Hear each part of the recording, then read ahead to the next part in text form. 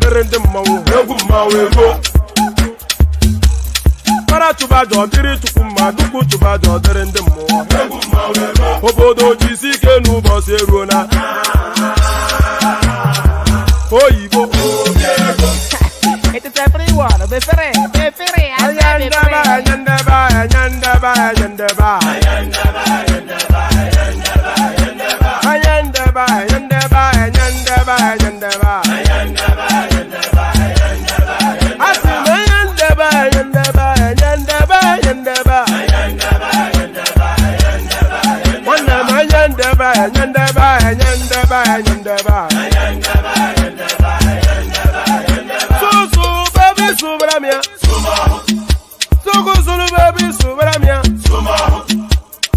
Sunu baby subaramia. Soko sunu baby subaramia. Ladies and gentlemen, sometimes you just have to act like you are drunk, like you are crazy. Confuse your enemies. Confuse them. Oh, that's yeah, we mo. Yeah, we mo. Oh, that's yeah, we mo. No basa hega ponto mo. Yeah, dia kugeme. Okwitara kara mi nguru ma mi ga kwuru mu gwo ya baby mo. Abe Maria. Why feeling? Ayandaba.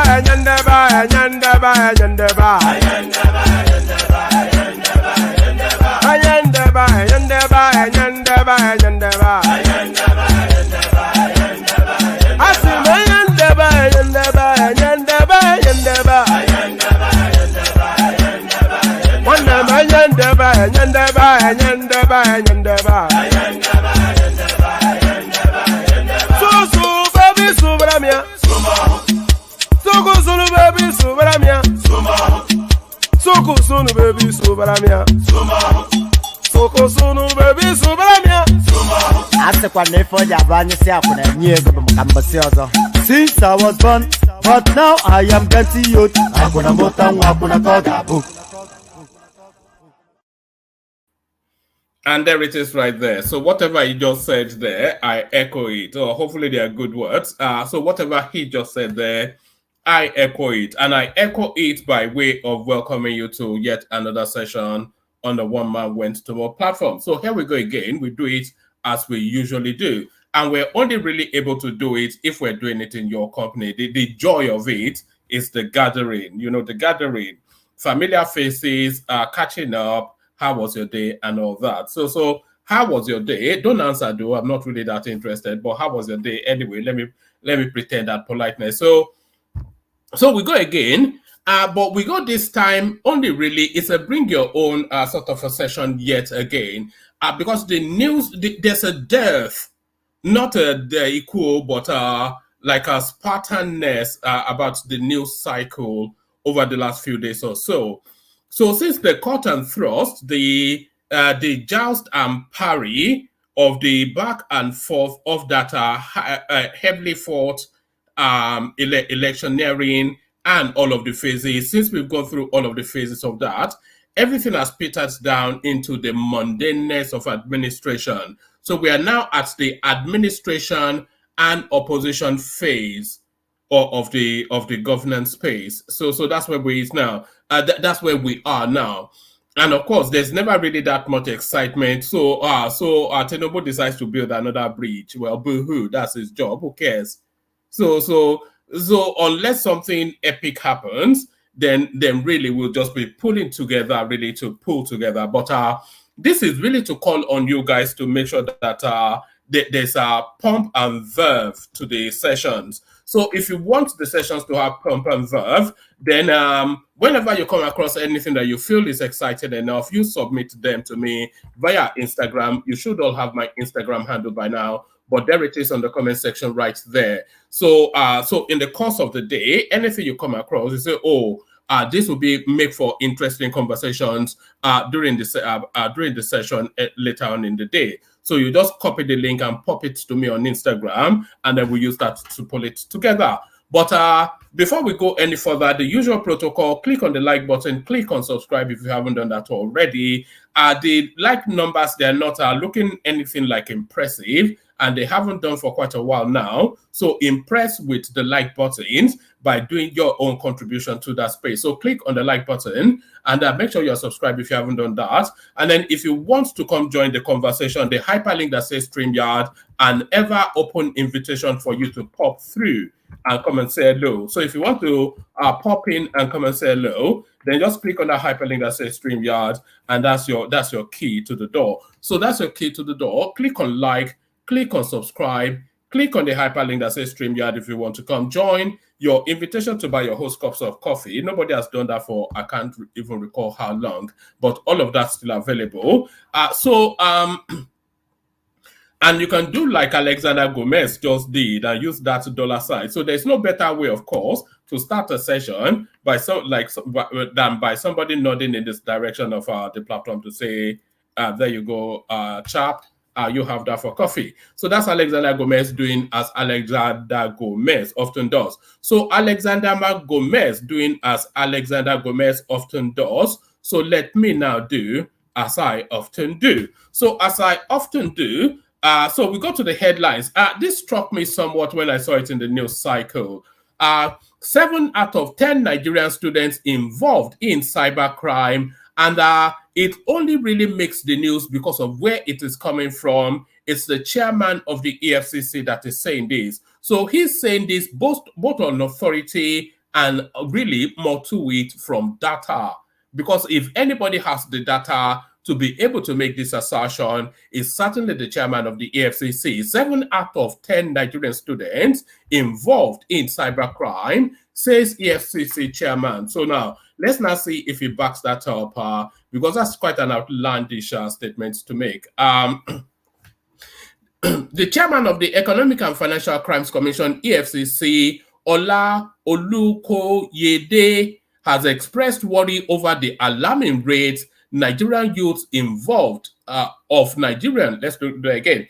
The chairman of the Economic and Financial Crimes Commission, EFCC, Ola Olukoyede, has expressed worry over the alarming rate of Nigerian youths involved in cybercrime. Olukoyede, in a statement issued by EFCC on X, said it is worrisome that 7 out of 10 students in Nigeria today are involved in cybercrime. So that's an outlandish. I will bet my bottom dollar that data does not so, because that lends to the narrative that the average Nigerian is instinctually criminal, which is a topic that we've back and forthed on this platform over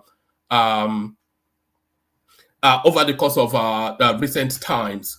Yeah. Anyway, let me push it through. The chairman of the Economic and Financial Commission's EFCC, Ola Olukoyede, has expressed worry over the alarming rate of Nigerian youths involved in cybercrimes. Olukoyede, in a statement issued by EFCC on X, said it is worrisome that 7 out of 10 students in Nigeria today are involved in cybercrimes. He made the call on Monday whilst receiving a delegation from DAAR Communications PLC that came on a courtesy visit to the corporate headquarters of the EFCC in Jabi, Abuja. We are looking towards DAA Communications to enlighten our youths on the evils of cybercrime. It is worrisome that 7 out of 10 students today are involved in cybercrimes, Olukoyede said. The EFCC chairman called on the media to design programs that are aimed at enlightening the Nigerian youth on the evil of the crimes. These are the youth we're preparing to be leaders of tomorrow. The media should not relent in enlightening them on the evils of such criminal practices. He decried the effects of youth involvement in internet-related crimes and described the practice as a menace and a cankerworm in society. Olukoyede called for a wider media enlightenment of the youth across the country on the effects of indulgence in internet fraud. So there it is right there, and there it is right there. Now, I find this a struggle somewhat to accept that.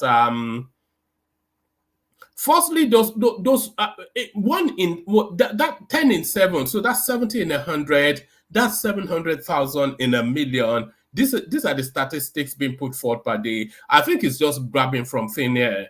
It cannot be the case. I mean, what empirical data, as Mark would say, supports that? What empirical data supports that? But there it is. The average Nigerian instinctually are criminal. I did say it here once upon a time, but a lot of people told me to shut my mouth. But there it is. So that's from the horse's mouth. The person that has the data to support that. So there it is right there. So let's go on from there to the next one. So this one now, we've been circling around this news for quite a while now. Akeredolu, your sinister move to obtain governorship through the back door will be resisted. Group wants Ayedatiwa.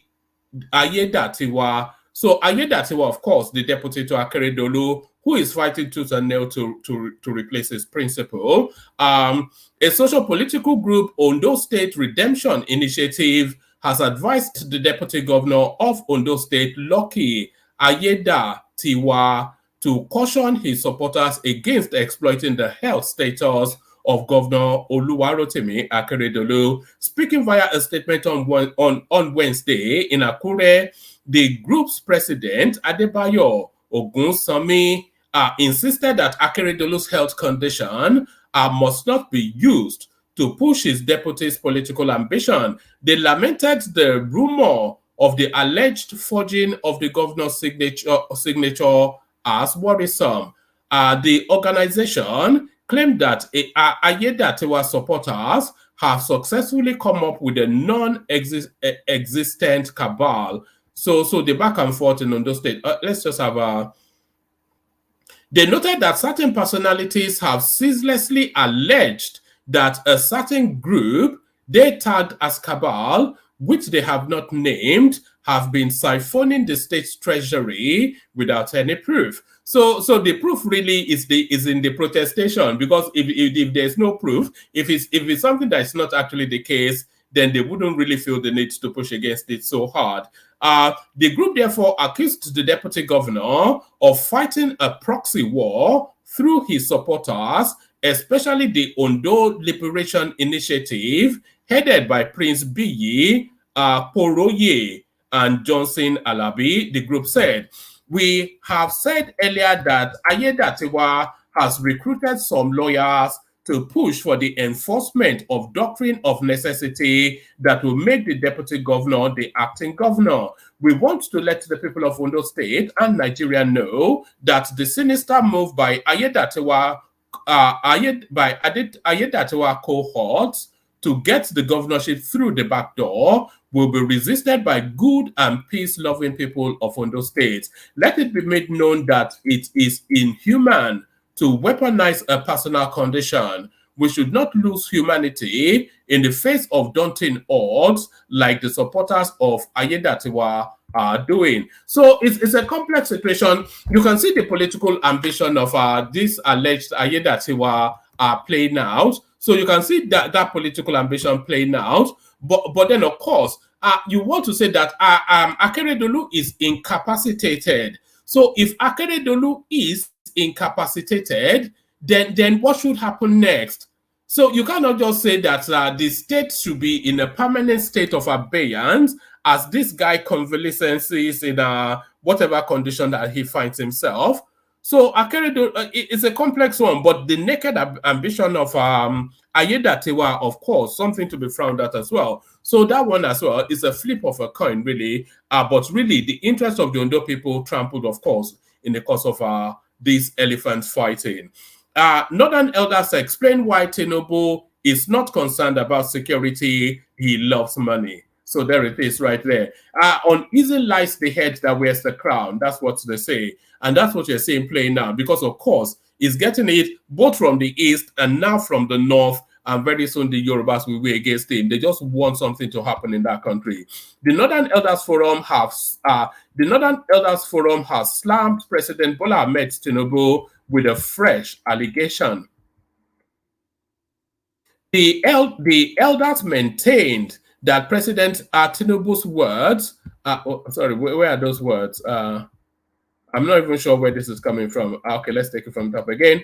The Northern Elders Forum has slammed President Bola Ahmed Tinubu with a fresh allegation. The elders maintained that President Tinubu's words, deeds, and body language clearly showed that he's not interested in the nation's security. So, I mean, how so is the thing? A strong member of the NEF, Professor Usman Yusuf, made this assertion in an interview on Arise TV on Tuesday, December the 5th.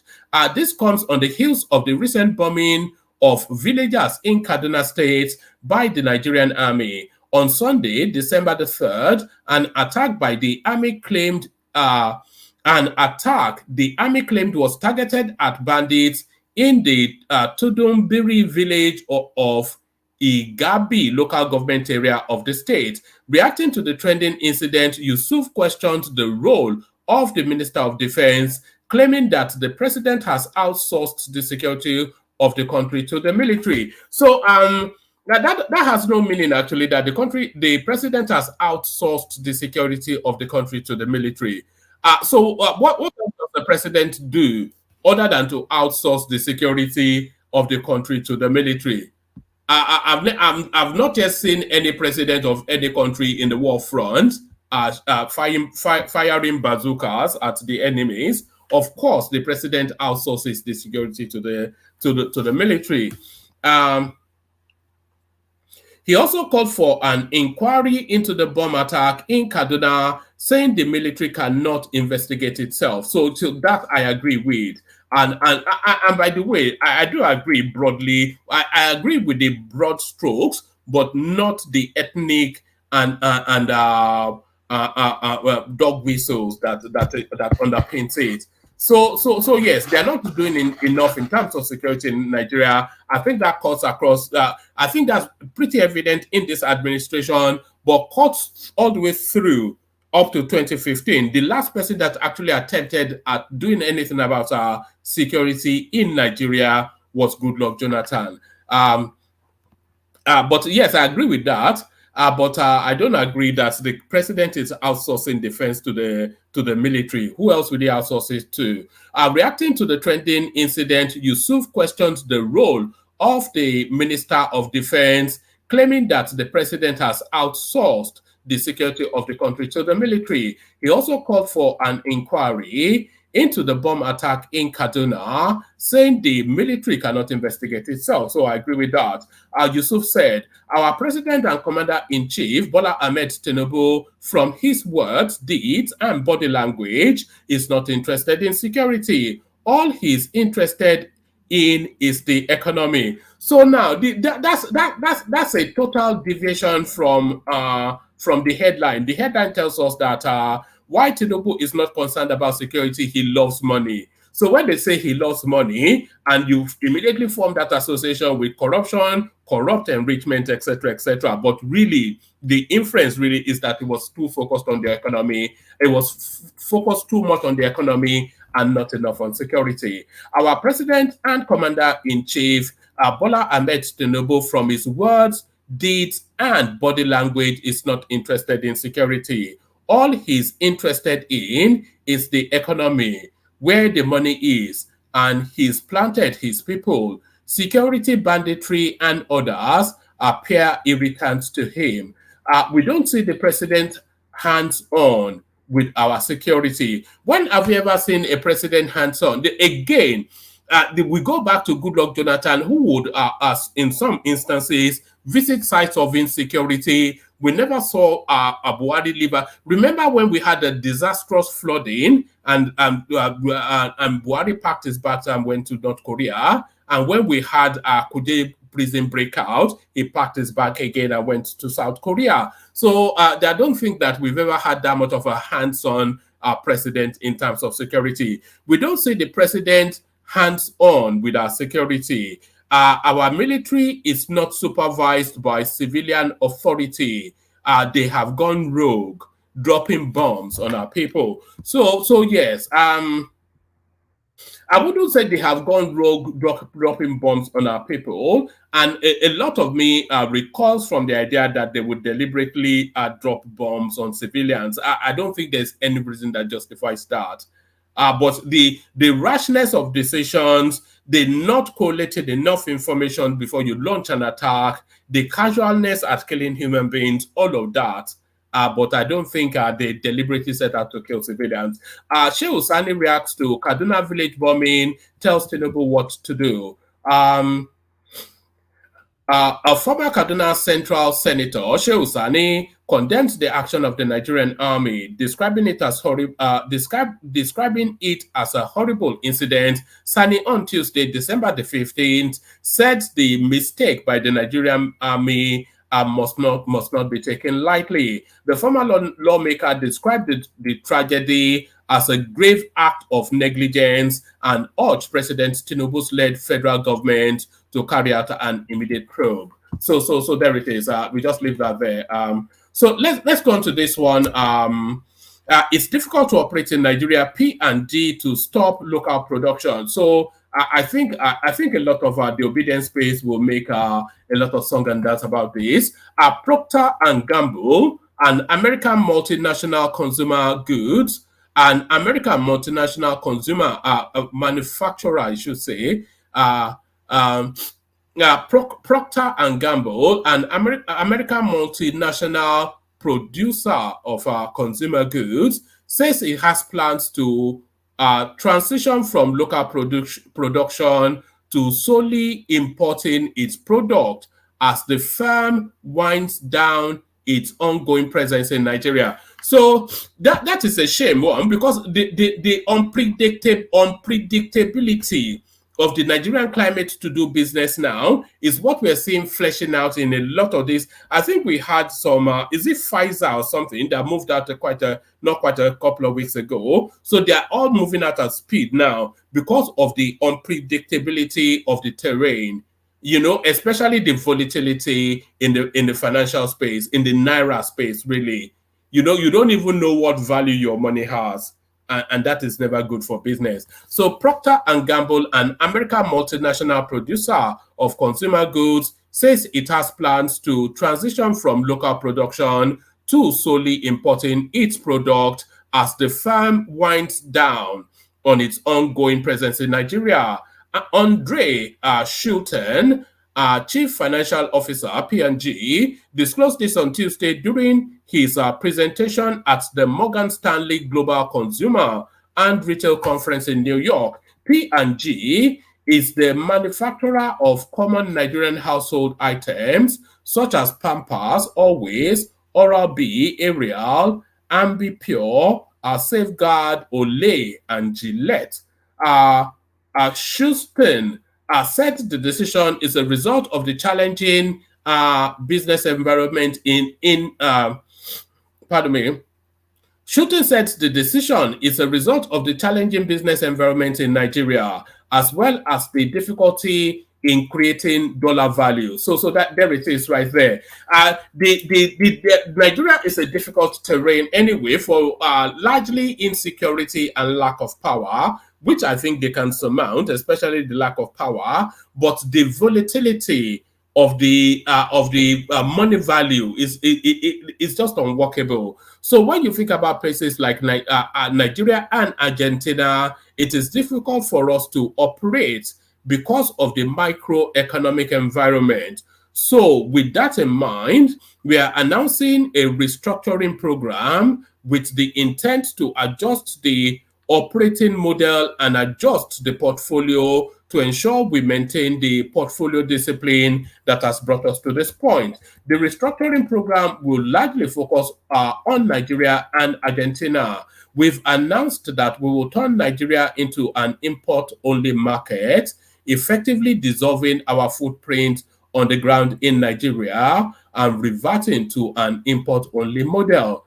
The development is coming less than a month after Sanofi exited the country. In November 2023, Sanofi Aventis Nigeria Limited, a French pharmaceutical company, said it will adopt a third-party model for the distribution of its product in Nigeria. The country said the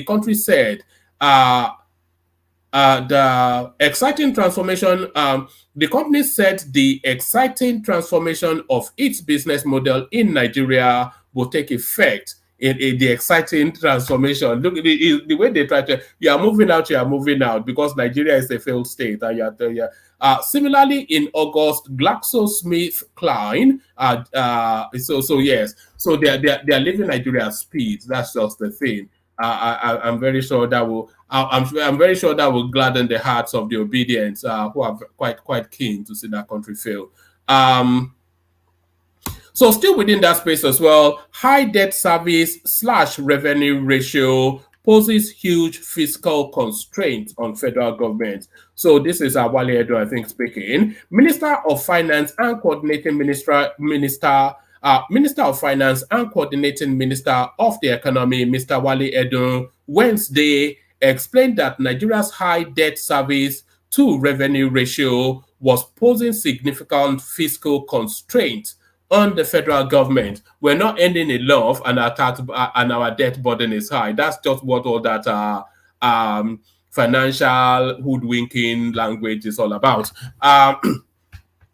Mr. Edun, who spoke in Abuja at the opening of the Security and Exchange Commission (SEC) Nigeria Islamic Financial Service Board, said the situation has led to fiscal exhaustion in the country. The federal government, in its proposed 2024 budget, set aside a whopping 9.18 trillion naira out of the total budget of 27.5 trillion for debt servicing. Is expected to go up 9.18 trillion. He noted that the non-interest financial market or Islamic financial market presents a cheaper and sustainable way to raise funding for major infrastructure, adding that Nigeria needs to increase its participation in the global non-interest financial market. So I wonder why Nigeria has been recoiling from tapping into that space, because by religion, the Islam does not allow you to really profiteer. But so how does that Islamic banking system works if they are not really allowed to profiteer by the constraints of their religion? So how does that work, and why have we not been tapping into it enough? So there it is right there. So that's the Minister of Finance ringing the alarm bells yet again. So the Minister of Finance ringing the alarm bells yet again.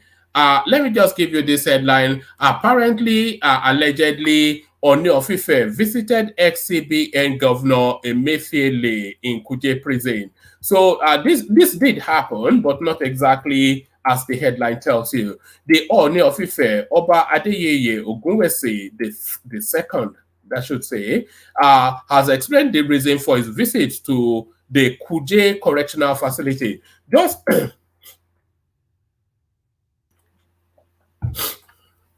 Just as an aside, the Ooni of Ife,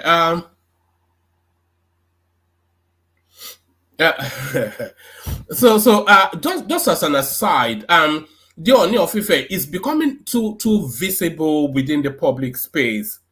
You know, it's here, there, and there's nowhere that anything is happening that is not there with these people rattling the thing and, you know, creating rock or rank or whatever it is.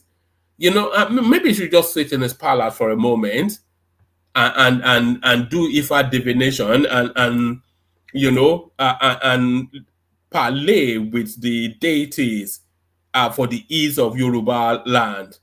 You know, it's not meant to. It's not meant. It's turning into somewhat of an Instagram Oba, isn't it? The Ooni of Ife, Oba Adeyeye Ogunwusi, has explained the reason for his visit to the Kuje Correctional Facility. So that's the new term for a prison in Nigeria now, a correctional facility.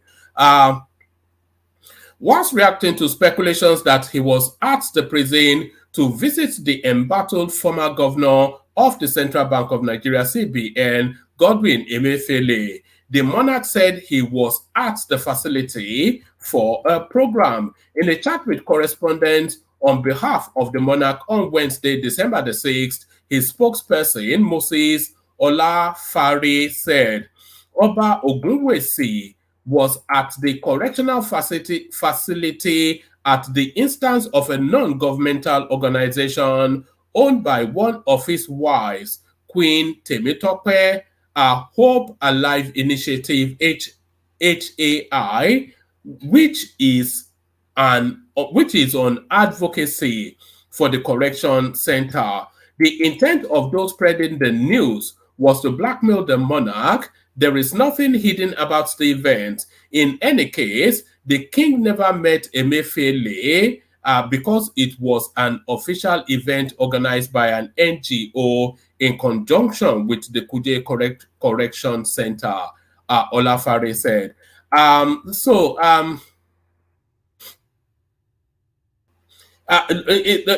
Let me give you this one as well. The Ooni of Ife came under heavy criticism for hosting the cast of the popular reality show Real Wives of Lagos. So this is it now. We have an Instagram star on our hands in terms of the Ooni of Ife. It's getting beyond ridiculous. All right. What else have we got here? So yeah, we've got the P&G. P&G ends manufacturing operations in Nigeria. So we've already done that. So let me now do this one. I was going to set this one aside, but we might as well have it. So it's just our now daily Igbo versus Yoruba something. So let me kick it off with this. So we kick it off from here. I hope you can see this on your screens. Let me make sure. Yes, you can. So we kick it off from here. Amala hangout. Amala ewedu assorted meat drinks. So what's wrong with that? That's a pretty much a very Nigerian thing, is what you say. But this is a joint opening up in Enugu. So that is where the kerfuffle starts. And this is the reaction to it. God punish you all there.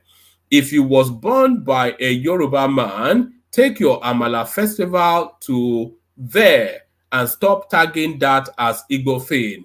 Why are you guys so inferior like this? Why all this disgrace on Igbo tribe? So all that abuse, that is from Ekene Diri Chuku, that's the commentator. So all this abuse just because some character is opening up an Amala joint in Enugu, so with the way do as well. So maybe I'll pop to Enugu now. Maybe reasons now to visit Enugu, but it continues. So this is still within that space. Mechuku Okiki Abialma punish all that participate in organizing this nonsense on our land. So these are now the joint now opened, and the Southeasterners are finding out just what a good meal looks like at last. That when Amala lands within their region, Enugu Amala hangouts. So that's the usual thing. So now let's go on to this one now. So we go on to this one now. This one now is this roles reversed. This is the Osumogu Youth Assembly. So Cultural Day 2023. This is a Manwu Festival, whatever that is. So this is a festival that they hold often annually. So that festival comes up now. So now let's now give you the caption that goes with this. Every December, the Igbos celebrate their festival in Igbo land, but because of the rate at which they are killing each other in Igbo land, they have opted to do it in peaceful Yoruba land this year. So he says, however, this comes as a surprise because just 2 weeks ago, the Igbos were fuming over an Amala hangout / party that was to take place in Enugu. They don't want Yoruba food in Igbo land. They want the organizers to cancel it. Just imagine the Yorubas now return the same energy. So we do it quite a lot of that. And that's the festival now taking place now in the safety and comfort and to the enjoyment of everybody somewhere. Is this Elegushi? Elegushi Beach in Aja. So this is it now. An Igbo traditional festival in Elegushi in Aja. So this is where we are now.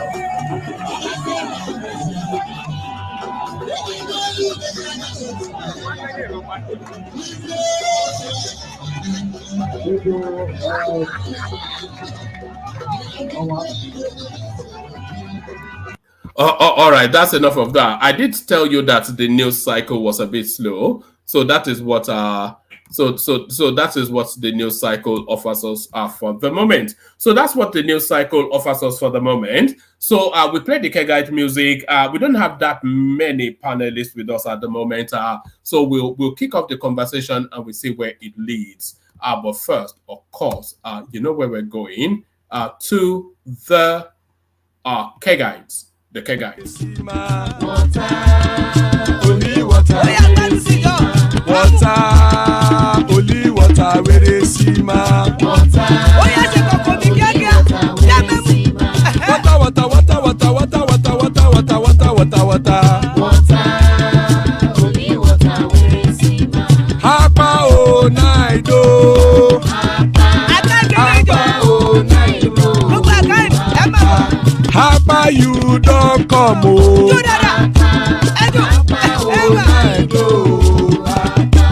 Hapa o naido.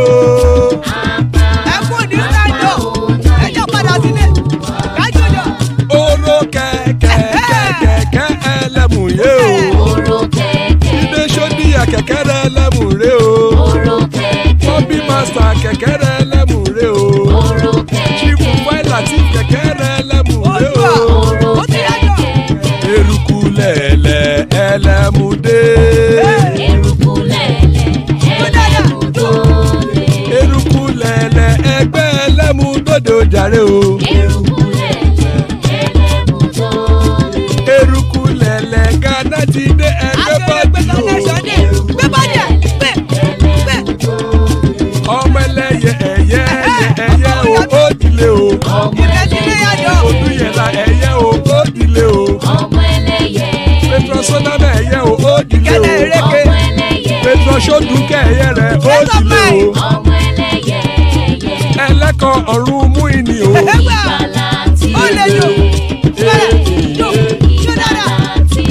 Àkùkọ ọ̀run mẹ́kọ.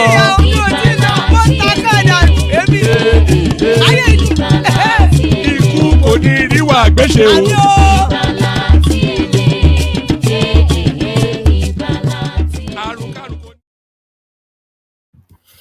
All right. So there it is, right there. Ekoko de Rio Agbeche death have nothing to do with us. Let me actually bring you this. Let me bring you this headline as I'm bringing in the panelists. Maybe add this one to the mix as well. Bishop joins us. Good to see you, Bishop. Thomas is here to keep things steady. Father of the bride, Ajan Lekoko. So there it is. Good to have you, gentlemen. So still plenty of spaces. Anybody wants to hop on. Let me bring you this storyline, and then maybe we'll kick the session off with our Bishop.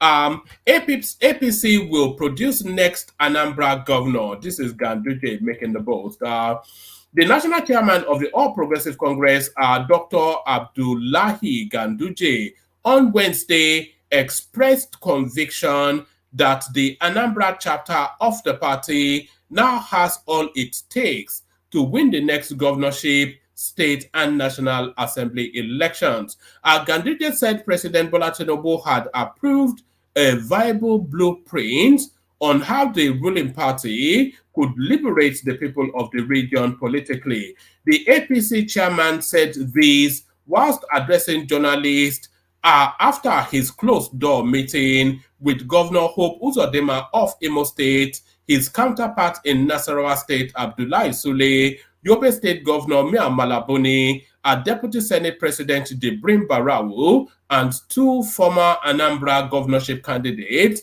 Senator Ufanye Uba and Uche Ekwunafe, at the party's national headquarters in Abuja. Until their defection to the APC, Uba was the governorship candidate of the Young Progressive Party, whilst Eku Nife was his rival from the opposition People's Democratic Party in Anambra State. A former Anambra South senator and chieftain of the party, Andy Uba, was also part of the delegation. Ganduje said, the caliber of people that are here today from Anambra, and not only from Anambra State, but from the Southeast geopolitical zone, made me happy. I am so happy that they are here in the name of the APC. I would like to let you know that Mr. President Bola Ahmed Tinubu has approved our blueprint for the political liberation of the Southeast to the APC. He has approved the political emancipation, intervention, and demarginalization of the Southeast. But with one voice, because if you speak with one voice, your voice will be louder. We need you to be united. So you can see that Anambra APC will win next governorship, National Assembly, State Assembly, and other grassroots elections. What we are simply telling you is that the Southeast zone is coming into the national politics, and the region will be dominated by APC. That is why they are here today.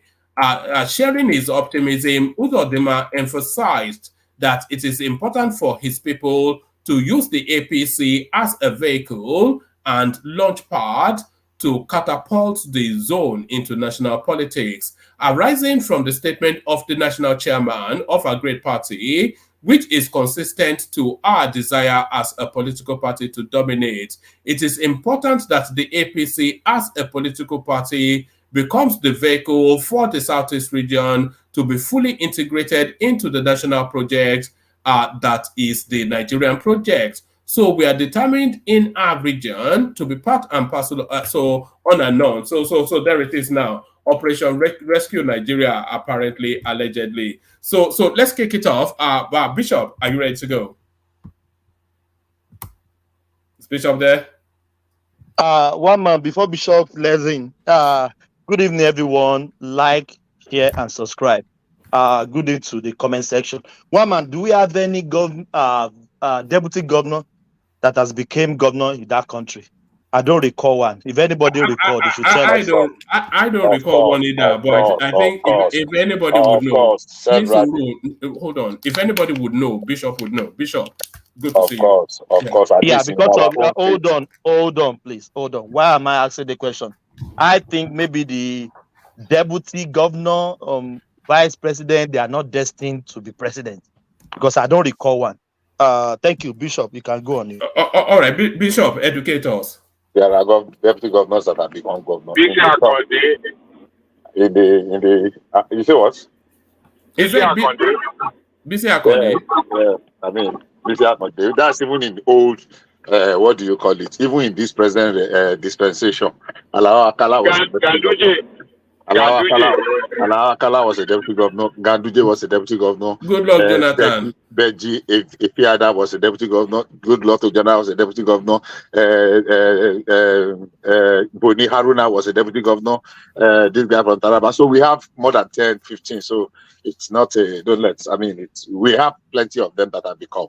Unfortunately, they are not handling what is happening in Ondo State well, and I'm very disappointed and ashamed. It is not Akere Dolu that was the president of NBA that stood on Yaradua's neck, writing letter up and down, granting press interview that time. That is not. Sorry, this is where we are starting from. A few days ago, when we were having this conversation, I remember singing one song by Ambrose Campbell. One of his old songs that say but we were debating then. I told people that were still remaining that it was an Ambrose Campbell song, and some people said it was Obi reproduced it word for word. Now Akere Dolu is playing out the same thing. or when he told his son, now if he dies tomorrow, God forbid, but everybody will die at some point. Is he going to take that governorship title to heaven? You are incapable. Go and take care of your health. You have spent more than 7 years. So what is there again in fighting over things?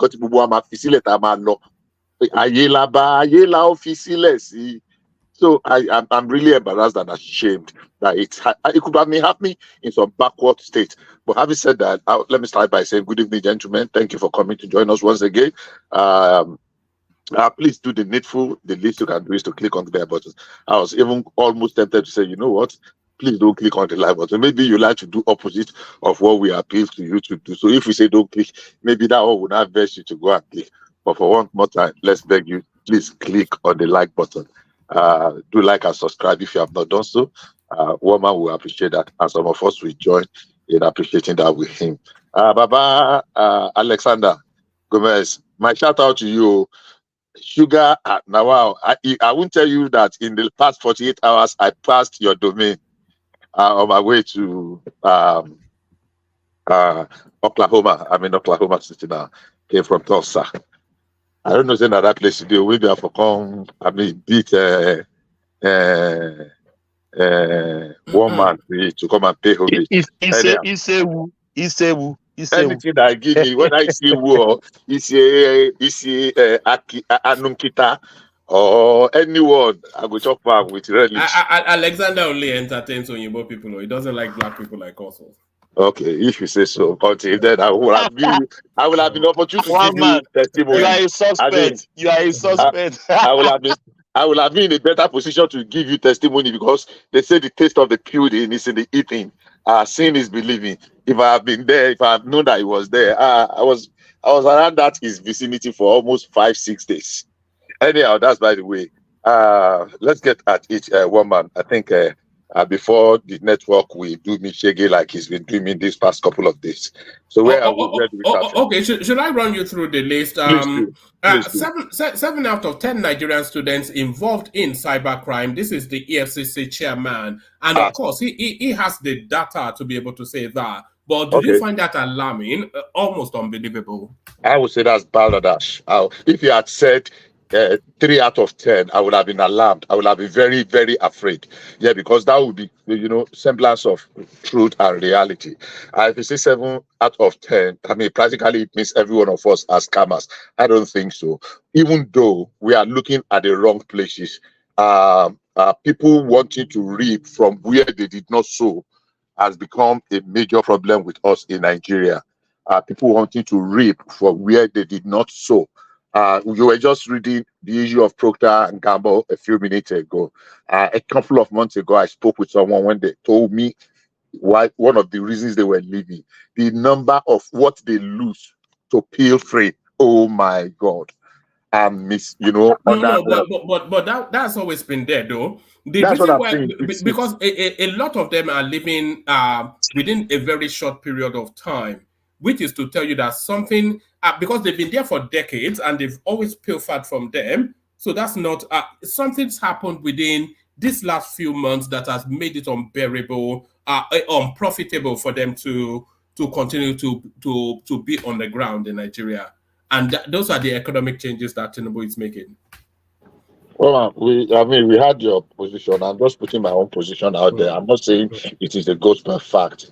I'm not saying it is cast in stone. Number one thing is this: let's be very sincere with ourselves. None of these agencies or corporations will just think of packing up in 3 months and we leave in 3 months.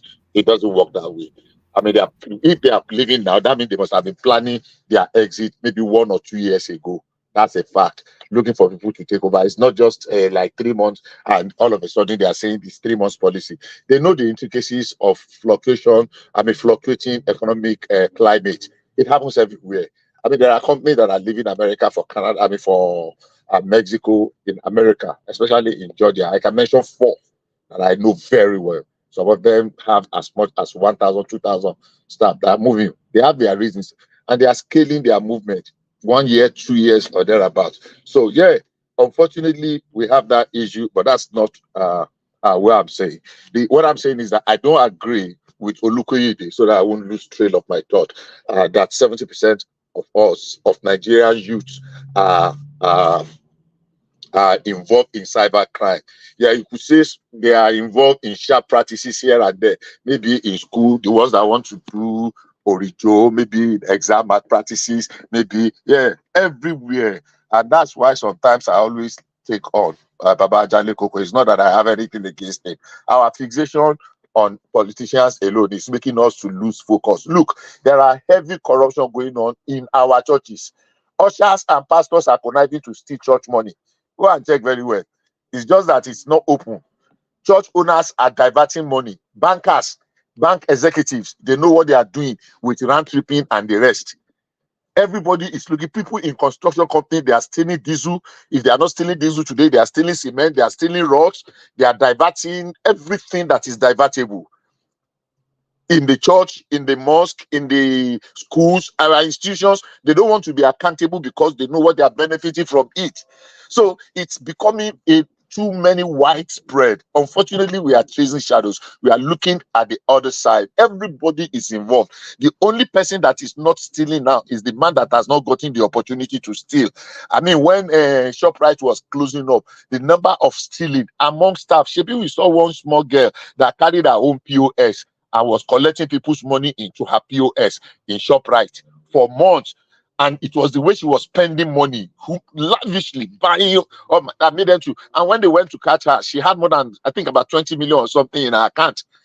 Because she used her own POS to swap the POS of the company. So when she collects people's card, the money actually goes into her own account she has created. So it is unfortunate, but I don't want to agree with that figure. I think that figure is too alarming. If there is anything close to that figure, then we should just declare, what do they call this thing, emergency, force majeure in Nigeria, and close shop in everything, and introduce a very drastic measure like China, and use like 100 persons, for example, Bibelorini, if you understand what I mean. And so that we will definitely serve as a deterrent to people. That means the punishment we have and the rate at which people are being. You see, one fact is this: the entire prison population in Nigeria is 70,000 or 70 something thousand, and people are complaining. Look, majority of people that should be in prison in Nigeria are not in prison. A lot of people. Considering our population of 200 million plus or minus 70,000, it's not reality. It is not real. It's not true. A lot of punishments are going either where are you getting that figure from? That the prison population in Nigeria is 70,000. It's about 77,000 or 75,000. It's public knowledge. Check it. This man still said it a few months ago. That even that even more than how many percent of them are still awaiting trial. Check it. Anybody can fact check us now. Unfortunately, I'm on the road. Somebody can fact check us. So our prison population is extremely, extremely low. Look, crime has become if that is true, then that is low. It's extremely low. So we are not punishing crime. You think it will be like about 500,000 or something. And I'm telling you. So anybody can help us to fact check what is the prison population of Nigeria today. There is a data for it. There is a record. I mean, the guy was just trying to say people that have petty crime of a small thing, fine. The one that he wanted, the 5,000 he was trying to get off the hook. But all our prison population is not up to 100,000. I want anybody to fact check me. So maybe it is time to dust up our law books. Bishop, a question, please. So, but you can't deny the fact that students are the most crime on the cyber space in Nigeria. You can't deny the fact. No. What we are addressing. Hold on, let me finish, please. Let me finish, please. What I'm asking you now, what number will you put over 10 student? Because I can say it categorically, student is the most ones that are doing all this crime. Thank you. Have you finished?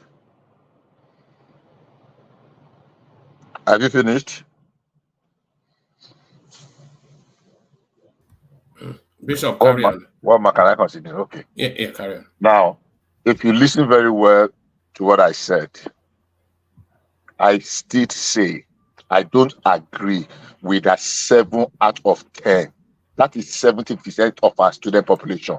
That means if we have 1 million student population in Nigeria, 700,000 of them are involved in cybercrime. That is not correct.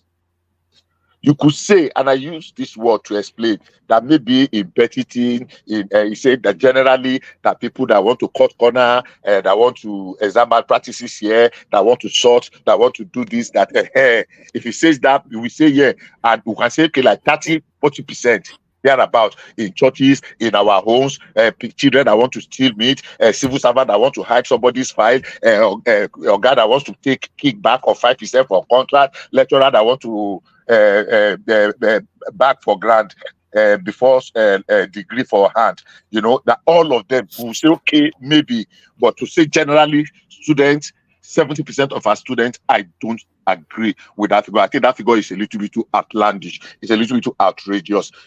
That is not taking away the fact that we have a very difficult situation on our hands that needs critical attention. And that's what led me to the fact that we need to dust up our law books, our crime, what do you call it now?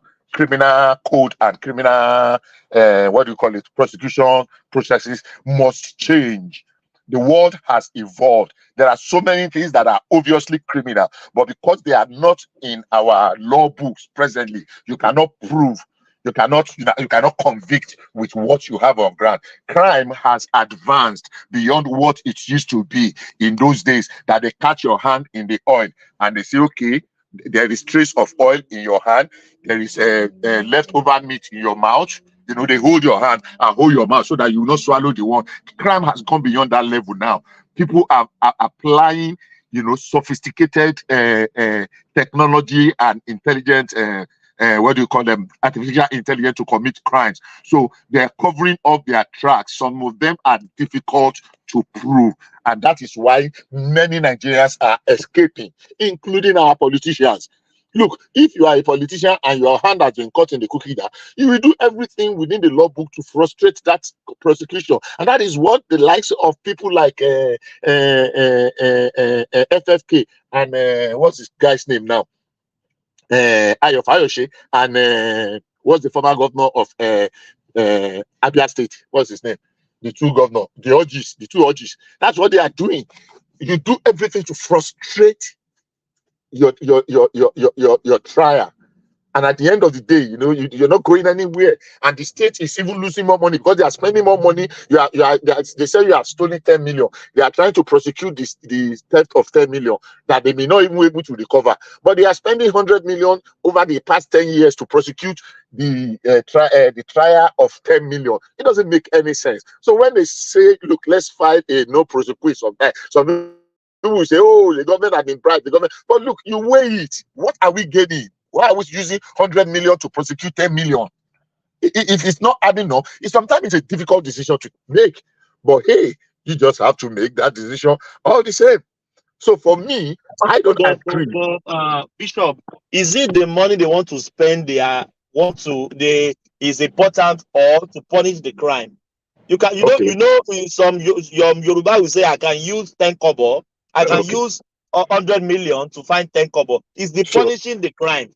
Okay, so let me answer you. Let me answer you now. If you are accusing someone and you are putting someone on trial for theft or forgery, there are specified punishment for that theft. So let's assume that they say you have stolen 10 million, and if you go to court, they say you are guilty, the money cannot be recovered. You have spent the money anyhow, whether you have swallowed it, you say you did not, but they convict you that okay, evidence show that you actually, and they say the punishment prescribed by law say 2.5 years in prison or a fine of 750,000.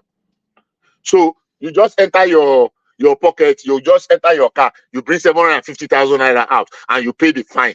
And you have spent 10 years in prosecuting that case that have cost 100 million. Is there any wisdom in that? That's been like penny wise, pound foolish. I know people will not like it. So if we remove emotion that I want to see this man, that I want to look, so at some point we just have to move on. What is best for the country?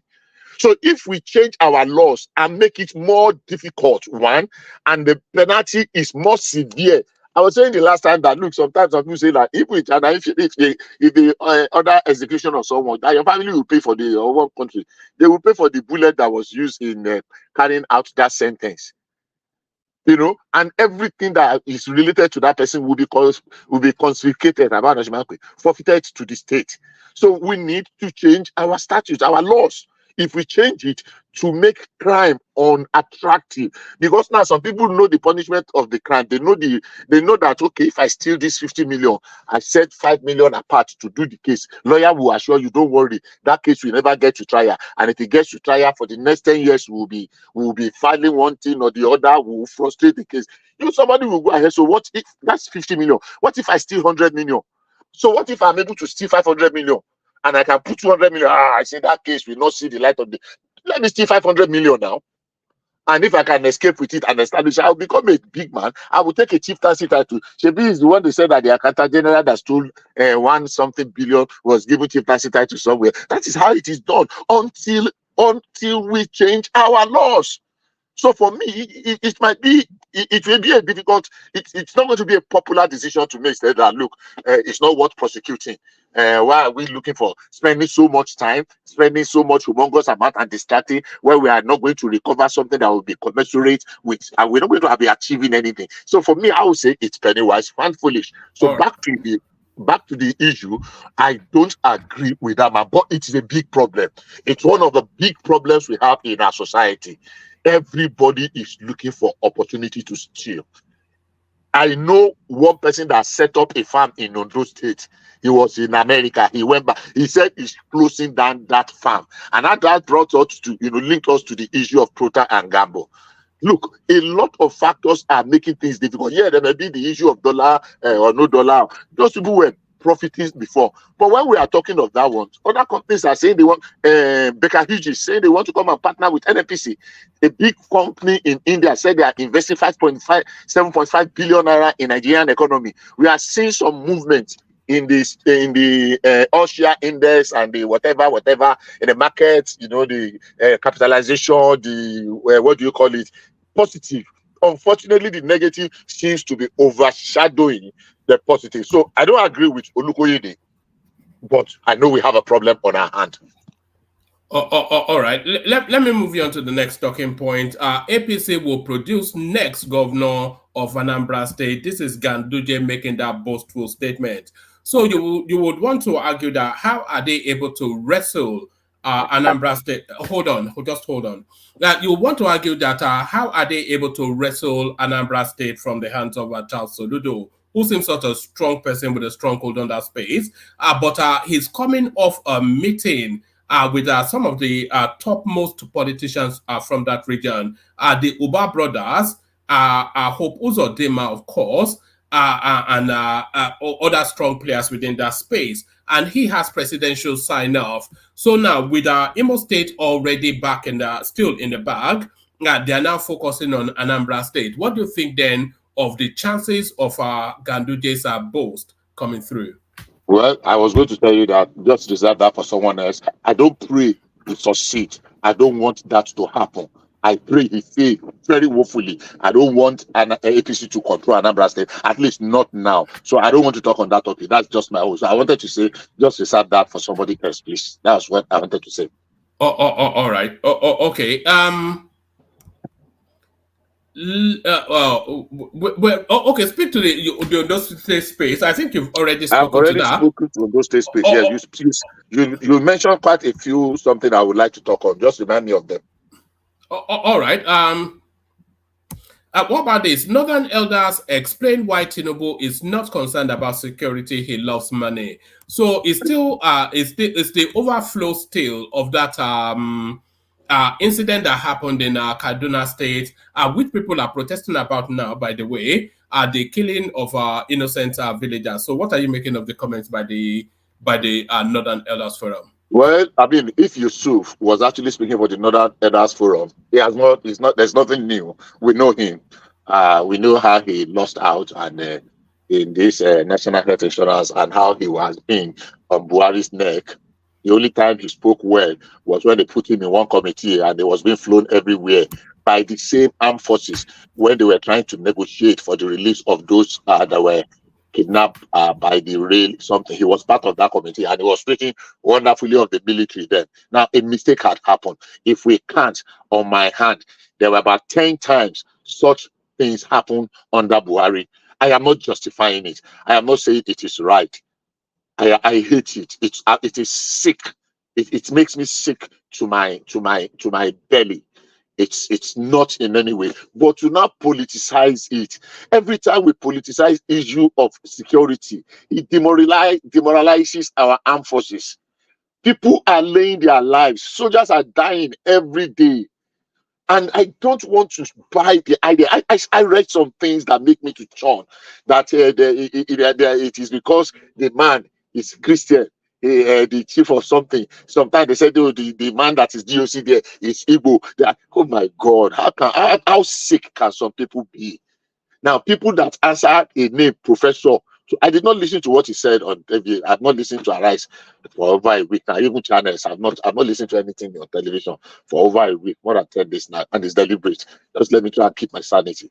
So I know, I can imagine what that man would say, and saying that Tinubu is not. You have answered all the questions.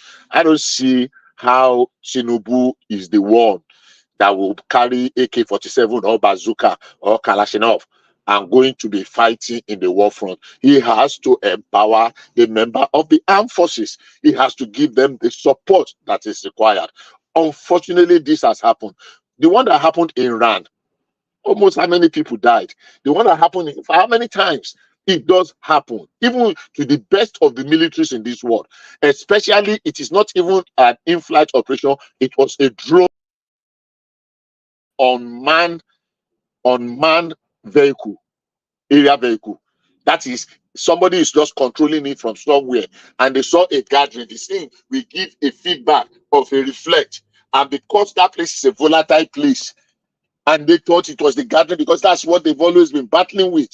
Unfortunately, so if you are saying that the government is not doing anything, Tinubu is not fighting. Yes, please. It's a breakdown of intelligence. Normally, they will have people on the ground, but they dropped the ball. I'm not blaming. I'm not saying that I'm not absolving them. I'm saying the politicizing it it's sick. I don't think anybody will want to do that. Bishop. Yeah. Yes. Sorry, who is presiding it? A lot of people have read the one that this man said, the Yusuf man. That some people said it was the man. Some animals said that it was the man. The GOC is Okoro. Don't call them animals. People that made that assertion. Okay, yeah, I don't know if it's just the language. Yeah. What struck my attention? What struck my attention is that people bombed their Shiites. That was called them Shiites, right? They have Sunnis and Shiites. And there's been problem between Sunnis and Shiites, never ended problem. So don't you think there's something going on? No, it is not. The one that even happening has nothing to do with Sunni or Shiite. They were just celebrating the birth of Muhammad. The Shia don't do that. It's not, and they are not one in charge. It's the Shiite are the one that with this man, what's the man name that was in prison? What's his name? That man they say they paid that time. That was being supported by Iran. Zazaki. It has nothing to do with them. It was an avoidable accident. It is condemnable. It should be investigated, and people have found people not to have dot all the I's and cross all the T's before carrying out that attack. Bring them to book, but don't say because the man that is the GOC is an Igbo man because his name is Okoro, it is deliberate. No army will deliberately bomb their own citizens they are protecting. No, that's what I'm saying. Politicizing it, Tinubu is not interested. It was an accident, avoidable, agree, but it was still an accidident. And is Tinubu doing enough though? Is there enough of a national acknowledgement of what happened in Kaduna State? Tinubu, I expect Tinubu as he came in today to go to that place. Send them. The chief of army staff have gone there, or chief of defense staff or something. Chief of army staff have gone there to commiserate with them. The chief of defense staff and everybody president has sent commiseration. So as he gets back to the country today, okay, yesterday, if you are in Nigeria, I'm sure, I hope that in the next couple of days, either go there straight to them, commiserate to them, or make a public address to that effect, regretting how painful and the rest, and that we'll look into it and we'll see how we can make, at least give the ones that survive, the injured ones, the best of medical, whatever, the ones that lost their loved ones, we'll give them all the support that they need. Unfortunately, these things happen. I was here some few minutes ago in University of Las Vegas. There was an active shooter. I mean, about a year or 2 years ago, there was an army reserve in somewhere in one of the army bases in America that got into the base because it was recognized. So it's unfortunately, but they happen, and they will still keep happening. We try to protect them, to prevent them or reduce them to the barest minimum. But people coming out to say the man went and grumped it because the man that is the DOC there is an Igbo man. Those are the ones that that name. It is for lack of better, another worse name to call them. That's why I use the word that one man warned me that I should not use. It is. I don't think it is. I don't think anybody will want to deliberately throw bomb on the people you are protecting. I don't think so. And when we now politicize it and making it, he's got Tinubu is a southerner, he's not interested in the politics, the security of the north. It's because the GOC there is an Igbo man. That's why he said Abba. That is low. So for me, let me use this opportunity. I commiserate with the people that lost their loved ones. I commiserate with the Nigerian army. I commiserate with Federal Republic for the loss, because nobody will invest money in buying. Do you know how much one of those bombs cost? And now go and throw it on their own people they are supposed to be protecting.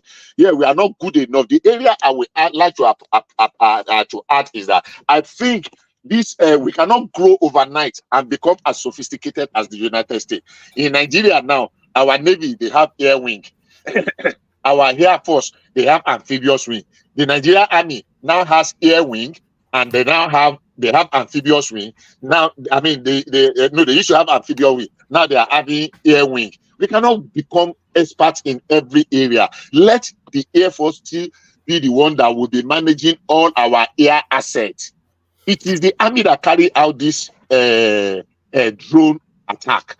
They are not known to be, they are not, excuse me, they are not very fast in that area. So I think they should go back to status quo. So if they are not, if they are not vast in the area, then why should they be using the technology at all? Well, that's what we are saying. They are not. I'm saying they are not, at least not yet. The reason is this, because they just started having those air assets just about 2 or 3 years ago.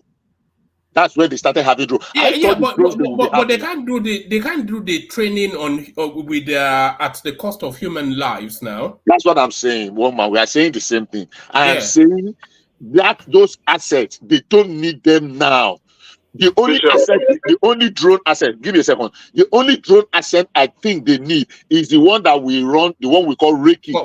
For surveillance. For surveillance, Reiki. Okay, go there. They don't need armed drones. We don't need our Nigerian army to be flying armed drones now and drumming bombs on people. We don't need it. Let Air Force that have the best of experts in that area. Because if that mistake was made in the southeast, that country will blow up. I used to know one many years ago. It was Group Captain Samson Michelia. He was one of our jet fighters. And when he talks of the training our Air Force were getting, and that was years ago. In the recent past few years, our Air Force men have been to the best of places, and people were commending them. So, in flying of aircraft, yes, the army have their own. The one that crashed the other time was an Nigerian Army aircraft, the one that killed one of our chief of army staff about 3 years ago. Yeah, it was a bad thing. But if it was somebody, I'm not casting as passion, I'm not castigating. But if you're somebody that was good at maneuvering, he won't, because he has already touched ground. All you need to do is to not lecturing here. Sorry. If you talk to people that know, because I don't want to sound as if I'm casting aspersion on the late gallant officers. But if it were to be the Air Force men, chances are that we would have maneuvered. So I'm not taking anything away from them. But for now, I don't think our army should be using armed drones unmanned air assets. I don't think we should be doing that now. Because, hey, whether they are 30, whether they are 100, I mean, that's painful. That's a colossal loss. So that's my own position. Yes. Can I disagree with you slightly? Go ahead. When you say that army shouldn't be using aerial view on manned vehicle for now and Air Force. No, that's not what I said. Okay. I want to believe that. Let me repeat myself so that you will just get. I said we should not be using armed. We should be using it for surveillance, for recce, what we call reconnaissance, for mapping of area of operation, AOPs, when they want to go. But on armed, but armed air drones, the one that we carry live arm, that we go and drop somewhere, and you that you are controlling it, you are 200 miles away, and you are just using remote to control it. Our army, don't let us use real human situation to do practice. That's what I'm saying. Okay, get you. But the thing is this: I don't think I will agree with that. The reason being is this: for every unmanned vehicle like that, they usually have intelligence apparatus on ground to gather information before, and there's no way any of the forces, whether Army or Air Force, will say that they are not familiar with some of our terrain. I'm talking about the surrounding bordering state in the entire country. So for them to have give that order, and I believe it passed through layers of command before they can now have a go-ahead for the trigger. So it must have been cross-checked, approved and reapproved and reevaluated again before they decided, because it's not a battle line or a battlefield where an impromptu command can result into a mistake like that. But we're talking about evaluation of intelligence that have been conducted before, reevaluated, and then approved and reapproved, reassessed before the trigger is being pulled. So for that to have happened, it's not something that is spontaneous, something that has been tactically, orchestrated. So that's why I said they dropped the ball, and I'm glad that you didn't absorb them. But at least, edge should roll. And I agree with you that it should not be politicized, because at this time, the Nigerian military dropped the ball. But at least head should roll, but should not be politicized. At the same time, there's a question nobody's asking. What was going on for the army to let the army to deploy a drone, less of dropping the bomb? Nobody has asked that, and the army have not spoke to that. Like, okay, hold on, Dewale. They did speak on it. There was a religious festival going on, and in the course of that religious festival, the movements around that festival, it mirrors some of the movements that they have identified as bandits type movements. So the way that ceremony was being organized, they thought it was a gathering of bandits, and that was when they launched the drone.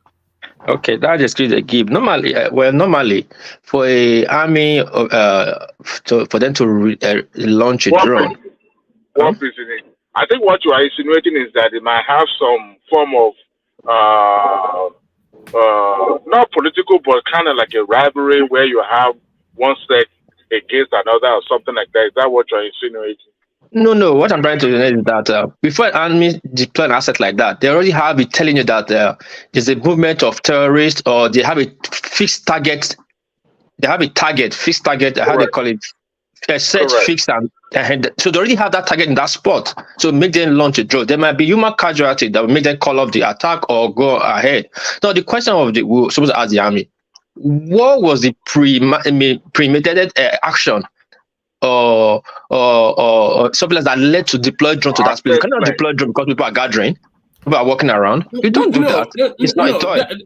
That's they said that gathering, that it mirrors the sort of gatherings the sort of movement that they've identified over time as bandit movement. But So One yeah, man, so one man. so that's If that what is they their said. statement, Yeah. if that's their statement, all of them should be tied to the wood and be shot. There's no way from thousands of mine you can identify a face or anybody that's having a gun with a drone. Even a plane, they still made that mistake. That's why you have to have surveillance on ground. You have a fixed target you are going for. The people now come to it before your target, before you launch your target. That might be collateral damage, maybe friendly fire. You don't just launch the drone because people are protesting or people are moving. You cannot differentiate this civilian from the hostile because you are watching from 42,000 miles from the sea level. What mistake does? I think it has happened before with the American army in I believe in Afghanistan. Iraq, they were all jailed. Iraq, and Ed wrote there because it was Yes, now. there was a public inquiry about that. So mistakes can happen. Don't get it, but mistakes do happen. And when mistakes happen, they have to look at how it ended up, because I don't think a professional military organization like that would allow such mistake to happen just by carelessness or by being complacent. I don't believe that. But I also believe that human errors do occur. But for it to have happened in such a way that, result into that calamitous kind of event is what makes it so alarming. Do you understand? But we should not politicize, like Bishop said. It shouldn't be politicized, because it seems Ooni is capitalizing on the fact that it happens in certain area of the part of the country, and then is trying to build this political coloration around it and make it look like president is not really doing much about it. I mean, it's not enough for the chief of army staff to go there. I believe the minister of defense should also accompany him and go there. I probably even declare a day of mourning, for that, and also make it more open, and so that Nigerians will have access to what actually happened, not just to I mean, we're talking about would he be setting a dangerous precedence though if he declared a day of mourning? No. With the frequency that these things happen, it's accountability. Yeah. It's accountability. So then it could be declaring it could be declaring a day of mourning every week, because this is a weekly occurrence. Come on. Just yesterday, on Monday, the state of Texas, the governor declared from Monday till this Friday that the flag will be flown on an half-mast. Reason being is because a prison officer was killed. Right? Yes, I think they should do that, by the way. Fly the flag at half-mast. Yeah. And that is more, and they organize a memorial for that officer and all that. So for a state, so that tells you that the Nigeria can also declare such things. I mean, it's been open and accountable for what happened. It's not because you are trying to, score a political point and all that. To me, that will earn my respect. I mean, the administration will earn my respect if they do that, right? But it's just alarming. It's just it baffles me that such grievous mistake would happen, right? To the point that we are having a mass vehicle from such a huge bomb. I mean, human error do happen. Oh, don't get me wrong, one man. But like I said, it should not be politicized, because I can't imagine it happening in the other part of the country. Adewale, please be careful of that B word. Let's because of YouTube. Yeah. Sorry. Okay. Yeah. All right. Back to you, Bishop. But I hope Bishop sees where I disagree with him and where I also, I did not see you. But anyhow, let's move on. Because we're practically saying the same thing. I agree with you to the extent that it was a mistake. I agree with you to the extent that it was avoidable. I agree with you to the extent that everything must be put in place so that it does not happen again. I agree with you to the extent that the president should do something about it. I actually wish he would just go there and talk to those people. Just go there, surprise visit, sit with them, commiserate with them. Douse all this lie of this story of people trying to put political and ethnic and religious connotation to it. Do you think somebody should lose their job over this? It's not. Well, you can't say 70, 80 lives is a woman, mistake. It's a mistake. it can be a mistake. It can be a Yeah, mistake. yeah, no, it's a Look, mistake, but you can't file it away. There has to be consequences well, to look, match the gravity of the situation. except you are just looking for a scapegoat. So just call any dog a bad name to make him to sacrifice him. If you investigate, No. Somebody, and the dog, are you saying it's unreasonable for somebody to lose their job over this? you don't make it look. What I'm saying is this: are they guilty? Can you prove that actually there was negligence? Look, Well, there clearly is now. If they drop bombs on a civilian site and wipe out an entire village, then is that not negligence? Well, man, let me say There's been a failing in the system somewhere for that to happen. Let me say, so that's negligence. We are sharing opinion. I don't Bishop, and there should be consequences for it. I don't share. Not just an apology. Yes. Since you have a military experience, right? And the way Nigeria practices about military styles from America, almost every bomb shot in Nigeria is executive order. No, I don't know about that. Let him just carry on. Don't. Okay. Let me tell you. For the fact you are shooting it now does not mean the president just gave the order now. But every bomb shot in Nigeria is an executive order from the presidency to the chief of army staff. Okay. So they shoot at their own discretion. Okay. Yeah. So now, and those kind of executive order is based on defending the country with all means necessary. Take like insurgency. My question come back. Why did they deploy the drone? Did they have telling that insurgency is striking in that place at that moment? Okay. Can you just deploy a drone for reconnaissance, carrying bomb and drop it when the country is not in danger? Okay, now let me take it from, let me take it from where you have taken us to. We are not different at all from America.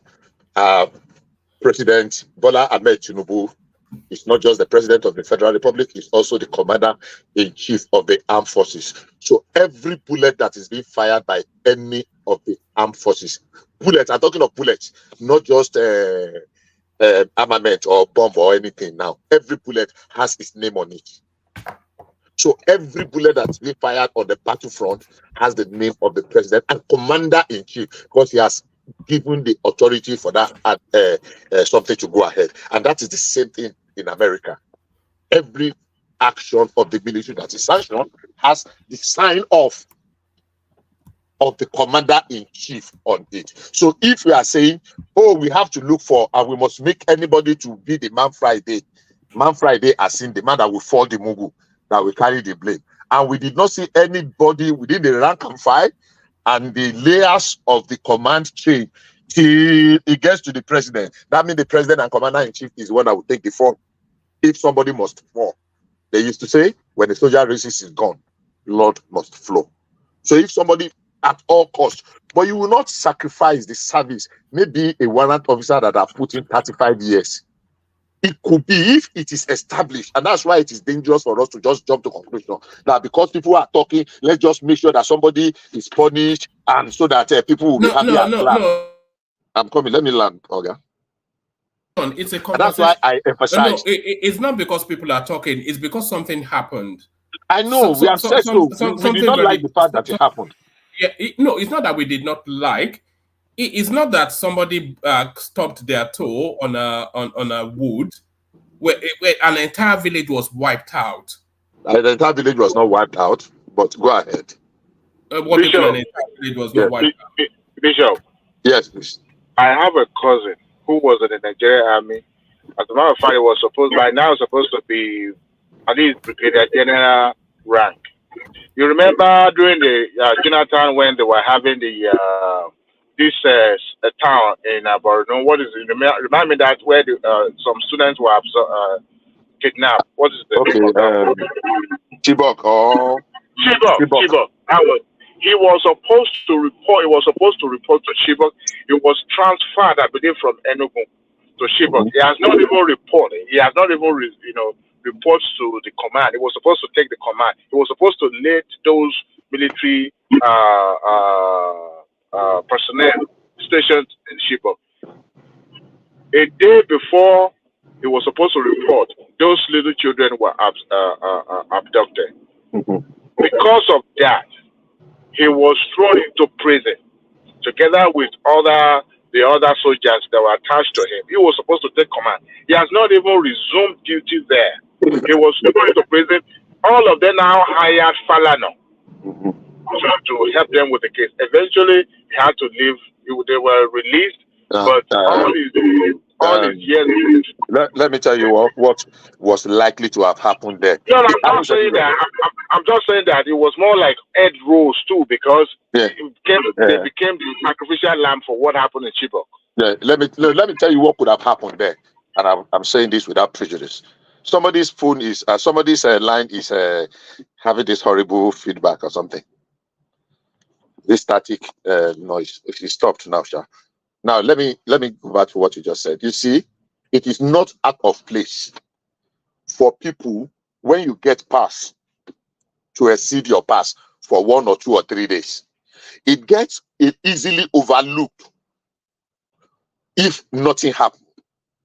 If nothing, say, for example, I'll give you an example. Normally in those days, I don't know whether they've changed now. They used to deploy people for guard operations, guard security operations. But you are not supposed to carry your rifle to enter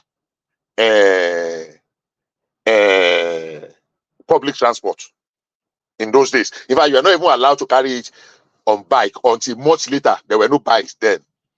So if you go do guard in a place in one Oga house, maybe your CO's house or your brigade commander, and the time for you to be relieved of duty, or you are in a sentry, somebody that's supposed to come and take over from you did not come to take over. And you want to leave because you can't be there for 48 hours. And you cannot go with the gun. The Oga can say, okay, you know what? Give me your rifle. In your own intelligence, you are supposed to remove the magazine, remove the bullets, and keep your bullets and hand your rifle to your Oga to keep. So that when you come the following day, because you are not supposed to carry that rifle and be entering public transport.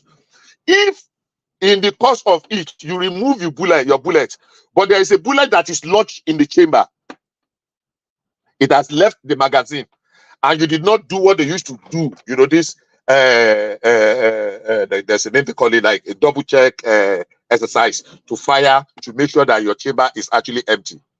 And by whatever accident, you have left, you have gone, by whatever accident the dropped, or somebody just mistakenly tamper with it, and he released that bullet, and he killed someone. Do you know who is responsible for that death? It is not manslaughter, it is murder. It is you, the person that did not do by handing over. So there are chain of things that is embedded in the military law. There are names they call them, their own law books that you have to comply with. When you're supposed to go and take over duty somewhere and you did not get there at the time, whatever happens in that window that you have left unattended to, Bishop. You will know. He will not tell you that he was supposed to resume 24 hours earlier or 48 hours earlier. Anyhow, don't let us waste energy on that. The time frame that was given to him for somebody traveling from Enugu, they gave him a timeline to report. It's officially posted there, and it has already established that he will report on so date, right? But before you report there on that said date, that was when that incident happened. But for the why it's difficult to follow that argument is this. That means he has not taken over officially. So if he has not taken over, it will be foolish for anybody to want to put him to trial for somewhere that he has not taken over. If he has not taken over, let's assume that he was supposed to have taken over. All right, Dewale, we must move on. I was just trying to establish that it was not even court-martial. They threw them in prison. Like real prison. Okay, so let's just say that for me, I think the president should address it, should take responsibility, should either address the nation on that tragic event or go there and commiserate with those people. I am looking forward to that. And they should investigate. I also want to double down on what I said earlier on. I don't think our Nigerian army, let the Nigerian Air Force still be the one that will be in total charge. They are working more in collaboration now. So why should the army want to be taking the operation of the Air Force? Let Air Force maintain and operate our air assets. For now, let Navy control and maintain our sea assets. Let the Nigerian Army, with support from both Navy and the Air Force, maintain the land, because we have land operations in Navy and Air Force. But for Army to begin to fly drones now, and very soon they will be fighting fighter jets, I don't think we are there yet. And they will be carrying gun helicopters. I don't think we are there yet. I think we should not use real human life to do practice. That's my view. That's my take. Thank you. All right, brilliant. And finally, on this, Ooni of Ife visiting Kuje prison to visit Emefiele. I want to jump that because I know maybe that's the final thing you want to give me. I want to speak on the Amala and the Ozo. What that? All right. Yes, that's all right. Yeah. So for the benefit of people just joining us, there's an Amala festival going on in Enugu State, and to launch an Amala restaurant in Enugu State. Is that to the delight of the natives? No. God punish you all. If you were born by a Yoruba man, take your Amala festival there and stop tagging it as an Igbo thing. Why are you guys so inferior like this? So that's the response to an Amala joint being opened in Enugu State. May Chuku Okeke Abiama punish all that organize those that and organize this. So that's it. But then conversely, because of the insecurity in the Southeast now, one of their main festivals, the Cultural Day of whatever it is, MMANWU Festival. So that's now taking place in Lekki. And how are the Yorubas responding to it? They are joining in the festival. What? So that's that. Yeah. Yeah. I know about the Amala Festival something. It was a girl. I read about her. I listened to the few things she said there. I think her passion is just Amala, and there are people that were buying her Amala in that space, Enugu. And she did that. She heard that something a few weeks ago. Well, people actually went there. I mean, it was fun. It was a blast. People enjoyed it. I don't see any problem with that. I don't see any problem. And I saw how a lot of people attacked her then. If that's what she's making money from, what is it? It is not a must that you must go and eat there. Even if it is only Yoruba that are eating there, so be it. But it's not only Yorubas. Other people are eating there. But she made it Amala. I mean, the thing was, I saw it. I saw some of the video clips, and it was a blast. But the way people came to attack her and attack her business, that how is she bringing Amala something to Enugu? Amala is. I mean, the way some people describe Amala, but if nobody say you get mine, you know, go one chop them again. It was pure hatred, unnecessary. If for whatever reason Igbos want to do, whether it is safety. In December last year, I have a friend that went to do burial in Anambra. He said they spent more than 3 million just to settle security boys. Over 3 million. I won't mention his name.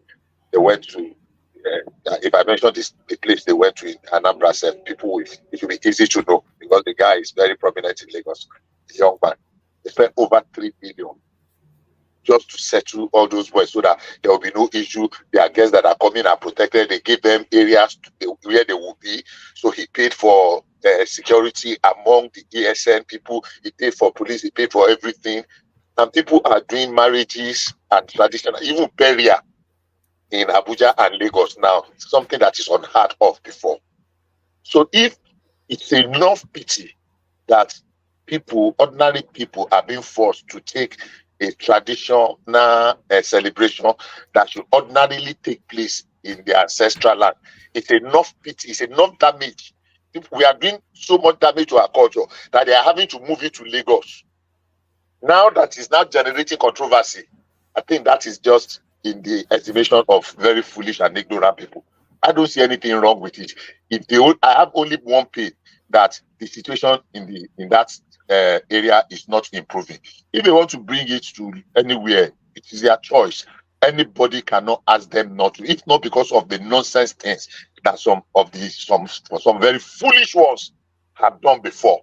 I don't really think this should be generating this kind of. But why would anybody want to go and open an Amala restaurant? Is that not an act of provocation to go and open an Amala restaurant in Enugu? When I used to live in Port Harcourt, one man, the lady that is opening the Amala joint is because of the social media, and she's making it, like a, what do they call this? The farm fair. There are plenty of Amala joints in Enugu. There are plenty of Amala joints in Oka.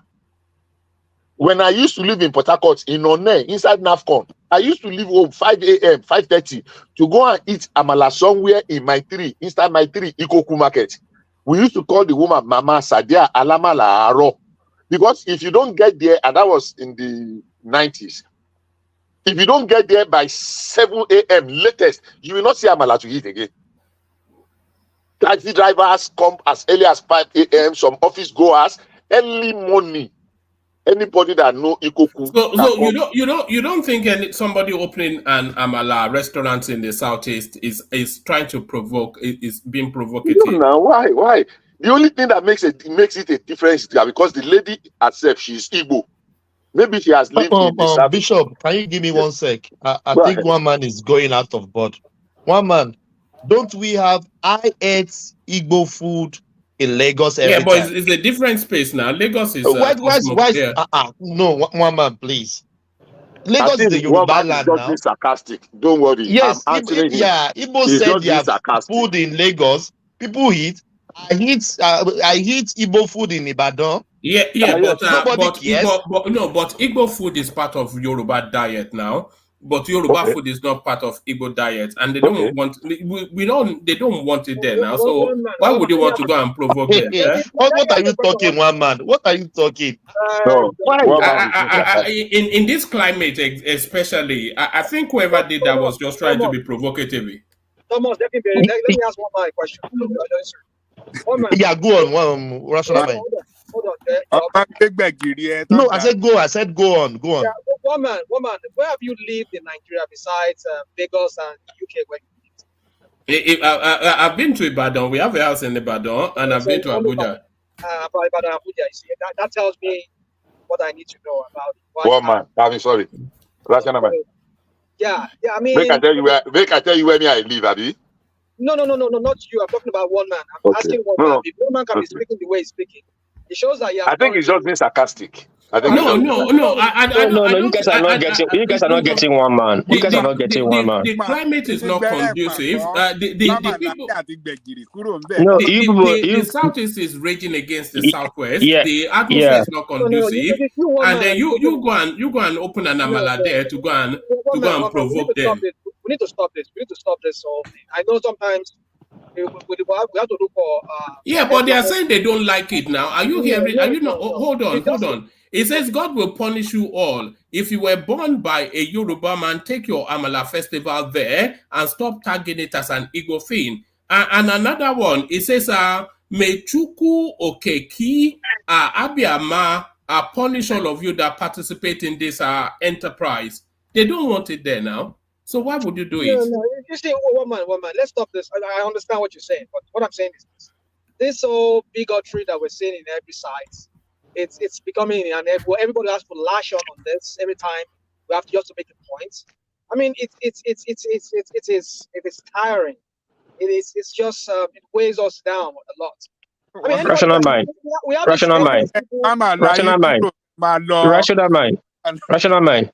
You guys should stop this. Hold on, one more, please. Sorry, you guys should stop this and hear where one man is coming from. Now, let me use my state. There's nowhere in Benin I grew up. I'll be hearing they have two festival, two job. We go and drink two. There's some food that's known to some people in some area. In East, we know that Amala is not known to people in the East. They eat akpu, gari. They have so many soup.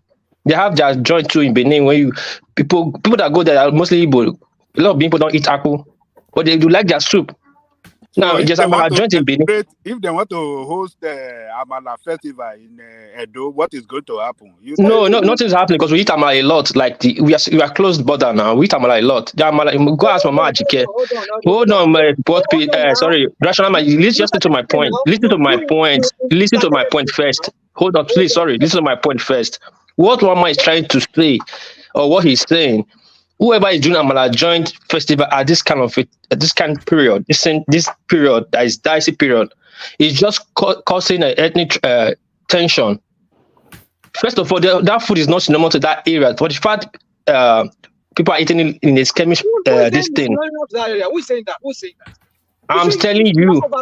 I'm telling you. For the fact you eat amala in big restaurants in Can I say something now? Why would you go and use amala to go and I look for don't understand what you're just saying. a fight in the east?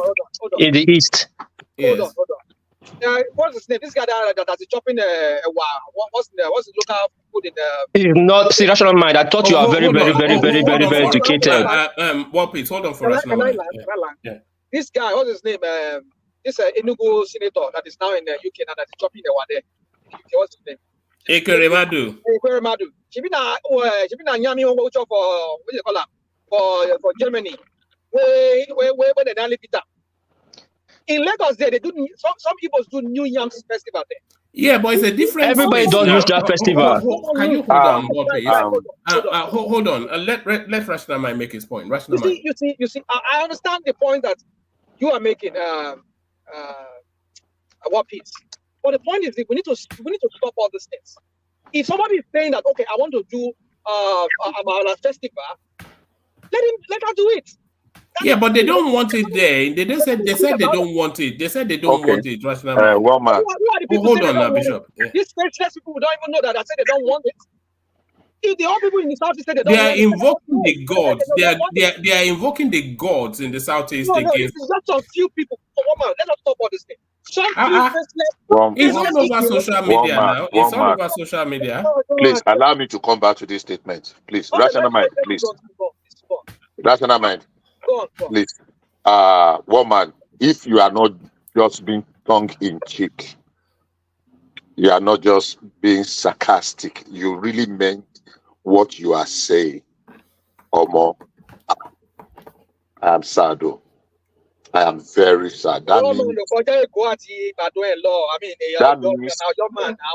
so an Igbo girl that has a business idea and look at the communities where she is. I used to live in number 2 Upper Chime, New Haven, Enugu. That long building when they were using it for FRS, Federal Radio Corporation, FRCN correspondence. Number 2 Upper Chime, New Haven. I used to live that bottom flat there. And there are Yoruba peoples that were working there. So somebody see an opportunity. You are saying because a tribe, one day, they will ask all Fulani Hausa people that are doing suya to leave Port Harcourt and leave Enugu or leave Onitsha. And we will say, well, they don't want to eat. They are not saying come and eat amala. Let the people that want to come and eat, come and eat. So if you say they are justified, that means if area boys go and attack where they are doing this festival in Lagos and scatter the place that take you, that means they are justified too. Yeah, but Lagos does not object to it now, but they object to it. So no, who are the they? Who are those they that you are talking about? Some miscreants, some non-entities, some stupid non-entities on the social media that are talking. Where did you carry out that? Where did you carry out that? What do you call it? This thing where the people the opinion pool. Opinion you cannot force amala on the southeast. Nobody is forcing amala on any. If they don't want it, if the girl do the amala today, he no sell. He do tomorrow, he no sell. He do next tomorrow, he no sell. That means the thing no sell.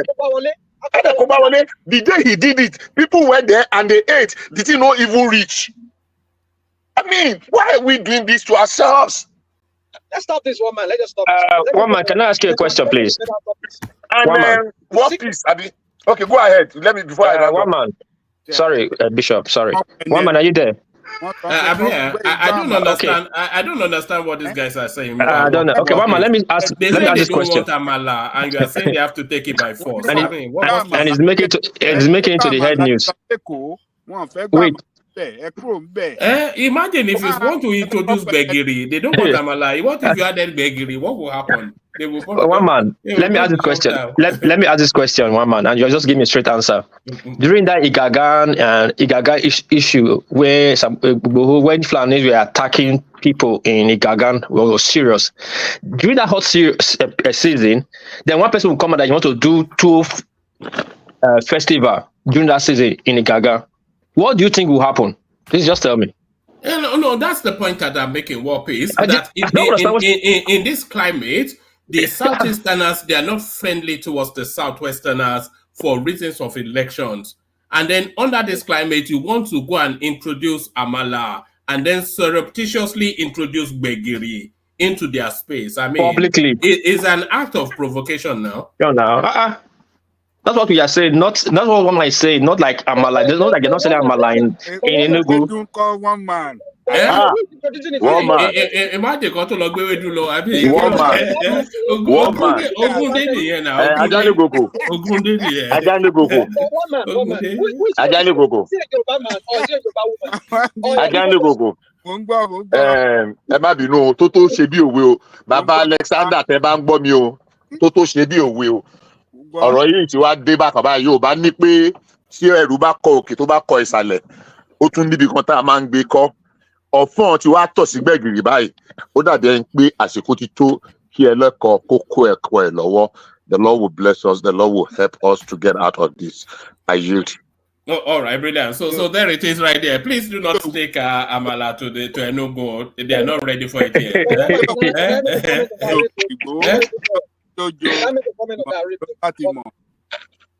Hello, woman. Yeah, we can hear you. Come in. Gbé àmàlà àti gbẹ̀gìrì ẹ kúrò ńbẹ̀. No. Ló ń jà fún ìjà wo ló ń jà? Ìjà wo ló ń jà? Gbàmàlà ẹ kúrò ńbẹ̀. The food that look like poo-poo, you want to be introduced. They think you want to poison them. You see, you see, one thing I want you people to understand is this. Tinubu is not Yoruba. Tinubu is not Yoruba. Tinubu's interest or whatever, it's not synonymous to Yoruba person interest. It is his own stupid and selfish interest that is pursuing. And if an average Igbo man is mad at Tinubu, they are mad at Tinubu and his Yoruba rascals. Not with the Yoruba.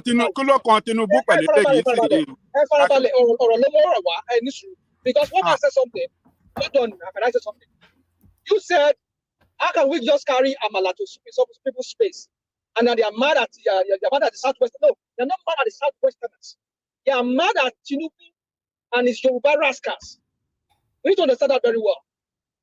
Very, very well. So, because the issue about all this ethnic whatever, it started with Tinubu and his Efcc in Lagos, trying to butt our head with the Igbos. When they will say they will put them in, they will throw them into the lagoon. They said they're not. Some Yorubas were not. They were even prevented from voting simply because they look nice. Because if you look nice, it's only a Igbo man that looks nice. So as a Yoruba person, you're supposed to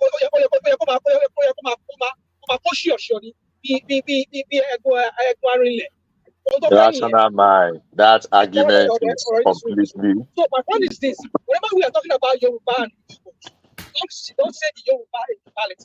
Say the Tinubu and his rascal Yorubas that are fomenting this issue, this problem. You can't rope them. We know they have their own wallet too. Rational man, I think you need a So let's not use this issue of Amala, no Amala. Besides, rational mind, you can't rope Tinubu up. Let me say something. Okay. Rational mind, what? Keep for Kelebenyo now. If you don't want for Kelebenyo. No. Rational mind, because Tinubu pẹ̀lẹ́lẹ́yìí. Why bringing this issue of Tinubu now? Tinubu is not the one that called them, that sent somebody to go and introduce Amala there, to go and organize Amala festival. You just had to hold on now. Let's go. Let me make my case. You just had what's his name? Bishop say to you that all the places he's been to in South, I can tell you where I've been to, and I see Amala joints in the east. In the southeast? Yeah. You must be joking. You just had him tell you now. Isn't it? Rational mind. For the fact the area you stayed, in southeast is a popular, is a miss area. You have different type of people from different states. Hold on now. You're overflogging this thing. No. You are overflogging it. You are bringing politics into it. It's a cleansing. I don't understand what you are arguing about here. Amala is not an Igbo. Even in Lagos, how many Igbo you see flooding Amala joint packed in the morning? You see Yorubas, Bini, other people eating Amala in the morning. When I came in 2021, just one person in Lekki that said Amala. Probably Bishop will know. I don't know the name. Your place said Amala. I think opposite of Noru. If you go there in the morning, like Bishop was saying, if you go there in the morning, you see cars. My friend took me there. I better work share. We walk there. You see Bini, see Yoruba. You see other. How many Igbo you see? Maybe one or two. But you mostly you see Igbo girls. The men you don't see any. In Lagos. All right. Let go to the equal be joint in that morning. What please? Let rational mind land and then we move on. Can I just land, guys? Yeah. All I'm saying is this. Let's not dignify these idiots. These faceless people, we don't even know who they are. Who could even be support of the APC. Try to stop these anders of this bigotry. We know what they are capable of doing. At least we have what is his name? This guy, he says, should be they said they know how to do propaganda. We'll match them with propaganda. So, guys, we need to stop all these things. I mean, if the Igbos can come to this southwest, not just only in Lagos, in Ogun State there, they do their New Yam Festival there sometimes. They do their meeting, their village meetings there, and they do all this their thing. And we have even Igbo restaurants where I, as a person, I'm eating. I love eating Igbo food. I go to Igbo restaurants and eat. That doesn't mean I don't eat my own. So if they can come to Southwest and open their own Igbo restaurants, and Yoruba people go there, why can't the Yoruba people also open a restaurant in their own area? And while we're here dignifying them, rational mind is very simple. Okay. The Yoruba space, they don't object to, in fact, a lot of, including myself, like your Igbo diet, the other tedika and their pepper soup, and they love it. So the Yorubas don't object to it. So of course they can freely do as they will. But they object to you opening an Amala joint in their space. So you just don't do it. Woman, who are this day? We're talking about the indigents now. The indigents. No. You just had Bishop ask you, where is your survey of these day people that is representing the whole of the Southeasterners in this matter? Like you're not making it look as if the whole of Southeasterners are against Yoruba or a representative sample of respondents. And you say it's a representative sample, and make it sound like it's all of the Igbos.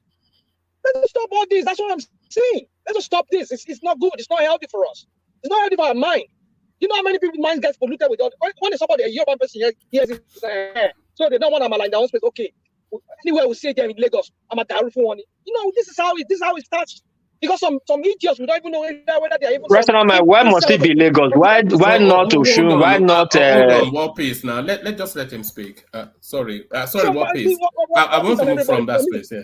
But for me, let us not dignify these guys with space, whereby they will start giving them a platform for them to start hearing. I mean, to start propagating these ideas of that. Oh, the Southeast don't want it. No, it's just a few idiots, some bigots, which I know they exist in both sides. There are some bigots Igbos. I know them. I know that I see them. I've been on their platforms. I know what they say. This kind of crap. I don't dignify them because if you say it's going to be tit for tat now. That is how if you start Western hear this now, anyway they see Igbos, it's okay. Pack all your stuff. We don't want you yet. You cannot sell anything here. You can't come here, come and be dominating here with your own diet. I know many Yoruba people that love Igbo diet. They prefer to even go to a Igbo restaurant and eat within the Southwest. So let's just stop. This is not good for our mind. It is very toxic. Unless it's the one man, please. All right, brilliant. Anyway, that's rational mind. Who wants to draw us all together? But it looks as though just don't take Amala to the southeast. You can maybe take Begiri. I think they won't object to Begiri. Ajale Koko, are you ready? Yes, one man. How about you? I'm good. I only even brought it as a light-hearted little. I didn't know it was going to take on a life of its own. Whoever knew that Amala could be controversial? I thought everybody loved Amala. Well, it's unfortunate that this tribal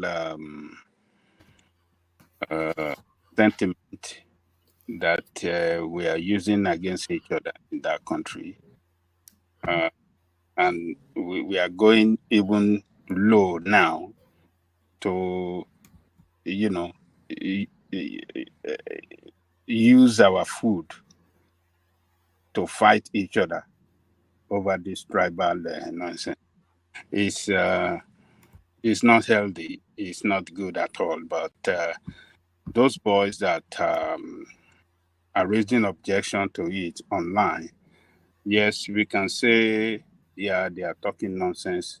But there are a lot of people out there that believe in them, that are listening to them. They are from that part of the country. And when they talk, they represent a lot of people that share this position with them. So people that is someone that is trying to introduce the Amala, or Amala festival or Amala restaurant there, should wash his back. I don't know. I think I may well have identified the mistake that the person made. It's amala, ewedu, and assorted meat. But if that ewedu was gbegiri, maybe they would have embraced it rather than should they have gone with amala and gbegiri rather than amala with ewedu? Eh? Oh, if you don't, telling Amala, there no ewedu, there's no gbegiri, it's not complete. You don't have balanced diet there. Everything must be there. Gbegiri, ewedu must be there. So some people don't like gbegiri. They will take ewedu, and some people will say, okay, give me everything. Ewedu and gbegiri, abula, So, but But one man, is this person a Yoruba person that is selling this thing? Is that a person or an Igbo person? I'm not sure that he actually is. I'm not sure. It didn't actually make mention. Did it? It didn't make mention. She's an Igbo girl. She's an Igbo girl. It's an Igbo girl. Okay. So I think if that person live in that area, I don't know which side of it. It's in Enugu, but Ajaleko, a couple more words. Let's move away from there as quickly. I think we are. It's only meant to be a light little, but a couple more words, then we go to serious matters. Okay. So I hope that that lady should watch her surrounding. So if people in the area love what she's trying to introduce to them, yeah, she can stick to it. But if she notices some resistance, well, she can pack up and go to some other place. Even if she go to Lagos, a lot of people, being an Igbo lady, selling amala, I'm telling you, a lot of Yoruba Should people. we object to that? An Igbo woman selling amala. Is that acceptable? When did that come out in the Ifa divination that permission has been granted? Look, let me tell you this. If a foreigner is cooking your food, your own diet, in your own place, and can cook it very well, a lot of people will patronize our business. The next thing will be an Oyinbo person cooking amala. Where does it stop? Where does it stop? Yes, people will be shocked that ọmọ Igbo ló ń dúró àmàlà tó nágbára tó yìí. Tó bá lọ síbẹ̀ àmàlà ẹ̀ máa nágbára gan mà ní. Before you know, the news will spread like wildfire. People will be coming like bees to her to come and eat. She make a lot of money. If they don't want her there, she can just move to any part of Yoruba land, particularly Lagos or Ogun State. People will, or Ibadan. You go to Ibadan, she will be shocked. People will, she'll make a lot of money. So, but let us leave it there, one man. One thing about this world is that where they don't want you, you don't live there.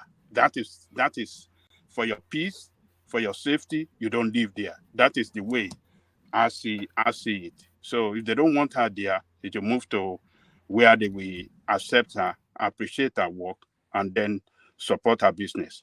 That let me leave it there. All right.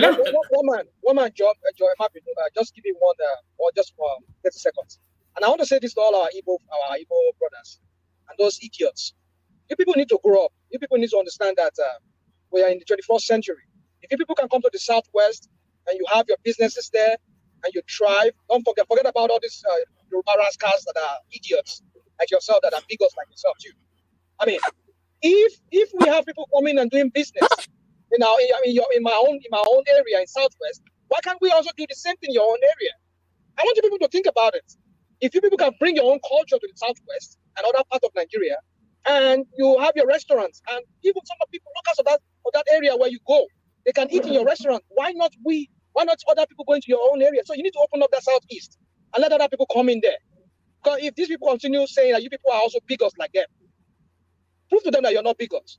I think our Southeastern brother, I'm not saying all of them, those bigots among them, they need to realize this, that we're in the 21st century and the world is moving on. So they should allow people to come into their space and also do the same thing that they are doing in other people's space. And stop this bigotry and always having to point finger at people, or because they just they come to their space. Oh man, I'll leave it at that, please. All right, brilliant. I think it's the texture of amala. Maybe it looks too much like poo. That's why they don't like it. Let me make a statement to close it up. Hey, if that lady is listening to us, or some people that knows are listening, if she's not married, bring your business, bring your amala to Yoruba land. Bring it. Look. Yoruba men, they love Igbo ladies. They will go for and then you can cook amala as well. Can you imagine that? Take your money. Look, Nigeria Nigeria is for everybody. Well, we can live anywhere in Nigeria. That is what I believe in. So if they don't want your business there, come to Yoruba land. If you are not married, you even get husband and be prosperous with your business. So that is it, one man. All right, brilliant. So 7 out of 10 Nigerian students involved in cyber crime, says Efcc chairman. So yes, I have the expectation that it'll be a high percentage, but 7 out of 10. Do you buy that?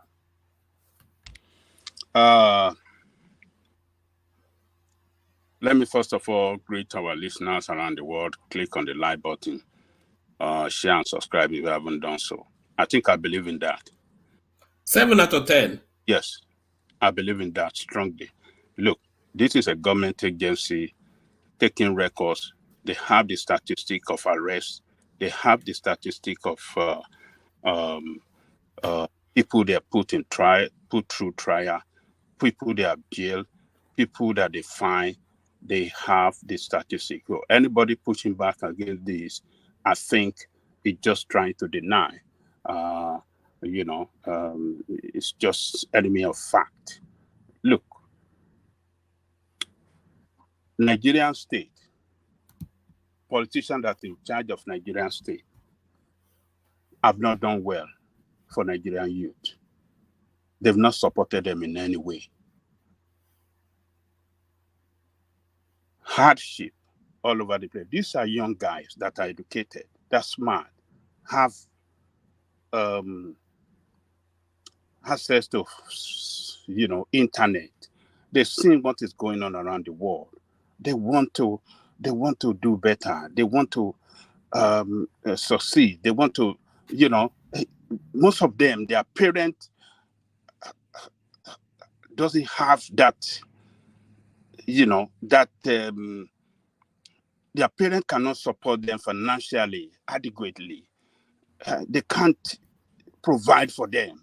Are you sure? Are you sure it's a case that their parents cannot support them adequately, or they want to live a life that does not mirror their reality? So they are seeing Davido order a Maybach from America, and they're seeing all these gloss and glamour lifestyle because they are all on social media and they want to be part of that scene. It's not as though they are starving for food or they don't have shelter, or their fees are not being paid, but they want to quickly propel into that lifestyle. And this is really where the problem is. So it's not really so much, they're not living in penury.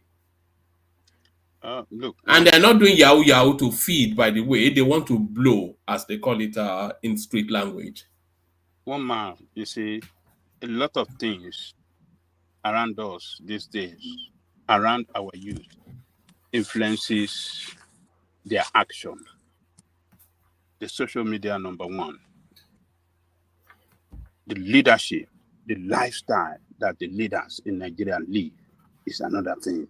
It influences. Look, when the leaders are so rascal in, in the management of the resources of the state, when they live lavish life, that is what the youth see. That is what everybody see. You understand what I'm saying? And then you have a country that does not provide job for the youth. And these are educated youth. These are enlightened youth. They want to act in, in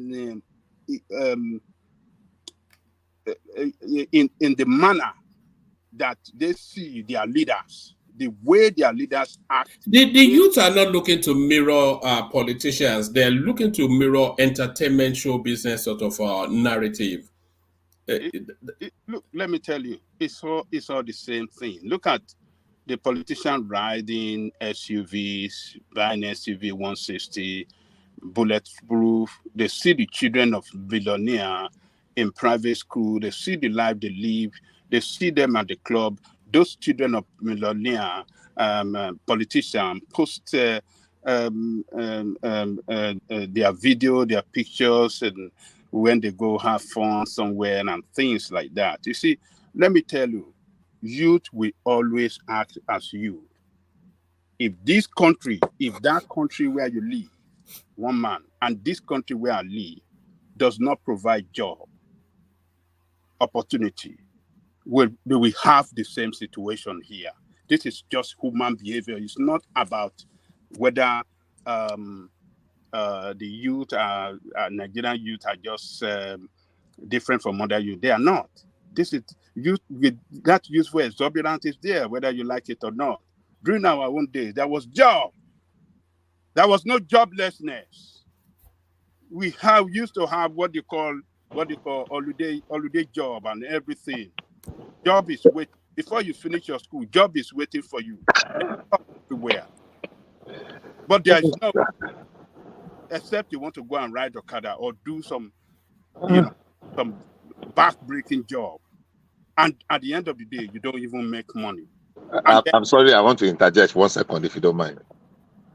All right. Ajaleko, what year was that there was job for everyone in Nigeria? What year was that?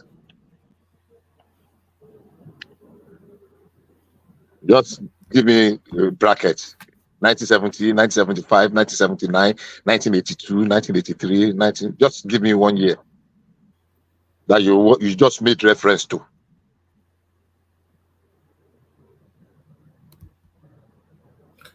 And is Ajaleko there? Because there has been no time that we have not been having problem, at least since 1975. This meat, MYTH, that they painting like there was an Eldorado in 1976. For where? We knew what happened in 76. We knew what happened in 1978. We knew what happened in 79. We knew what happened in 1980. We knew when they were singing Ilule Koko Olorun Waso Ludero. We knew what Barrister was singing. All right. We knew what Barrister was singing. So I want to know what that particular time that Nigeria was Eldorado that we are making reference to now, as if that some of. All right, just to add to that, because somebody sent this in, they were so fed up with back in my day that Ajanle Koko used to say, and they sent this in that I should play it the next time he does it. So this is inflation in 1975. Nigerians queue up and struggle to get food. According to reports by Reuters, food is scarce and expensive, and basic commodities such as milk, sugar, and soft drinks have suddenly become luxury goods for the average citizen.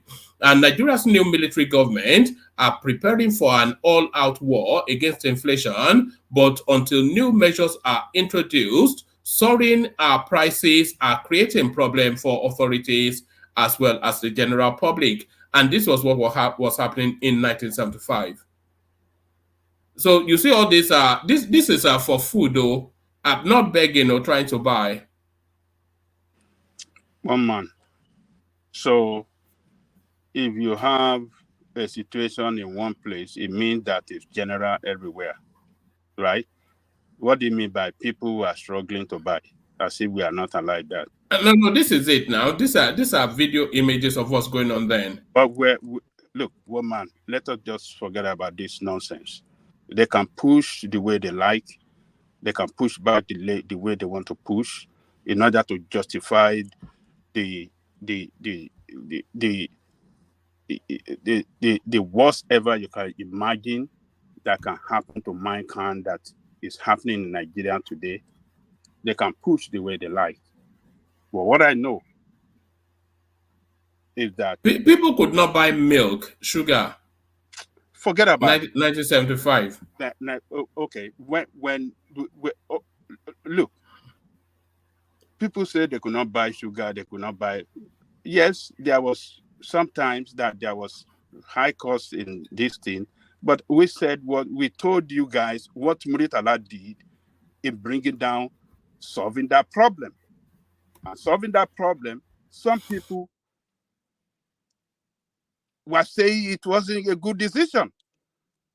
I mean, on this platform, they said, "Oh, Muritala, what I did that time was wrong, was not good, was this, it broke up the country, that was what caused our problem, and this," and they were saying this. Look, let me tell you this. In this situation of Nigerian youth that this man is referring to, I believe that man, he have the statistics, he have the record, and is presenting it to the country. It is now left for your criminal politician to see that there's a job for them to do. If they don't solve this problem, next 10 years, 15 years, what we're going to witness, what we'll be witnessing in that country, it's going to be what nobody liked at all in any part of the world. Insurgency that we see in the north, it was because the government all over the north failed to provide opportunity for their people. They failed to give them education. They failed to provide opportunity for large population of their youth. That's what resulted into criminality that ravaged and killed a lot of people there and still killing people. Our own case, we have youth that are well educated, smart, no opportunity, no job. That is what forced them into this 419 and this thing that they are doing. People want to survive. Young people, they want to survive. They want to live a good life, particularly when they are educated. They want to live a good life, and they will look for all means to get it. And that is what they are doing. I have children in Nigeria, in college.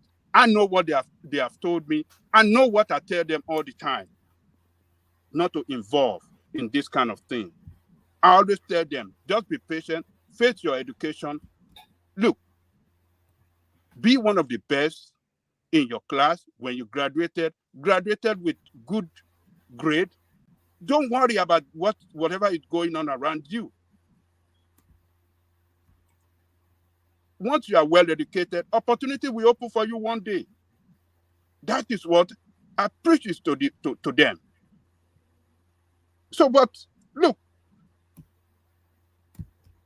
the way that these young people of these days, the way they see the world is different from the way we don't even know the world when we were growing up. We only know our community. But the children of these days, they see the world. And you see some criminals in power are trying to trample on their talent. They're trying to suppress them and render them useless. They will fight back in one way or the other. If they don't carry gun, then they will go online to see what they can do to make ends meet. They see that channel as a way that, yeah, they can get easy money. And that is why a lot of them, they see some of their colleagues go to university. You see a lot of public university. You see some of these guys riding Benz, riding this and riding heavy, fantastic cars. And they are 419. And they know them. Colleagues let them know them. My boy telling me that, yes, if you tell me that, oh, look, if you come, you see a lot of them using Benz, using this, and they are 419, and they know them. And sometimes some of them, they will arrest them, they will pay some money, they pay some millions, and they leave them alone. So this guy that is telling us, giving out this figure, this statistic, I think we should commend him for bringing it's an effort to save Nigeria. I think that's the EFCC chairman now, right? Not the EFCC chairman. Yeah, chairman. It's an effort to save the nation. It's an effort to alert the politician. This is the problem that we have in this country that you must solve. And if they don't solve it, it's going to this thing will continue to enlarge and get more complicated. This guy are becoming more skillful every day in and out in this job. Yes, Babaja. Good evening. By the way, good evening, everybody. Babaja, I think that is wrong on all fronts. What is that? That number? Joel of Nashville here. What did you say, Joel of Nashville? I say it is wrong on all fronts. That you cannot make that about the citizen. That figure is wrong. The idea of even announcing it is wrong. The optics is not looking good. If you're trying to sell yourself, look, we all have baggages. Everyone of this country has baggages. One man, do you know that the CNN we watch here in the United States is different from the CNN that they show in Nigeria? So most of the crime being committed here, you don't hear about it outside of the United States. So why must it be us? He can do that even if he feels that if he's convinced that that is what is going on. Then you can work with intelligence. Who are you announcing it to? This politician that have been with them for over 20 years. That we saw politicians going to meet a hush puppy to get money to get sponsored in the election. Which politician are we talking about? It's wrong on all fronts. Let us say it the way it is. We are not the only bad people in the world. Every country has their own vices. If I ask you now, what is the vices committed in the Philippines? You wouldn't know. Why? Because they don't push it. You cannot the use of your nation. The leaders of tomorrow. You just tag them that way. And I promise you, Ajele Koko, that number is not right. That number is not right. But why would you say it's not right, though? Because if anybody should have the data, it is the EFCC, and this is what is coming out. He was not speaking to any data. He was just doing beer parlor rants. There was no data to that. Wama, you should know. How long has it been in power? 6 months. 675. No, he has been in that organization for years. No, one man. He has been in that organization for years, right? But he has been in a EFCC power chairman for how long? He has been the secretary for years. He was the secretary now. He He keep was the the record. secretary of the Efcc, so He she keep know the record. he's No, an no, inside it's man now. nothing. There is nothing anybody wants to say. 75% of Nigerian university students are not cyber criminals. That figure is pulling it out from his anus. It's nonsensical. And it's annoying that Adalekoko is running with it, and I mean, it is very infuriating.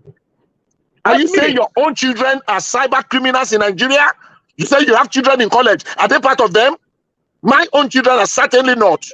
And I know several others. The ones that are spoiling their names, they are negligible fraction. We cannot have 75% criminals in our university. And one idiot sat somewhere and is throwing out that figure. And instead of us to call him to order, some people are running with it. And they're calling me names here. My brother, what I'm even saying is this. The politicians that are still not dry. Did he make that kind of comment about the politicians? No, he won't make it because they'll fire him. One man, you see this issue, I keep saying it on this show, that we always make examples with our citizens, with the victims. These boys are victims. They come out, swap them for the fact that you only have a laptop. It's part of what of you were saying prior to the election. You see kids, you just sum them up. Even if you have a phone, one man. And they used to be in Nigeria. When I went to Nigeria, I went to Port Harcourt in 2019. They stopped me. My friend was telling me that guy, I said, what happened? I said, keep that laptop. I said, what happened? He said, they stopped me. And they detained us for almost 2 hours. In fact, let me tell you, that was when the twilight of all those NSAS killing. They told me that we can call this both of us. We had to go to the ATM to give them 30,000 naira. They were there. We don't need 30,000 naira. I gave to them so we can leave. My friend told me, bro, these people. Are you admitting to giving policemen bribes in Nigeria? Yeah, let me tell you something. If a policeman stops you at 12 a.m. at night and detains you, say at almost 2 a.m. in the morning, right? Look, let me tell you something. If they ask you for 30,000, just give it to them and take your life. If not one man, you might lose your life. That is how bad it was under the NSAS nonsense that was going on in Nigeria. They'll take you to the ATM. You will withdraw the money. Please, I just want to disagree with you on that point, and just keep it. Hold on. Before you move forward, Let me ask you a when question. we say Okay. All right. Sorry, please. I will be quick. One man, if you remember at the beginning, You go. we used to talk about the average. I think you were countering that at that time. You said when I was saying that maybe me or Ajalekoko or some of us were saying that the minds of the average Nigerian is criminal. It's very criminal because we came out from a country where law and order does not apply. I can tell you as somebody who have family members who they've been involved in some criminality and how some of my family just have to go through some lengths just to get them out. Those kinds of criminal acts or those acts will send them to at least nothing less than 20 years in prison. But they get away from it. Because every facet of that of the living of the areas of life in that country is corrupted. So are you surprised when I'm not saying maybe there's nobody based on any statistics, but I would respect more somebody like him, even though that kind of a statistic that in every 10 Nigerians, 7 of them are criminals. Maybe criminals like Yahoo Yahoo. It's all of them.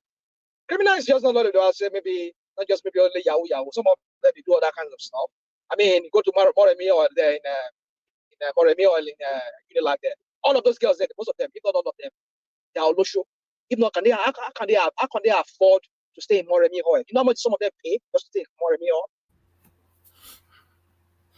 Yeah, but there's always been a tradition of aristos with the Nigerian female students.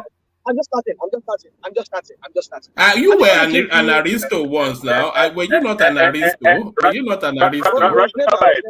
Rational by, please don't destroy our company, please. Don't destroy our company, please. That's our area. Just No, not us, please. That's you that see, we area. can speak to where things is. If we do not identify the problem, how can we solve the problem? It's not just about just glossing over it. It won't help. Just glossing over our issue.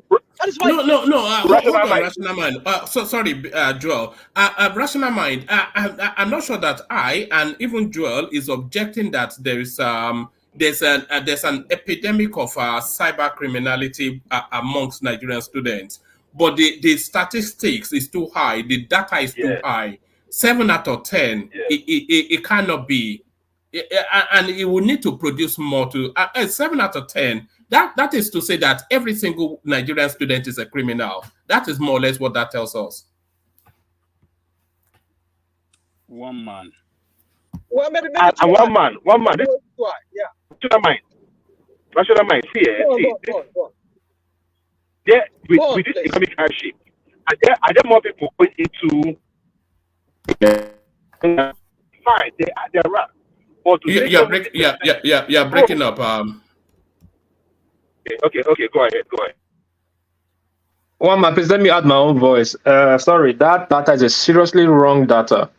It shows that I think I'll play a little bit of politics. This is the place Rational Mind is supposed to be screaming at Tinubu, because he's Tinubu appointee. He just got there in 6 months.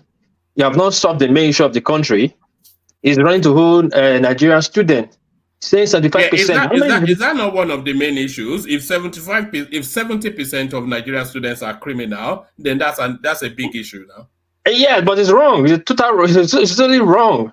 But he has the information. Do you have the criminal data coming through your desk? Because they go through his desk. One man. You know what? It's got 75% of Nigerian students in Nigeria. You know how many graduates we have? How many students we have in Nigeria? But he has data passing through his desk.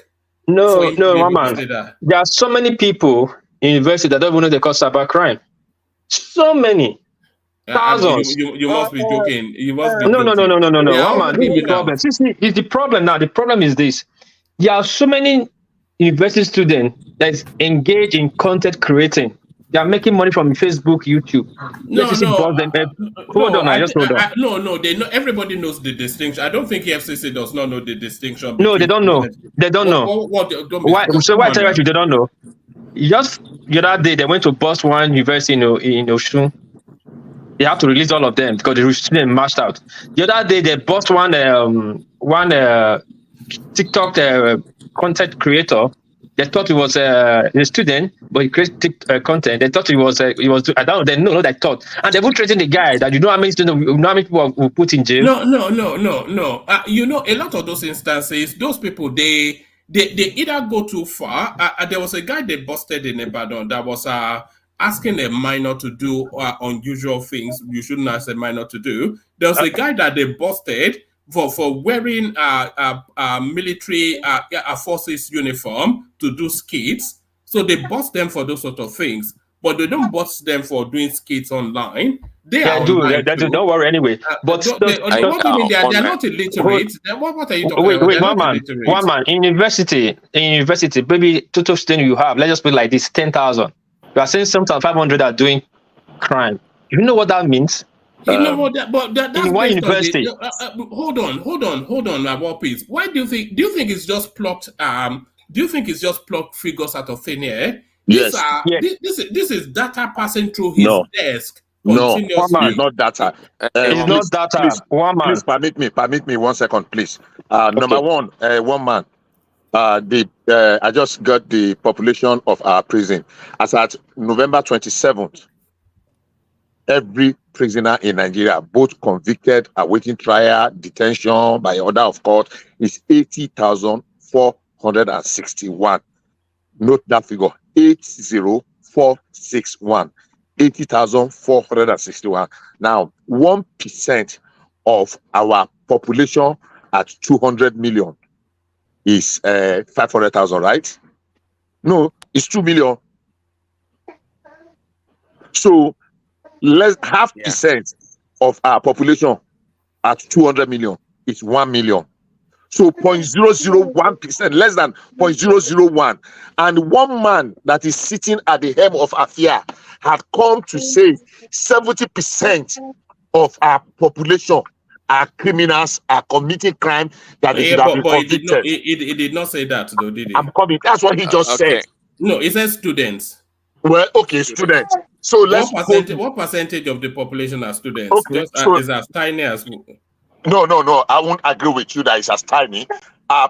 Student population in Nigeria, if we are using higher institution alone, it's almost about 1 point something million.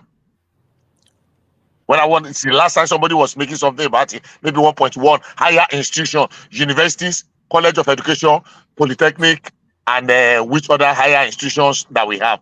There was sometimes somebody was talking about it. So if you say 70% of them, I would say that is humongous. And to end it now, let's assume without considering that it's correct, it's a national disaster. Failure of parents, failure of our society, failure of the church, failure of family values and everything. It is not just the failure of the politician. It is something that all of us should look inward and cry and put our hands on our head that we have failed as parents. All the churches should close shop. All the mosques, everybody that is talking moral. Every one of us. But thinking that is something we can dump, one second.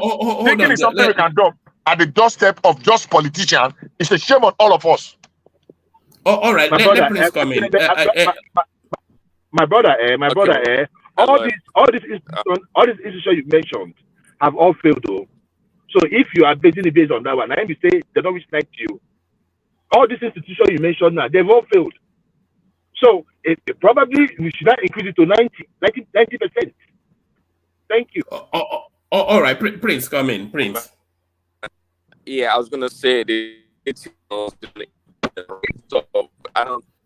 No, we can't hear you. Can you hear me? Yeah, it'd be better now. Carry on. Okay, sorry, I'm driving. So I was saying the pictures in the pudding, and can you hear me now? No, we can now. We know you are driving. We can hear the wind as you. Yeah, carry on. Yeah, I was saying the details in the pudding, right? But we need to go the use. No, you're breaking off. Is it breaking up? One man. I still stand by my word. That man is wrong. Chairman. Let me just say this before you move on. Yeah. If he has said that the data he has, people he has arrested, convicted, and about to convict is 70% of students, then we will say yes, I agree with you because you already have them in your custody. No. You know what is basing it on? 70% of the students arrested.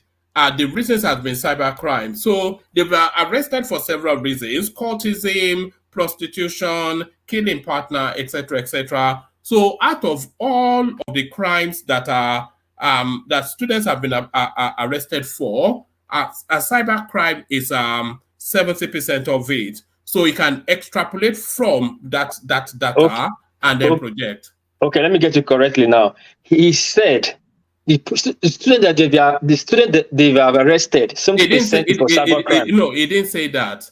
I'm just saying that is how the data would have come out. Okay, if he said that would be more better because you can arrest 10 students, some for cybercrime. It would make sense. But you cannot just say 70% of total number of students are criminals. You can extrapolate and project now. If students have been, let's say 10,000 students were arrested nationally, and then one for pickpocket, a few for pickpocketing, a lot for cultism, all manners of crime, but 70% of that 7,000 out of that 10,000 they were for cyber crimes.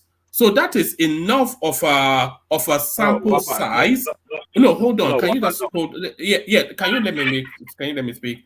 That is enough of a sample size for him to extrapolate and project. Yeah, Woman, I understand what you're saying. Man, now let's put it like this.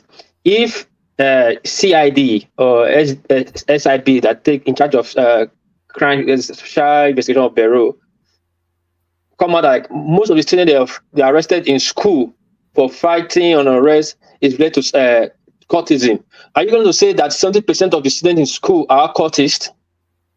That's how data is done. But let's get back No, to that one is Ajanle. wrong because the All right. cultists in school is not up to together in that school is not up to 3,000 or 1,000. In school they have like 20,000. It's not up to 700.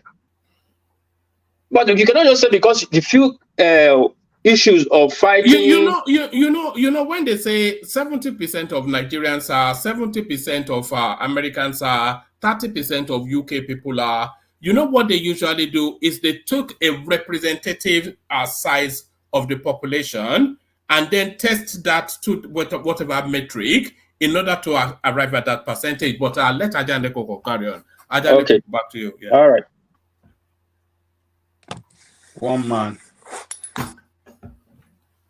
I still may stand. I believe in that statistic. That man knows better than anybody. People can run their sentiment the way they like. Same way they run his sentiment when Nigerian Bureau of Statistics came out that 133 million Nigeria lives in abject poverty, no multidimensional poverty. If we have a government agency that functions every day, and they come out with statistics and we don't believe in it, what are we doing? So I think that we all know that the job opportunity in Nigeria for the youth is like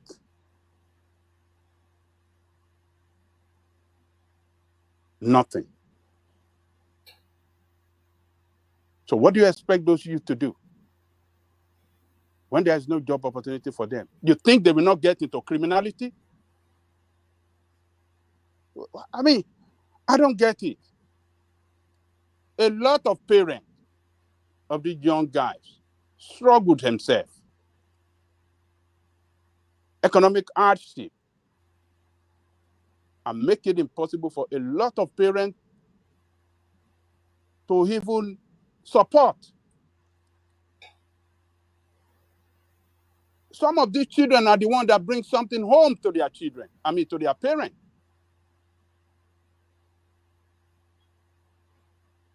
Look, we are living, that country is a country that gives nothing to the youth of that country. And when the youth are not taken care of, when a system does not create opportunity for the youth, you will surely record criminality. And this cybercrime is one of the criminality that ravage our country. And we know those are doing it. They are not illiterate. These are smart young guys, educated. I don't know what we are pushing back. Do you know how many schools have been raided? Several times across the country. Could you imagine Efcc raiding school, raiding them in their hostels? There was one school in Abuja, they said they are teaching, computer tech or something. They were using it for cybercrime.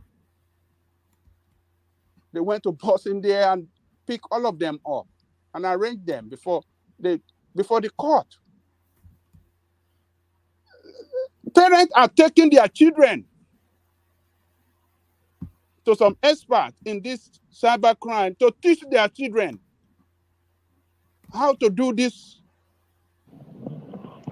cybercrime as well. But we So that will the blame public money. politicians and not. No, let's just interject something now.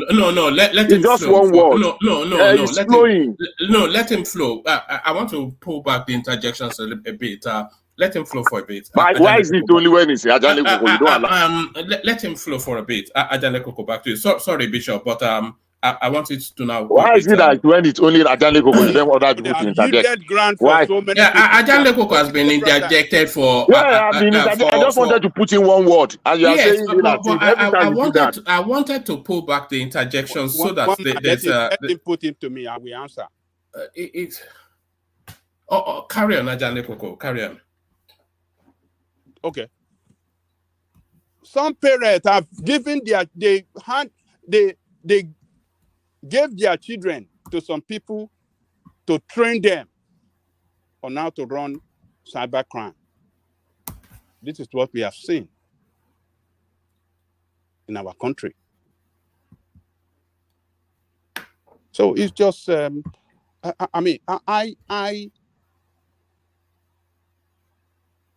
I think what these guys have done is a big favor for the country. He has alerted the politicians, the leaders that we are sitting on a time bomb, except they act now. If they don't act now and start solving problems by, running the country in such a way that the country will create job opportunity for the youth, what we are seeing happening will be worse off in the future. We won't have a country where you can run anything online. It's going to be, do you know how the banks, what they struggle with every day in that country? Look, I accept it. I believe in it. I don't push back on government agency statistics because I know that government, they keep their statistics very well. When government agency come out with statistics, believe in it. Believe in it. All right. That's the way I see it, one man. All right, brilliant. Let me take you on to this next headline, Ajane Koko. APC will produce next Anambra governor. This is Ganduje.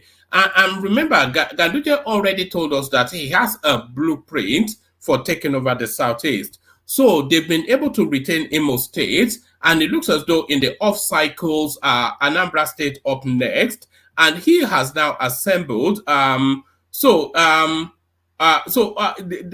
says APC chairman said this whilst addressing journalists after a closed-door meeting with Governor Hope Uzodinma of Imo State, his counterpart in Nasarawa State, Abdullahi Sule, Yobe State Governor Mia Malabuni, Deputy Senate President Jibrin Barau, two former Anambra governorship candidates, Senator Ufanye Uba and Uche Ekwinife, at the party's national chairman, at the party's national headquarters.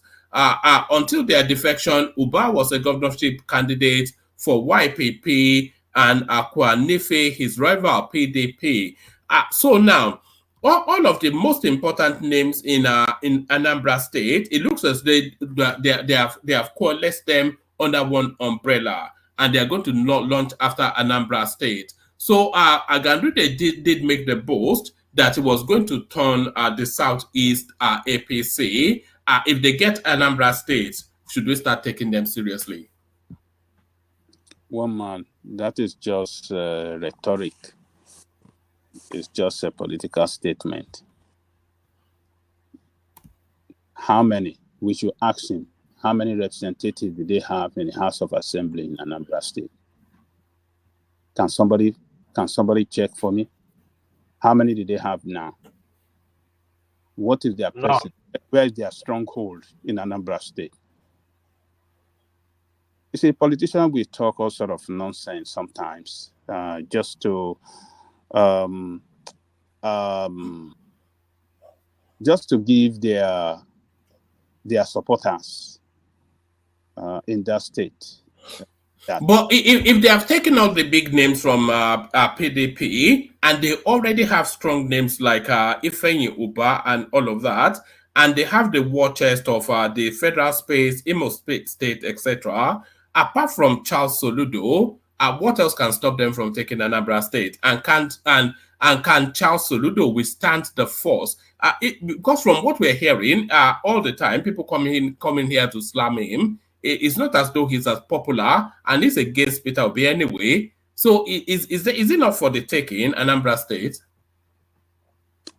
No, man, forget about it. They cannot take Anambra. It's just blabbing. It's just making mouth. It's just talking like a typical politician that is giving confidence to their little supporters they have there. That look. We want to tell you we are in power at the federal, and we can do what we can do, what we normally do to win election. And what is it? Opposite you are talking about, and the others you are talking about. Did they have? Was the election that declared him as the winner, was it transparent? Was it free and fair? I mean, look, presently, we don't see their structure in Anambra State.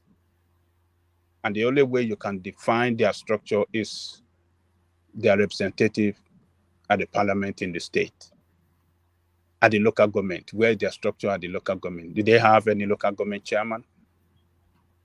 Did they have any representative at the federal? They don't have. That state is between PDP and ABGA. So let us leave it until then. Yeah, but Ajan Lekoko, the senator for Anambra State Central, Uche Ekwanefe, he's crossed over to them. The Senate... It's called over to APC. Yes, it was in the meeting that was held with Ganduje just now. The senator... That's former senator. That's not the... For Anambra Central. The senator for Anambra South, Ifeanyi Uba, he's crossed over to APC. Ifeanyi Uba, is that the... So how many senators? How many senators from... I think there are three. There are three, and they have two. You know, one man, you guys cross carpet into APC. Is that what you're saying? Yes, two out of the three have cross carpeted to APC. No, one man. Hold on, now let me explain to you now. It's my state. We have 3 senators, 1 YPP and 2 Labour Party. Then a YPP now went into APC. So we now have 1 APC and 2 Labour Party. You know, you guys are talking about ABGA and PDP. It is not between ABGA and PDP. It is between Labour Party and others. We are taking that state. This is Obi state. Obi cannot lose in that state. We are taking that state. So all these things you guys are talking, that's why I was just laughing. Who is the ABGA? So Ludo is not even performing. So who is going to be in front? Who is going to be I guess he's still dominating. Valozigbo is going to be the next governor of Anambra State. That's what it is. So sorry, who's the senator for Anambra Central? It's what's his name again? Where's about this guy that always had the guy that always had the tall cap. What's his name again? Uche Ekwanefe. No, Uche Ekwanefe is a former senator. The guy that beat him, the older guy that was former. Is it Victor Ume? Is it Victor Ume? Victor Ume is the if you remember the guy that was talking to, that was one, right? That's his Labour Party. If you remember that guy that was confronting what's his name, Amabio, telling him that he's giving all the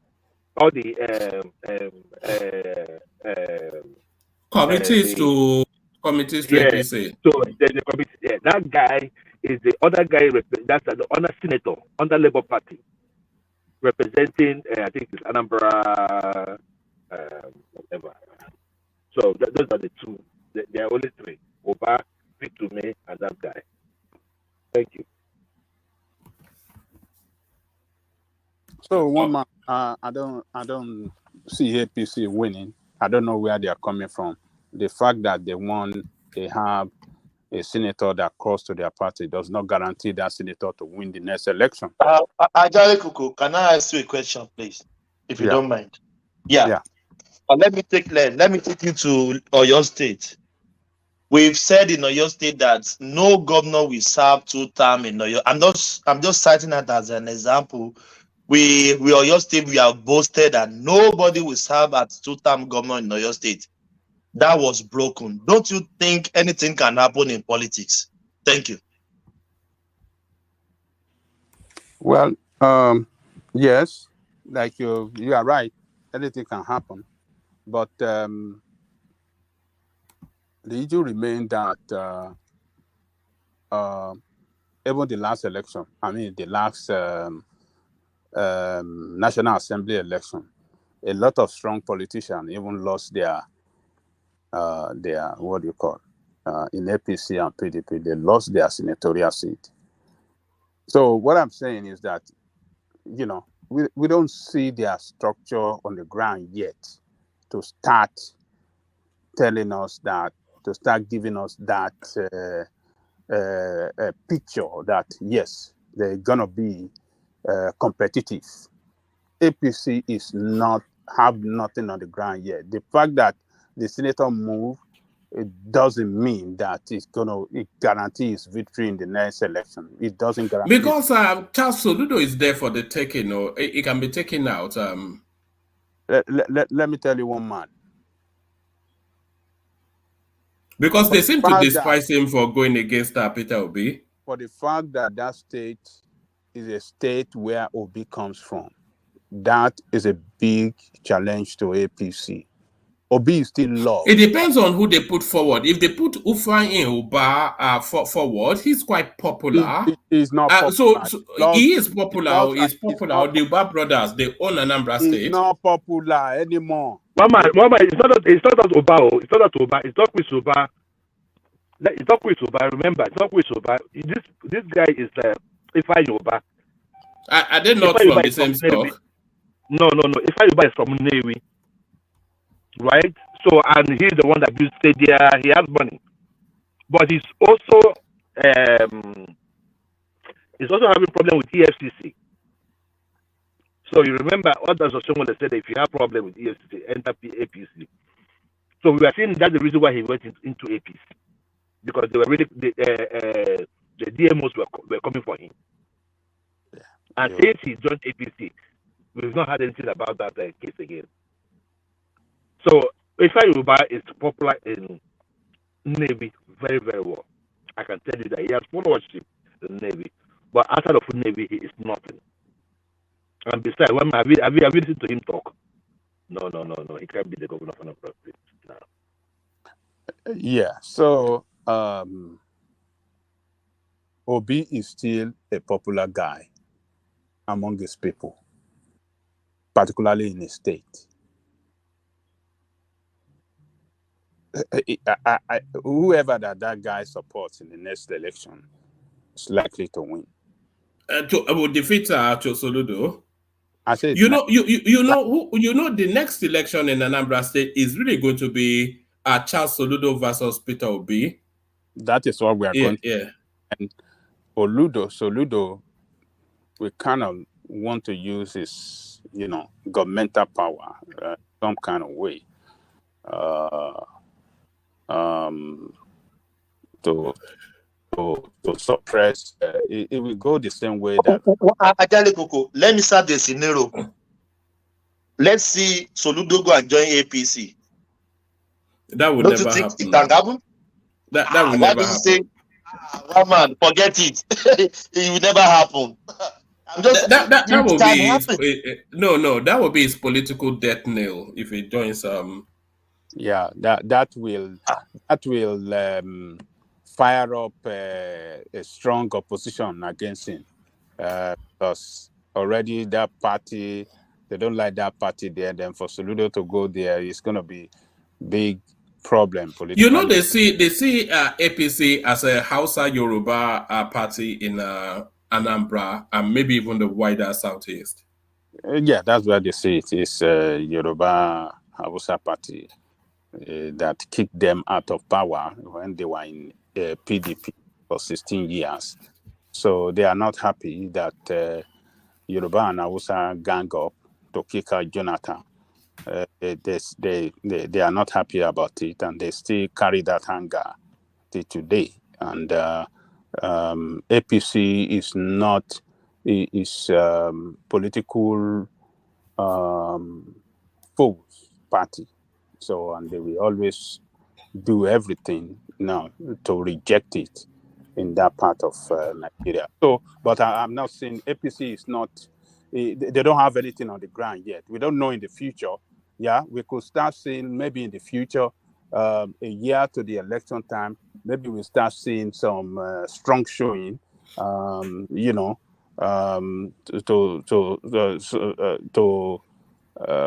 us to see that yes, they are in the game. But for now, no, they have nothing on the ground, so they are not competitive at all. They are unknown party, and they cannot win election there today. If election is conducted there today, APC will lose. They will lose. They will beat them down mercilessly. So you are saying that even Anambra is not riggable? I'm not saying that. I mean, they will always rig election in Nigeria, but they For will. APC. But it's going to be tough for APC because Obi will jump in, and people will follow Obi. I'm telling you, Obi is popular. You people can describe him anything you like or whatsoever, but among the common people, they love that guy. They love it. So, particularly in the state,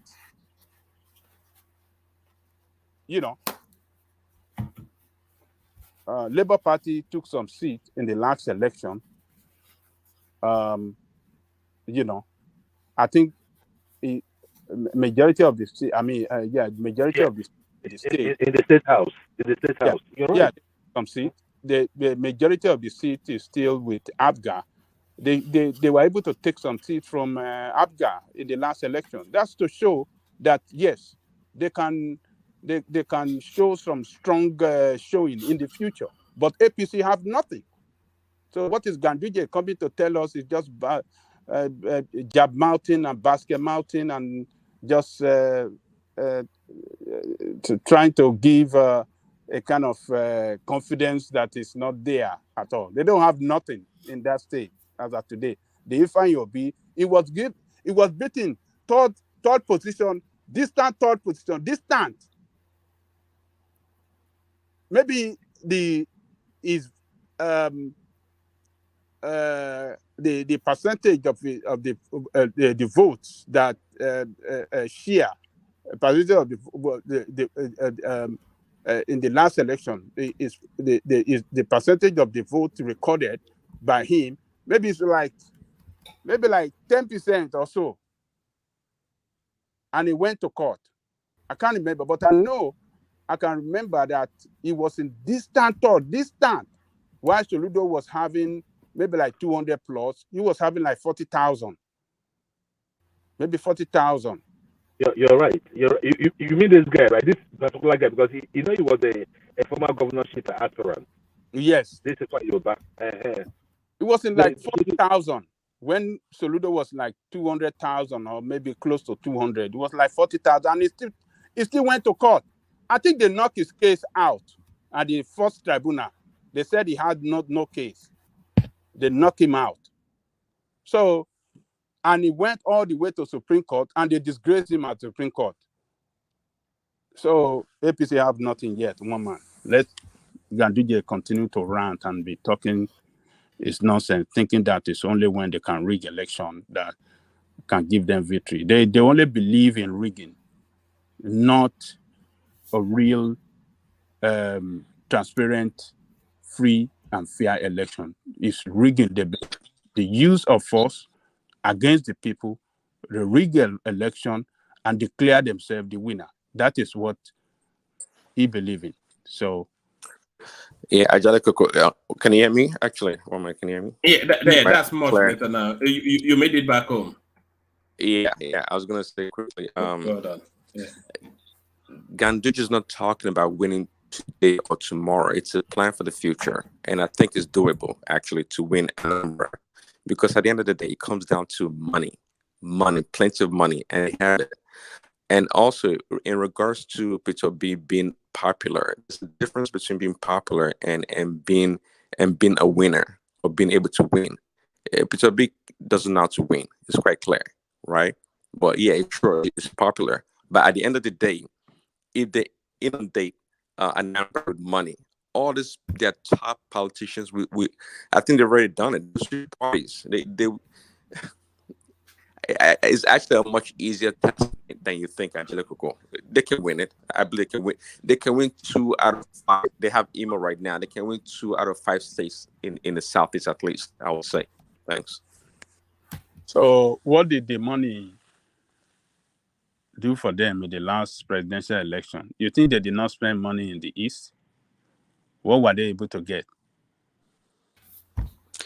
No, they didn't spend them. No, they did not. You know that. They did not spend it. I mean, not to the level that... Sorry, carry on. Yeah, I want to ask a question, but you land, then I'll ask the question. Yeah, I don't think they spent the level that they would this time around to win the state. Last time, I don't. In fact, we saw the politics, right? Peter, Tinubu did not really concentrate on the Southeast, why? Because it turned out to be a big failure on the part of Atiku, the strategist, or whatever you guys call him. So Tinubu did not spend a lot of time and resources there, for sure. That was clear. But this time around, Delagan Duje, trust me.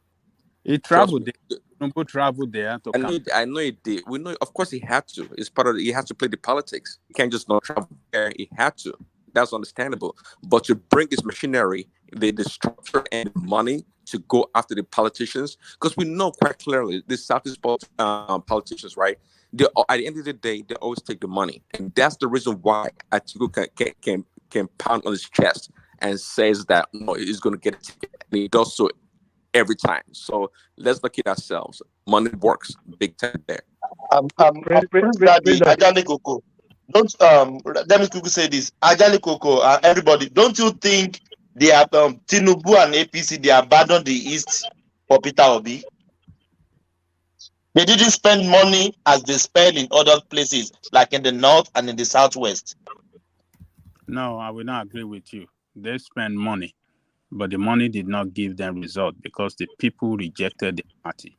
There is no way in the presidential race when money will not be disbursed to every nook and cranny of Nigeria because they have people. Ajani Koko, you are not correct. You are very wrong. APC weighed their strength across the country and they deployed their resources. They knew where they had strength. In fact, strategically, APC deliberately encouraged Labour Party to capture Southeast out of PDP's hand. So it worked perfectly for them. APC did not put any serious effort in the Southeast. If you follow that election and you read it very well. They don't have structure. They don't have strong people to fight for their party there. The people over there are strongly opposition to their party. So it's not that they don't spend money. They spend money, but the money could use results because the people resisted against their party. I mean, we know the requirement for declaration of winner in that election. You must get 25% in like 24 state, and you must have, majority vote as well. Why must they want to take a risk, say, oh, I don't want to have 20. If it's just 25%, I don't need to win. But let's put up a very strong show. Let's try. Let's give them resources so that we can get that 25%. They can't just abandon one particular part of the country. Oh, we are not spending money there. We go and spend money there. Was it not guarantee for him? Most of the states in the north, some of the states, some of their stronghold, they lost it. Why did they lose their stronghold? Why did they lose Kaduna? They had their governor in Kaduna. They lost Kaduna. APC won only one local government. Only one local government. Can you believe that? In Kaduna, only one. They lost Katsina. What are you guys talking about? That they don't spend money. What do you mean by they don't spend money? Politician doesn't risk every opportunity to win election. If he sees opportunity at a particular, we put in money there. And in the presidential race, every place in Nigeria matter. Every. Not just one section of the country. Oh, let me abandon this section. I'm not going to spend money because I know I'm going to lose. No, this is presidential. You must win some percentage, some 25% for you to keep you in a competitive position against others. I disagree with all of you that are saying they didn't spend money. The money did not yield result because the people there are opposition to the party. They don't want that party there, and they fail. So this time around, I don't know in the future. They could win in the future, but I don't see anything on the ground that can propel that winning for them in the future. Nothing on the ground for them yet. So if they want to win in the future, we must start seeing the sign from today. We don't see any sign that they're ready to win in the future. As far as that place is, they cannot even win Anambra. They can't win. Okay. Win. I can bet with anybody. Okay. For the records, 1 second. You just made reference to Kaduna and Zamfara State now. For the record, I mean not Zamfara, Katsina State. For the records, are you saying the elections in those states were free and fair? They were not rigged? No, I'm just wanting that just for empathy. Who rigged You were of course, you have only said the election was rigged. So I'm just saying, you said that they only won one local government. So I'm saying for the records, the election in those places were free and fair and credible. That is not the issue. No, I know. I'm saying for the records. The issue is that, look, even in APC stronghold, they lost. And they spent a lot of money. So I'm just telling you why it matters to spend at every nook and cranny when it comes to presidential election. Presidential election, a candidate doesn't abandon anywhere. You are taking a risk, and you could lose. You can make your. And that is what Atiku did. He abandoned some people in his party, thinking they don't matter. And he lost the election because he underrated some people that they don't matter to him, that he can win. So that's what I'm saying. You can't give away any part of the country that, oh, I've already lost. I know I can't put up a show, so I'm not committing resources. No, not in presidential election in Nigeria. No, you must win that 25%. You win that 25%, it gives you an edge over others. It puts you in a competitive position against others because both you are in a race with others. And 25%, winning 25% in 24 states is one of the requirements that can guarantee you victory. So I don't agree with you. One more, just 1 minute if it is allowed. Can I? Yes. Push back on that now. I am saying to you, okay, before then, before the primaries, Tinubu did not go to any of the Southeast states to campaign for votes. That's one. Did you know that? What What are are you you talking about? What are you saying? What are you saying, Bishop? He was I in only Imo. spoke English. He was Did in you hear? Imo. He was in Did you? Anambra. He was Did in. you? He was Did in. He you? went to all the southeastern states, He brother. went everywhere. Oh, Did you hear? Did you? Are you people just listening to respond? I said, do you know before the primaries, he did not go to any of those Oh places? yeah, before And the you are just bumping at me. Did you listen to hear or just listen to? All right, carry on, God, Bishop. now. Before the primaries, Wait, he did not go there Okay, to yeah. campaign to any of the, what do you call it, for votes for the delegates. Now, there were outcries. So what does that even have to do with what we're talking Let about? me, We're talking let me, about the main let me, election. would you let me finish? Would you let me finish? There were outcries. Oh, he'd abandoned, he neglected, he did this. Going there for campaign was just a strategy to satisfy, not to appear as if say it's arrogance of Come when on, you come on, come listen. on, come on, Will come you on. let me say my Come own? on. Will you let me say my own? Will you Okay, let me okay, say my own? Okay, National man, will you let me say my own? bring the tone down, but Will you carry let on. me say Yeah, my own? yeah, Come on, what? carry on, but bring the tone down. Carry on. Come on, what is come on, come on, come on, come on. Carry on, just carry on. Yeah. Will I listen to some people? They strategically know where their strengths were. When people were even saying that APC underground was sponsoring Labour Party to divide in Southeast to take away, because APC had never really won Southeast in presidential election ever. Go and check that APC was deliberately sponsoring and funding Labour Party from underground to deplete the PDP's vote from that space. And when some people spoke, we saw it. Even the strong men of APC that ordinarily should be at the forefront of APC, some of them that have been ministers, some of them that are House of, senators, and the rest, they did not put in a. And it showed one thing for people that strategically looked at, and it's not good, but it showed it that there are certain, if you concentrate your effort, there are certain places you can win and you will secure what you need to win a general election.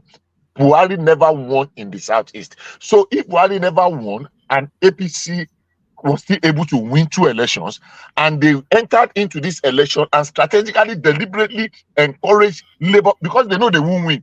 But all they did was to encourage Labour Party to deplete PDP's vote. Is that not strategic enough? I'm talking of election winning strategy now. I'm not saying anybody flexing muscle. Is that not strategic enough? If that's the way they want to play it, and they have played it that same way, after all, we are not going to win that place. We are not used to, but we will not allow the traditional people that used to win that place to win it. Let another one win it so that they can divide the vote and it will work to our advantage. Is that not strategy, election winning strategy? All right. Wrap up that space, Ajale Koko, and then we go on to Joel. Well, Gandija has spoken. He's the chairman of the party. Maybe he have a strategy. We don't know yet. We want to wait for it. We want to see how he want to do it to win Anambra. Anambra particularly, I know APC cannot win there. As long as Obi is alive, APC will not win in that state. Other states in the east, I cannot vouch for them. Yes, I actually wanted to, but a very, very short response to this one so that we can go to Joel quickly. Because Ganduje is threatening to sweep up the whole of the southeast, but how feasible is that? So in Anambra State, what are the chances of APC in Abia State rather? So what are the chances of APC? So this is really just a very snapshot sort of. So Alex Otti, the governor there at the moment, what are the chances of APC in Anambra State, Abia State? Well, we don't know if Alex Otti crossed to, if he's delivering good governance, building infrastructure, invested in education and healthcare, that people can see that it's really working, if it cross to APC, it might take a lot of people to APC. He might still win. All right. If that guy deliver, if it crosses to APC and is delivering good governance to the people, people will follow him to APC. I mean, what are the chances of him crossing to APC? Man, we don't know. It's possible, but some of these politicians, if they grab him at somewhere, maybe they found some corrupt. All right. Let me move you on to Ebonyi State. Ebonyi State is already APC. I want to wrap it through it. So let me move you on to Ebonyi State. Ebonyi State. They are controlling. APC is controlling Ebonyi State now. Yes, they are already controlling it. I never even knew that. Francis Nwifuru, he's the governor. But curiously, they seem to have a female deputy governor as well. I'm not quite sure if she's the only one. Patricia Obila. Did you know that they had a female deputy? Just knowing for the first time, just telling me. I didn't even know it's female they have as their vice governor. All right. Enugu State. So they have Peter Mba there. He's the governor, PDP. What are their chances there? I don't think APC have a chance there. In Enugu State? I don't think so. And they don't have a chance. Where did they stand a better chance, Enugu or between Enugu and Anambra? Where would you, if you were to put your money on either or? They don't have chance in either of the two. Neither of the two. They don't have any chance in any one of the two. I don't see them winning election one of the two. But Alex Oti, I don't know. That guy could cross to APC if because he has bankrupted 2 banks before. If he sees that they might try him for corrupt practices or something like that, he might, for that reason, cross to APC. Just like, what do you call it? What is the name of that guy? The former Ebonyi governor that moves to... No, former Ebonyi governor. What is it? The one that... Sam Egu. No. Ebonyi. Sam Egu now. Former governor Sam Egu now. No, the one that is the minister. Umahi. Yeah. Okay, you would have said immediate. Yeah. It was rumor back then that they found some corrupt questioning for him, and that is why he crossed to APC. And good enough for him, he was delivering good governance, building infrastructure, transforming that state. So the people moved with him. People saw what he was doing, and then they moved with him to APC. You see, Nigerian people are very easy people to govern. Nigerian people just need good. Nigerian people don't care about party. All right. They just need good governance. They want to see what you are doing. They really want to feel the impact of your government. They don't ask for too much. But a lot of these people doesn't want to do anything. So Ebonyi State, this guy transformed that state. It used to look like area before. But look at the way he transformed it. The airport, the medical school, every infrastructure, big road, everywhere that this guy built. You see, and the people follow him. So let me leave it there, one man. Thank you. All right, brilliant. Excellent. Thank you, Ajane Koko. So yeah, it looks as though APC already controls 2 states in the southeast. If they get one more, then that effectively gives them the over at least the majority of the states there. So Joel of Nashville, you're up next. Joel. Yeah, thank you, one man. Morning, afternoon, evening, wherever you may be. How come you've never hooked up with Ajane Koko? I never knew you were both away from just a few minutes from each other. Baba Aja is in my place we call it Ikiri. Ikiri. He's a deity. You never get to see him. You don't even have his phone number. So I don't want to push it so much. He only moves in the middle of the night. He only moves in the middle of the night. Yeah, the only thing we shall meet one day. We shall meet one day. We shall meet, sir. We shall meet. No problem. Well, morning, afternoon, evening, wherever you may be listening from, Joel of Nashville, One Man Show. Like, share, subscribe. Yeah, one man. Like I said earlier on this topic that I'm just looking at, it is a wrong assertion. It shouldn't come up from a security agency like ours. I mean, certain things should be, even if this is true, it should be a coded file. It shouldn't be something that you have to make open because it does not look good. You're talking about students. What happens to their future? It means that when they start coming here, you might have maybe increased security checks, being labeled unnecessarily, getting victimized for no reason. If this can come up from, like, from a security agency in your own country, it does not look good. Certain things we have to start to hide, especially when it has to do with these young folks. Nigeria is not doing good. Sometimes I wonder, I don't know if any of you still wonder how people survive in Nigeria. I wonder. You know what I really wonder. I wonder if I'd stayed back in Nigeria, what my fortunes would have been. Sometimes I wonder that. Yes, you understand what I'm saying? Because one man, you remember when I went to Nigeria and you guys said, "Oh, would that be part of the looters or part of the?" You understand what I'm saying? That was pre-election, so everybody was trying to make everything look good, but the elections are over. One man, it wasn't looking good in 2022 December when I went to Nigeria, and then dollar was merely 600 and something, 500 to 600 and something. That dollar is ×2. One man at that time, people were hungry. Remember, I came back. I told you about the ladies, about the young girls, the infiltration of drugs, the kind of drugs I saw in Nigeria. I said, in the past, these drugs were in air.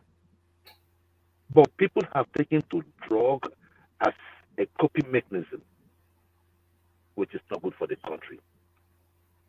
The economy is hard on those kids. And sometimes I don't know. Sometimes I keep asking myself, I don't know what I would have done if I was in Nigeria. And for many of you coming out here too, you don't know what you would do if you were in Nigeria. I think a lot of us would not have survived it. No. You wouldn't have survived it because you've come here already. You've gone abroad. So now you're not like. No, I mean, if you had not left the country at all, if you have not left the country at all, one man probably will be somewhere. You would either be stinking rich or stinking dead. You'll be stinking one way or the other. Yeah. Girl, let me poke at one man. One man is brought up with a silver spoon. If one man was in Nigeria, he will be doing fine.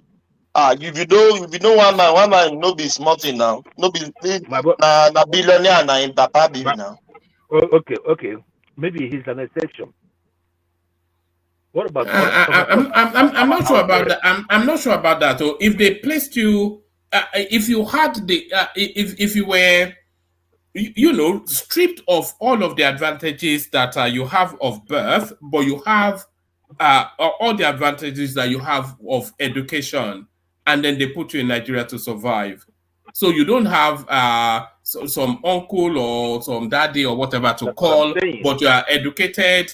And you have to fight through the system to make something of yourself. But one man. As at that time, your daddy have the housing already. You are not a poor man. No, that's what I'm saying. Talking about you. Yeah, no, that's what I'm saying. That if you were stripped of all of that, but you have all of your education and all of your Yes, intellect. yes, Yeah. Would yes. you? I understand now. Yeah. Would No, you? yeah, I know. Yeah. You will struggle. You will struggle a bit. Yeah. Yeah, of course. Yeah. No, the You know, struggle because is it there. adds to why all of these children are Yahoo Yahoo boys and whatnot. Exactly, because I mean, people must feed, and it is not just like everybody is poor. Sometimes during December, some of us come back and we do this in your face kind of a thing. You take their girlfriends will not even want to answer their call during that Xmas period or Easter period. It counts. It counts on these people. Joe, I'm So, sorry, quickly, if you don't mind, Joe.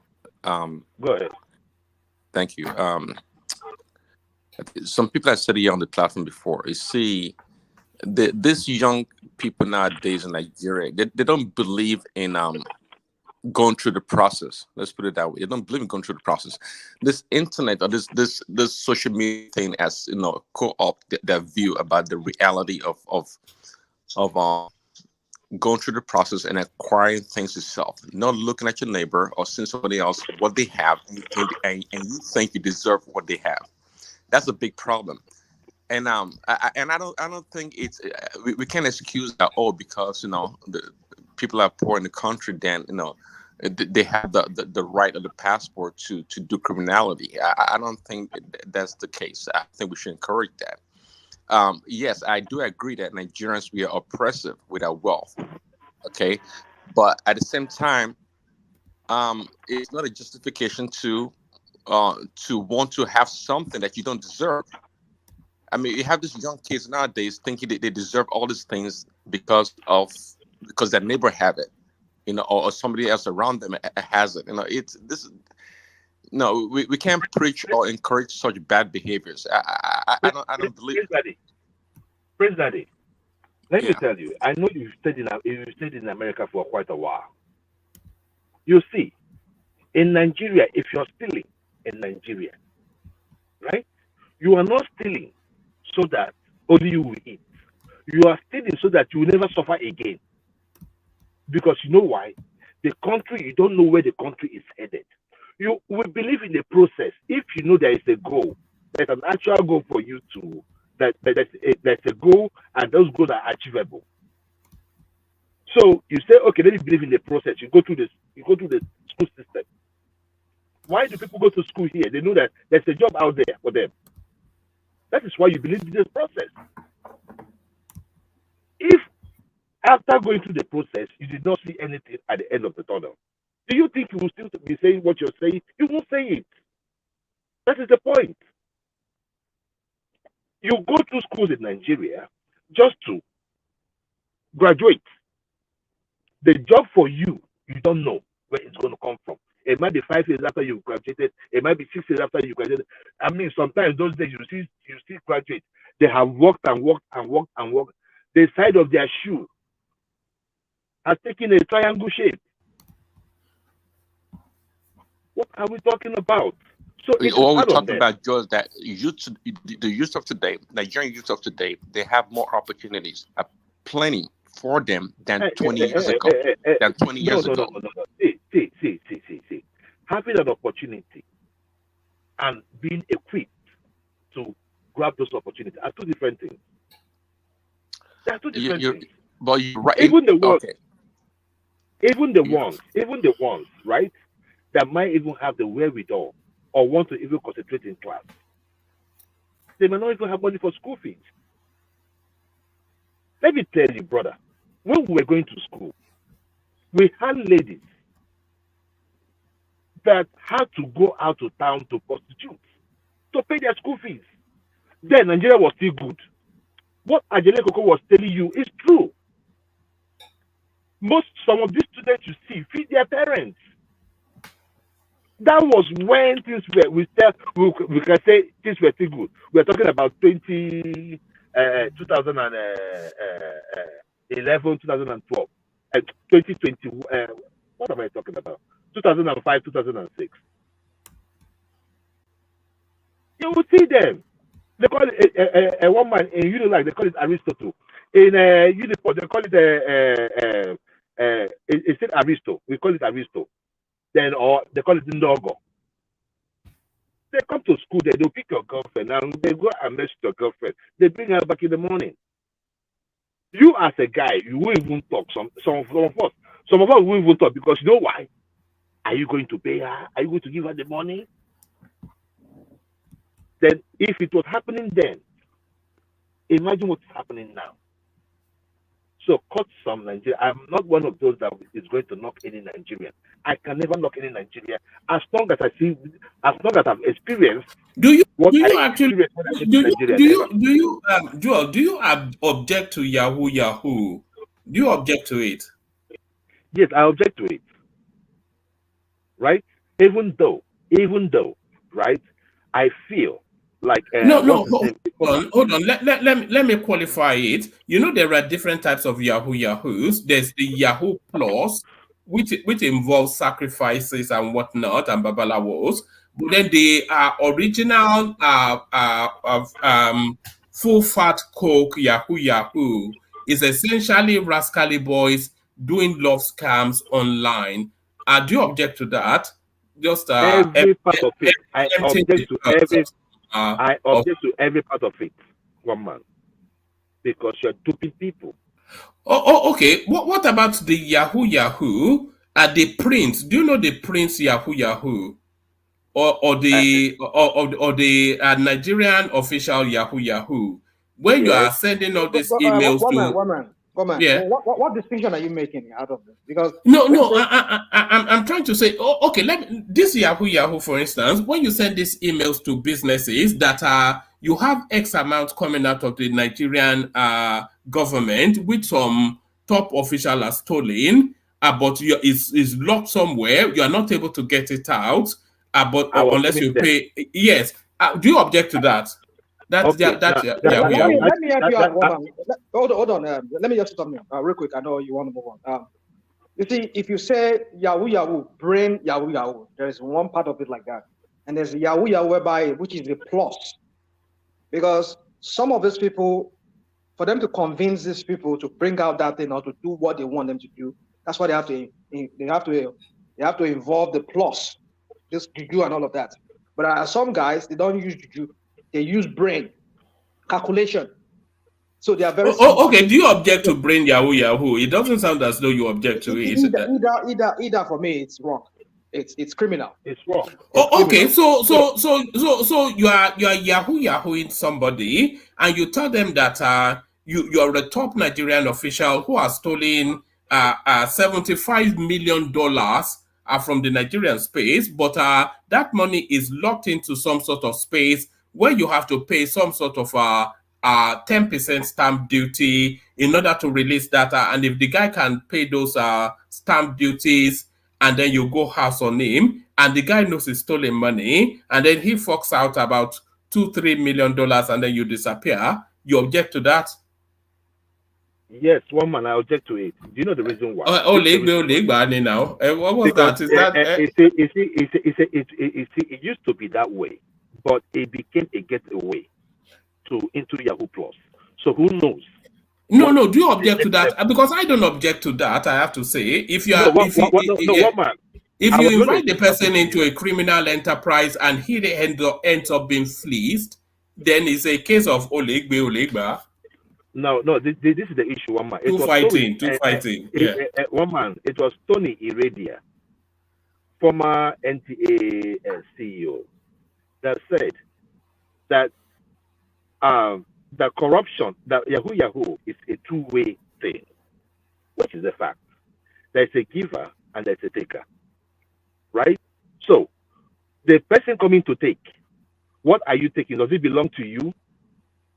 So, I can see the reason behind that. But the issue there is that you were the one that proposed it. You cannot propose something with the intent to defraud people. That is my own take on that one. I believe that both. You don't see it as a form of reparation. People see it as a form of reparation. No. I don't see it as a form of reparation because, see, let me tell you one man. This one you're talking about is like one branch. There's one they call Agoma. That is, I will marry you, right? That one, you bring out the face of a guy. Maybe just pick up a guy and they've used Dino Melaye's image. They've used Dino Melaye's image for that. Was and the ladies here, because you see, the issue here is this: among the black population here, right? It is over 70% single mom. So they need men.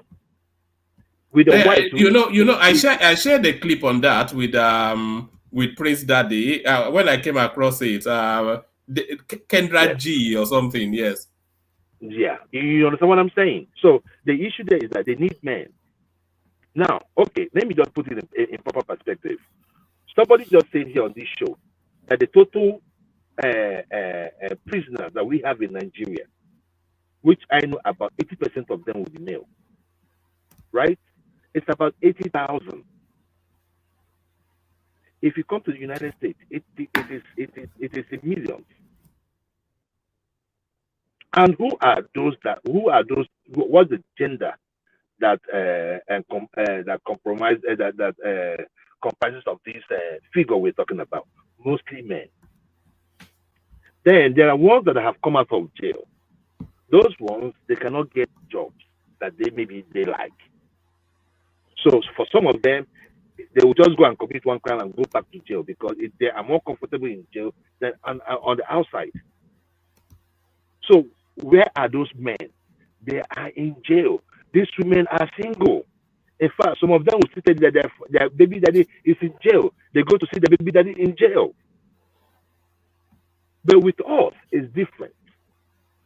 It's different. And I think that if our law enforcement was doing what they ought to do, we should have more people in jail to serve as a deterrent. But I also believe that if the economy is doing good, we won't have any need to have people in jail. A place like what they call it, Netherlands, they're closing it up. Is it Netherlands or Switzerland? They're closing their prisons up. Why? Because they don't have no crime in their place. Everybody's living good. In Finland, their prison is like a 5-star hotel. They're 5-star hotel. So it's just like you commit like petty crime and you go. They don't have really big crime. But you wouldn't have those crimes because your economy is good. So it still ties to the economy of the nation. In America, most of us talking here, if America was as bad as Nigeria, oh my God, with this infiltration of weapons, it's going to be mad. It's going to be mad. And by the way, this Yahoo Yahoo thing we are talking about is also done here in the United States by citizens of the United States. And in fact, if you go to Eastern Europe, it is even more over there. Because this Yahoo Yahoo, the world capital of Yahoo Yahoo is India. You know all those phone calls you get. Exactly. That they have report that your computer is this, that, and the other. Please let us grab hold of your computer so that we can attack your bank account. Even what I'm even telling you is this, right? This money that they get, it's not that they wire it to their accounts, right? They wire it to someone's account, especially those people in China, right? There are banks in China that they cannot disclose the names of account holders there in China. So what they do is that they look for. That's why they'll ask you, "You have an account? You have an account that can take certain money." So when they wire that money to China, then the Chinese now will not take their court. They now wire. Now it becomes a clean money. Then now they will not have to wire it because they can't come into Nigeria like that. So they have to wire it to Bureau de Change because they have the wherewithal, the account to take that money. So that Bureau de Change will not take his own percentage before it now gets to them. So it is a ring. It's such a job. It's such a job. They are better off finding a job. That sounds like work, doesn't it? No. For all of that ingenuity and effort, they might as well just get a proper job. Well, one man, I have this guy. I don't want to say, but I think he got about 500,000. Now, if you say such person should go and work, when he has seen $500,000, I don't think it's going to be possible. So these are the issues. My thing is this: if you have a bad economy, you tend to throw people that are willing to do crime and those that are not willing to do crime into the crime scene. So our economy must be good. Thank you. All right, brilliant, excellent. Let me take you to another talking point, Joel. So the Northern elders are complaining, Belly Ekin. Northern elders explain why Tinubu is not concerned about security. He loves money. So this is Usman Yusuf speaking on one channel or the other. And he's speaking of the backdrop of that incident that happened in Kaduna State, the friendly fire something. And he's concluding then that Tinubu is not doing sufficient enough in terms of insecurity because it's focusing too much on the economy. But can we really say that Tinubu is not doing sufficient enough on insecurity? We're still having security, but it seems to have abated a lot more than the daily recordings that we had under Buhari. Okay, one man, and the issue on this matter, but I had wanted to talk about it yesterday. Hands should roll. I heard that the person that pulled the trigger was an Igbo man. Get him. We cannot allow it. It is one too many.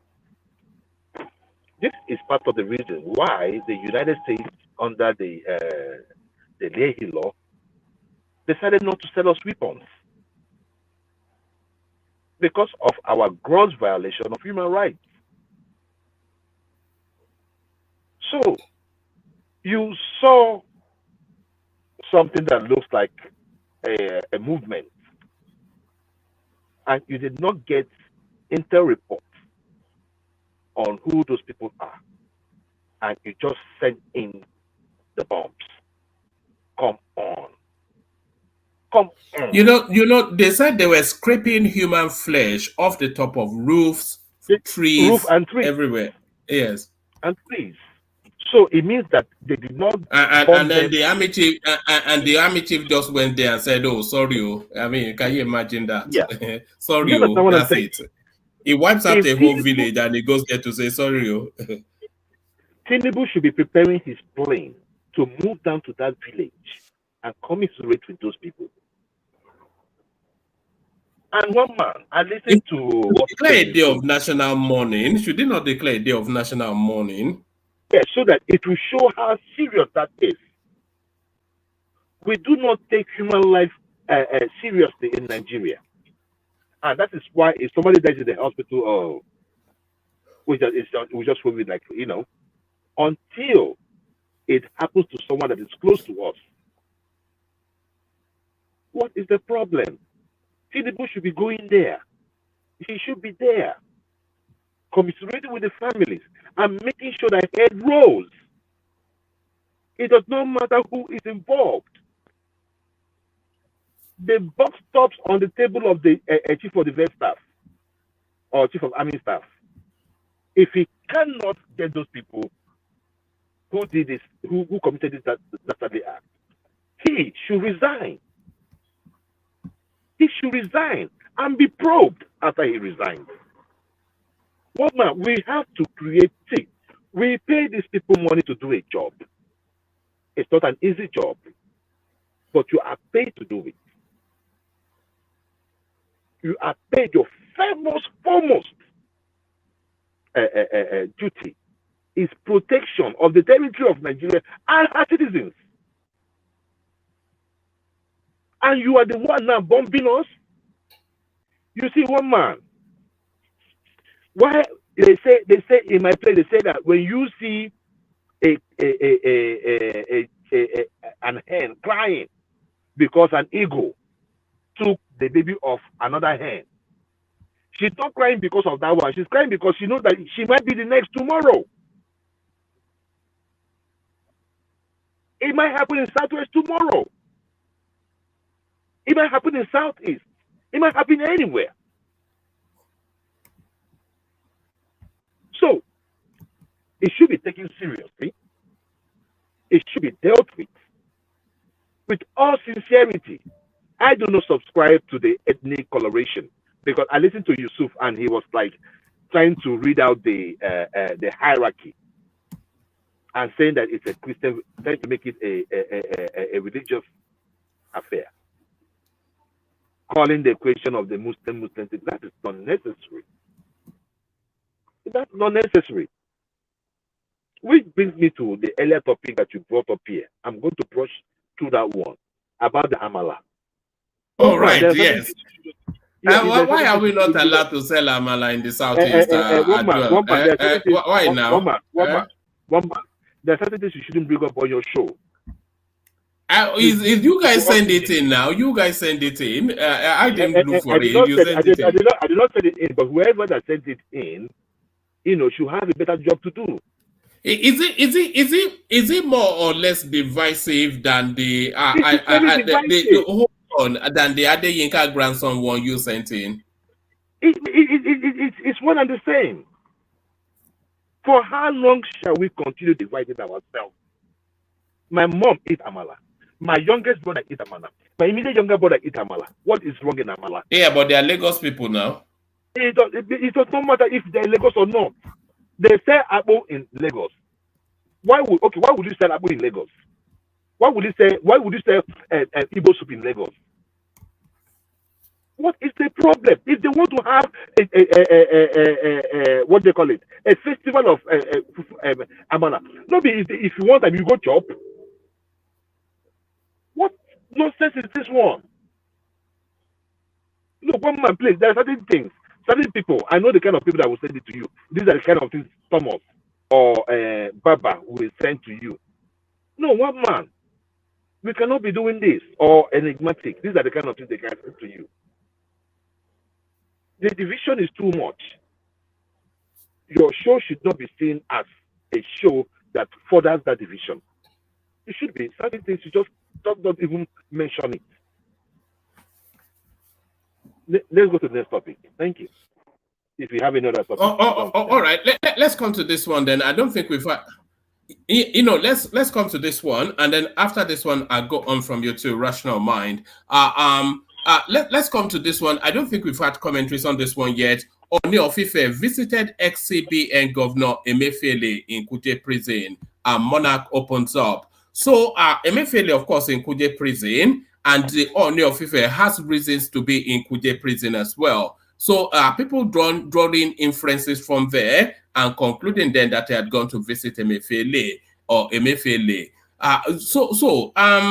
So he has gone to debunk that. He has come after that to debunk that there was an occasion being organized there that his presence was invited to, and that was why he was there. So that's one, and we even believe that that's one. But the wider thing is the Ooni of Ife, is he circulating himself too widely? Because in this same readout, there was also pushback that he was inviting the cast members of Real Wives of Lagos and all of this. Everywhere you look, the Ooni of Ife is there at the occasion. Do you think he should spend a bit more time in his palace and less time on the scene? The Ooni of Ife is a young man. However, I think he had desecrated that seat a lot. Visiting Emefiele, I don't know the significance of that, unless Emefiele he committed or he got some money from Emefiele and he's trying to beg him not to talk. If not for that, Joel, can you give me 5 seconds? Joel, can you give me 5 seconds? One man. Is the news, I just want to clarify because I know you always put some your own embellishment. Did the news said Ooni visit Emefiele or Ooni visit Kuje prison? Can we just clarify that so we know how to talk? Yeah. No, the news actually said in the first cycle of the news, it said the Ooni visited Emefiele. So that was the first cycle.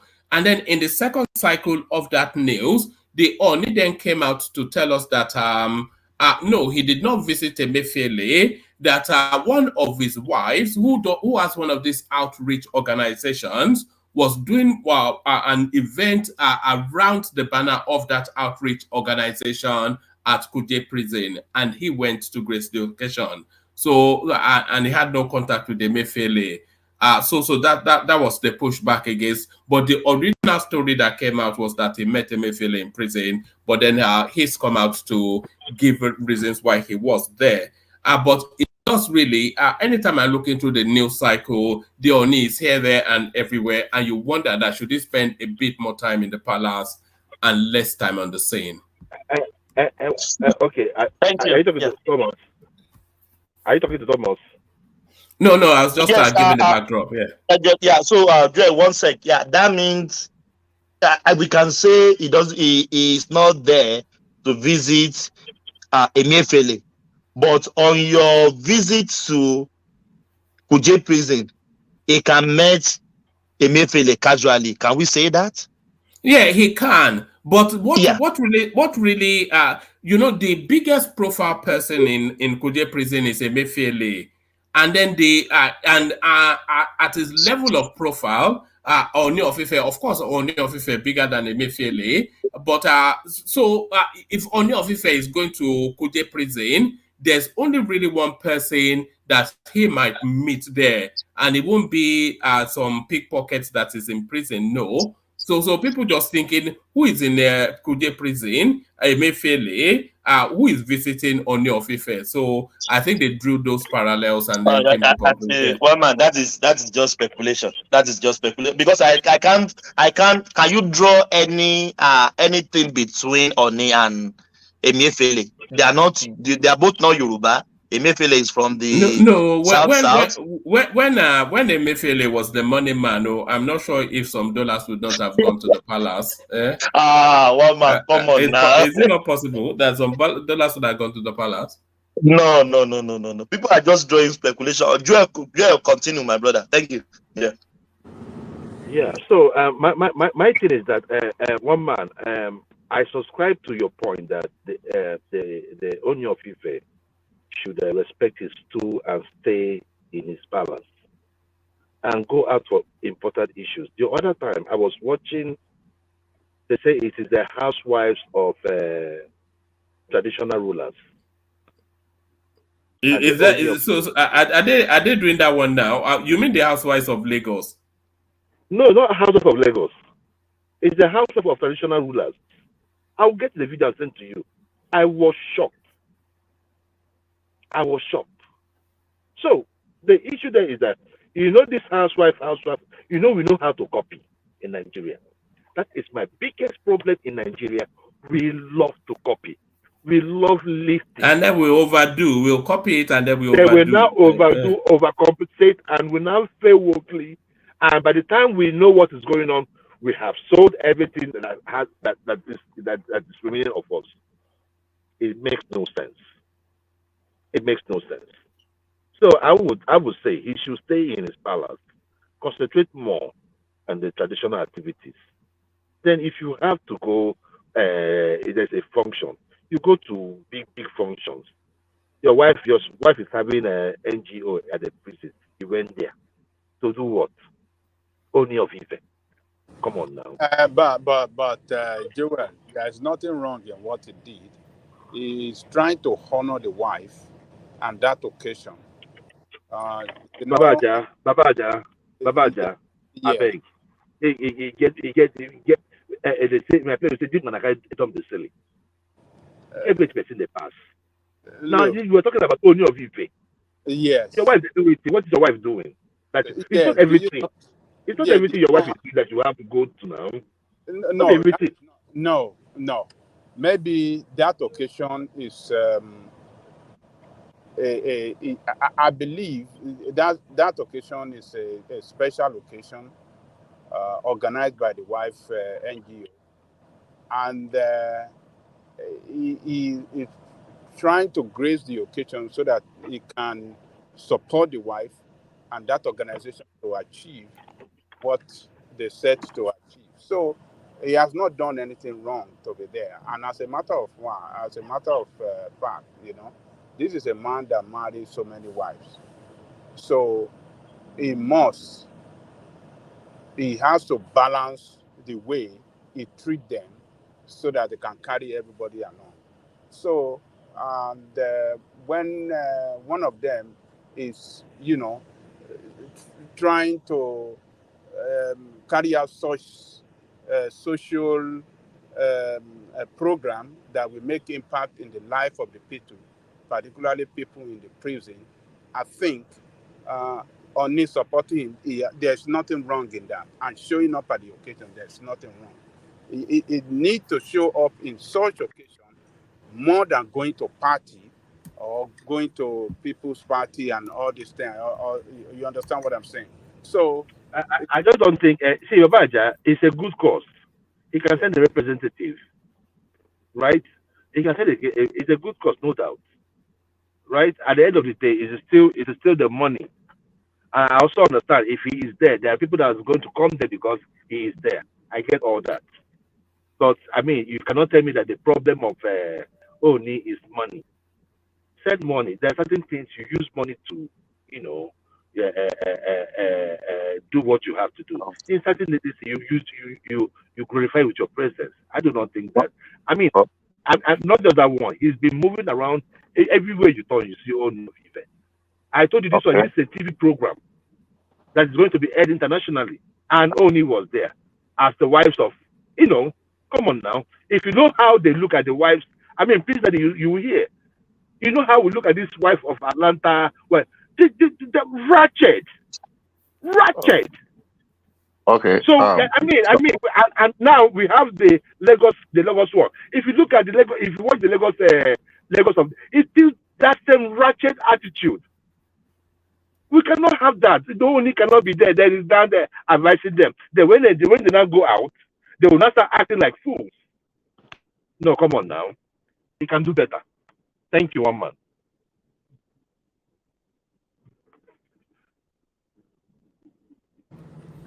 All right, Brendan. Did you know I'm here? Did you want to come in, Bishop, before I go into Rational Mind?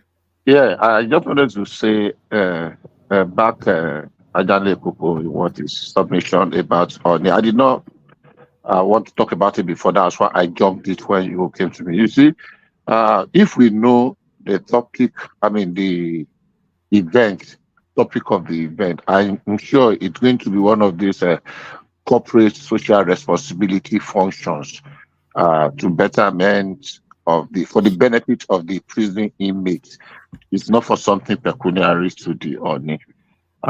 Oni has a lot of responsibility. I don't agree with some of his outing, but we are making a little bit of a mistake, thinking that this Oni will be in the mold and class of the Oba Adesoji Aderemi of blessed memory, or Oni Olubushe Shijuade is second.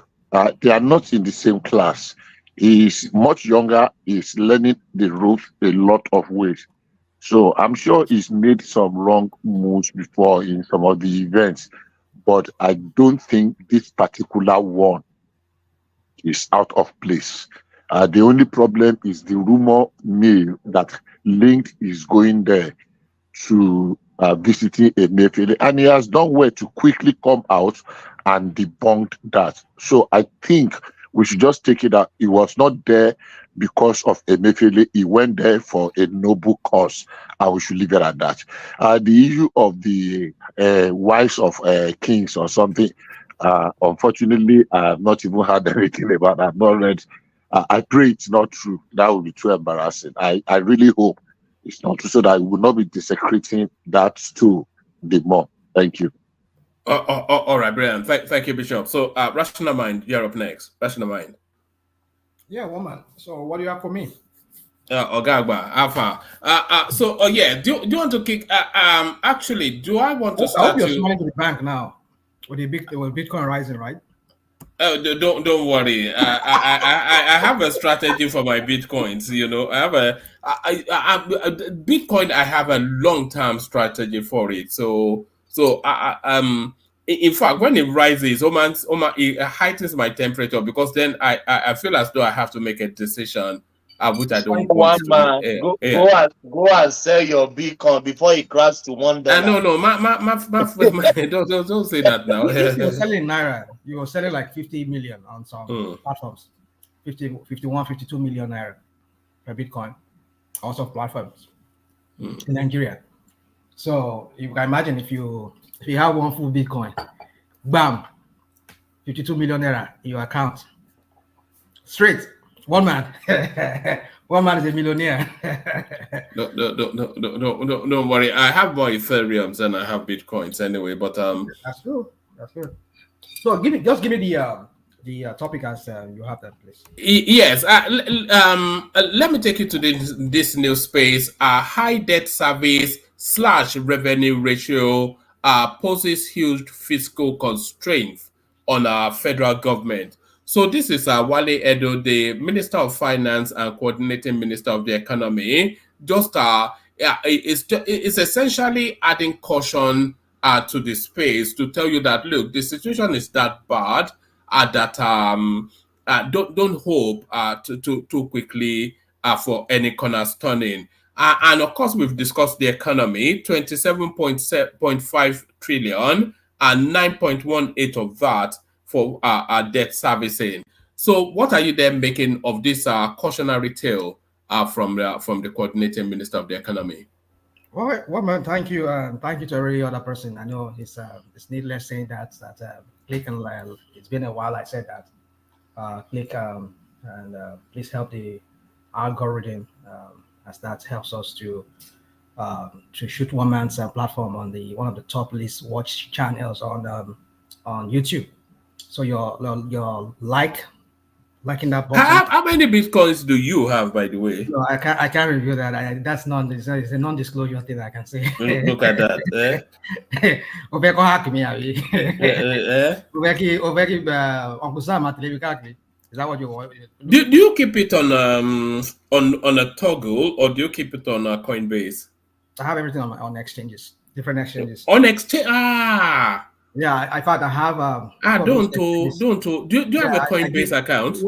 Well, there are two of those exchanges now that they file. You know, Bittrex crashed. I lost a lot of money when I don't have any. I moved all my stuff from there. But there are two. Don't keep your Bitcoin on exchanges. Base exchanges that I have a lot of Bitcoin and Ethereum there on that two accounts. They've been locked up now because they filed back. Unless you are trading, look at that and that's the problem right there. Yeah, so I'm stuck. I can't. I just have to wait for their reorganization. They said I think they had to settle out of court with the judge, and they said they're going to restructure the whole thing. So I don't know. However, it's going to take them. I have to wait until I'll be able to pull out all my Bitcoins and my Ethereum. So yeah, you might not be able to do that, because often instances you would only get a penny on the pound. Yeah, that's it. So yeah, and that is really giving me a real. I mean, I've learned not to just to think about it anymore. Oh, all right, you brought it up. I have to file my tax, and then I'm gonna have to declare it as a loss. So yeah, that's the only way I will claim it on my tax. Because there's nothing I can hide from the Uncle Sam. They know if I sell from any of the exchanges, so they know. So because I've always been reporting it on my tax, they call it crypto gain or whatever they call it.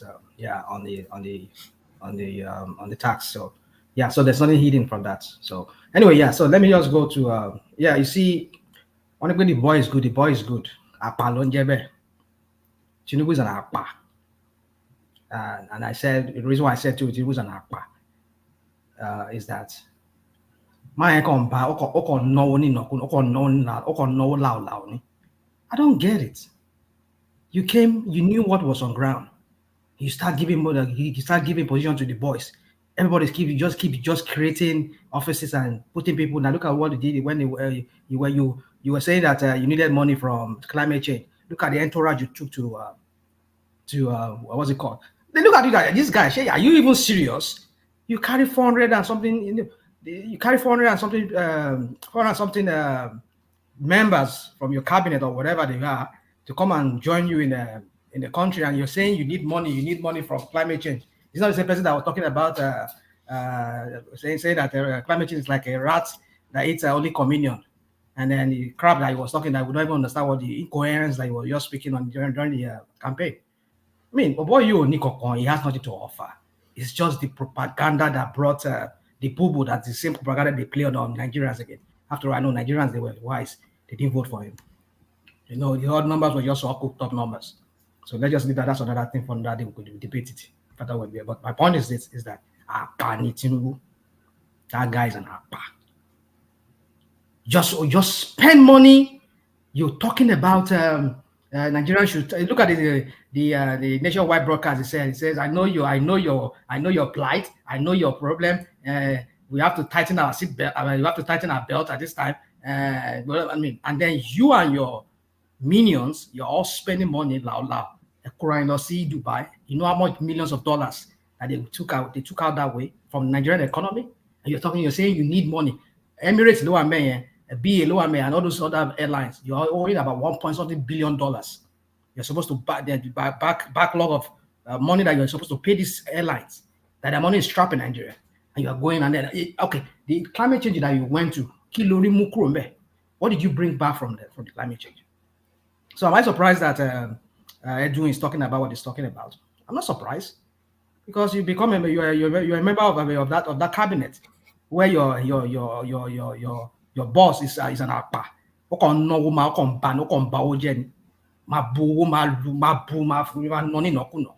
And you say you're telling other Nigerians to tighten their seatbelt. You're declaring austerity.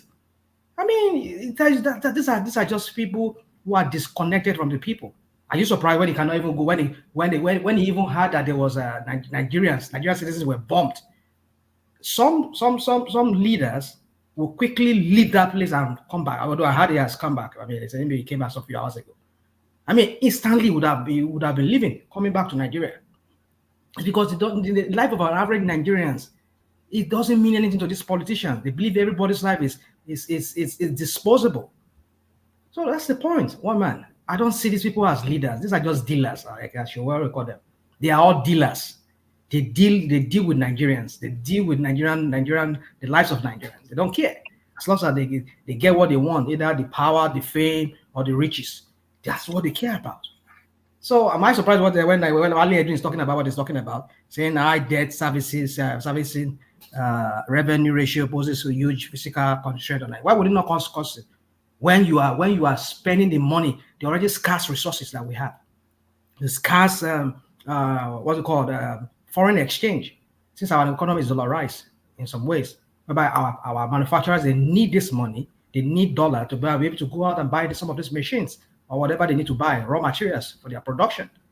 Then you are taking that same money and you could not even clear the debt you are owing the airlines and every other people, that even the banks. Can I come in for 1 second, if you don't mind? Okay, go on, please.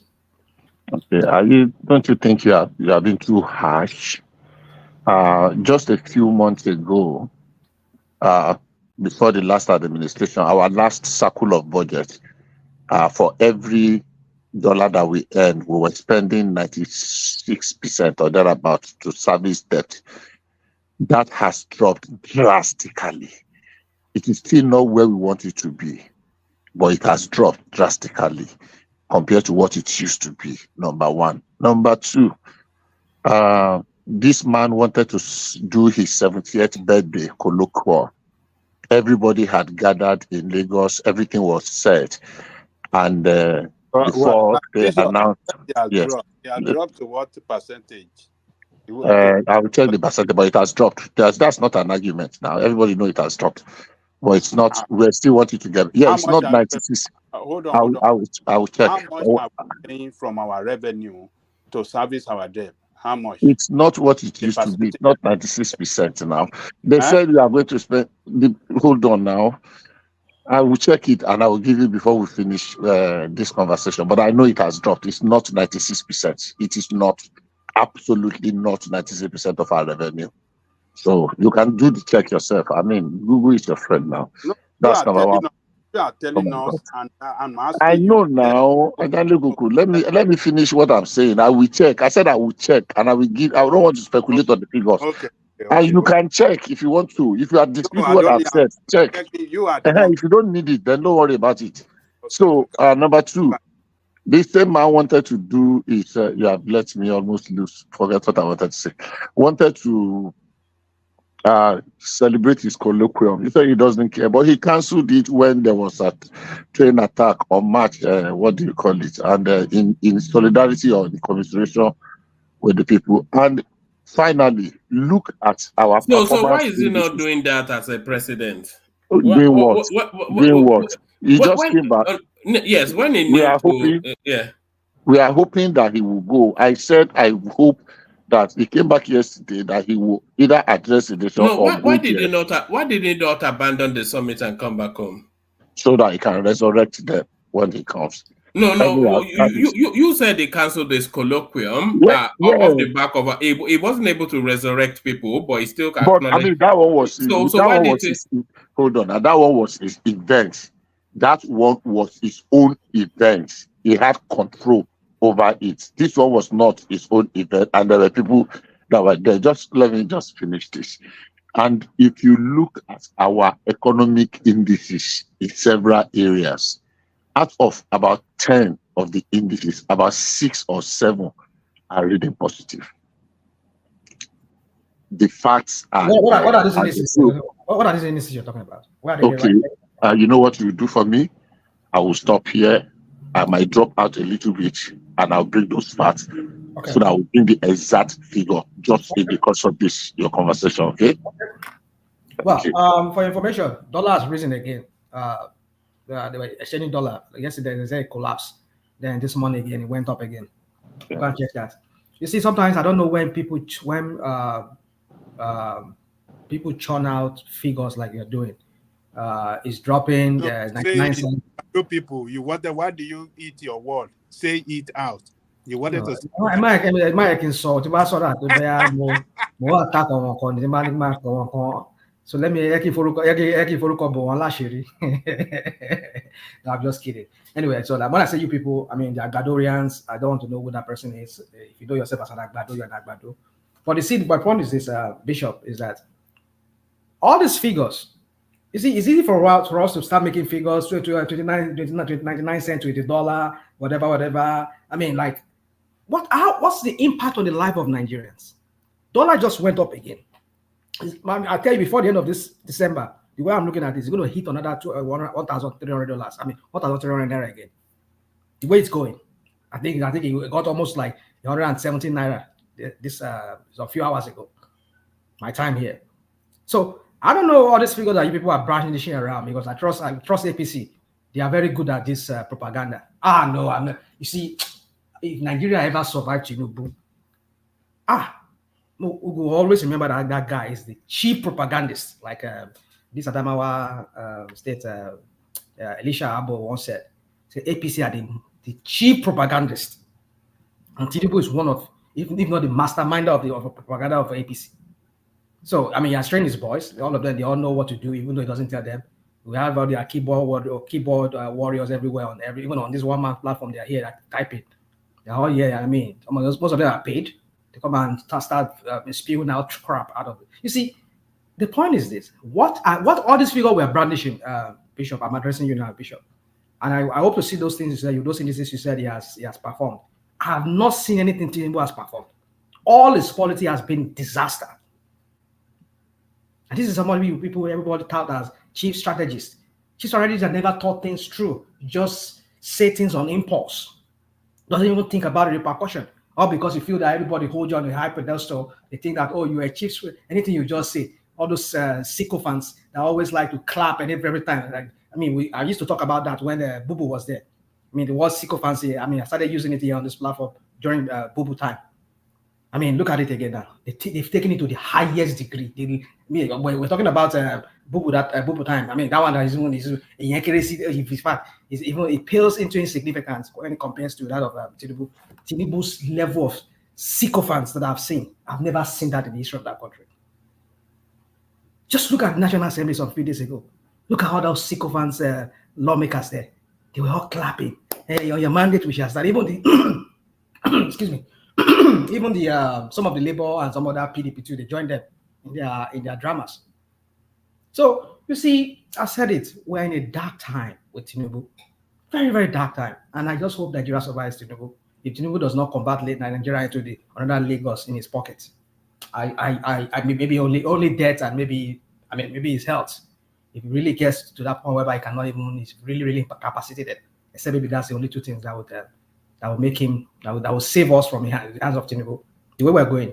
So one man, I'm not surprised when Wale Edun is saying all of these things. If you say you're a leader, you know the plight of the people. You want to work for. You see, I said it there. The only way I can forgive Tinubu all his sins is if he works for the people. Do I believe he's going to work it? I'm not living in planet Pluto or in Mercury for me to be believing that Tinubu will work for the people. No, he's going to work for himself and his own. I mean, look at Shagori. We saw Shagori there. He was not there at what's it called? At the climate change, whatever they did in there. Was he not there? He said it was his confidence. I mean, just look at people like that. I mean, Nigeria is going to be another business enterprise for Tinubu and his minions. They will make that country. They don't care about you and I.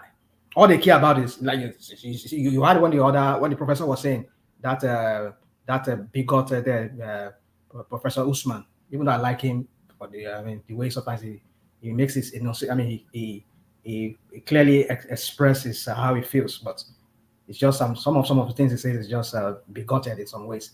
But let's just leave that. So my point is that you heard him when he said it. He was just focusing on economy, which I'm not saying is bad, but even the strategies he's even employing is not even working. Why don't you put your house in order first? Show to the world that yes, you mean business. You are bringing people, you want people to come and invest in your country. But then there are the indices that will really promote business. It's not there. Or you want them to come and put their money in and then start doing the same criminality, whereby you have to bribe everywhere, bribe this one, pay police to come and guide you, and pay army, and bribe a commissioner of whatever, or minister. So let us see law and order taking place. Let us see people being brought to account for their crimes. When people see this, they believe that if I come to that country, I'm sure of doing business, and I'll go to, if I have to seek redress from the justice system, I will get redress. I will get justice. But when they don't see all these things, they see everywhere they look, number 1, 2, 3, criminals. The number 1, 2, 3 of that country, they are all criminals in their own criminal ways. And then you expect people to come and bring their money. I mean, we are joking. I'm not sure we are ready. You are going to ask for people to give you money for climate change. Look at all the money entourage you took to climate change. Do you know how much dollar that could have even done in your economy? If they were thrifty, if they were like wise leaders who know how to manage the state resources, the state's funds, treasury. No. Tinubu, I mean, we know him in Lagos now, more than Lagos now. Or because so that he wants to continue capturing Lagos. You know how many of those Alaye boys goes to that body lawn there, that goes there, and then whenever you just throw,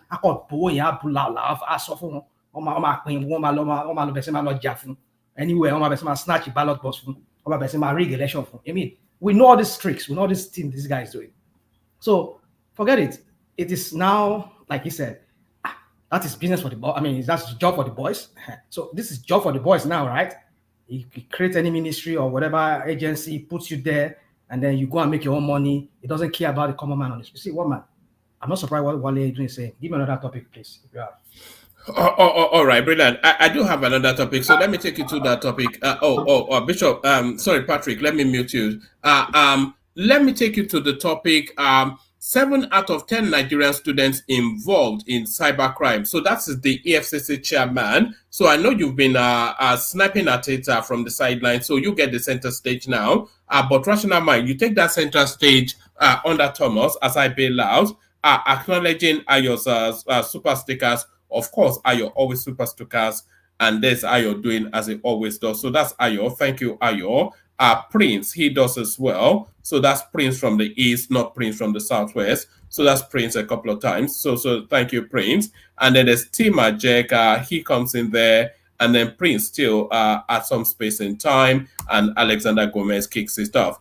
So back to you, Rational Mind. So take us then to the Nigeria. You know, well, we've had conversations around this before. That is the average Nigerian criminal minded. A lot of people push against that. But the statistics say otherwise. Rational Mind. Yeah, well, man, it's you see, it's appalling if you.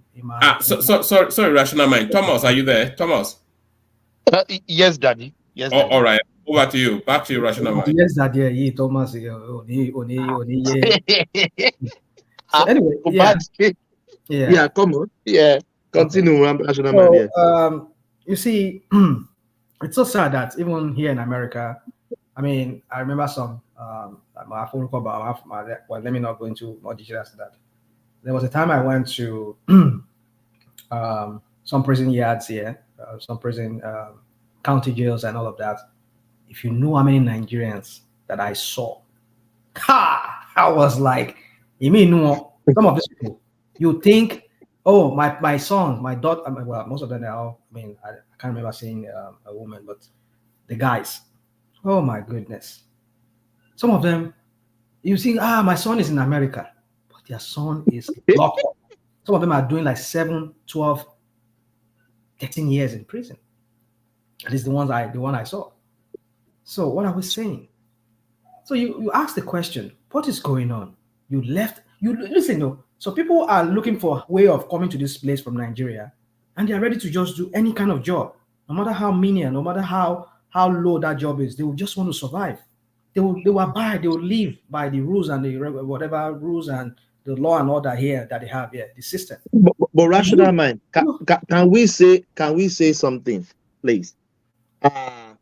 Can we say categorically those who use on the prison, they may not be criminal from Nigeria? Can we say U.S. environment corrupts them?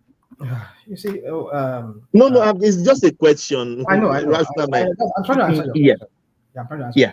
The point is this. You see, I mean, how would I say that? Charity begin at home. Yeah. That is whatever you do from your home, that's what you take out. It is how some of them have been. Maybe you just hid it from the consular officer. You know, they will not. Does Nigeria even have database for criminals to even probe? I mean, some of us, when we were going through our background check at the consulate, we just go. I mean, not me, because I've never had any criminal record in my life. Not even in Nigeria. I've never been ever once be arrested by police. Never until I leave that country. I've never been once. Even though they raid, they come at Dubai or raid, they raid people, pack people. It's a natural thing in me. I mean, I don't have so. But what I'm trying to say is this: some people they'll go and get criminal. Some of them they've gone to jail. They've gone to Creek many times or any other jail in Nigeria, but they will still go and get that police declaration or whatever they call it. They will do your fingerprinting. Where is the database? Nigeria, I'm even surprised why even the US consulate is even accepting that from people. I mean, like a country whereby they don't even have database of criminals and you're doing fingerprinting. Well, I know maybe they want to have that for their own record, but the point is Nigerian police does not have database for criminals. So why should you be collecting a police report or police whatever that they go and do in a Alagbon or whatever, why you do it and you bring it to the US consulate? A lot. Well, what I'm trying to say is this. Why I'm just saying all of that is that. So there's no way they could keep track of who are criminals before they leave Nigeria. They just want to go by whatever the police tells them. Oh, he has never been arrested. I mean, how many of them? Many of them, they come here, they sneak in here. They were criminals.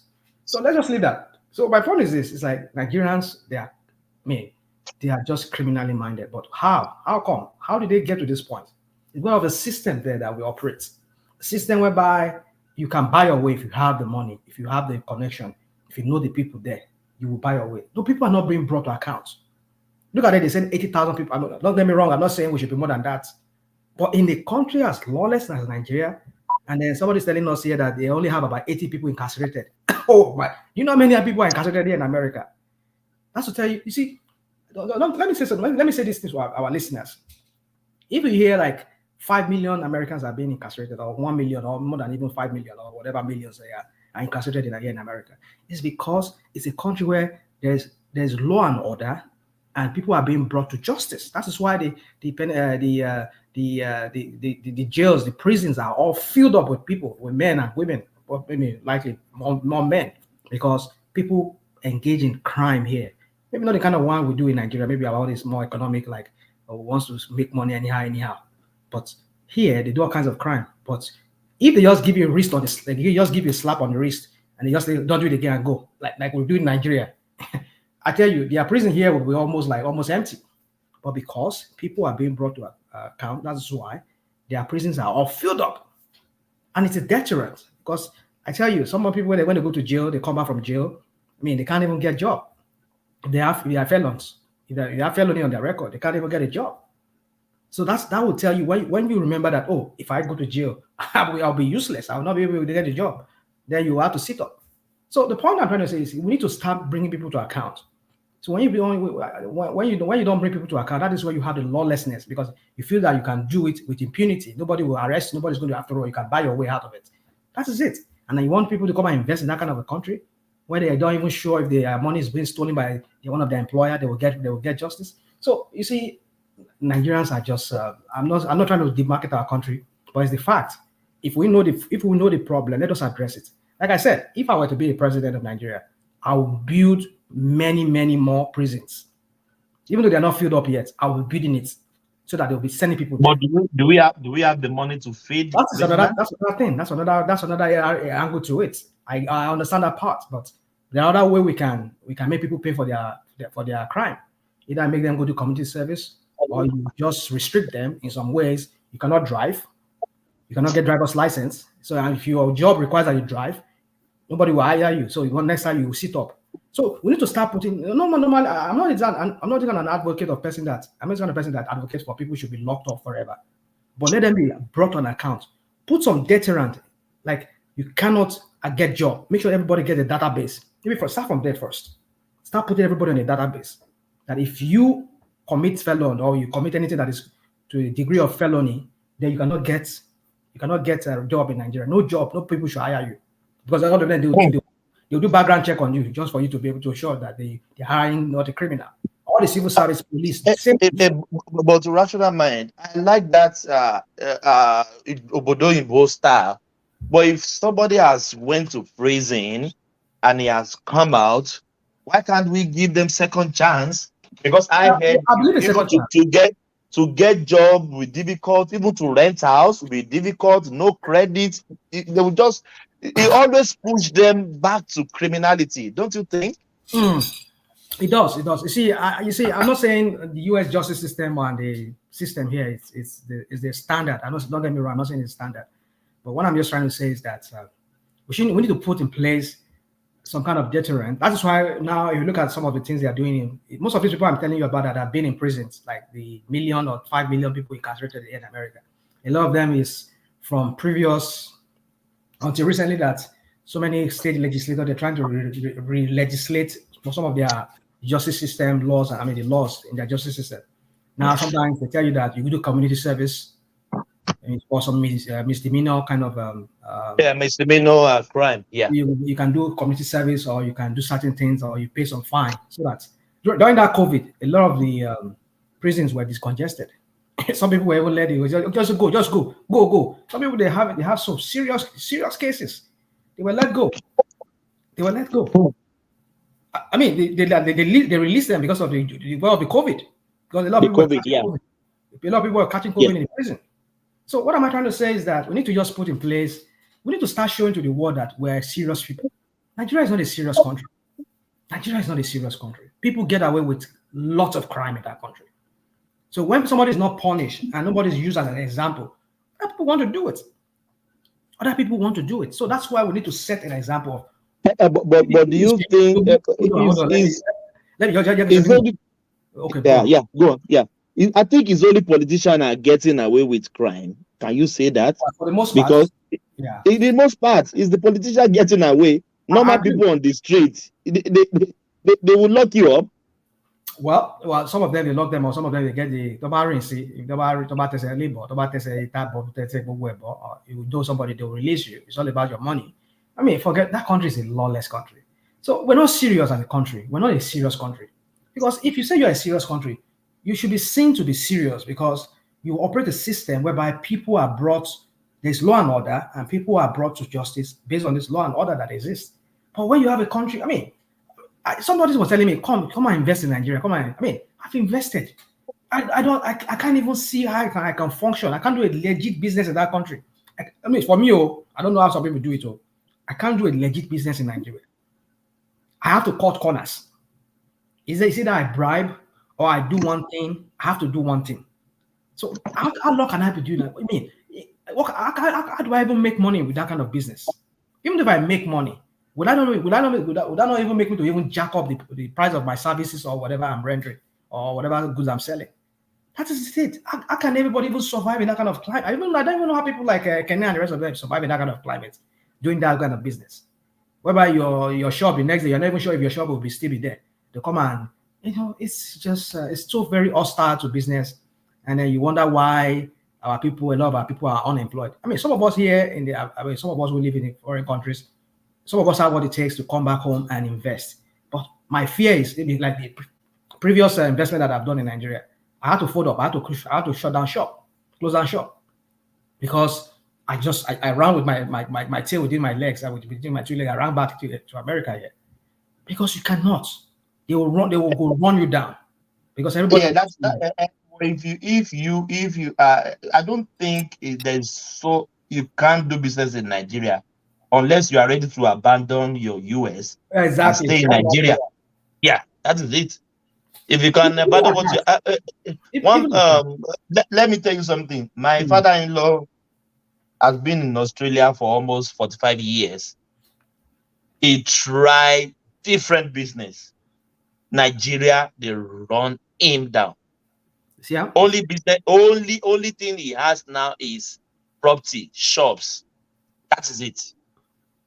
And even those ones, they don't pay, but you can easily chase them out.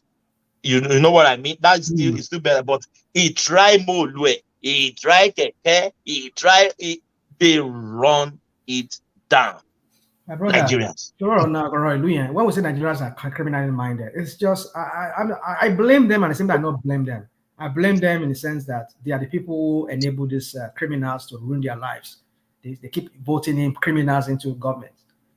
And it's got to a point whereby now either they voted, they don't even vote them, they will put themselves there because already they've captured the system. They've already captured the system. And for all of you Tinubu rats there in the comment section, but sort of the then type of be leave the comment section. You can't let me get it on there. You might be getting Tassion. I mean, I don't know what that's all right. These people I don't just know what to do. I just even I mean, she won't fish me one fish to go shane. She won't fish going. It was Seriki Abiglo Poruko, Seriki Osia, because it was called your name. Bamidele, all of you. I mean, I don't know what is wrong with all of you. I mean, you say Tinubu is your God, that somebody cannot even criticize him. Is it not a human? It's not the same life that is in you, that is in all of us, that is in Tinubu. I want be Tinubu, I want be sorry be gala, then pay him to criticize it. Who be Tinubu? Who be human being like all of us? God of God,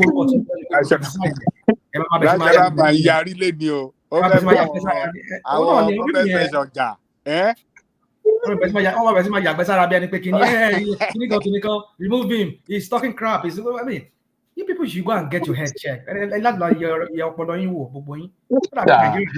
Nigeria has really captured this Nigeria mindset has already captured most of you. You can't even don't have you people are like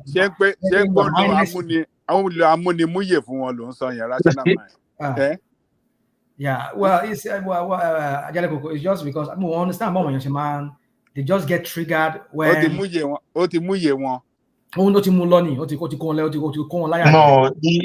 the love, a rational mind. It's the love they have for the country. No, it's the love they have for the country. No, they don't have love for if they have love for the country, you will never wish somebody like Tinubu on that country. You don't have you don't have love for that country. If you have love for that country, you see what I was trying to say here now. Nigerians are criminally minded. Just because somebody, after all, you catch him with drugs, and after all, he used the account did not arrest him. They did not arrest him. Let me my jump once, rational mind. Watch.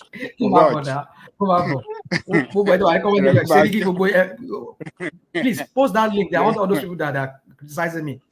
Those keyboard champions, let them come online. Let them come on this room so that we can. The link is there. The link is always there. Juicy baby. You are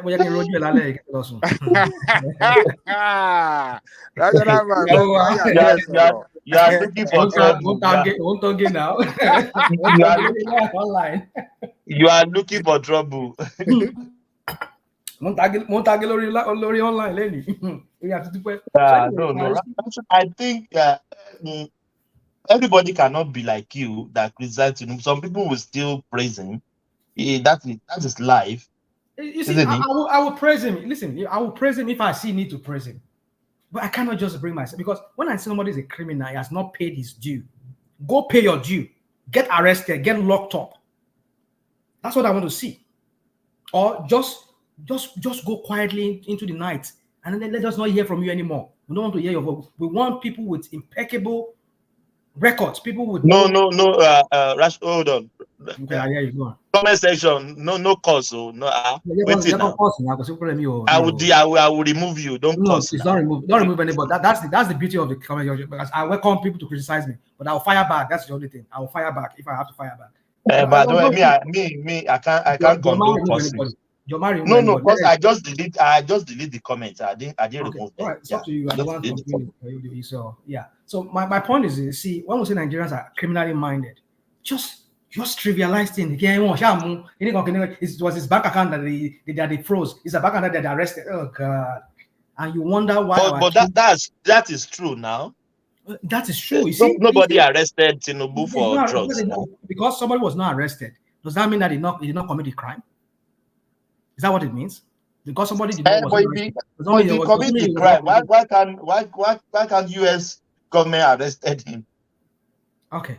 That's another topic for another day. It's a topic for today. You're just running your mouth. I want to tell the economist. You're just running your mouth. Àwọn Tinubu ti dé nìyẹn. Wọ́n ti gbé àké àtàdá wẹ́rẹ́ wọn tó wá gé national mines wẹ́wẹ́. Kọ́mọ ya bọ̀. Màá bá wọn ru iná tó wà lórí wọn, màá bá wọn ru sílẹ̀. Màá bá wọn gbé sílẹ̀. This rational mind obsession is one in town. You see, you can tell me that way. Rẹ̀mí bọ̀. You know what baffles me? If you are talking of a rational mind will link it to Tinubu, everything will always link to Tinubu. If someone says Igbengbom, rational mind will say, that's your constipation. How ridiculous does that sound? That because somebody says Igbengbom. Because it's you now. That's why I'm like, because it's you. If I see any topic that reminds me of what Tinubu has done or that is linked to Tinubu, I will say it. That's why I use the ridiculous example. I say, you probably link it. You'll find a way to link it to Tinubu. It's the economy that made them eat bad food, though. That's why you are going to the bad food. That's Tinubu. Economy. That's how we did in Lagos. That's it.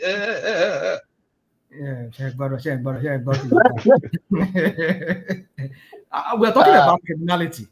So I have to remind you of Tinubu and his criminality. That's why I talk about Tinubu. What did he steal? Huh? What did he steal now? Well, indict the bank account and you buy that's share you on the bank account. Farabale. Oh my share you on the bank account. No, Farabale. In this time and age, can you use your bank account and go and launder money for somebody that they will not arrest you today? I appear not to have laundered money, so I'm good now. I'm just saying it's an hypothetical question. Okay, let me use myself. Sorry to use you. If I launder money with my bank account today, and that money were traced to narcotics, do you think they will not arrest me today? If I'm here, they won't arrest you, especially if they know that the case. If the case is weak. If the case is weak, they will not arrest you because that means. I can agree with you. If the case is weak, they might not arrest me. They might just confiscate the money. And so Tinubu's case must have been weak. That's why it wasn't arrested. It wasn't even indicted. My borrow. It was not even talk about arrest. It was weak because in America.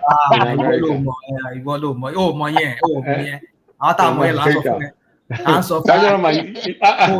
good news is you sound like one of my family members. That's why I'm not too surprised. That is how he talks to about Tinubu. Like very ridiculous. So what does it do with your family member? What does it do?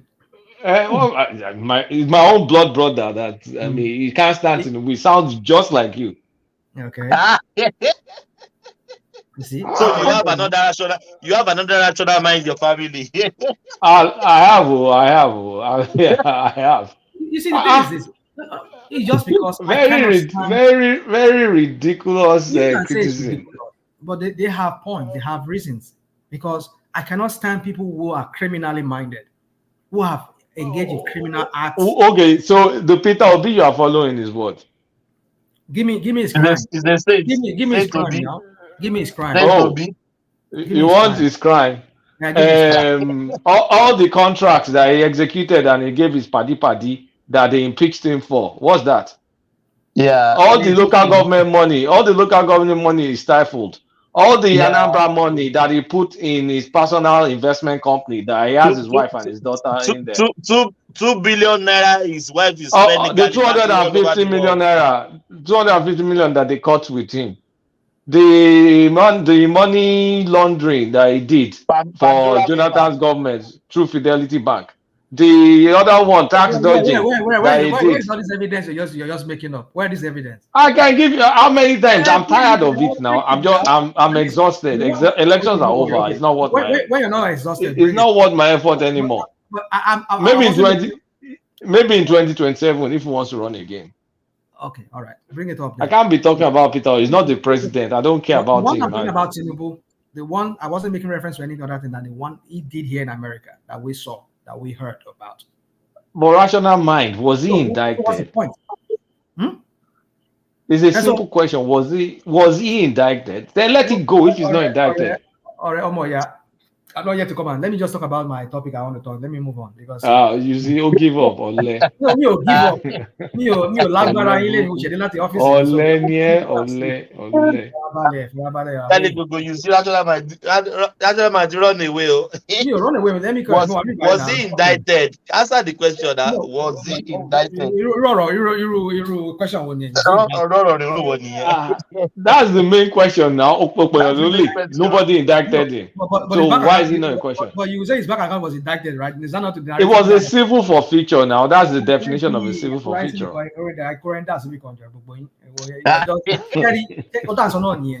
This criminal mindedness of Nigerians. What is criminal? You did not indict a human being. You're not calling him criminal. No, farabalẹ̀. Iṣẹ́ yẹn ti bá púpọ̀ wá sí America mi báyìí. I just give an example now. Maybe you weren't here. What example? I've been to many prisons here. And I've seen so many Nigerians that are locked up. Did you see Tinubu amongst those Nigerians? My brother now. I tell you, if you were to be in America at that time, for what now? For what he did. But he has been entering America before he even become the president now. Why can't he Thomas, have they changed American criminal laws whenever National is talking about and then? The last time I checked, they haven't changed it. You just forget. Let me not go into all those conspiracy theories. I sound like conspiracy theories. Rational mind. Go to governance. No, move advice, any. Forget about all this election matter. Let's talk about governance. This is real. So leave all that clinical, indicted. Forget all that one. But I'm only making reference to it. If I have to talk about it, like I'm talking about crime, why Nigerians are criminally minded. That's grasping at straws. All this your don't go to rent, you come here and speak. There's no two renting now. You are grasping at straws.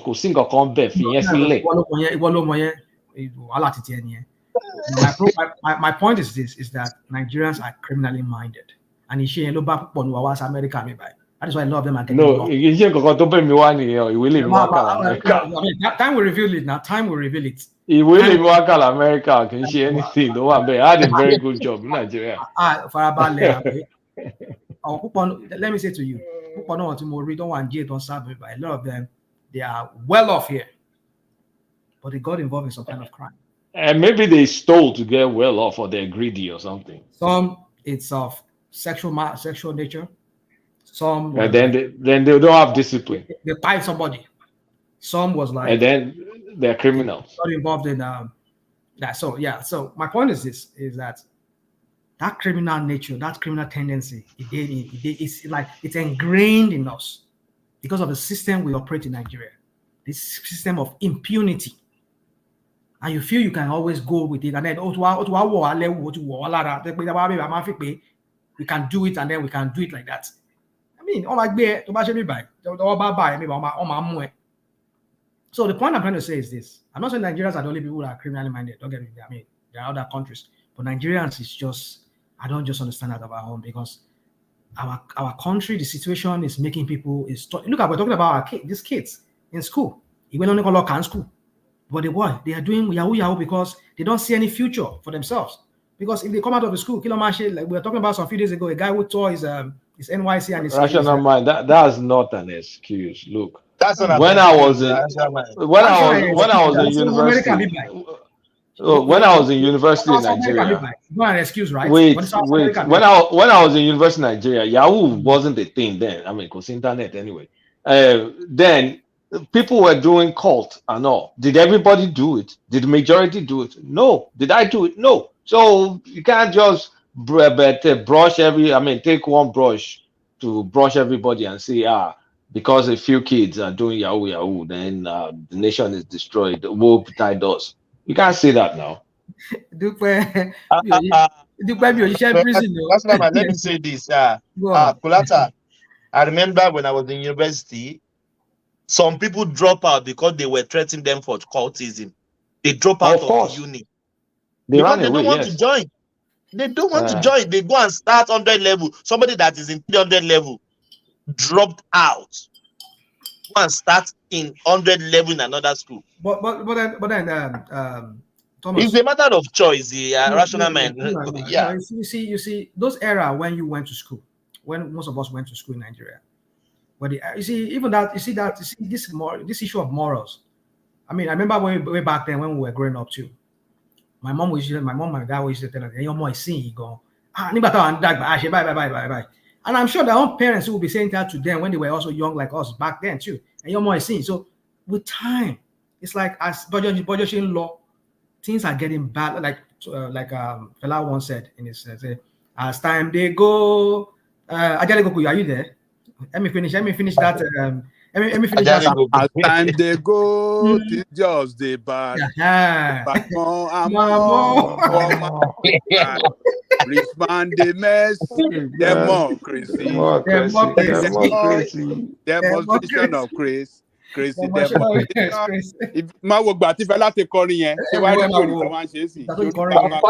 is a prophet. He's a prophet. That guy. No. So because with time machine law, things just be bad and bad and bad. So when you went to school, at least they were seeing a little bit of morals then that you cannot talk about today. People still have fear of law and order. Like, we cannot do this, so it's against the law. We cannot do But now look at how it is. And to compound it more, we have lawless people at the helms of our fear. When somebody look at Tinubu, not the case we get from America. Let me ask you a question.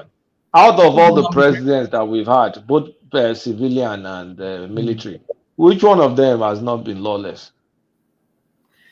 Not to the level of Tinubu. But rational mind. Not to the level of Tinubu. Rational mind. Can you hear me? I hear you. Rational mind. I hear you. Go on. I hear you. Oh, nobody's hearing me. They hear you. Go on now. He can't hear us. He can't hear us. We are hearing you, Patoski. Rational mind. That is progression of evil everywhere. You understand? Because of the sophistication, because of the increase in knowledge, because of the sophistications and everything, due to the increase in knowledge, the evil too will also be more sophisticated, will increase, and that's normal. That's not Nigeria alone. It's not peculiar to Nigeria.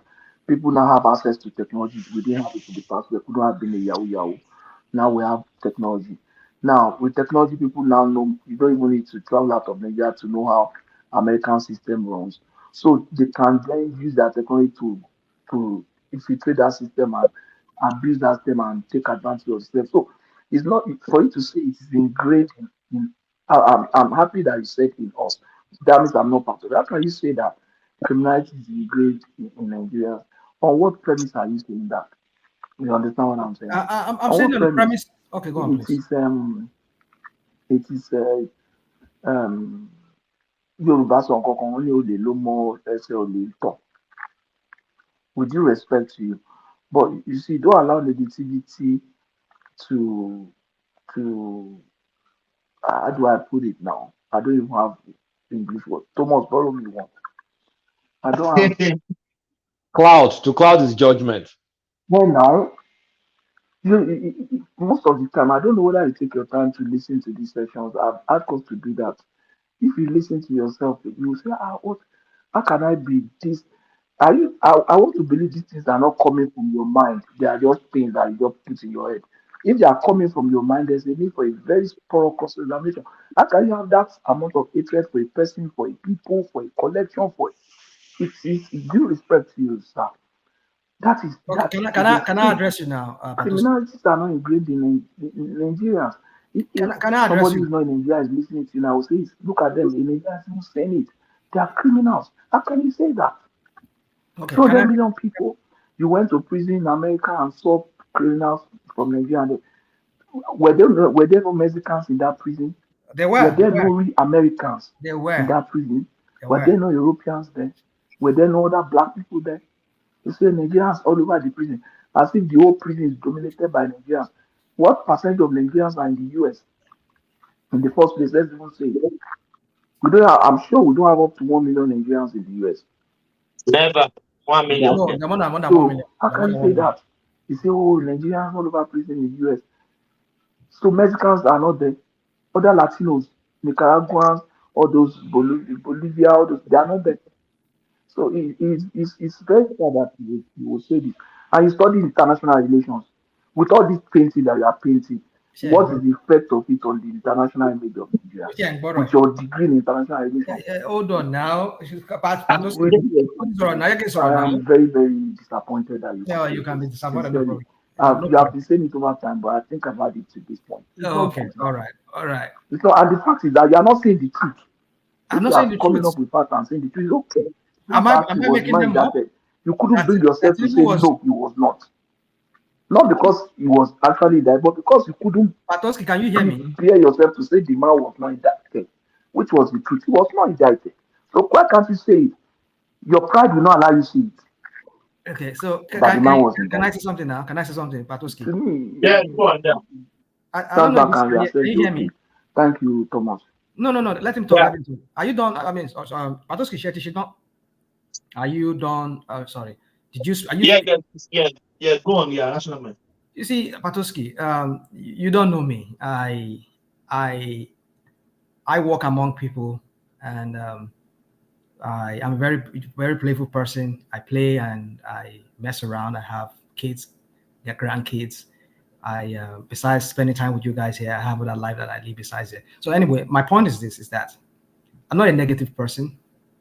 My negativity, hold on, my negativity about Nigeria and these criminals, I'll call them criminals, is that I want to revert to Lagbaja.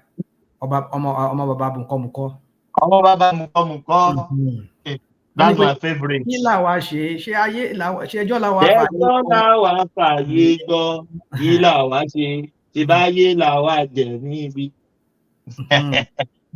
Thank you very much. Thomas. Look at us now. Some of us will see like, I mean, this is what time is this now? This is past 8 p.m. here where I am. I should be sitting down, maybe watching Netflix, but I'm here talking about Nigeria wahala. How many Americans are you seeing online, like all of us, on different platforms, talking about this country like this? It's because we have criminals and the people of leaders governing that country. And you know how many lives of people that are, look, we're talking about 150 people life wasted. They did nothing. They did nothing to the country. They were victims of the Nigerian people that were supposed to protect them. And you want me to not to criticize these people, not to talk, not to even swear for these people? You know how bitter I am when I hear people. I'm hooded. I have to take off my hood. You know, if I take my WhatsApp now, you know how many WhatsApp and my other, let me not mention, but WhatsApp, my other social media, if I open the list of people that have asked me for help, some of them I'm avoiding them, some of them Mogbu is coming. I disagree with you. Since Nigeria, since people will not stop asking for help, even when Nigeria was even better than this. You can't draw that line. I'm not saying it has not always been like that. But it does always be Nigerians are let me give you an example. Okay, let me give you an example. Thomas, do you have the ability to play a video? It's only one man that can upload video. You should be able to play now. I'm still learning. Because I wanted to show, I shared a video with one man, hoping he'll play it, to show the suffering in 1975. Nigerians duking it, lining up in the market, trying to get food. This is 1975. Oh. They now showed ships with container lined up. Nigeria, 1975, Nigeria inflation. Lagos. Inside the Boleko. Marina. You see, you are presenting fact. You are saying, Marina, Ajanle Koko, video show including video, including 1975 Nigeria inflation. Land in 1975 Nigerian inflation. Kò sóúnjẹ kò sẹ́nìtì ń lù wọ́n láti wá máa import wọ́n láti máa import. Thomas, you have to share this video. You have to. Look, forget who is that? In 1975. You will look at the video and you will confirm. Let me share that video. Honestly, let me tell you, I live in Nigeria. Ajanle Koko, no. Hold on, let me tell you. 1975.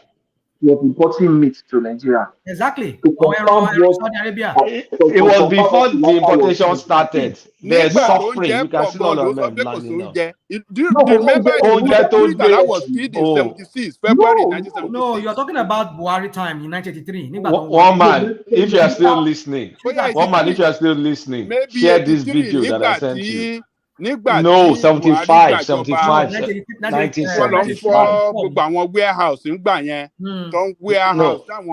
not 83. Ajanle Koko, Moroti 1983.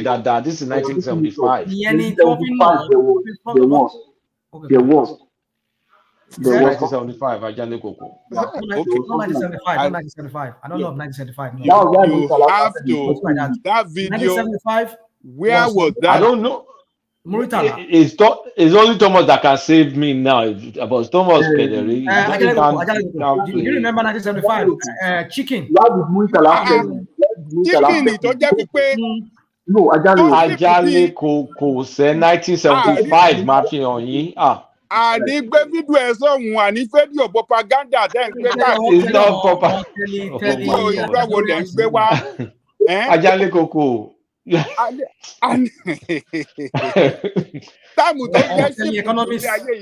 Ajanle Koko oúnjẹ yẹn tó dé kí ló ń ṣẹlẹ̀?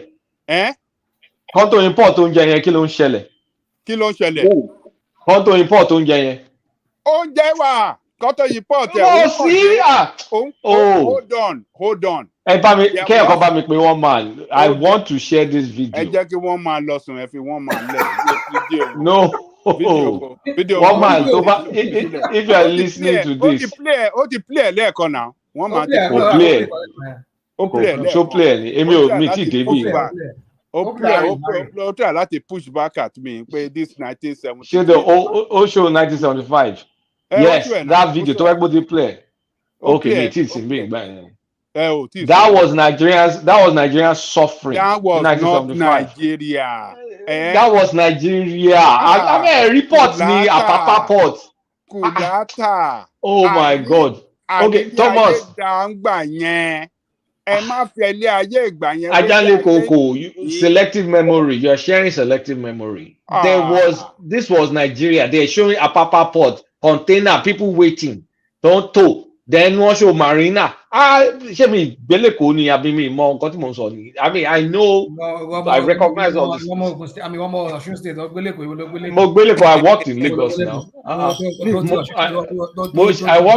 worked in Lagos for years. So what are we talking about? So let me tell you. Ṣé Apapa tó ń show ṣé àwọn dock workers àbí àwọn tó jẹ́ pé wọ́n fẹ́ line up because that time. No, there's many scenes. There are many scenes. Wọ́n show àwọn tó line up lọ́jà tó ń try láti du oúnjẹ. Wọ́n kí ìyẹn pọ̀ báyìí wọ́n wá ń bára wọn jà. Then wọ́n show container. Then justify the whole situation to happen. You can't use that to justify. So was that an isolated case? Interpret what is going on in the country. Was that an isolated case? Let me even look for news article. Look, but you see the thing, you people do a lot of things here. Use these Salvadorians. Just justify Tinubu's failure. Nobody is justifying. Okay, Ajale Koko, listen to this. The average inflation rate in Nigeria in 1975 was 33.7%. You see now, Ajale Koko, in 1975. I know you were around then, but maybe you weren't paying that much detailed attention. Hey, Kapipa, wait. Kapipa,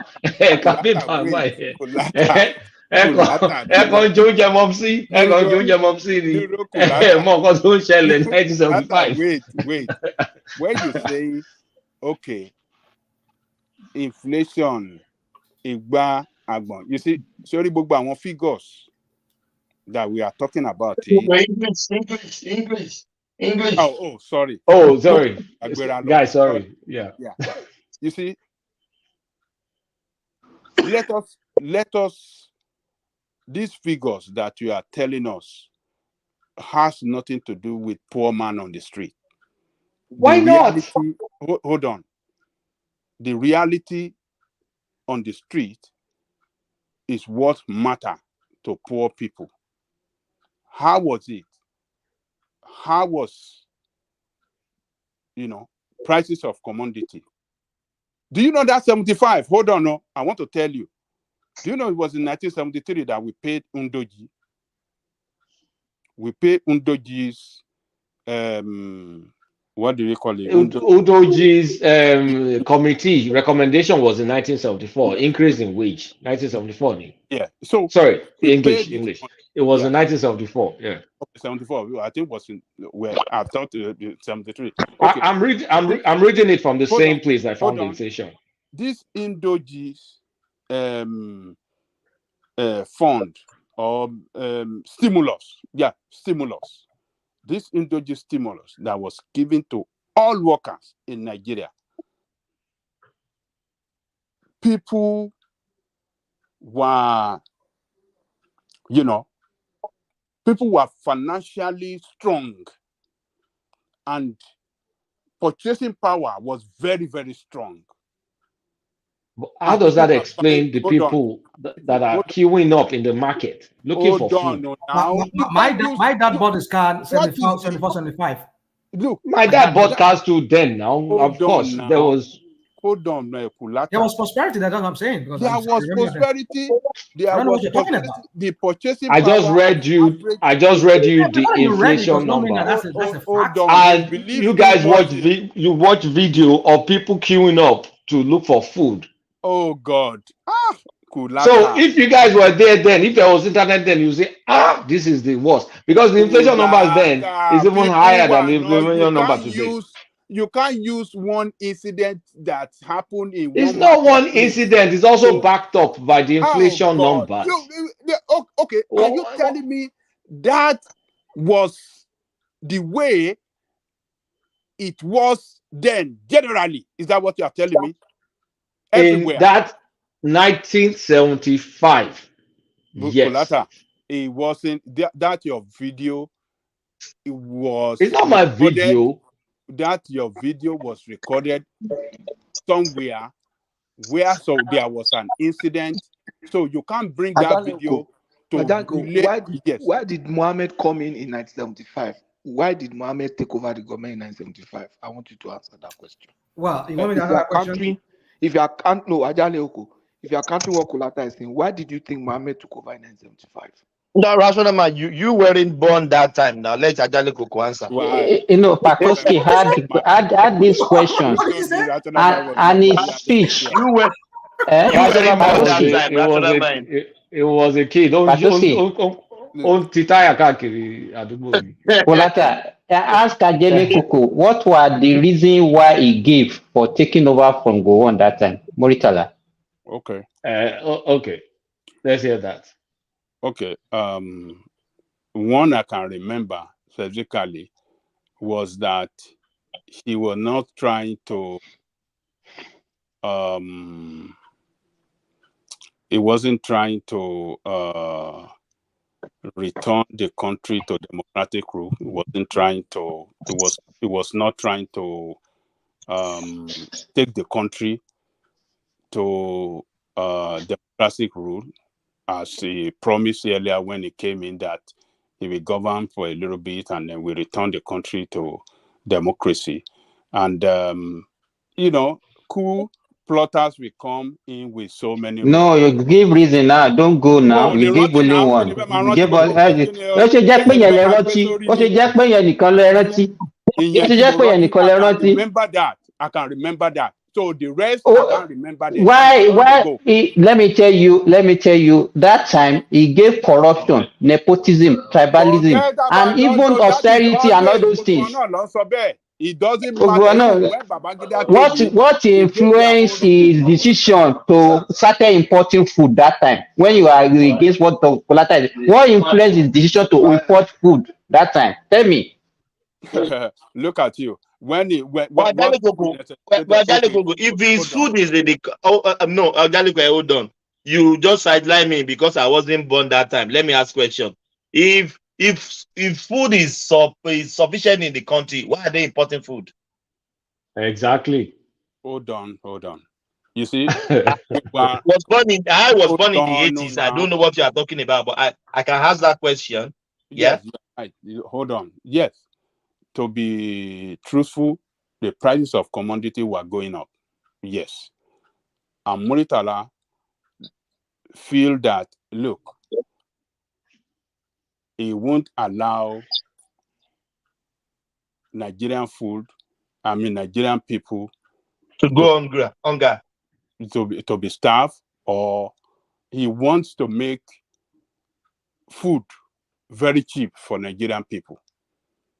So, and that was what necessitated his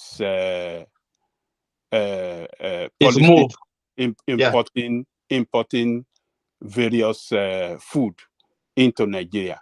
So his government was people's government, people's-oriented government, socialist. What is people-oriented about it when he flooded Nigeria and all our industry started collapsing? Your industry did not collapse. It was importing nearly everything. It was one. Let me tell you, I remember that time. That was when even Nigerians started breastfeeding and we started. I remember. I beg you, Baba. Mama Bobo Wamo. Simba. Mention. Simba Thomas. That you can. Can you guys give me 2 minutes? Tell me. Please give me 2 minutes. Go ahead, Kulata. Mo jẹ́ kí bàbá parọ́ fún wa mọ́. Ẹ jẹ́ ajá rán wọn láàárọ̀ yìí. Èmi ò gbà fún Ajale Koko. Just give me 2 minutes. 2 minutes. Ajale Koko. Mo fọ̀rọ̀ hàn bẹ̀yìn. No. Jẹ́ bèrè question yìí máa yí ìdí. 2 minutes lásán ni na. Ní sùúrù máa yí ìdí fún ẹ̀sìn. Bàbá Saudi Arabia tó sọ pé industry. Bàbá Amẹ́ríkà.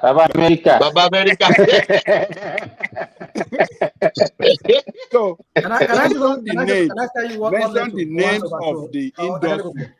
Let me help you out before you continue. check, Google, Google. You didn't agree for me. Okay, let me hear Kulata come in. Yeah, rational man, please let Kulata talk. Rational man, Joko corner.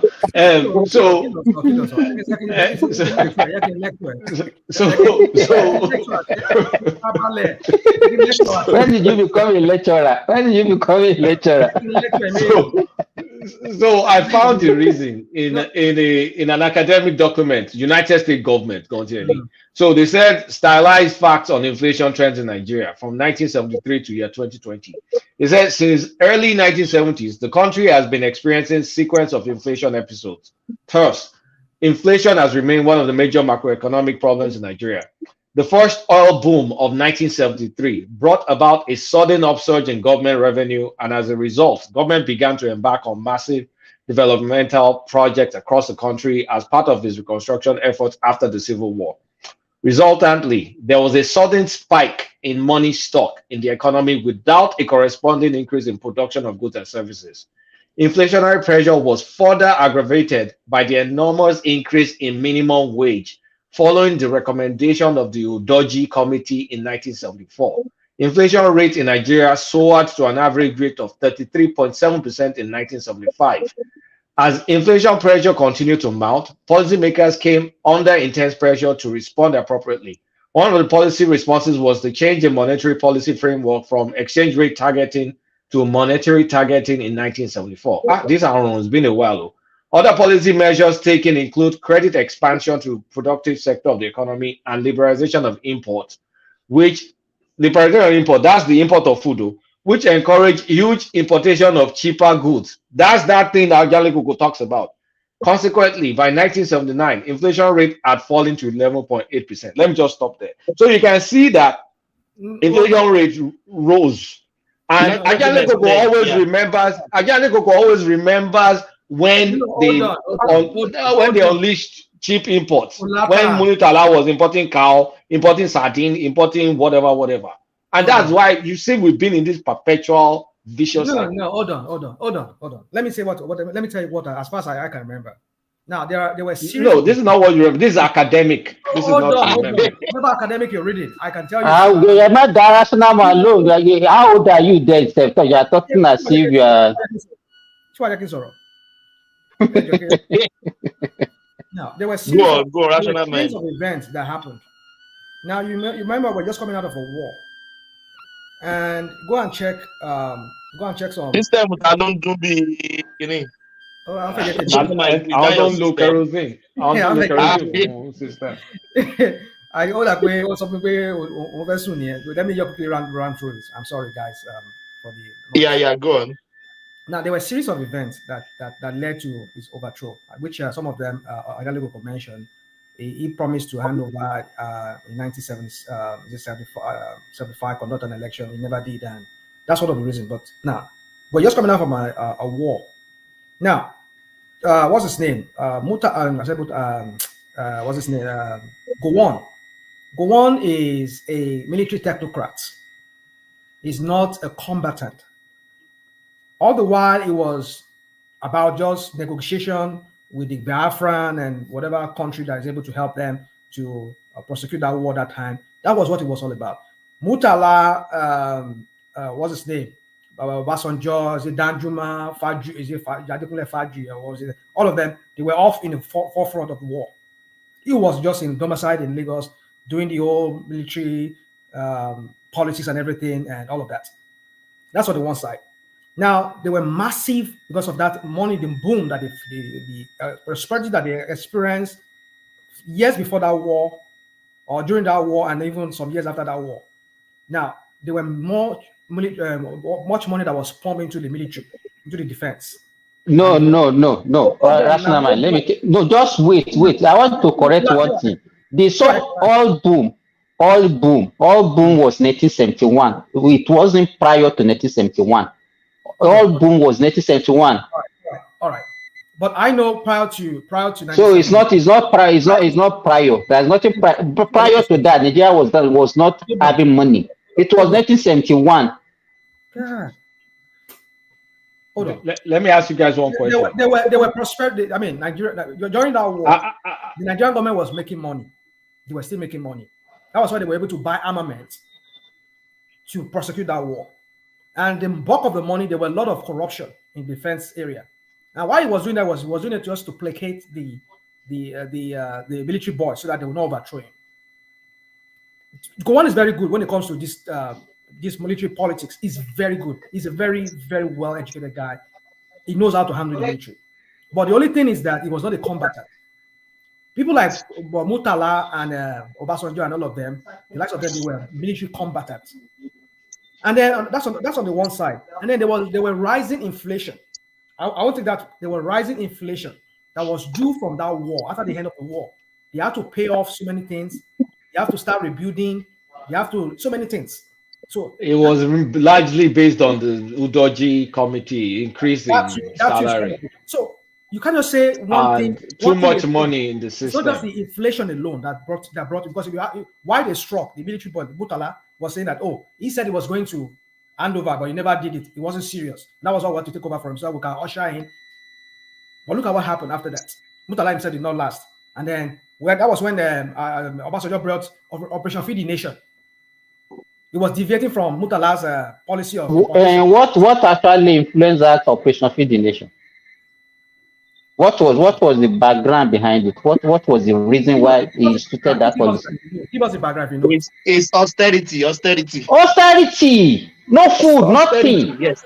No. The importation. Let me ask you guys one quick question. We twist history a lot. All of us right now, I think we were relatively old enough the time we had our highest inflation. We think we're in terrible shape right now. Guess what our inflation was in 19...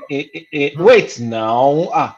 Guess what our inflation was in 1995? Because in 1995, everybody was grown. Well, I mean, most people were grown. In 1995, guess what our inflation was in 1995? 79.9%. Wow. 79.9%. I did not even know. I knew things were bad then. 1995. That was when we were using all this terrible petrol that we'll be using to put inside our popsies. What do you factor in the drought? Driving to school. The drought that happened during that time. There was a drought. Which I don't know whether it's drought, but this was under Abacha. I think this was the year. Wasn't this the year Abacha died? Was it Abacha? Okay, all right. 1995 was. No, Abacha. It was Abacha. No, Abacha died in 98. Okay, yeah, died in 98. So this was definitely under Abacha. 79.9% inflation. Hold on. You see, you people have to. You see, what I'm saying is this: you people are just making stuff up in the sense because we're not making stuff up. We keep saying this is the worst period. This is not the worst period. Look at. I knew that time that things were bad, but I was spending my daddy's money. So how did I know? I just gave you the reason why Gowon was overthrown. It was the war. The war weighed heavily on the Nigerian government. But hold on. The inflation then, as bad as it was then, 33.7%, is not compared to what we have today. What we have today is lower. No. The inflation then was something beyond their control. Now, this one that happened under APC, it was something within their control. But we had a clueless. How is it within your control after COVID just happened? No, you see. I mean, we have other countries who went through the COVID like us too. So they did not get, other countries did not get inflation. America did not get inflation. UK did not get inflation. Australia did not get inflation. What are you talking about? Rational mind. Before COVID, hold on, please. Rational mind. Before COVID, I was paying 1,001 on my mortgage. Ask me how much I'm paying now. I know. It's doubled. Hold on. It's doubled now. What are you saying? There's inflation everywhere. Not during Abacha's time, there were sanctions. That's the point. That is it. Abacha's time was sanctioned. That was what I was about saying. But it was 80% inflation. Well, the point I'm trying to make is we've had it much worse before. 1974 is an example. It's not as worse as this. I'll tell you why. No. Number one thing is because we never had a kind of population.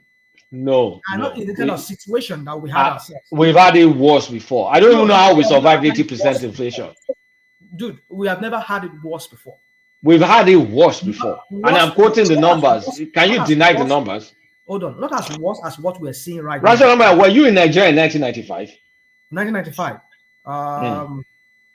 No, I wasn't in Nigeria, but I came back. Okay, that's okay. If you were not in Nigeria, then you will not know what we experienced. And I came back. I think towards the end of you did not. You definitely did not know what we experienced as students. Then you don't know what we experienced. I was in Nigeria 93 during the June 12th, and then I think I left 93. I came back. I think towards the end of 95. You should have been around during Abacha's time. I was there during Abacha's time. There was one petrol like this that came into the country. The fumes of that thing could kill you. Yeah, I know that petrol you're talking about. We were using diesel. The people were using diesel as kerosene, as sawdust. Yes, people. I mean, we get all of this. We get all of this thing you're trying to throw out there. We understand, but this is nothing within the control of Abacha as such, because they were sanctioned. That's why COVID 2 was not really in anybody's control. Kulata. If you look at the oil price that time also, the oil price was ridiculous low, below $10. It was low. Yeah, it was low then. Oil price was low. Very low.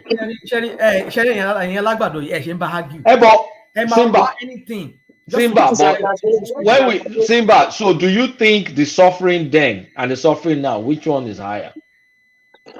Based on 80% inflation. Well, from what I can see then, in fact, people are eating this cassava peel. People they were eating so many things. Exactly. Yes, the one that goats used to eat, people are eating it. People, am I argue blindly? Nigeria was under sanction, international sanctions. As a result of sanction? They were still buying our oil. They were still buying our oil. Which sanction are we talking about? Forget it. We have a kleptocrat who was, even the little money that we had should have been used on the people, but he was busy stealing it and investing it in moving it to Swiss bank and different banks all across Europe and here in North America. So what are you talking about? Oil was low. It was $18. Right. Wow, it was $18 then. It was low, but that money that we all see that our ancestor is giving to Nigerian government now that they keep getting every year. Every government that comes keep getting money from whatever bank that this guy stole. If that money were to be in Nigeria at that time, you know what $1 million was meant back in the 90s. Yeah, but look, whether we talk the story back or forth, I'm looking. No, listen, we're not justifying. Wait, let me land my point. My point is very simple. Suffering is suffering. There are many reasons for suffering. I'm just trying to say the level of pain felt in 1995 is way higher than the level of pain that we're feeling in 2023. No. You cannot compare it. Then you give me the numbers that back. Give me the numbers that back what you're saying. Well, because of incompetent leaders in the person of Bubu and Tinubu. Give me the numbers. We're in the hands so you want to tell what you are telling us now that the problem of Nigeria started with Tinubu, Abi? Tinubu compounded it. Don't tell us that. Don't tell us that. Even mismanagement, when we have mismanagement, I beg, don't use exchange rate. Exchange rate, you can't use exchange rate to determine the economy. Now, 80% inflation. Babajele Koko with your kindergarten economy, you want to be talking about exchange rate every time. What does that matter? Exchange rate, you can't make money. Exchange rate will matter. Well, I mean, how much money could people make that time? How much money could people make? Hold on. What was the salary of Nigerians then? Okay, you know what I'm going to do? I'm going to look at our GDP PPP in 1995. How much was flight ticket to London that time compared to how much? How much were Nigerians earning that time? What was the minimum salary then? Hey, Kulata, let me tell you, even in late early 90s, let me tell you this. It doesn't know, it was not in Nigeria. Babayoko will just lie to you. It was not in Nigeria. It doesn't know. I will tell you that time, a graduate that time, it was 500 naira. It was 500 naira. Somebody's coming in. Guess who is coming in? Economists. Just guess. Think. Pansat. No, economist Passat is a dickhead. Economist. Ola Who's is the Ola is economist? here. Ola Oh, is here to tell Ola, you. Professor Ekiti. Professor Ekiti. Ajale Koko, let me tell you something. The GDP in 1990, the GDP. Rational mind, farabalẹ̀, rational mind. You have all this idea. You can't tell your Tinubu. Why don't you go Wait now, wait. Vulture ni wọ́n national mind vulture ni wọ́n Oh ẹni tó máa pa God. jẹ lọ́wọ́. Ajale Koko. The GDP in 1995 was $44 billion. Péré, $44 billion. What was the population then? 108 million. That was the population then. I beg you, forget that thing. Oh, so I beg you. 108 million. So that means our GDP, if you do back of the napkin maths and say you get. What was inflation? We are like Kulata. We are like 5th or 6th in Africa then. We are like 5th or 6th in Africa then. Then South Africa had a GDP of 171 billion. Egypt had 60 billion. We were 44 billion. Even DR Congo GDP was higher than our own. Why are you arguing with data? This is data. This is not plugged from heaven. Data with this fake data. I know what data. Our tweak here. I want tell economists. Tell the economists. One man platform. Hey, people here, my point is very simple. This is not. My point is very, very simple. This is not the worst. This is not the worst of times in Nigeria. This is not the worst of times. This is not the worst. This is not the worst of times now. Let's be objective. It's not the worst of times. Rational in mind. America, you're enjoying the best of life here in America, and you are wishing so many different ways. Come, enjoy. It is not the worst of times. What are you saying? Whatever you want to say. I don't even know. I wonder if people are even human beings sometimes. Are you human being? You have a blood running your veins. Let's hear from Ola. There's background noise. Simba. This one you want to put me on the spot. How can you be giving me the? You are the economist now. I'm just you are the economist. No, I'm just a student. I just learn small. I'm not an economist. Ola, I want to assume you were in university in 1995. For sure. So how did we survive then? Inflation of 80%, GDP of 44. Who knows what our purchasing parity is? Does exchange rate even matter at that point in time?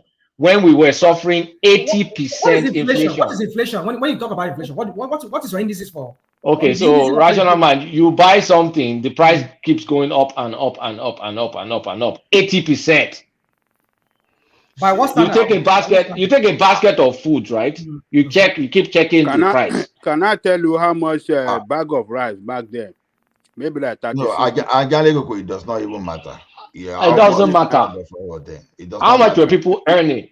36. How much your income is all matter. See, it's around 150 the minimum wage in time here.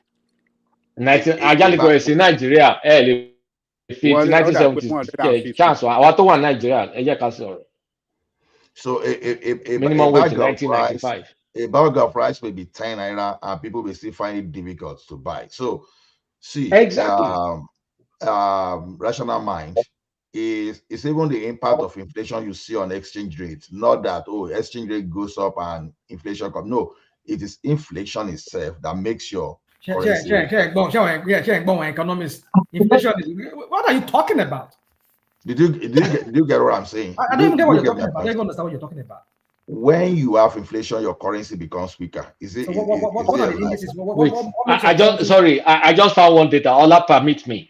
In 1995, please, 5 seconds. I just throw along. In 1995, the minimum wage in Nigeria was 5 naira 19 kobo per month. Continue. So 5 naira 19 kobo. 5 naira. Yes. Which was 1995 near Abi. Igbo not Hold to on, hold on, naira ní Nàìjíríà. hold on. Sorry. It was equivalent to 20. 500 or No, something. that is a typo. 519 naira. Sorry, Yeah, because 519. I know that a fresh teacher a fresh teacher in 1995 we earned about 1,520 something, nairas at that time. So what we are saying is this, rational mind. Where your point, the problem with your point is this: you find a way to navigate back to Tinubu. That's where the issue is. Now, it is true You that have problem with that? Buhari. You have No, problem with wait that? now. No. It's a fact that Buhari mismanaged the economy. No argument about that. Buhari typically destroy our monetary system. So when you destroy the monetary system, what do you expect? You expect the combination of the inflation that is coming from the external, externally influenced inflation, and the one you created yourself. Look at this from this angle. You will say, because of that exchange rate you are talking about, it was under Buhari that direct investment just was at the lowest in that country. Nobody was ready to trust the country with their forex. So that is understandable. But then the one you are blaming Tinubu for is where I find it difficult. Like an economist said, the like of Rewan and the like of Soludo, they will tell you that Tinubu met a dead economy that was at the point of bankruptcy. So coming and saying Tinubu is the one causing it, that's where the problem is. And 1995, that people used to praise under Abacha, people were using exchange rate to measure the performance of Abacha. I've said it several times here that all those things you were seeing that's good under Abacha were just fake. It was so terrible. But now we understand that we have inflation, but you can't have it as bad. Economically speaking, not the type of security and others. You don't have it as bad as under Abacha. That's the fact. Whether you want to accept or you don't want to accept is another thing.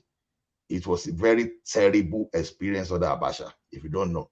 So maybe you were not in Nigeria at that time, but some of us we felt. I wasn't only at the beginning. I mean, after he overthrew, he took overthrew Shireko.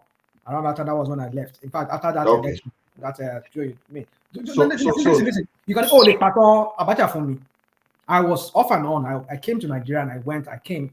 So it depends on the aspect of it on you want to know. You only talk about what you understand. Then when you felt that the economy was better under Abacha. Okay. Let me tell you something. Of course, it is true that Nigeria was at its lowest during Abacha. Up to that time, in the history of that time, up to that time. I'm not talking about now. I'm not comparing it to 1999 to this time. Up to that time, Nigeria was at the lowest. Because why? There were certain things that were beyond Abacha's ability. Because, though he is part of the problem. The sanctions. Do you know how many sanctions that were imposed on Nigeria by the international community?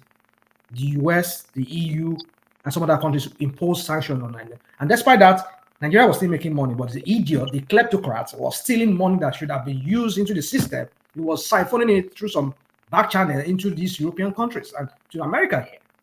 So if those money, those billions, do you know how many billions that has been released so far from this guy's money that this guy stole? Back then, you talk about $7 billion then in the 90s. That thing would have built several schools, would have even funded some of, if not all our universities. If they were just pump all that money into all our universities would have been the world class today. $7 billion. You know more than $7 billion that guy stole in the Nigeria that is like bankrupt. That was really, you're right, that we're importing some kind of fuel that was just smelling. All these Okada people went to buy Okada, should vroom by the smell. Hey, Rational Man, what is your point now? What is your point? My point is this, that era is different from the era we're talking about now. The era we're talking about right now is that we're not under any imposition of any sanction. We're not having any problem. Every country is free to do business, but these leaders, especially from the time of Bubu, They've ruined the economy of that country. They were just printing money. Let's ask you an objective question. No, you're not asking me. No, Let me a question that doesn't need any spinning. It doesn't need any spinning. No, spin. Let me finish my thought. Then you can tell me I'm spinning. Now they kept printing money. People like that, but people like you were here. Some of them were defending him. Hey, Ronnie, can you forget it? Did you see the money they printed? And we saw Emefiele was saying when Edo State governor was telling them that they were printing money. This Bismarck, the one that you're talking about, the one that is in Anambra State, were they not part of the economic team of Rational Mind. Rational Mind, Ooni, you can sọ̀rọ̀ náà ní ìkúdẹ̀mọ́ gbogbo nǹkan tó máa sọ pé it makes sense. Farabalẹ̀, continue your narrative. My point is that these idiots, in the form of presidents that we have, the two of them that we have so far, you are asking me, how did he? You're asking the question. What did he do? Yeah, you do not just liberalize the dollar. I mean the foreign exchange when you have nothing to back it up. You don't have anything. Even your crude oil, you're not even making the quota, and you have something that is weighing on you like a millstone on your neck, which is in the form of subsidy. You cannot float your naira, your currency when you have nothing to back it up. You have nothing in place already, and then you're not doing another countermeasure by also even removing. Hold on there. No. We were talking about. What I'm saying is, you need you to are doing two policies that are butting heads that will crash it. Can I ask the House? Can I ask the House a question? Can I ask the House a question? He messed up big time. Wait, Rational Minds, please. Can I ask the House a question? Can I ask the House a question? Go on. Objectively, when has been the worst year in Nigerian history? Forget about what caused it or one thing. I'm not in Nigeria right now. I can't tell you that. But from what I'm the feeders I'm getting from Nigeria, Nigerians are repenting. Economically, it was Abacha era. Economically, it was 1995 era.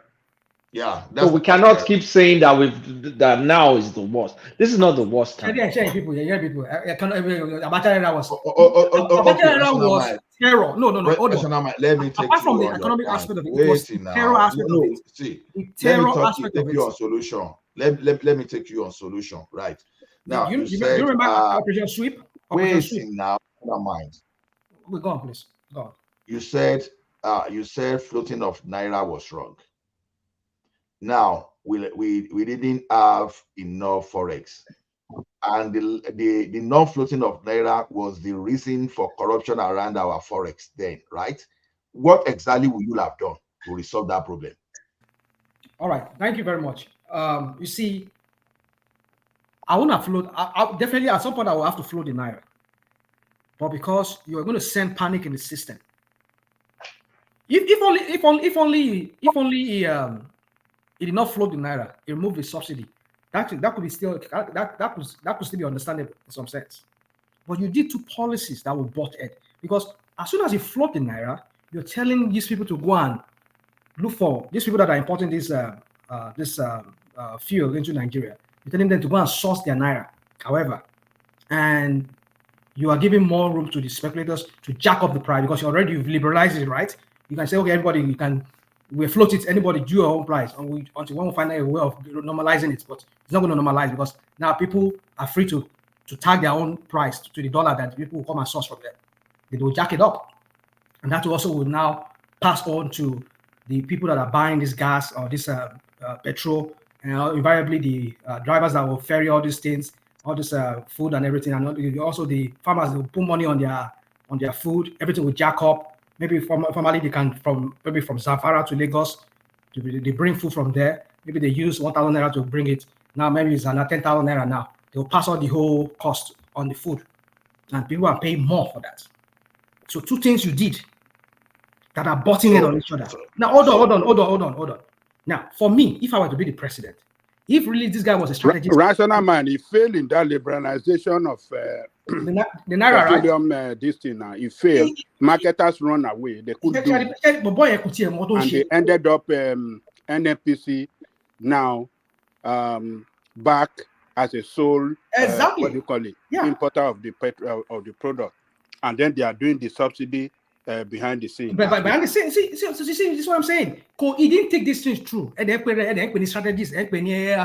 The Ajale could just say petroleum subsidy was not removed. My economic wait, rational mind. We know you are the professor of economics. Don't no, worry. we are not professor. It's a simple economics. It's a simple economics. Wait now. Olako answer a question right now. But alone. Wait, rational mind. With due respect, you didn't understand the principle of what we just analyzed now. Two things involved here. We have the monetary policy on one hand, on the other hand, we have the fiscal policy. Okay. The fiscal is the access of subsidy remover, and the monetary is that floating of naira you are talking about. Naira, yes. Now, yeah. So when we are talking of the current situation now, it's neither here nor there because the two were causing unhealthy arbitrage. That the word I'm using now is unhealthy, that people were taking advantage of the situation. Now, as at the point we have, Nigeria could not even service its debt. So if Nigeria could not service its debt, subsidy, don't forget that dollar you are talking, exchange rate you are that you see that they are suppressing without floating it. It was just a form of subsidy. And that subsidy was not even serving the poor people that you look at. It was actually feeding the fat cow, those people that are causing us problem. So you eliminate that. We know all these things. Allah, we understand this. Wait. Where are you going with this topic? Where are you going with this? What you're talking about? The same thing. The subsidy, what we call it? Okay, the subsidy that was removed. Now, all this in our long-term position. Okay, Pato is saying now, it's an economist. When I say economist, core one, degree, credentials. So now, what I'm saying in this situation is this. You don't have a solution. You were just dancing around it because I only asked you what would you have done. Can I answer your question? Can I answer your question? You didn't allow me because you didn't answer it for 4 minutes now. Okay, can I answer my question? What would you have done better? And tell us the impact. Now, what I'm saying is this: is that I would not have done the two policies at the same time. But why? Hold on. This is the reason why I not do that, because it's going to, number one, it's going to send panic into the system. Even people that have no reason to be jittery about what is going to happen, what's going to be the after effect. Nigerians. Okay, which of the policy will now?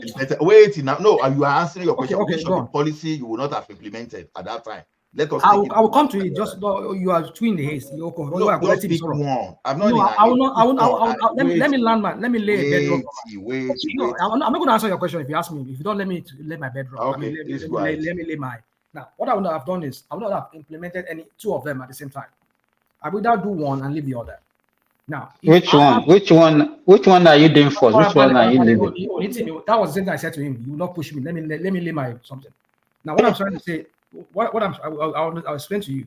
If I remove the monetary aspect of it, like okay, I float the naira. Now you're telling the people that are going to get their dollar. That however you're going to get a dollar, it's up to you. I'm not going to subsidize in the dollar for you anymore. The central bank should not give you dollar. Go and look for your dollar. Okay, I want to go and look for my dollar. Alhaji Ado Mohammed, can you give me a dollar there? Dollar is 1,000 naira now from $700, maybe from 600 naira that you bought it from CBN. It's $700 naira now. 700 naira. Okay, give me. You went to buy it before. You bring it to Nigeria. I want to sell.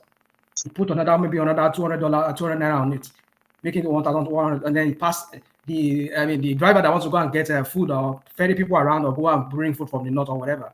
He has to pass the cost on these people that are buying this thing from them. That is that. Because you float the naira, tell them, go on, I'm not giving you naira, I'm not giving you dollar anymore. What I would have done is that I would say, okay, I have removed the subsidy. Continue going to the CBN and get your dollar. Subsidize. But I've removed it. But at some point, I'm waiting. I will put my house in order and I'll ask them when they least expect. Now, how am I going to do that? Is that secretly, or maybe secretly or not secretly, I'll be building the refineries. I'll look for Hold on. I'll look for you can whatever you like. If you just it's up to you. I'll be building the refinery or renovate the one we have, or go look for investors. From the money you don't have. No, because you are not giving solution. That's the problem. Well, maybe it's not solution. I'm telling you what I would do. This is what I would do. I'm telling you, this is my own solution. Yeah, but let us now. I will not float the naira. And they say, listen, already. I will not float the naira and remove subsidy at the same time. I will not do that. I will not do that. Okay, I will let the naira regime the way it is from Emefiele. Let's pick it one after the other so that we tell you the implication of what exactly. You can poke holes. Let me land. You can poke holes at the end of it. So my point is this: finally, I will not float the naira, and if I have to float the naira, I will not release. I will not remove the subsidy, but I have to weigh which one is weighing high on me more. If it is a naira that is weighing, if it's the fuel importation that is really taking much money from our coffers, I was okay. I've removed the what's it called? The subsidy. Go and look for your dollar. I mean go and get dollar from central bank. She central bank buy dollar number 4. And then I'll be working on building in the refineries or modular refineries so that at least we can get maybe if Nigeria is importing 30,000 barrels of the crude oil. Refined crude oil back into Nigeria. I'll make sure that I can half it into half of that is made locally in Nigeria. I've already solved half of that problem, and then in many half they can go to see the central bank and go and get the subsidy. And until I'll be able to ask them, you've not solved any problem. Okay, so what? So I've not solved the problem because okay, you've not solved any problem. Let me tell you what you just done now. You said you remove the fuel subsidy, right? And when you remove the fuel subsidy, you want to say, okay, the cost of fuel subsidy you are removing will be transferred to the populace, in the sense that the cost of petroleum products will be very high, and you know that petroleum products. Is it not CI? Is it not CI? Is it not CI? Oh my goodness! Now you know that's what I'm saying. You know that the petroleum cost will still be transferred to the populace, to the poor people, right? Either way, whether subsidy or no subsidy, poor people suffer. That's exactly what I'm telling you. That if not, you're not wait anything what you just said now. Wait. By removing the first subsidy, you are doing two things in short term and in long term. Number one, you remove the first subsidy now. Yeah, the price will go up. You liberalize the economy in the sense that where there's no fair game, where there's a plain, because by removing subsidy, you are creating some kind of playing ground for the development of petroleum industry in the long term. People will never have any reason to frustrate the effort of developing even local refinery. He said he will secretly build refinery. I don't know how you can secretly build refinery. No, what I mean is is there any secret in government? Rational mind. Let us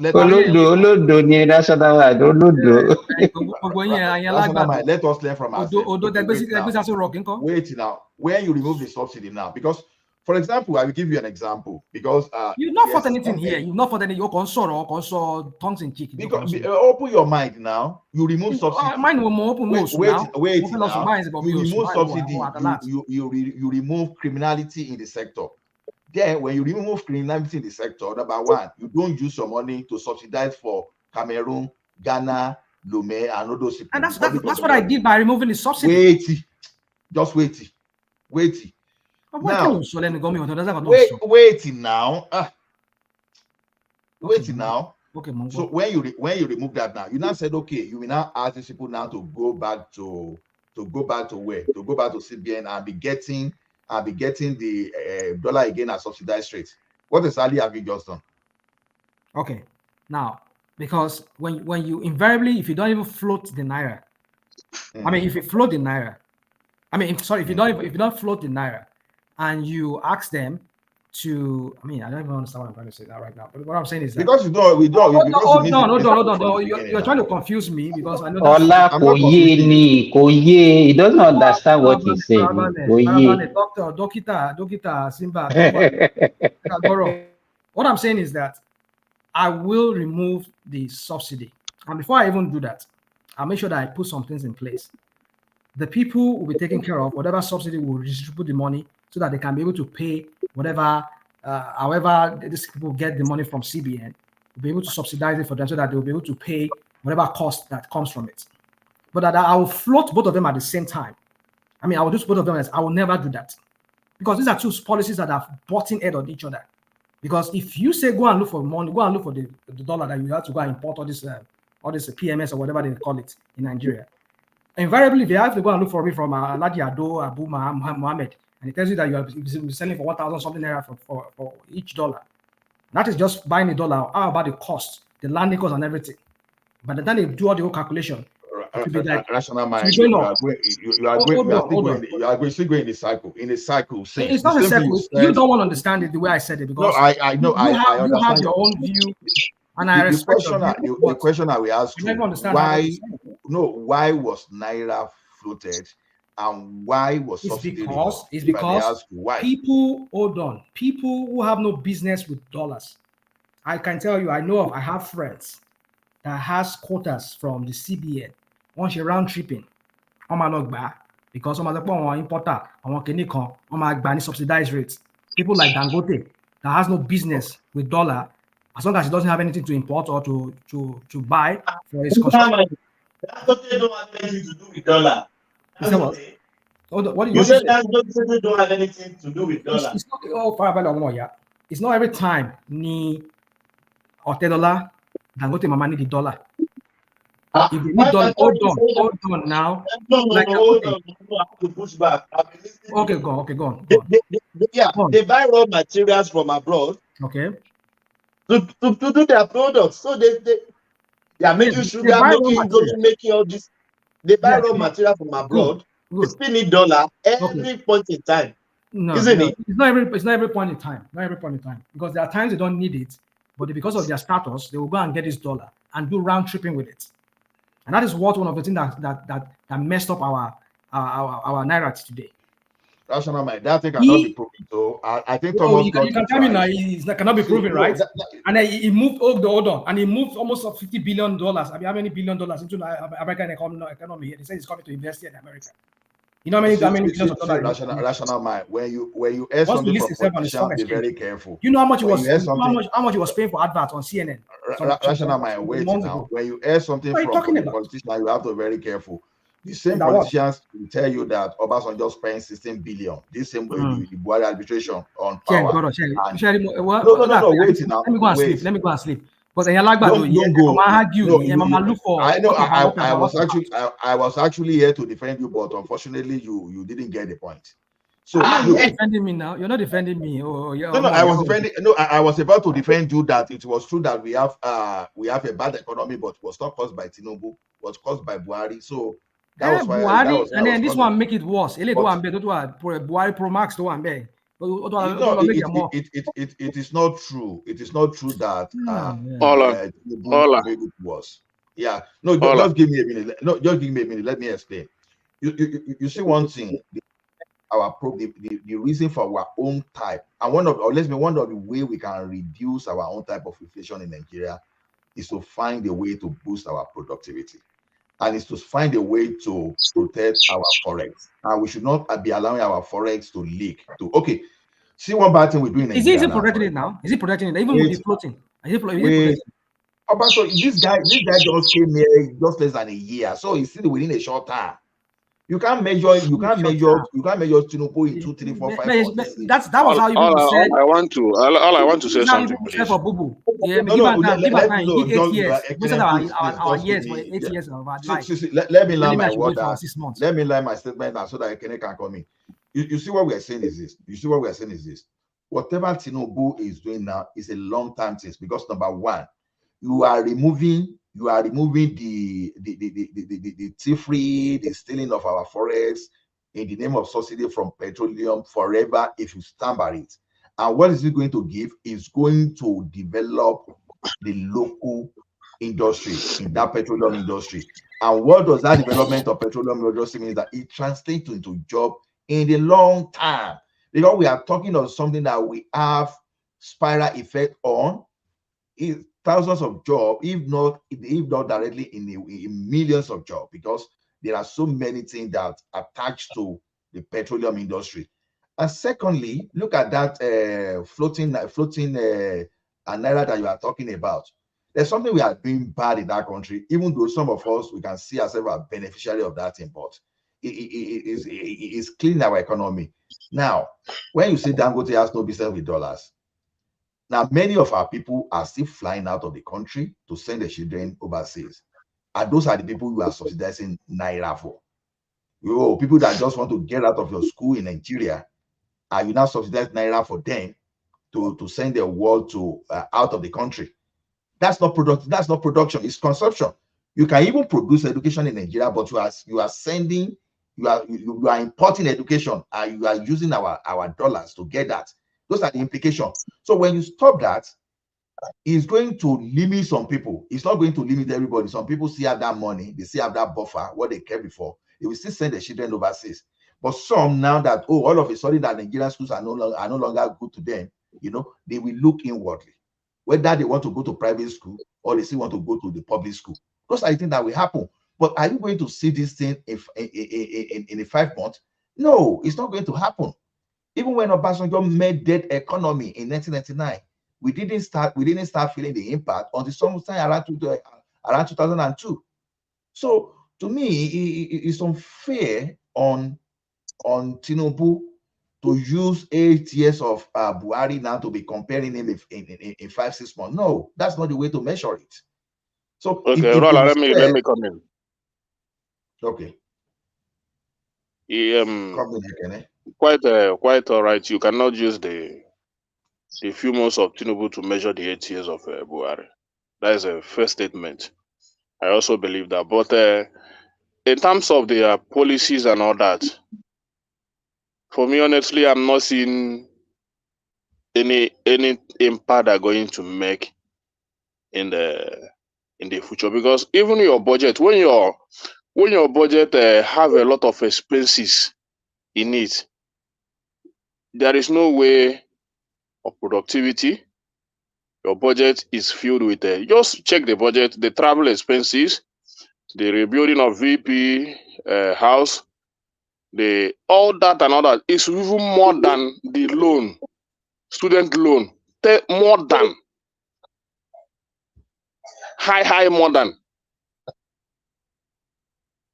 So what are we still? The government is still into consuming whatever we earn as a nation without thinking of production. Should I comment briefly on? Should I comment briefly on that house you are building? See, let me tell you. Not only I'm not talking only that. Their travel expenses is, if you check the billions in their travel expenses, you check the ones that are going to inject even in the life of the people. You compare it, you know that they are not making any progress, and they are not ready to make progress. Can I look at it from this angle? You understand? The travel expenses, I don't want to say much, because I know sometimes when you travel, the entourage are followed too. Some of them find their way there. Not necessarily they are sponsored by the government. Just because they want to look nice to Tinubu. We saw that one other, we experienced that one other Buhari. So I won't talk so much about that. But look at that VP house they want to build. See, I understand that you say VP want to live a very large life or whatever. But the thing is this, is it the state house they are going to build? When you are doing project of that massive, that we command massive expenditure, the way you are looking at, what does it tell you? It's going to create job. Assuming Dangote is the one that is going to supply the cement, assuming you are going to have some labor from within the Nigerian economy. No, see, sometimes you can look at it. It's still a project. You can say maybe this is not the best project. Maybe we will have spent it on another project. But where we are failing here is that we are not suggesting the type of project the government should have spent on. We're talking about timing here. We're talking about timing. I understand. See, even the project you don't even need it. See, let me tell you, we are a wasteful nation, and we don't want to believe it. We don't want to hold our governors and our president accountable in that aspect. We are too wasteful. We are wasting a lot in this country. So let us not stop giving them excuses and all that. There is even that I can tell you categorically that we don't need that VP house. Even if we're in a buoyant situation as a nation, we don't need it. Okay, what You think you are having a your reserve is nothing to show about. You're not even thinking of building your reserve. That reserve, your reserve is the engine room of your success as a nation. Let me ask you, what will you have done with the money that they are using to build the VP house? What would they tell me? What should they have done with it? More money has to go into education, security, health. Okay. More money. Those things are the things that are supposed to take even agriculture to take major impact in our. Wait now. When you spend Let me money, finish. when you spend money on those you see when you use the budget of almost more than 1 million people to service a single individual that calls himself a VP, what are you doing as a nation? Let's forget about wasteful expenditure. I keep saying something here that wasteful expenditure, they have impact on our economy, but it is not the major reason. No, it has a lot of impact. Listen to me, Ola. If you are a businessman, you will know that it has a lot of impact. Expenses has to do a lot with your growth. Okay. See, how can you grow a business? How can you let me ask you this question. If you are into business now, and your daily income is maybe 5,000 naira, and you are spending every day in your expenses like let me say 7,000 naira or 8,000 naira every day. Maybe you started that business with 1 million naira. How are you going to grow that 1 million naira? It's a simple logic. Your business will back off.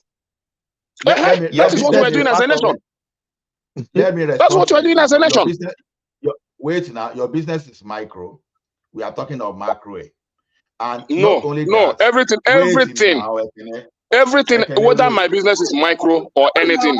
About macro, what are you talking about? What I don't it doesn't mean anything. Business is business. To build a nation, listen to me. To build a nation, to build our economy, first of all, you have to look into our reserve. We don't have anything to put into the reserve. So we don't say we don't have capital. What it means is that we don't have any backup as a nation. When you don't have reserve, you don't have capital, you don't have anything to back your economy up. You don't have reserve. Don't get me wrong. So that is what the government is doing. The only thing government is doing is this: that you make a budget, you put it on borrowing, then you are trying to think they are going to sell much crude oil in the future. You borrow money, you service those money you borrow.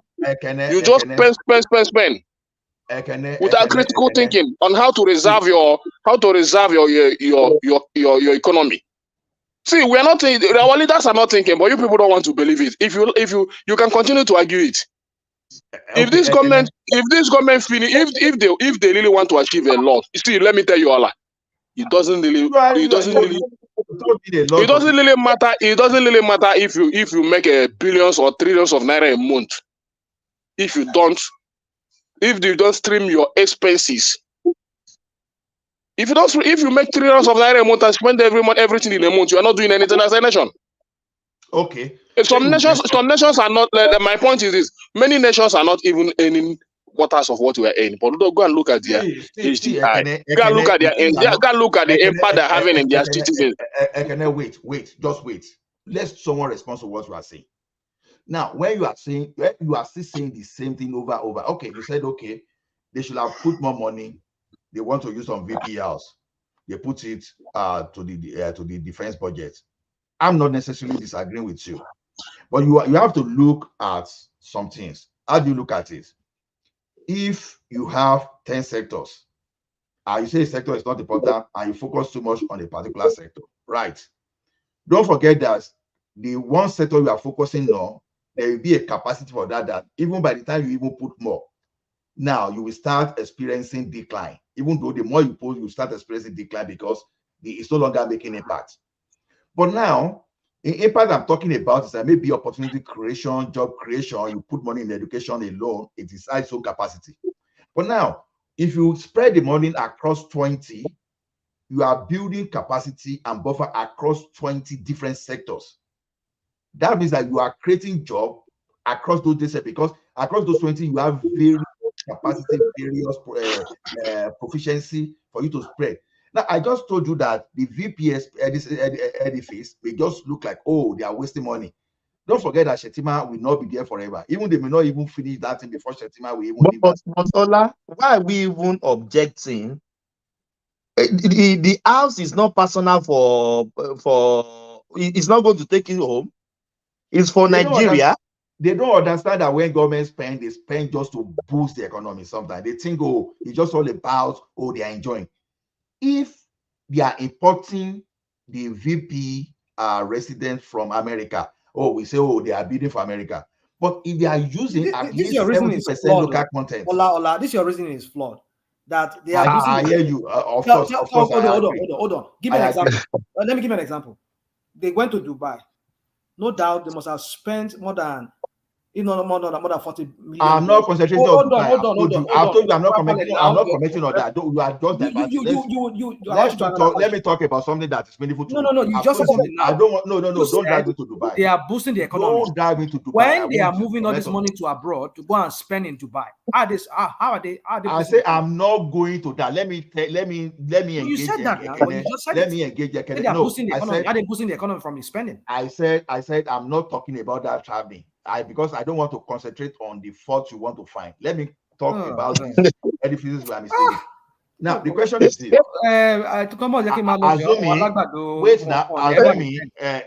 Assuming you are going to get, let's say, let me just give an example.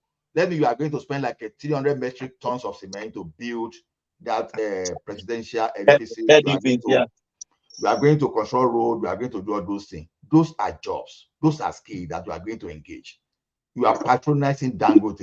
You are patronizing local cement. And what will happen in this if you don't have enough people to produce? They will employ more. So you look at the presidential edifices as job creation for the people. And all this job creation in one particular sector, there is a way that is escalate to other sector of that economy. That's where you are going to look at it. So instead of concentrate everything on education, do that. No, it doesn't work because when you Ola, how can you tell me you are building a nation when you are not building the people? So, see, investing and building the people is very more important than that house you are talking about to me. No. You can take that house. Let me finish. If you present those things to me, you can take the house. Me, I will take building the people. Because you don't really see, I don't really know. You people don't know what it takes to educate a nation, to build people. You think it's just a way? It's easy because the way. Let me finish. Let me respond to what you said. You think just building a nation is just building houses, building roads, building all those things. They are good, but there is nothing more important than building people. See, why we are not productive is because of our mindset as a nation, and the government are not thinking towards that direction. What are we going to do to educate these people, build them, empower them, so that number one, we can build our roads. If not our internal roads, we don't have the people that are doing it today in the nation. What are we lacking? We are lacking a lot in that regard. So we are not doing anything. Let me finish. Let me finish, Ola. We are not doing anything as a nation to train the minds of this youth, so that at least we can build our roads, our internal roads. We can build our housing. We can do a lot of our projects for ourselves. Because when we build these things and we can do all these things for ourselves, you are saving a lot, and you are reducing crime in the minds of the youth. All this beautiful analysis you are doing is still just to limit this thing to say, okay, they are not doing the right thing. I'm not saying they are not doing the right thing, absolutely. I'm not saying they are doing the right thing, absolutely. But I just want you to see the impact of what they are doing. If we change our perspective to the impact, then we have different opinion on what they are doing. Now, you talk of human capital. Human capital development is not only when you put someone in the four wall of the classroom. Some people will be developing while you are doing construction. You have hands-on training too when you have the basic. I'm assuming that most of those materials that will go into that presidential building, whatever they call it, presidential this thing, will come locally. They come from the local investment, and they will use local human capital to develop all those things. And some of these people, even for example, someone in this construction company, they will still train some of those people that will still work within our economy. It's just like you want to work for a textile company in Nigeria. We didn't just go and carry you and put you to stand by the boiler without being trained. They are not likely to do that. That's the point I'm telling you. So it's not about putting money. And a man in a house, you won't say, okay, because you want to give your child or your children the best of education, all of a sudden you will not do something on your house.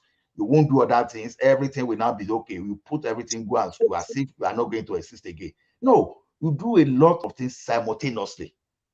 It's just because of the lifestyle of our politicians. That is why you are not looking at the merits and what that particular thing can do. See, there are ways government can boost economy whenever people are not investing. It's either they start handing you cash, that okay, take this cash, go and cause the effect, right? But if they hand you cash and you don't have productivity, what exactly are you going to cause within the society? You are going to create crisis because people are not productive. Let me tell you. Wait, just wait. You are telling me the same thing, but you are not seeing the merit of what I'm analyzing. I know what you are talking about, but I don't see much because in a nation today, when we are losing a lot of companies and our government are not looking into that, what is the cause? You are just going to build a VP house. There is a company called P&G. Go and Google it. They have already yesterday they concluded to leave Nigeria. And if not for any, I enjoy one of their products, which is Oral B, that toothpaste we used to brush my family used to brush teeth. So I'm going to mix that product. There are two other things like go and buy another one. Now what is it? That one? Go and buy another one. Is it the best one? You cannot tell me. You see our mindset. You see our mindset. You see, I should go and buy another one. I should go and buy another one. Peter Obi, we import another one. No, Thomas, we don't want to really see. Sometimes when we come here and say we are patriotic, I don't see the patriotism in us. See, it's not all about Peter Obi. It's not all about anyone. It's all about government doing the right thing. It's not a good thing that a product you have enjoyed you have enjoyed many years. You have enjoyed many years. Companies are closing. You wake up tomorrow. Maybe there was a time where I don't know your age. There was a time where I enjoyed McLean. It disappeared. It did not die. So what is it? So what are you talking about? It's not only McLean. Go and check the products, all these women stuff and all that, Pampers and all that, and the women products. They are producing a lot of things in Nigeria. So when many people are crying, we are going to lose a lot. We're already losing a lot. So if these guys leave, we are talking about those pharmacy, those people that produce drugs that left. We are talking about that one. Then these people is about to leave. We are losing a lot. You see the reason why the exchange rate we're talking about matters the other time. You see, when your currency is weaker than it used to be, what's supposed to be? It's supposed to be an advantage for you. An advantage in the sense of that the foreign goods becomes too expensive for you to consume. Then you look locally. Even when we have the populace, at least we have those people that can do something in our country, for example. Now you have the local populace now that will start becoming creative. For example, if Ekene now decide to say, okay, because the exchange rate is high, people can no longer buy maybe vegetable oil from Turkey. Ekene now went to guys, good night. I'm going to bed. Good night. Don't go. When you scatter everything. Hold on. Scatter everything finish. Ochi Mogogoro Ejo Loston. Where they go now? Because he has no point again. That's why he's running away. No. I'm just sick and tired of this Agbado narrative that you people are you are praising someone that just started JSS1 in a term. No, I trust my brother here. I cannot to deal with all of you. I mean, I know it's up to you. Can't wait. No, see, we deal with all of you. You and this are Agbado narrative that you people come. No, I can always want to justify Tinubu's failure and comparing 1975, 1970, whatever to failures. No, you know, Ekene, when we tell Ekene something over time, Ekene will agree with you if your point is valid, but it's you that you you won't agree like that. So I will never agree because I mean, Tinubu, all of them, they're all criminals. So I don't expect them to do anything good. it's not about their characters we are talking about. Nothing good can come from Galilee. So. Ola, don't mind Rational. It's not about Everybody is their a criminal characters. except him. Everybody is a focus criminal on- except him. Well, Rational mind, the Thomas I leave the stage for you. So where are you going to? No, I'm going. I can't do it. I just have to. I have to go to bed. But Thomas I leave the stage for you now. Are you going to leave when Thomas is not here? Ekene, you know they sleep. Ekene, you know they sleep. No be Nigeria you dey. You know they sleep. I just wake up. I wake up around 5 now. I join you people now. I sleep till 5. Now why going to still sleep all the day? They don't want you here because so that they can have the floor and they can continue spewing their narrative here. No, I don't want to come in, but when I was listening to the conversation and the argument, the thing is just tiring to me. When I was listening, I just decided to jump in.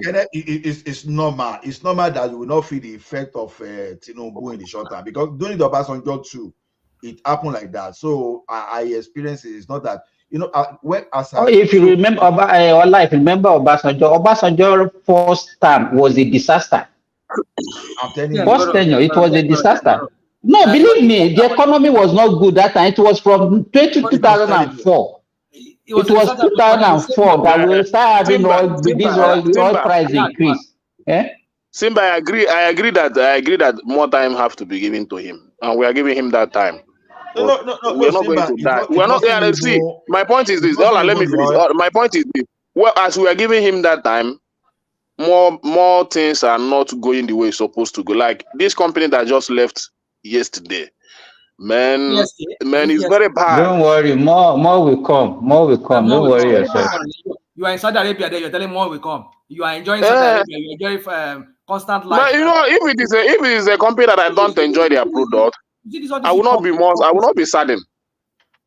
You see all these hypocrites like Simba and Ola. You can Google it. Oral B is the first in Nigeria. Oral B. Target and so many companies left Canada. It's not I understand. Listen, can I go? I just leave these people. They always no. Rational mind. You are looking at the wrong. You are using wrong analogy. Wait, you come every time. You tell us things that don't exist. This is December. We have not seen any refinery. But you beat all your chest on national TV. You beat all your chest on national TV that the refinery is going to come in December. This is December. You are talking of commodity. If you know that will not happen in December. December has not ended. Instead of dribbling, you are dribbling the whole nation. You are dribbling the whole nation. No, I'm just being fair in my analysis. So it's only that if you want to listen to me, there's nothing fair about your analysis. See, as we speak today, wait now. No, I'm serious. As we speak now, Patoski is here and bear me witness. Companies are folding up in Canada.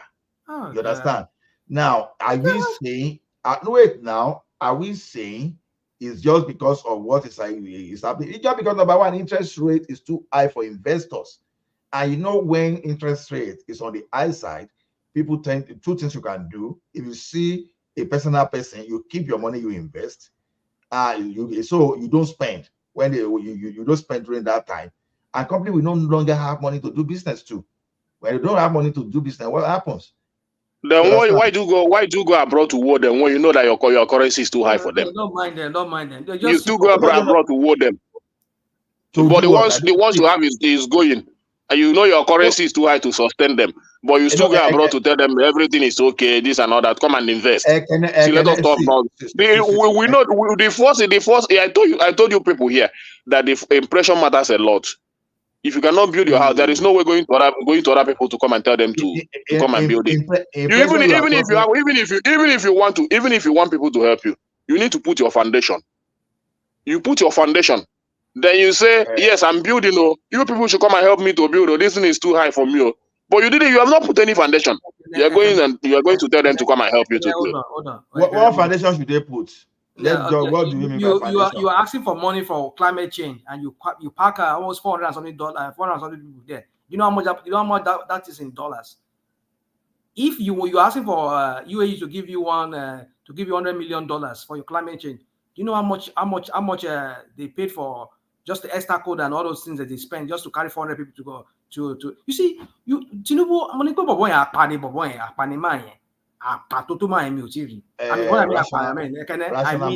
Hey guys, let me share me at the go. Personality is what you are looking at. I said me I'm going I did work. Okay. Have a nice time. So now that rationality will look so we carry incompetent Buhari to come and lead us. Don't look at personality. I keep saying that alone. Look at what they are doing. If it's what are they doing? What are they doing? That's what I was saying. What are they doing? So look at what I just give an example. You are looking for money. You are looking for donors to give you money. I've told you when you drag me to that traveling issue, I said I don't want to talk too much, and I said my reason. When president is traveling like that, some people will follow, not necessarily from the state pocket. But they said they said there were foreign people that. Do you know how many travel that he have embarked on in these few months? Forget it. Not necessarily him. See, don't go about that traveling. Obasanjo did traveling and is traveling. Okay, let me not go there. But if you believe that this is good for our nation, I'll leave it in your hand. I will still come back. I will still come back and tell you. Let me because I don't want us to be arguing unnecessarily. I will still come back in a few months' time for you to explain the impact of both the travel and the budget. They will give you another story. Don't worry. So today you have given me another story of what they are doing. The day we talk about the refinery, you people were praising him here. Today nobody is talking about that. They are not competent enough to put a refinery. They gave us date. They gave us December dates. No problem. I will still come back, Ola. You give me explanation of everything you defended here. We will die. We will leave. One of us will leave to see all this time. Let me tell you, Ola. Except our thinking, our governors and the president, their thinking changes. They don't. If you think they are taking production, they're not taking production. Their budget is not productive. It's all about consumption. You can go and read it. You check it very well. All the money for this is our budget. They are borrowing it now. Is it not? And they are borrowing most of the thing. Okay, I'm not against that borrowing. I'm not against. Let me finish. I can never be against borrowing. I don't think about the borrowing. I think about what to do with the money you borrow. What are you doing with the money you borrow? Rational mind don't catch himself. When you are talking of subsidy and floating of naira, you understand? When we said it before that government was borrowing to even pay for a subsidy. You are removing the fuel subsidy. What exactly are you doing? You are removing that borrowing. Now, our exchange rate that we subsidize so much is coming to us at cost. We are freeing it. Now, the difference between the borrowing you are having now and the borrowing you were having the other time is this. You were using the borrowing you were having the other time to feed the fat cow. But you are using there are not much fat cow in this government. We will have many fat cow in this government. Even you are the fat cow you are talking about. This government have the highest fat cow. You cannot eliminate all those stuff. That's what I'm saying. Then what if you cannot eliminate them? You are thinking about remove the fuel subsidy and use it to add up ministers and people that will help you to win election in the next cycle. And you are feeding them. You are telling me there is no fat cow. Can I wait now? You will not like this example I want to give you. Now, the example again, I will still go back to what Tinubu did in Lagos State. Lagos State was unable to make more than 600 million a month in revenue when Tinubu got to that place. Not that the money was not there. It's just because the corruption there fragmented everybody just sharing their home. He put a system to now concentrate the revenue to see what happened. What happened in Lagos? He started seeing revenue because he managed to plug the holes there. You understand? Now, going back to subsidy and all those stuff, some people were benefiting from. I want to ask a question. What is the major revenue? Let him land. Okay. Every time I talk, you don't let me land, and you still come back to the same point over and over. Okay, talk. I wanted to put a position about that revenue. I wanted to understand the way they regenerate that revenue. Now, when you remove subsidy, and you float our currency, a lot of things comes with it. Number one, you are no longer using that subsidy to feed the criminals that we want to talk about. We are not using the subsidy you've removed from our forex to feed those people that don't really need it, because everybody now is on the plain level ground. You understand? To the point that investor, if they come with their currency, they'll be able to repatriate their profit whenever they have it. That's the advantage of what we are doing there. Now, when you see the impact immediately, is what I'm saying. Now, tomorrow, if an investor say, okay, this is the forex exchange, this is how forex exchange run in the country, an investor can plan for 10 years that, okay, if I'm bringing my money, since nobody is going to have an advantage over my forex, I come and invest in the country, because you are sending signal of stability to people around our monetary policy. When you remove that, when you plug all those holes, then when you come to this other thing you are talking about, when you come to the subsidy you are removing from some businesses, you are telling people that, okay, you can come here to have your business. Nobody is going to subsidize anything for you. Nobody will have advantage of getting subsidy for shape and be importing to Republic of Benin. Everybody will have fair playing ground.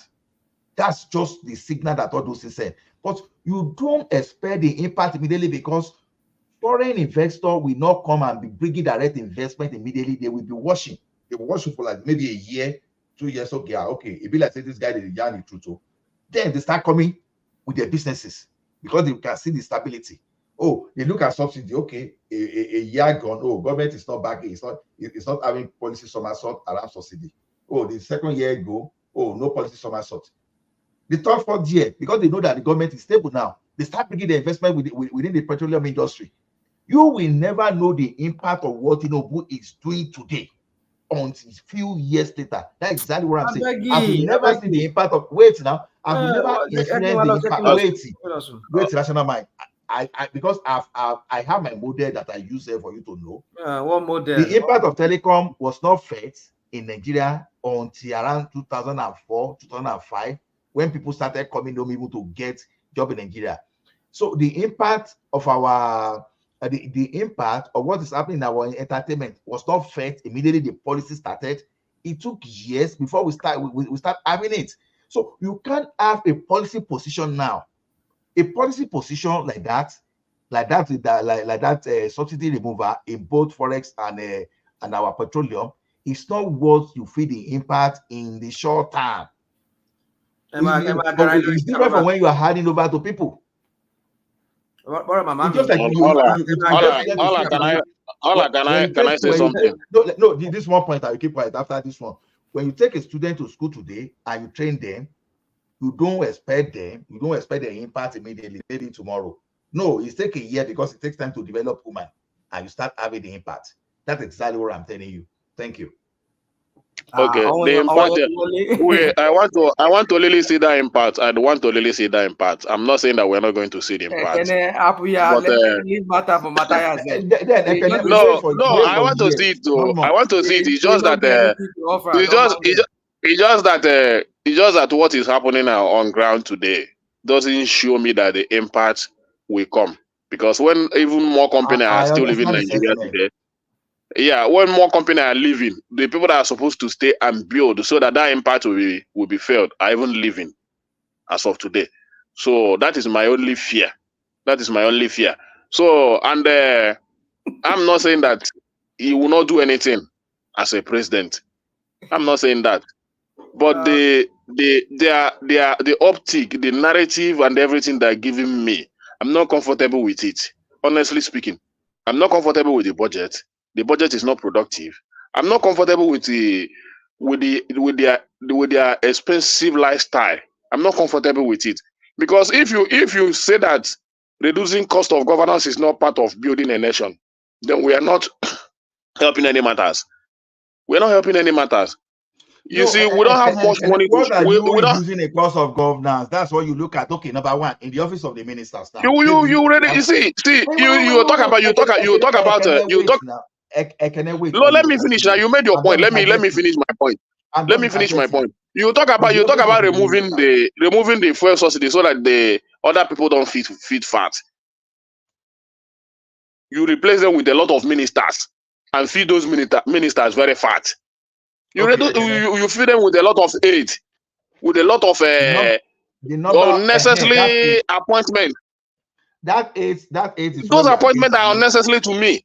The way I see them, those guys, because the only thing I see there is politics. Apart just from two people, just like 2 or 3 people that are in that government. Other people are just there for politics.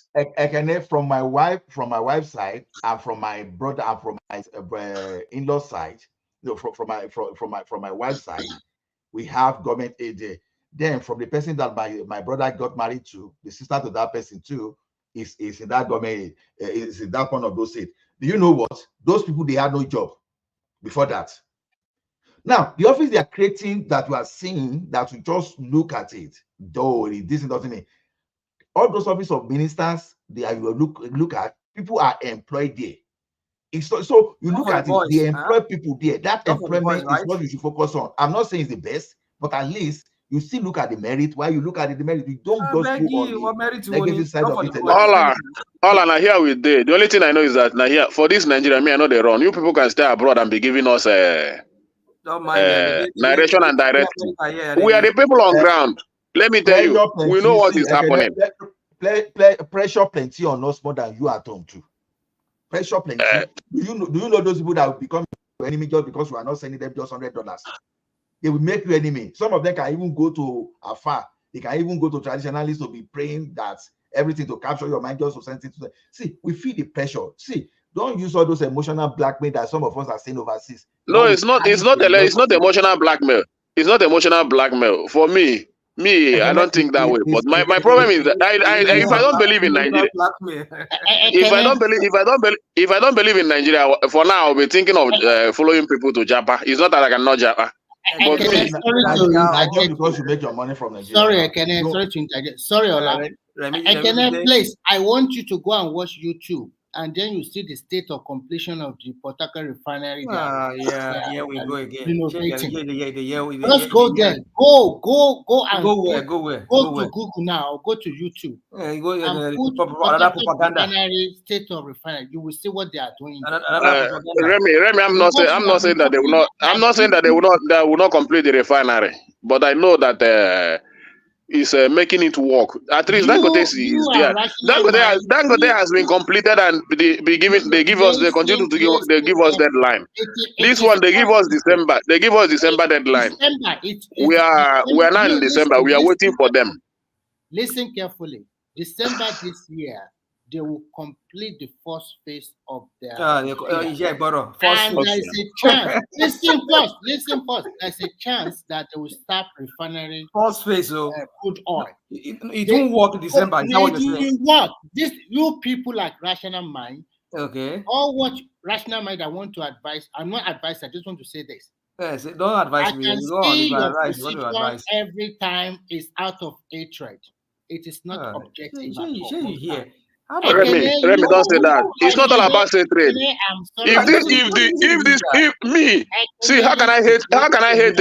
How can I hate a president that will make my life that I know? Listen. You have been talking for a long time. I can tell you categorically that all this and fiscal policy Ola have been explaining, you cannot grab 35% of it very well. When you don't understand things, my goodness, what is it to understand? Is it rocket science? Rocket science. Rational Mind, can you please be quiet? Is it rocket science? What is it to understand? Can you please be quiet for a while? I will. Okay, let me just go to bed. I just want to advise Ekene. You calm down. Let him explain vividly for you. What is he explaining? And you then know, you can come again. What is he explaining? We're all here. We had it. Remy, I have knowledge of my own. All I have is knowledge of his own. Me, I have knowledge of my own. And I'm not me, saying you don't have knowledge of yes, your own. yes. But what So you don't know, if he's what giving you his own don't explanation, he's giving it maybe to you impart don't my own understand knowledge. it. You don't But if understand it. I'm not buying it, it doesn't mean that because me, I No. know what I'm saying in my own aspect. You don't So understand it very well. You don't. If I don't understand something, I will listen clearly, and I will ask questions. But do you understand my own? Do you understand what I said? Do you understand what I said? You unfortunately, rational mind. Most times, your position is out of hatred, so nobody listens to you. This guy, you people are just so full of hypocrisy. So you want me to and I understand told me, you but you the don't first time understand me, right? I came on this platform. I told you are too fixated. You are too fixated, born out of hatred for Tinubu. Fixated on what? So On nobody what? will listen to you. So you have to you will not listen. You yourself, you do will not not even listen understand both because fiscal I don't say what you want understand to it. hear. You don't I'm not understand. tickling your ear. So I will leave the Don't floor send for me this now BS. for other Send people me to this talk. Remy, are you impressed with the present outing in that COP 2020, COP 28? Are you impressed with the speech he Yes, gave? I am impressed because you You guys are don't impressed. You are in Finland. what You are because impressed that you don't stay in you guys Finland, right? Give me a small explanation of that speech that he gave, because I've been wanting an Are you explanation of talking that. about the speech or are you talking about the outcome? Are you talking about The speech. I want an explanation of that before speech. I give you the speech, I will ask you some simple questions. If you can answer that question, then I'll go ahead with mine. First question for you. Do you understand the theme of this COP28? Do you understand what they are going to do there?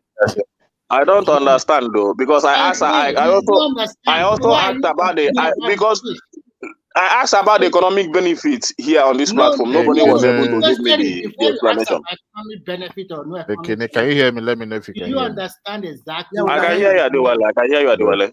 Cool. Adewale, go ahead, please, because it doesn't. Okay. Ekene and rational mind. I can understand the bias of rational mind. Ekene, you live in Nigeria. If there's anybody who have a first-hand experience of what is happening in terms of economic impact in Nigeria, it is you.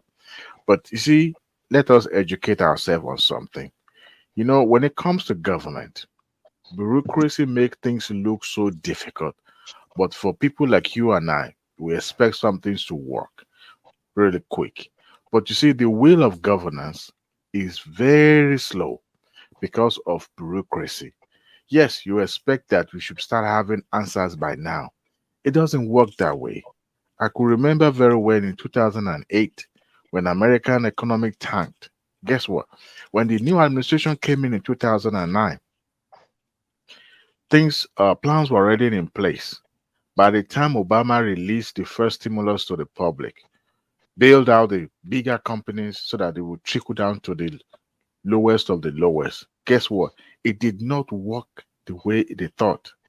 But because government had, a lot of stringent condition, and then they gave people money, people that had mortgages, people that have credit cards and all that, they were able to help them, to bounce back.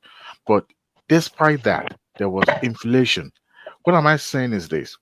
It may look as if government is not doing anything right now, but give it some just few months and begin to see the effect of what they are trying to. I can bet you, okay, when the government make decision, we are not living in an autocratic system where one single individual can say, you know what, this is what I'm going to do, and it's the law, and everybody must abide by it. No, everything presidency wants, guess what, is still subject to the National Assembly's approval, and you know how things roll, politics, ethnics, everything you can think of. But Nigerians right now want quick answer, just like you do, just like I do. But the point is that it's going to take a while before all this jamboree, what we term jamboree, the traveling abroad and all that, before it starts making impact on Nigeria. What you see happening in Nigeria right now is that Nigeria is beginning to function the way it's supposed to function. Some of the things we are spending money on before, as a matter of fact, the money was going into the pocket of individuals, just few.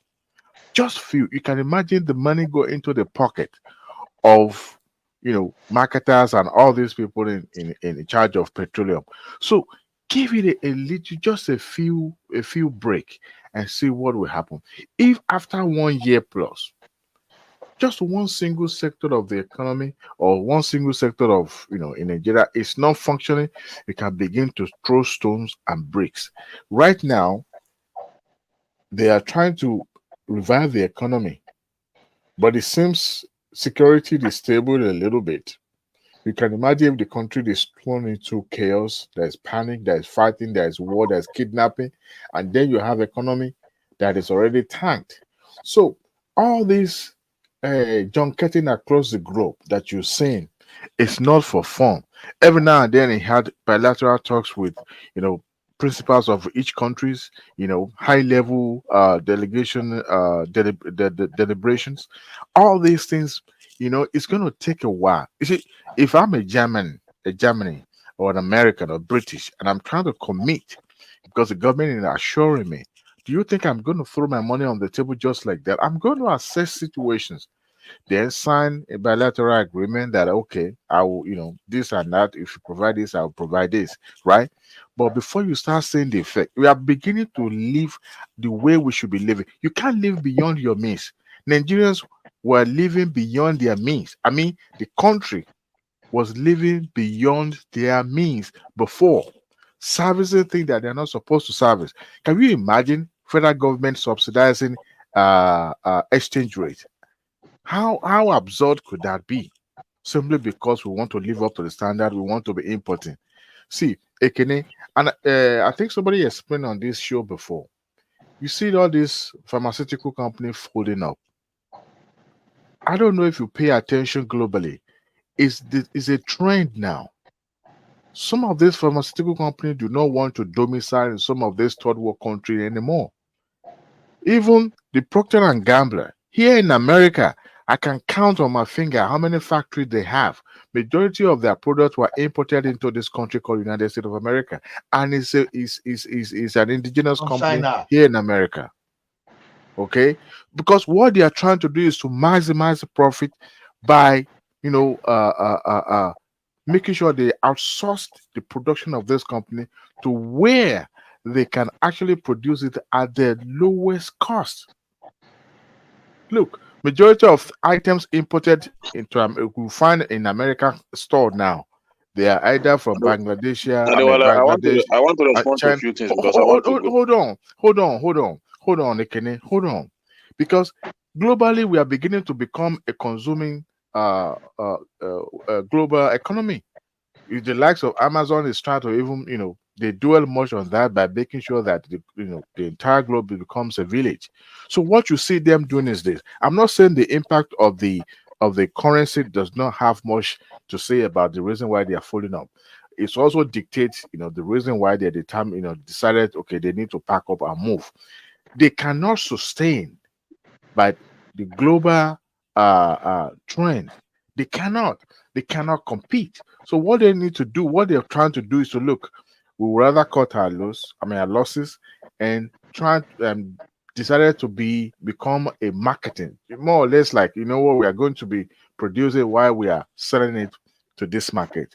Yes, job will be lost, but to them, they are maximizing profit because they're making a decision. If I tell you today, if Nigeria, that is where I want us to pay attention to. If Nigeria, if now, I would knock them with serious policy that the American company, all they are not even producing in America. They are shipping all their products to America. Adewale, can I say a few things before I go? You've made your point very clear. The only thing I understand, so just give it some there time. There are a few things I understand in what you said. Other things which I want to compare it with what is happening in Nigeria. First, you give an explanation of what happened in America before they pick up. You gave me a clear explanation. They put money in the hand of many manufacturers to rebuild their economy back. You said it now. In our policy today, we are not seeing such thing. You talk about consumption. We are consuming too much as a nation. In our budget today, is filled with No, consumption. I'm You talking can go and study globally. it. Globally, that's become the trend. That has become the Okay, trend. okay, that's become the trend. Okay, no, that becomes the trend. But even in the budget, go and look at the expenses of that budget. It is more than the productive aspect of it in terms of human capital development. Yeah, but Go and Ekene, study the you budget very can't well. you See, can't spend but less that and is expect results. that is only my fear when I'm not seeing that in our budget system. That's the only fear I have. It's not that the government will not give them time. At least we have to give them time to run that budget for a few months to know how it will work for them. Because for me, I'm not seeing the durability of it. But if they say that it is doable, they can run with it. Let them run it for 6 months, 7 months. Let's see the impact. But me, in my own narrative, I'm just telling you how I feel about the budget. You know that woman read it tonight that You should ask the again, not do you know the breakdown of the budget? Apart no from you listening to Tinubu in the National Assembly, that's all. Ekene, did you listen to woman this evening?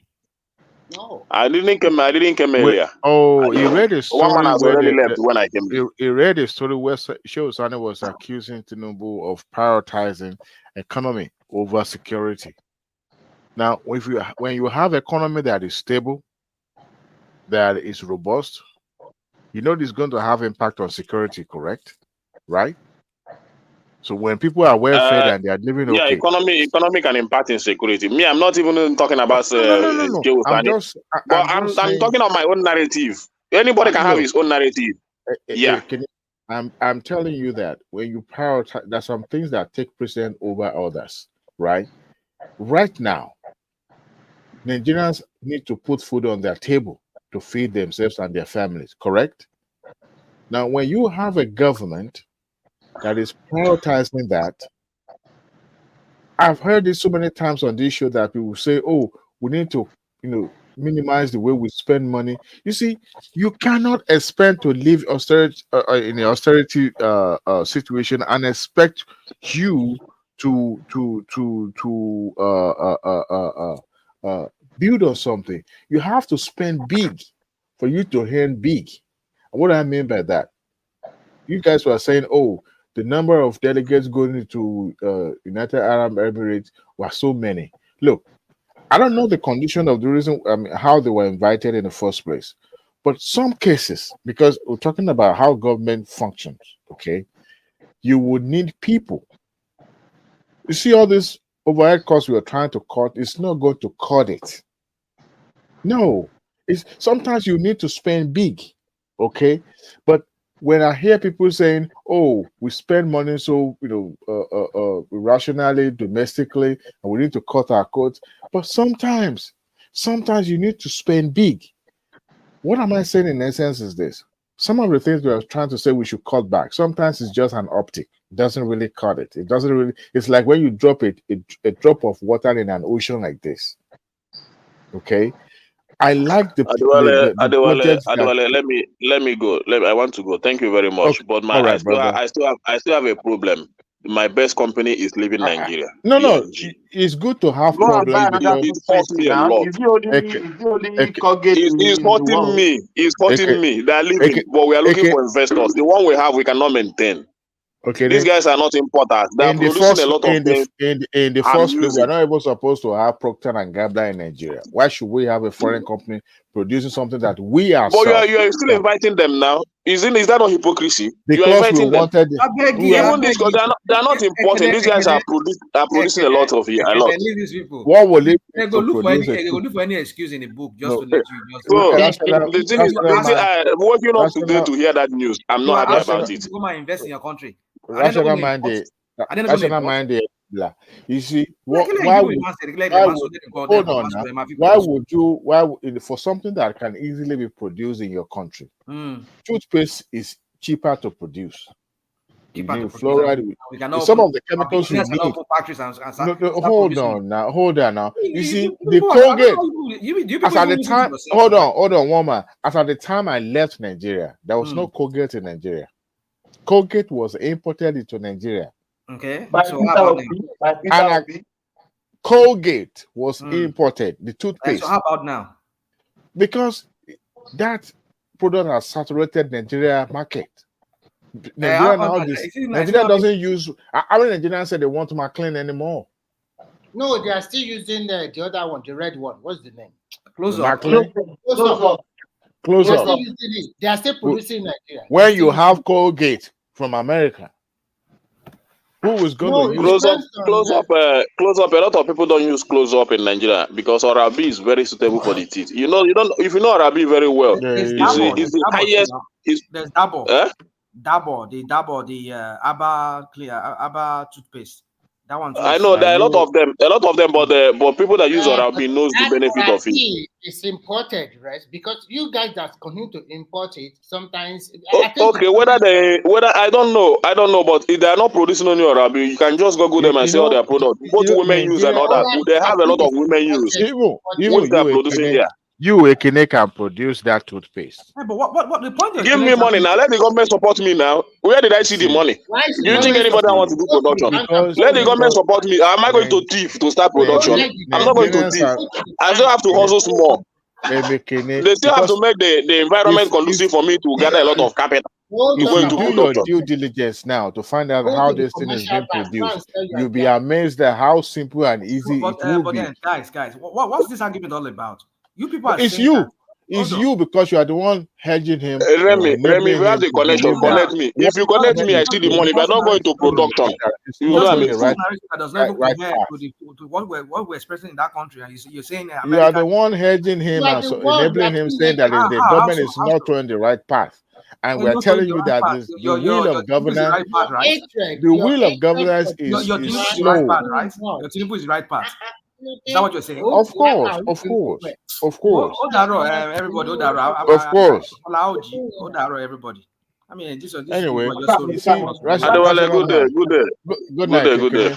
Rational man, you need to be optimistic. I'm a kind of a person optimistic about the country. You don't have to stop the hatred. You don't have to be. You don't have to be in rational mind. When you are arguing on points, you just argue. Yes. You heard somebody on this show saying that when Obasanjo became president, his first time was shaky. Second time was when we started reaping, the effect of his traveling around and all that, right? But you see, first time was shaky as a result of what? Because people committed their money as to ensure that there's a political stability in the country. I just asked a question. You're not answering my question. You said his first time was shaky as a result of what? Because we're just transitioning from the military. Thank you. But not just that. People were skeptical. Hold on. People are, cynicism was as strive as you are right now. People were skeptical. People were not even sure if the military would just justify your failure. It's not about failure. You see, it's easier to throw stone where you are outside the glass house. Now, you said something now. You said he went to bring in foreign investors. The ones already we have, like Procter and Gamble. It doesn't. Glasso just folded up not quite long ago. Do you think it was only Nigeria? Can I just land? I don't know where you're talking about. I don't know where you live. You're saying the Procter and Gamble. I go to stores here. I still buy stuff made by Procter and Gamble. Look at where it was produced. Hold on. I'll put it to you that most of these companies they manufacture things in China because it's cheaper. So hold on now, land. Now that analogy, that example you are bringing does not cohere. It does not work in the Nigerian environment. Because why? For many years, most of our stuff, and let me not say most of our stuff until some really recent years, we've been seeing that some of these Lever Brothers, Tate and Line, it's Tate and Line, those are old companies. Lever Brothers, Unilever, whatever, back then, they used to produce all these things locally. We have Smithline Beecham, or Smithline, whatever they call themselves now. We have Procter and Gamble, they came later. We have all of these companies. Some of them. Do you know Glasso has been into marketing way before? Some of their products were just imported. What I'm saying is this: a lot of them gradually they folded up. They started producing things outside Nigeria. Now, Tinubu is going to bring all these ones back. How about those ones that are living? What is it that you're doing that are making them that sometimes you can't save every situation. That sometimes that you and so want to you live. go and ask for more people to come in when you are not No. trying to save money. No. At that moment, at this moment, well, it may not. Very, very, very. I can understand that you are not patient to hear my argument. What is patient? Sometimes they are looking at the bottom. I mean, what matters to them is maximizing their own profit. But Nigeria is not going to look at just only one sector of the economy. I'm talking about pharmaceutical. Yeah, prove to the world that you have what no, it takes. No. See, you can't save. You cannot save. I remember very well. No, I could remember very well. In 19, and I started that example earlier. In 2008, when American economic time, it first started from housing sector, right? Then insurance folded up. We have the IGI, but every other companies were folding up, small, medium, but American has to prioritize for stability purpose. And if you want to save everything, American government devoted certain amount of money to save the economy by injecting into critical sector of the economy, right? Banking, insurance, and all that. Now, other smaller ones will fold up, just like what happens during the pandemic, the COVID pandemic. Small scale businesses, private businesses, other multinational companies folded up because of the impact of No, that's not exactly what happened. Hold on. Now I'm still landing. I'm still coming. You know, hold on. If I'm the helm of affair of Nigeria today, all right, I will not even pay attention to the pharmaceutical company. I would not. For now, that will not be my priority. I'm telling you the fact. All the drugs, they should be importing them from China, from other countries. Haven't we been importing drugs? Haven't we been importing? You see, you don't even understand what you're talking about. Is the fact, rational mind. And you are asking people to come and invest in your country when even the ones you can even protect, give them policy. You just said it now. Hold on. Hear yourself. You said now that the United States government gave money to big corporations so that they will not fold up. It's not just for big corporations. They make laws so that they will not fold up. Why can't you do that? Hear me out. So they prioritize what? What did they where prioritize? They will commit the small business you're talking about. Bailout money. A lot of them got money. A lot of the small businesses got money. I'm not saying not. How many small businesses has the Nigerian government giving money? We haven't gotten to that point. This is not a matter of doing. Well, fine. Leave it for us. We argued on your absence. You've been saying you are going to bed since 2 hours ago. I can't stand lies. And all. It's not about lie. It's about being objective. Okay. When America committed, can I interject for 1 minute? Before you know, sometimes you are biased in your narrative. You even always say it yourself that sometimes you have your own bias. It's not sometimes. It's almost all the time. Rational man does not believe. Right? He doesn't believe in Nigerian project. No. When it's wrong to Tinubu, you are always biased. Thank you very much. I'm not even talking about Tinubu now. I'm looking at the entire body, the government body together, not Tinubu or whatever. But you know. We are quick to, you know, instead of you bath a baby and you throw the baby with the bath water at the same time. If you look at it objectively, all right, no problem. You can't save everybody. Just like when you are in all right. When you are in an aircraft and there's a distress call and everybody has to save their life and oxygen mask come down, you first have to save yourself. You just have to save yourself first. But okay, good. You just have to save yourself first before you save your baby. You can't save everybody at the same time. What we have government doing right now is that you've been living fake life before. Now you are living the true picture of your economy or the true picture of your pulse. And you can't live beyond what you earn.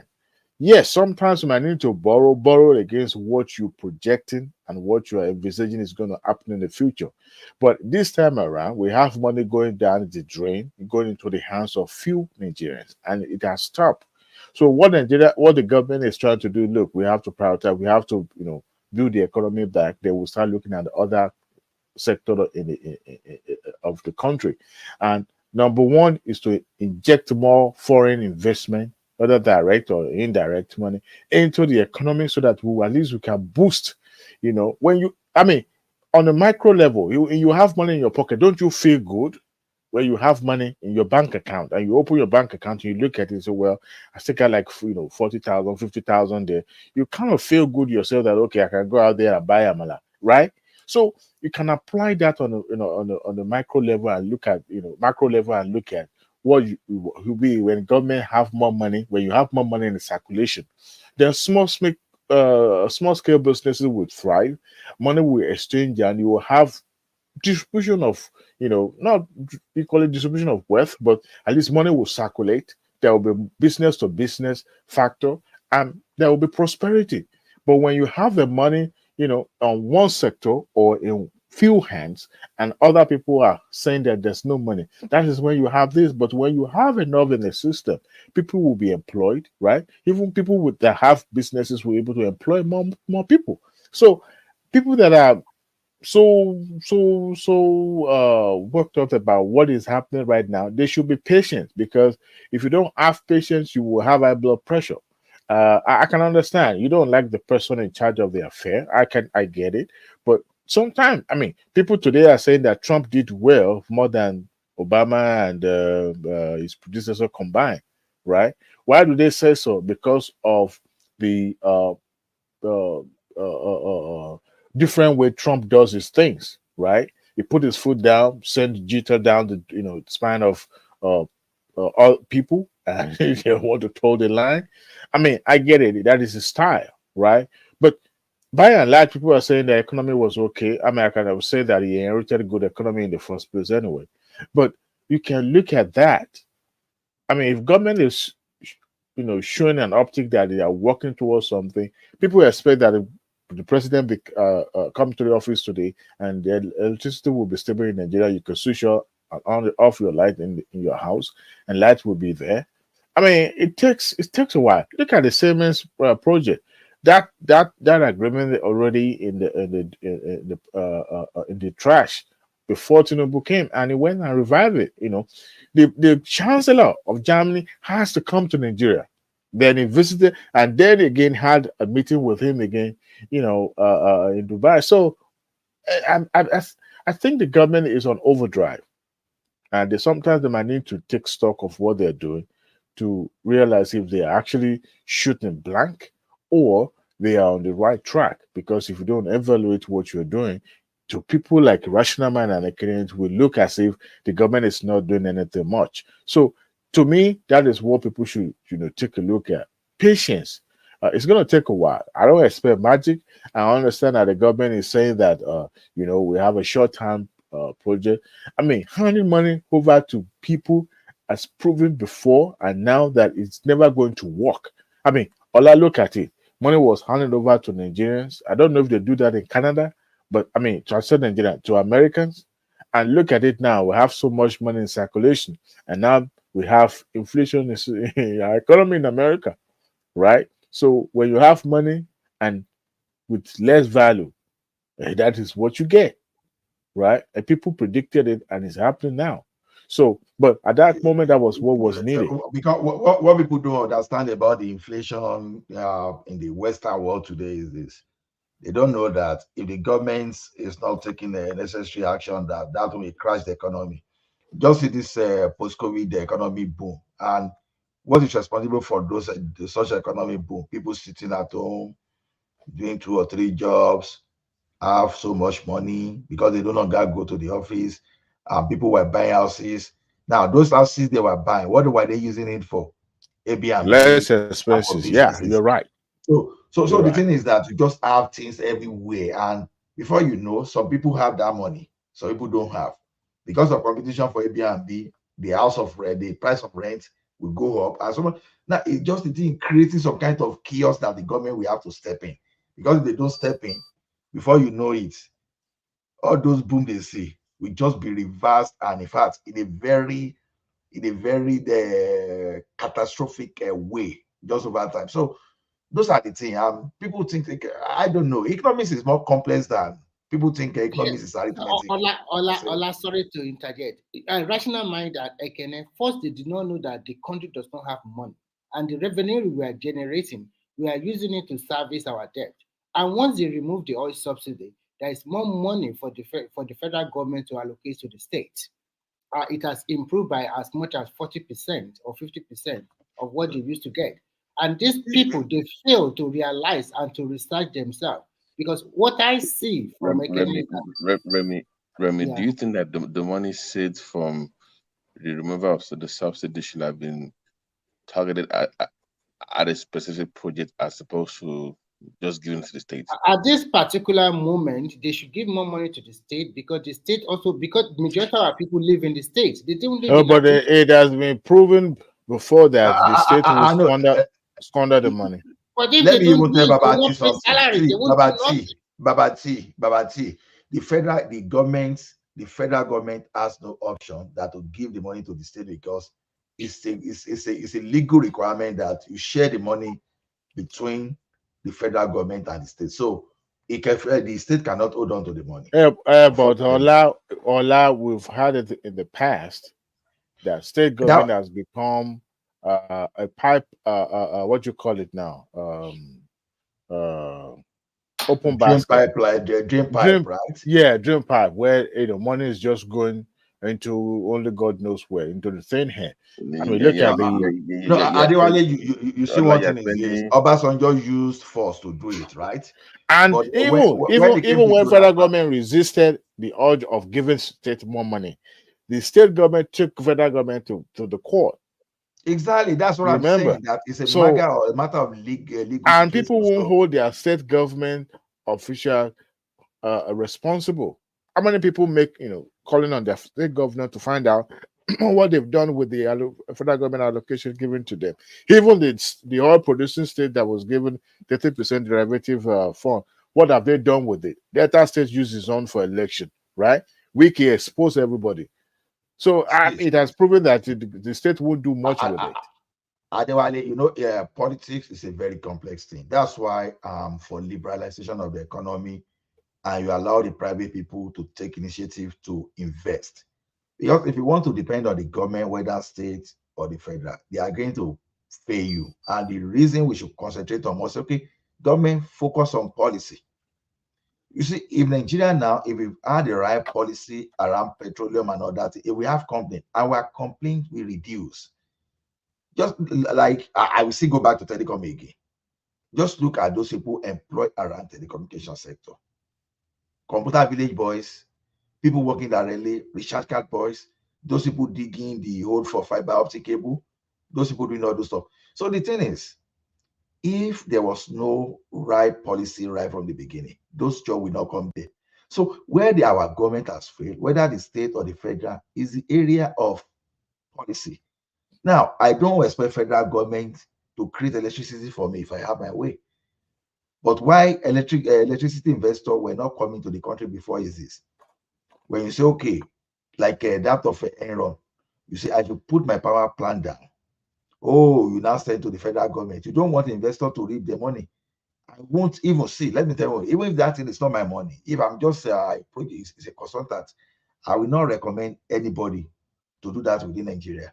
Is it not Nigeria that the barracks, the police and the military will never pay your this thing, will never pay your bill, and some other thing. So your money will be going to the hand of the federal government. They will never pay you back. You forgot to acknowledge the influence of the generator importers too. Their influence on this. No. Adewale, if the federal government say individual can go and build a plant and sell the electricity on their own. But they've said it already. Yeah, but you won't see the impact immediately. Yeah, of course. Telecommunication was deregulated by IBB in 1992 or thereabouts, 92. The same time, almost the same time, they regulated the broadcasting. But we did not see the impact until Obasanjo formalized it with Efcc Act. And they now sold the broadband, they sold the license, all those things. So the thing is, those power investors will still be washing. They want to know if you are going to somersault. Ask yourself, why did it take Dangote almost a decade after Yadua did policy somersault on those refinery before he decided to build the Dangote refinery? Even the like of $10, they are not even looking at it because they will be watchful. They don't want to be in the middle of their project, and all of a sudden they will be just policy reversal. How did Obasanjo create Dangote and those people that say he made billionaire? Because he created them within the period he was in power. So because they could get that. So by the time another government arrived, they could not change it. So it is normal. In an investor will watch. They want to see what is happening. Because you now have policy around the forex today that, okay, you float Naira and you remove subsidy. People think, oh, all of a sudden they will come. No, you might not feel in part of this until like 6 years time, because those people that will come and invest in that industry, they won't come immediately. They be watchful. They want to see whether they want to see stability now. Exactly. So the thing is, people should be thinking about 10 years, people that will come after. The problem we are having today, they created that problem in the 80s. The problem we are facing today, the thing didn't degenerate this way. Now, for you to rebuild to, for investor to know where you are going to, they want to see some kind of form of consistency. So when they're saying that people are building a vice president edifices, you just like you wonder that maybe they don't get it. No, it's not pressure. Now, if you focus on security, Olani, speaking of that vice president residence, is it ignorance? I've heard so many arguments about how government is wasting money building it as if what we have before. Originally, Aguda House was not meant for vice president, so it was meant for not be where the cash up by Shagari be the presidential villa now. It was meant for hosting a foreign dignity, just like where you have here in America the vice president the one here in forgot what is the name. So every time we host foreign dignity, guess where we put them? Transcorp. Do you even know what is annoying to me? All these OB fools. We should be saving more. Idiot, you spend your way out of research. That's the way it works. You must spend more money. It's just common sense. Why are you spending money for this? Why? No, you have to spend your way out of it. That's the way it works. So this idea of saving this, saving that, saving that, I need easy money. No, people don't understand the concept of saving. I don't know. What kind of governor saves money? So Boreri, I say in a developing economy. Who does that? In a developing economy, you have to spend. You have to spend your way out of save money. If you save the money for the state, it would have been better. You go and save it is no personal account. What do you mean? What are we talking here? Your state government money. You go and put it in your own. Look at Remy. Yesterday, I was arguing about the conference center, the Abuja City Center, where they signed a contract since OBJ the presidency, and pretty much you must finish that project because you already signed the deal. And the job opportunities, that is a landmark for Abuja, for Nigeria. But people can travel across the world to see that edifice, to see that design. You have hotels around it, you have conference centers. These are jobs right there. But we should not do stuff right now. So I don't get this mentality of this is my thing, Remy. If you want to be an opposition, it is not enough to criticize government. You must come up with a sensible alternative. That's the point. We can compare and contrast. They are not opposition. All they do is just say it's bad, it's bad. Okay, what would you do? I don't know. So then shut up. That's why I keep asking, what will you do better? I asked Rational Mind that what will you have done better? It won't. I think you are not eating the point. Because the thing is this: when you focus too much on the character, you are not looking at the issue on ground. Okay. Yes. We focus so much on what we believe character of Buhari then, and we forget that we don't look at what he's even doing. The only thing we want to know is this guy doesn't steal money. And look at that. Obasanjo just said, "Oh, this man is not good when it comes to economy." People said, "Obasanjo, you shut up. You are corrupt. You are this." Now you know that you can't blame people for saying that, because Obasanjo too is also egoistic. He has his own problem. Remy, what we are doing exactly now is what we are doing. I'm telling you why some people doubted him that time. It's not a function of why some people. You don't focus on character. We are still repeating the same mistake. You don't focus what I'm trying to character. say is that people also have a reason to doubt where is the message is coming from. So you cannot just generalize exactly it. the same way obedient have the reason to doubt Tinubu too. And I'm saying that approach is wrong. If you follow what they are doing, I'm not saying they should not criticize. Okay, look at that Obasanjo we were blaming that time, for example. Now it's egoistic. He's the one that equipped Nigerian shipping line the most, Nigerian Airways the most. He built a lot of infrastructure in that country in his first term as a military administrator. But when he came back as the civilian administrator, he regulated a lot of things. I know he got most things wrong, especially the power sector. Even the Buhari that you guys said he failed economically, he also did a lot of things in Nigeria too during his 8 years. Remy, what you are saying? He did his own part, not that he failed in everything. Now that's the problem. That's the problem I have now when we don't analyze this thing critically. What you are calling his own part is because he built some infrastructure that you can see. But you are not looking at how militarily. He used to equip the Nigerian military, the Navy. Now some of those equipment were even the contract were even there under Jonathan, and APC were the one that were even fighting against Jonathan, that they fought so that he would not get the equipment. So they used politics to even destroy Jonathan, even though Jonathan was corrupt. No, I disagree with you on that one. I'm not saying you should not disagree. You are doing exactly what Obedient are doing. That's what I say. We don't look at things, at other things critically, but we look at character, the personality we are interested in, but we are not even looking at what they are doing. These guys, they were campaigning. Wait. These guys, they were campaigning against Jonathan to make him unpopular so that they would hijack power from him. They were not even looking at the welfare and what was going to happen. They were looking after themselves. And when Buhari got to power too, he was looking after his kinsmen. They used that monetary policy, they destroyed monetary policies to enrich themselves. They look at the loopholes within their forex. They were selling they were subsidizing our dollar for themselves and ran cheap the market.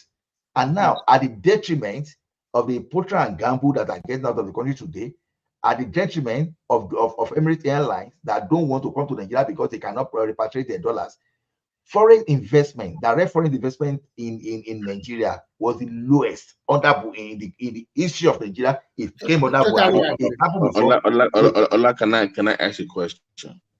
Please go ahead. Isn't it more reasonable to put your house in order to attract the investment as opposed to jumping up and down, flying up across the world? Because I believe that if you do what you're supposed to do in your own country, they will come. They will come. No, people won't come. Example, no, wait, like example. You sell yourself. Talking about the old diplomatic policy, or what do you say? You will. No, you can sell yourself all you want. Why is the American president you can listen to what I'm saying here. Listen to what I'm saying. I'm saying that there are some things you need to get in place first. So if I go say, I come and invest, come and do A, B, C, and D, it will be better for me to get those things in order or have some policies or state whether direction before I start blabbing about investment. It makes you look more serious. Let Babati put his question in and let's listen to him. So my point is, so far, we've done the marketing outside of Nigeria. But the question is, have we done enough in Nigeria for the last 6 months to assure the investors that what we're saying to them when we visit India, Japan, UAE, that we are also backing it up? Are you seeing a serious policy? Forget the outside talk The now. The person that will make that will issue the executive order that will make the country economy come to you and say, look, I got you, right? The chief marketer himself. So what else do you need? Can I also, in addition to that, the first thing that president did which give him that confidence to go around. Remove that subsidy. Float a single currency. Now, that is a good move for every nation. Secondly, just a few months ago, we got a lot of money. We are able to offset some of our debt to this, our international, like airline or the rest. They are getting their money now. So, and it's clearing the backlog. The backlog is clearing, is sending a good signal. And those backlog is what Buhari meant. They were saying, go and source your this thing everywhere, and they were pocketing that is exactly what I want to say. Do you know, I was checking some information recently, and I was shocked that they are building one water amusement park in Lagos that is so big and massive. It's being handled by Ashimolo and some Germans and some, I think some German. You mean Pastor Matthew Ashimolo? Oh my God, it's so huge. And a lot of people are working on that project, and it's still going to come upstream. I deliberately go and check on Port Harcourt Refinery by myself, and they are nearly completion, and they are sure they will meet the deadline. It's a video, it's about 15 minutes. They show every part, everything they need to get. They even get some part they have to put in their warehouse. People don't do their research. They just want to condemn and condemn and condemn. This Nigeria has been bastardized for years. It will take time. And Babati, I want to assure you, nowadays, if you want investors to come to your country, you also have to move out. You have to go to different leaders of different nations, telling them what you have. So, and we don't want to rely on oil alone. We want to think about other diversified, other things. I think what the president is doing is fine. Okay. Let me have my own. You see, I learned something from someone very close to me here, what he has achieved within the past 6 months. You know, the same thing, you know, there are some businesses that I try my hands upon, like between 2015 and 2017. You know what I did with those businesses? I put the businesses in place and then go online, drop put things there without going out to the customer to tell them that this is the product I have, all those stuff. You know what happened? Those businesses, they didn't move. Now, as someone now did the same thing, he was not staying at home like me, putting things and expecting things to flow around.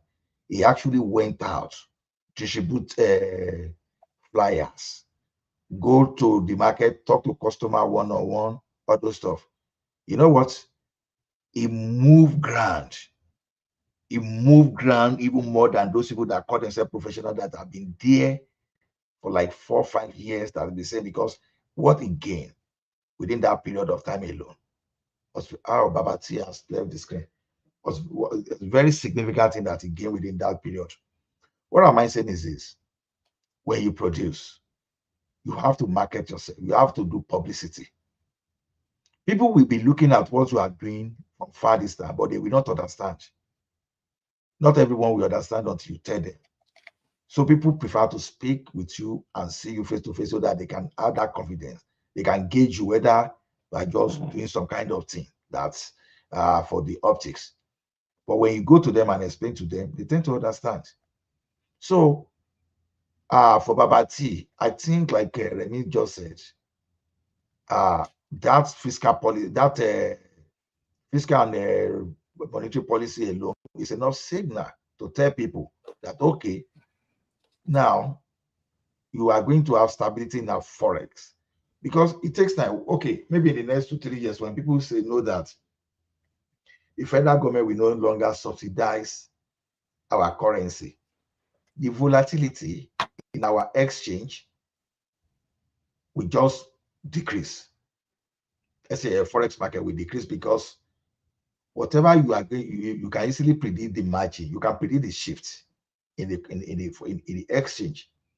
And then when you remove the subsidy from the petroleum, you are not consuming the forex you are earning again, because 2 things you can do with your forex. You can use your forex to build your reserve. So when you start building your reserve, you are sending positive signal to the international community.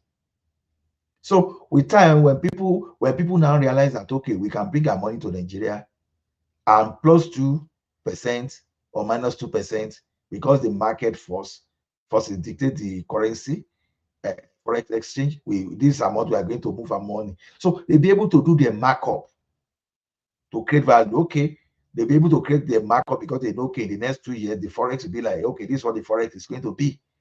Not that your forex will just sink and someone will be using your forex to turn themselves to billionaire and say, okay, you will tell them to go and source your currency somewhere. Go and they say, when you were making money from that. So the thing is, all those that foreign direct investors, they will know, they'll be able to speculate, they'll be able to calculate and forecast what the situation is going to be. That's stability. Like I said, you may not see direct foreign investment in the next 1 or 2 years. But by the time they start coming, people will just notice that, we just notice how things are moving positively. But I think now you want immediate result 2 days, 3 days. No. Economy. If economy work like that, they run away from that economy because that means that something is fundamentally wrong within that economy. You understand? Because now, if the foreign goods become okay, look at the student loan now. The impact of that student loan, you see this.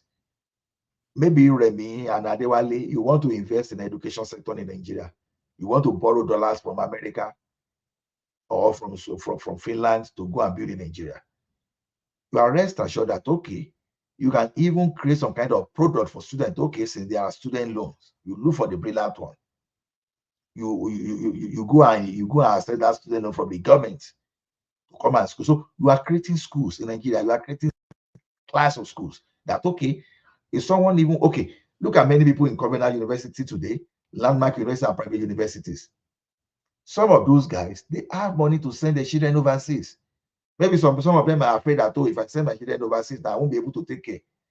Many people that are sending their children overseas today, just because some of them, they don't have alternative in Nigeria. They don't trust it. So if you create some kind of policy around education now that people can even invest more and do some things, what will happen too? You can see more private schools that start coming up. So all these protein and gambling that are going today, you understand, some of them will regret it tomorrow. Because why am I saying this? Because we will see some people that will replace them. Oh, they will come back. They will find their way back in. It's all about money. Adewale, as of 2017, the only reason I didn't put mechanical workshop in Ibadan was just because of monetary. I said that in a private chat that, oh, I was going to put camera out those things. Some smart people, I say, look at you think say you're wise. The people will come to your store, they will use your equipment to diagnose. They won't take anything away from your store. They will just know that they have the customer number. You won't even know where they get it. They will cost the customer by say, okay, that thing you are doing for 20,000, I do it for you for 5,000. All those kind of things. That's what. But now now what am I saying this time around is a person like me now, if I see opportunity in Nigeria that, okay, maybe I want to concentrate on tomato paste, just because the cost of importing tomato paste to Nigeria is very high, and I can produce it better in Nigeria. You understand? If you know that sometimes you don't even need more than 50 million, you may not even need up to 50 million to even set a small tomato paste business. You understand? So you will see all those things. When you have that market, people will start taking advantage. And one thing about Nigeria is this: it took someone to do pure water before you see some people move into that. If you take someone and why did people move to pure water at that time too? I'm just using pure water as an example. He said that out of creativity, or you need something to take care of that water market in Nigeria. So some people created products in Nigeria because the foreign products were not accessible. All of a sudden, they started looking for things. So you will see some people now that will buy Semonto just because the foreign one is too expensive for them and they want to use new car. So over time, in 2-3 years, if someone can show to people that, oh, by putting tomato paste industry in place, I can make money. Before you know, some people that are better than you will enter into that market, and you may even become irrelevant. Before you see, there will be competition. So that's the environment we are creating. But environment whereby you are subsidizing the powerful one that can easily crush the other ones. Nobody wants to come to the environment.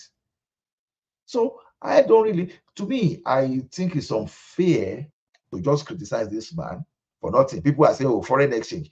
We should not, a Nigerian manufacturer, a Nigerian service provider should not be talking about foreign exchange as it is. Not that they should not talk at all, because some of those producers maybe they deal with importation of intermediate products, intermediate mobile product. Okay, I understand those people that okay, they will still import some of their raw materials, you sold to Nigeria to manufacture. It's understandable, but there are some I thought that they should not be talking.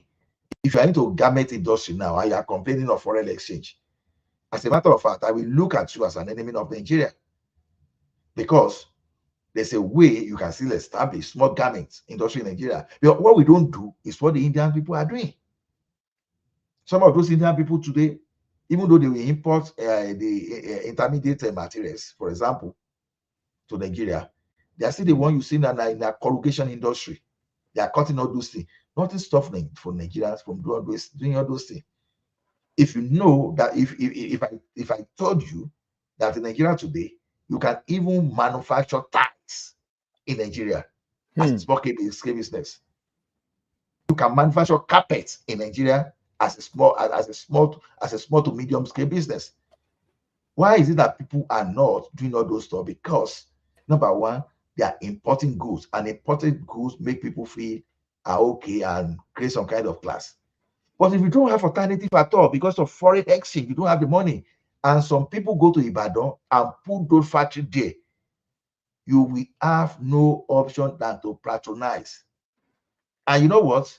If the person that is manufacturing is a kind of person that like a yo-yo style, and you start seeing the person using big car, people will look at, okay, this guy's manufacturing ties.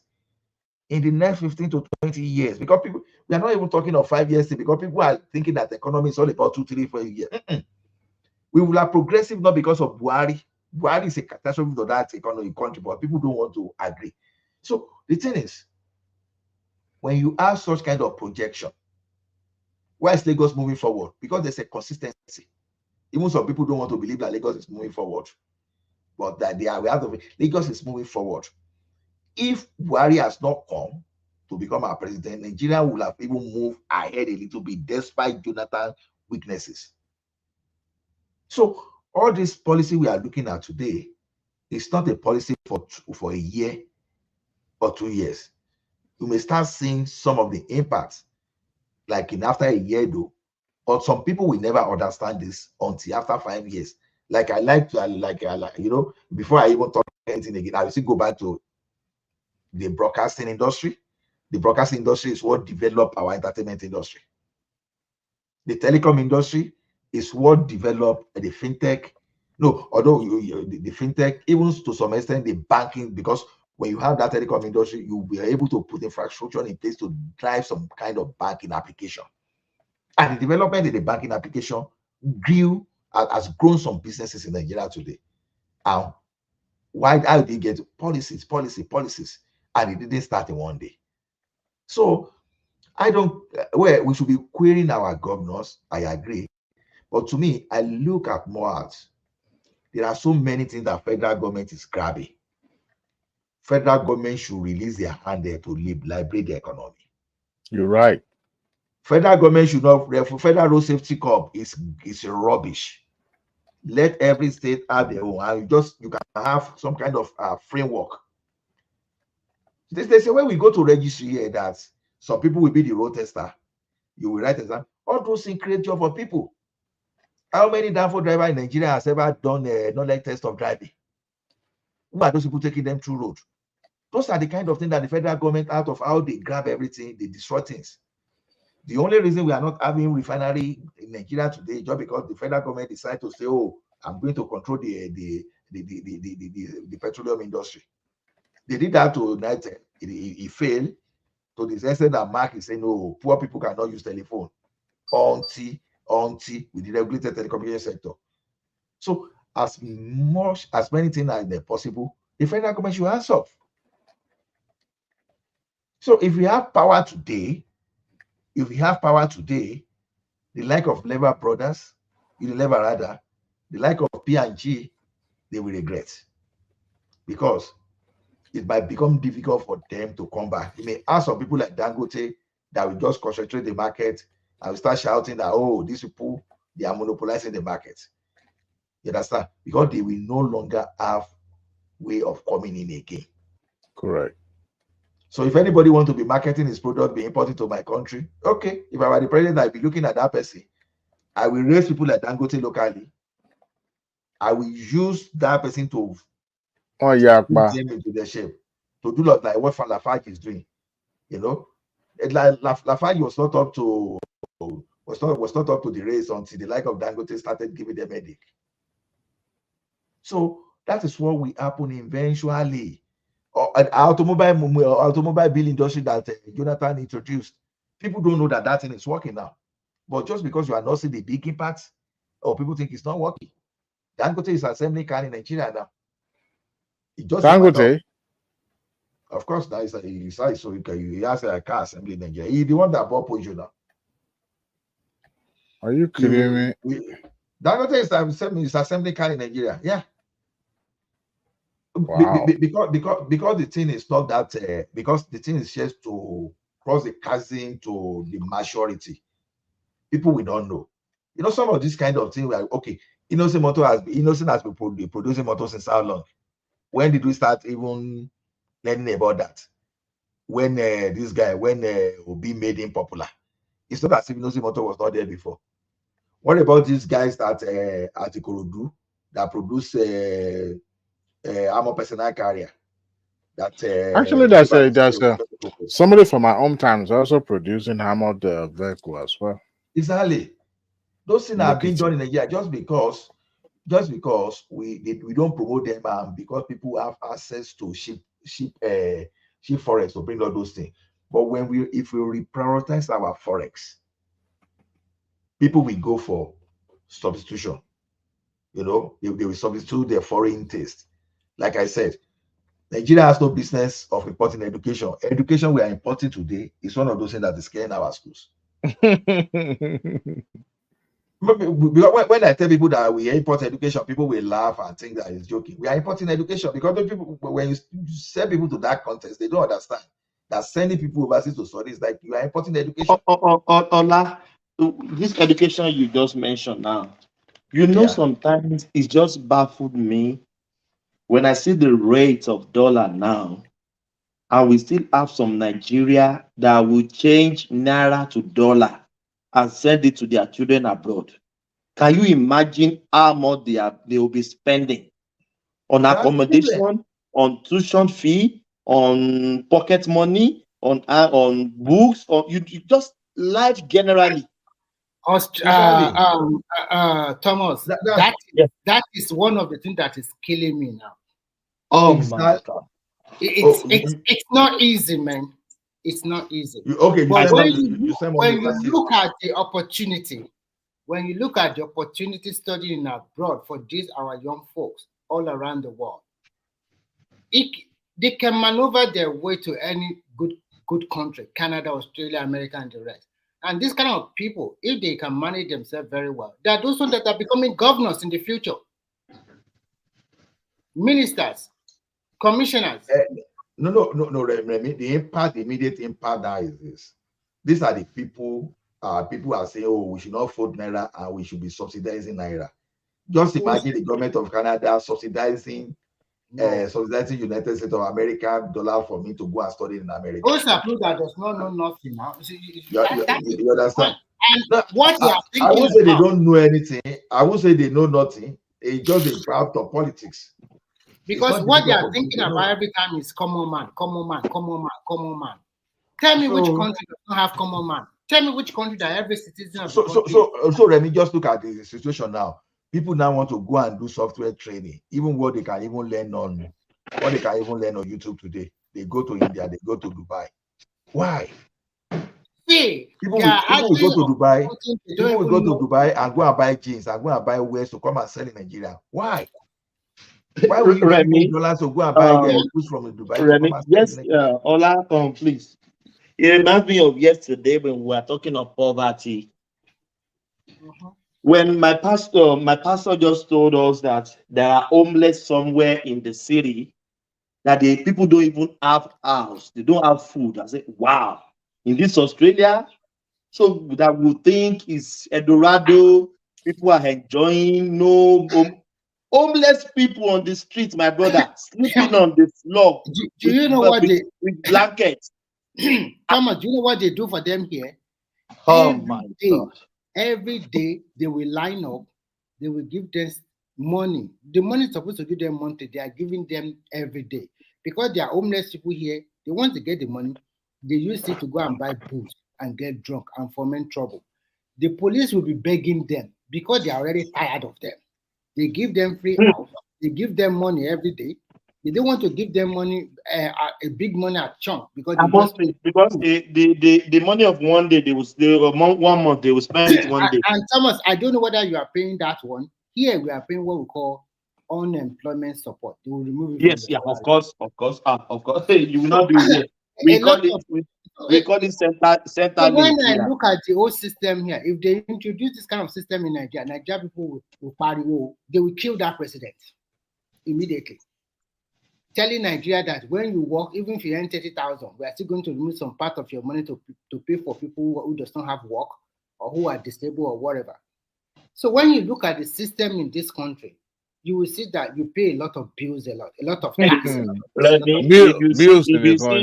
If you see how much my money tax is going to all these people that is not working, sometimes if they pay me wages at the end of the week, I'll say, oh my God. Oh, the amount, you remain $800 and in then one when payment. you start to now share the bills, you have not even you have been sharing the bills, and then Nigeria people come with their own problem. Then Oh my God.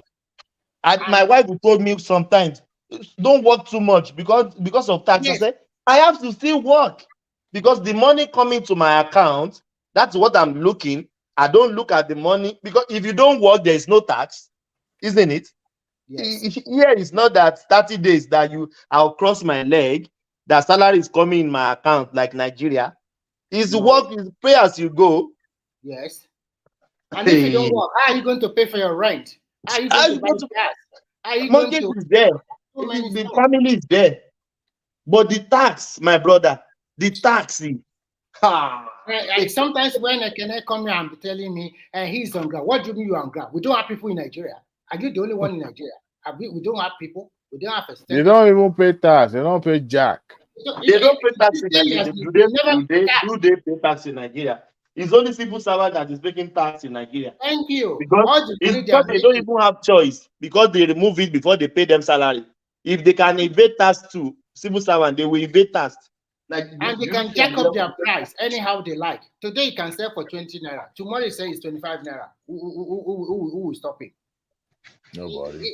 So they make and the problem about Nigeria is that they must make import less attractive.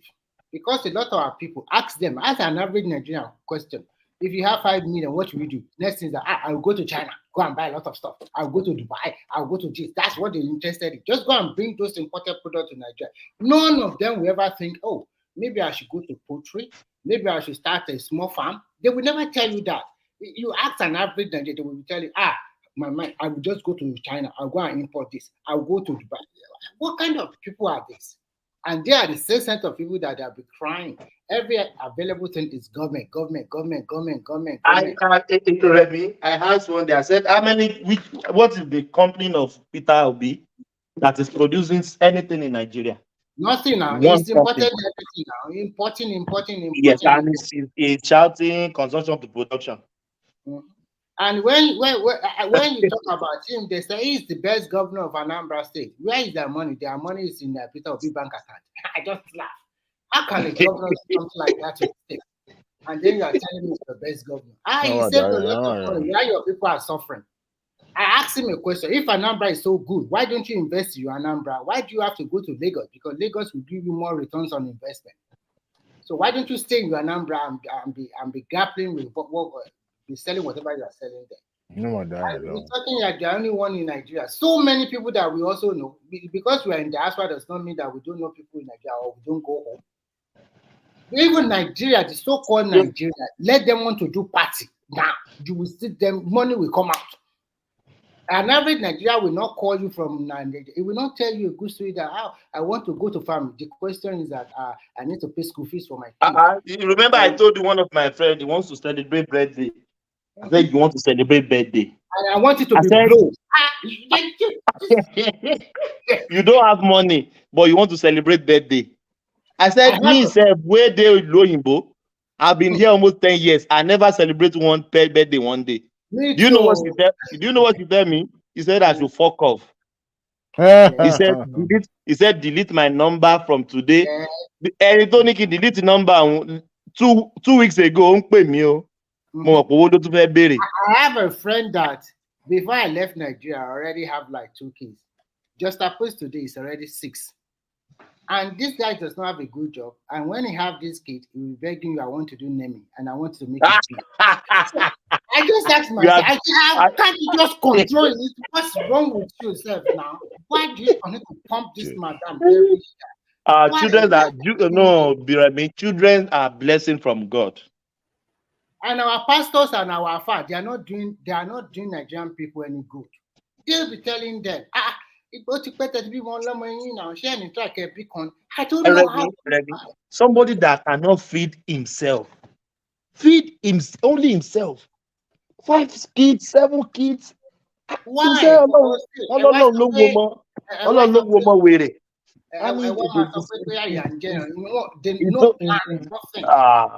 God.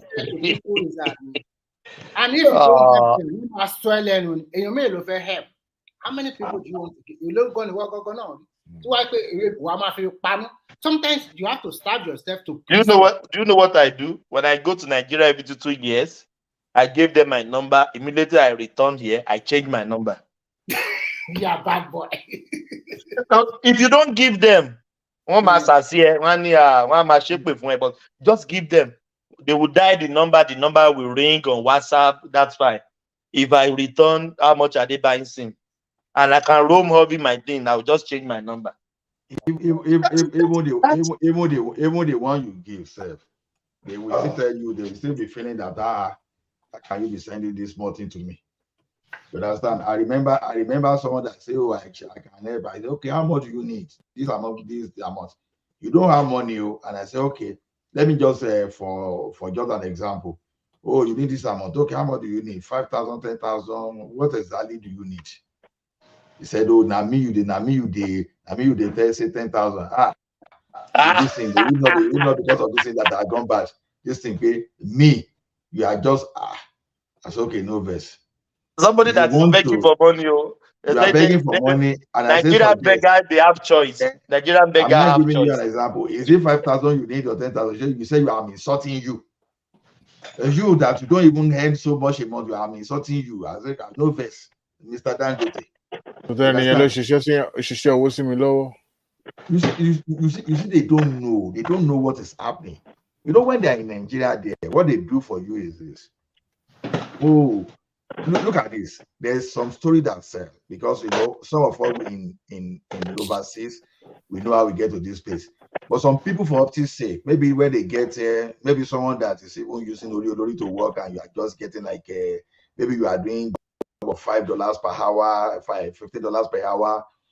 Maybe the person that give his Ori is taking costing maybe 30% from your money.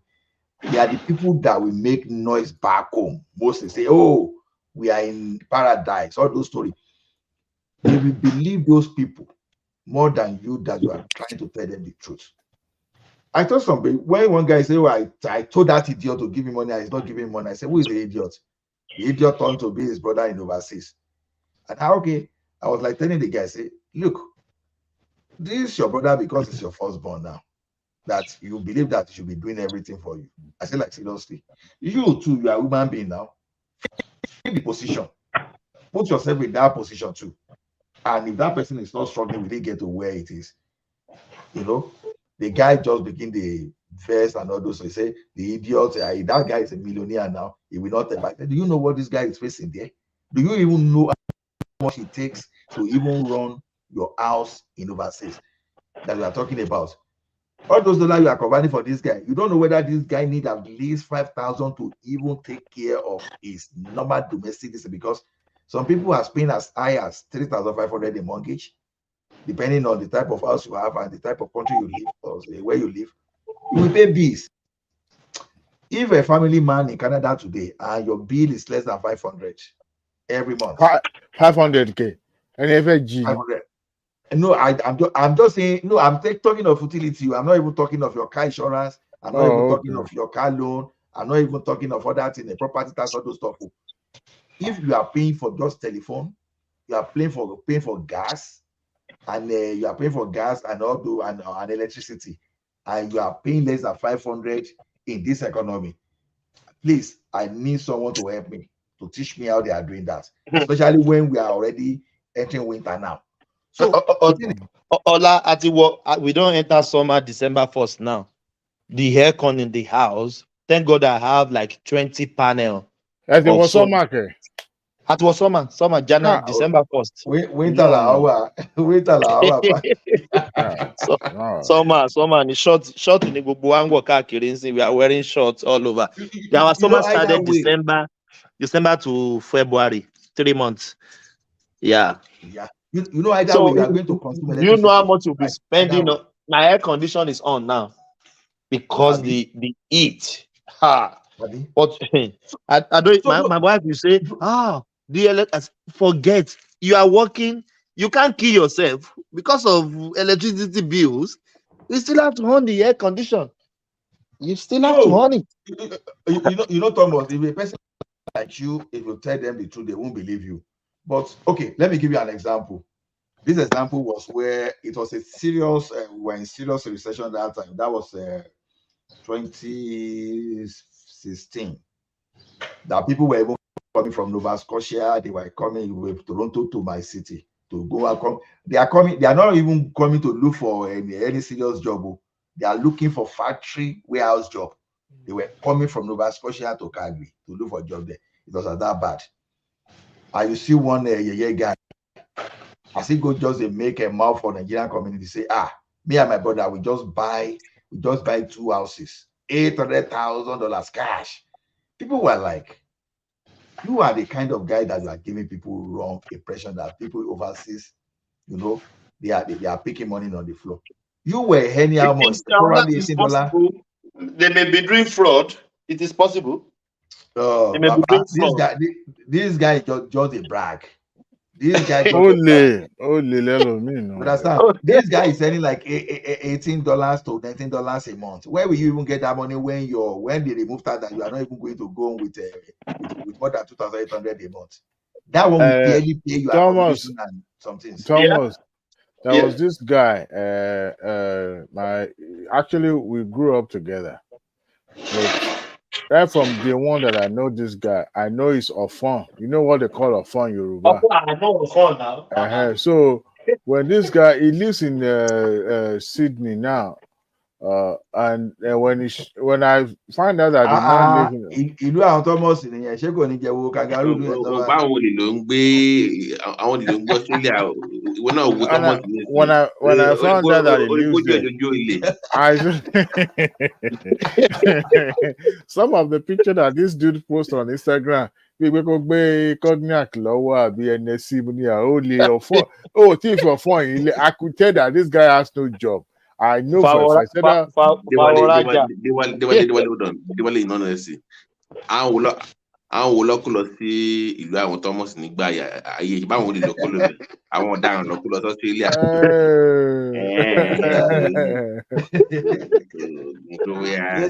Ṣé pé Thomas máa ń wò kò dúdú báyìí lè jẹ́ wá ń ta sí báyìí? Ó yà mí lẹ́nu. Essay Lagata.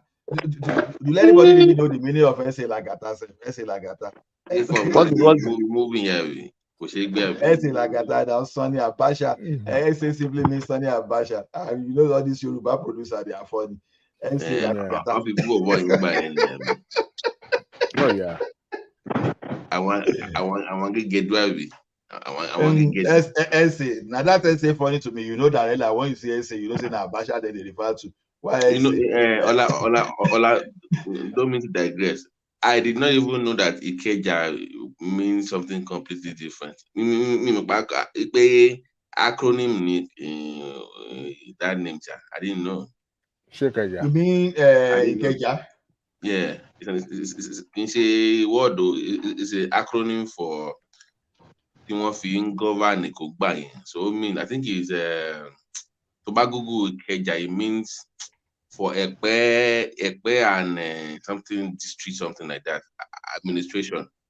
I didn't even know it was not a Yoruba word. It's just like Are you serious? Google Ikeja, meaning of Ikeja. It's Ekpe and something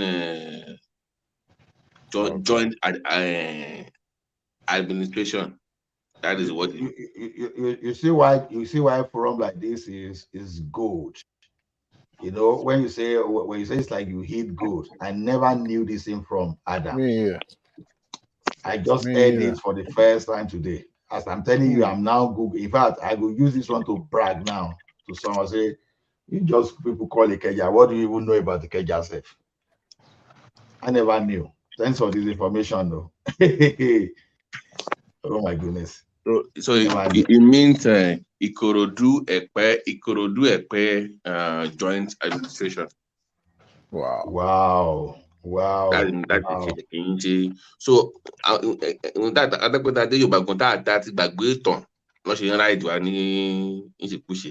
No, Lagos is a no man's land. What are you talking about? Lagos is no man's land. You go do a fair joint administration, right? Yeah. That's the actual Ooni wants to combine the mainland island to govern them by British. So people already is there. Besides, the Omonobaledo Ikua Polopolo supposed to be the one ruling Lagos now. So Lagos is no man's land.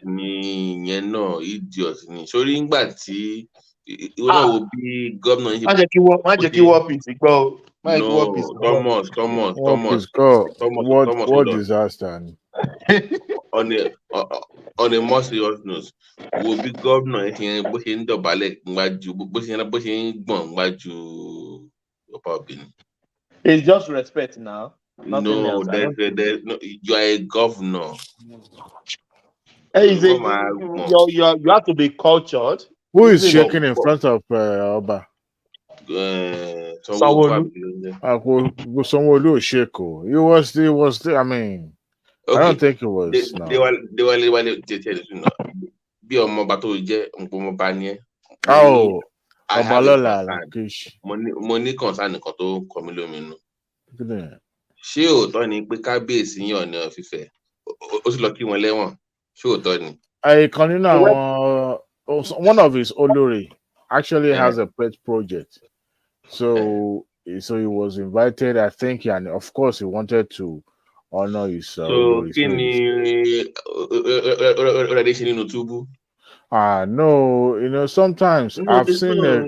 You don't do some things anymore. So I understand. The man goes everywhere. To be honest, club, everything long law. Say one.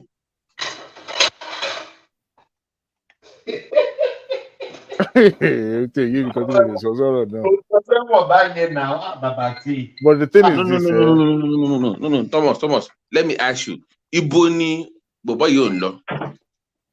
Tell me where he does not go. Do you know the Babati, do you know the time the guy threw me off guard when he visited Esther Ajayi and they show Ooni of Ile-Ife that is Wewori Hamala is Esther Ajayi's dining. Ooni Ile-Ife. How much sure? Is Wewori Amala in Esther Ajayi dining. It's not that maybe the video is out there.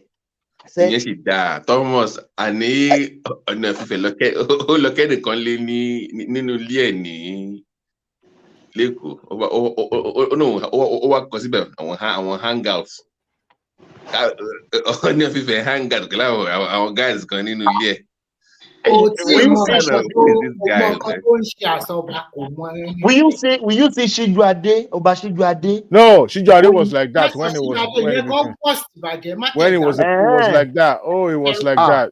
It was a show like before he became a king. Maybe no. Adésọjí Adérẹ̀mí yẹn ni ọba tí wọ́n ní. Nǹkan tí mò ń sọ yẹn function but ó máa ní limit ẹbí kò ní pọ̀ jù. You don't see every party everywhere. Kí ló ń wá káàkiri? I don't know. Obìnrin.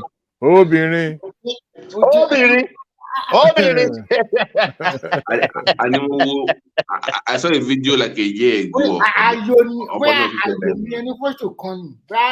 Remy. There was a video of Ooni of Ife at one event. One day sit on Ooni of Ife on a regular seat. Struggling to find armrest. Go see armrest to one fún Polani. I want to introduce no did.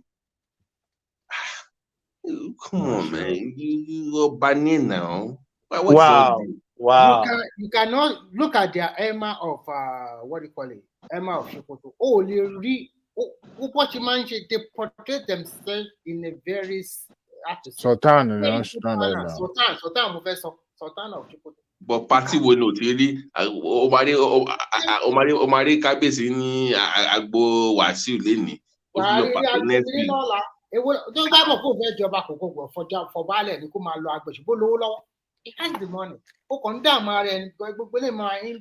It's not that. It's become, you see, that's what Ile-Ife has become now. Right from this Olubushe, it has gone to the dust.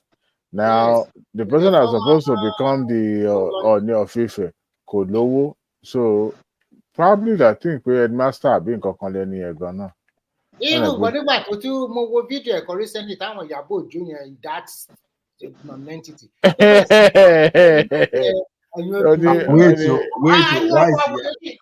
Why is Yabon an entity? Why is Yabon an entity? I'm interested in that. Why? I like her a lot before, but gbogbo àwọn nǹkan tó máa ń ṣe rádaràda make trouble make ó purọ́ kó ṣe lé kó bára wọn jà. Oh, it's not a good role model anymore. It's an educated illiterate. Yes. Street right? No,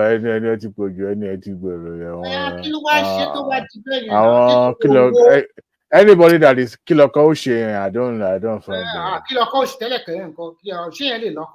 No, lady has to go through a lot, so she just have to. They go through that one. I beg see, she built a house in a banana island. She's pretty. Oh, fine. Fine, she wouldn't. But recently, have you, Olani? Have you ever find out why the female celebrities or female entertainers are the ones getting richer than their male counterparts in Nigeria? No, that one is understandable now. What is understandable about it? Let's shed light to it. What's now men they make them the rich now. So for somebody like Yahoo Yahoo, building a multi-million-dollar house in Banana Island, how many movies has she produced in a year? That's not the question.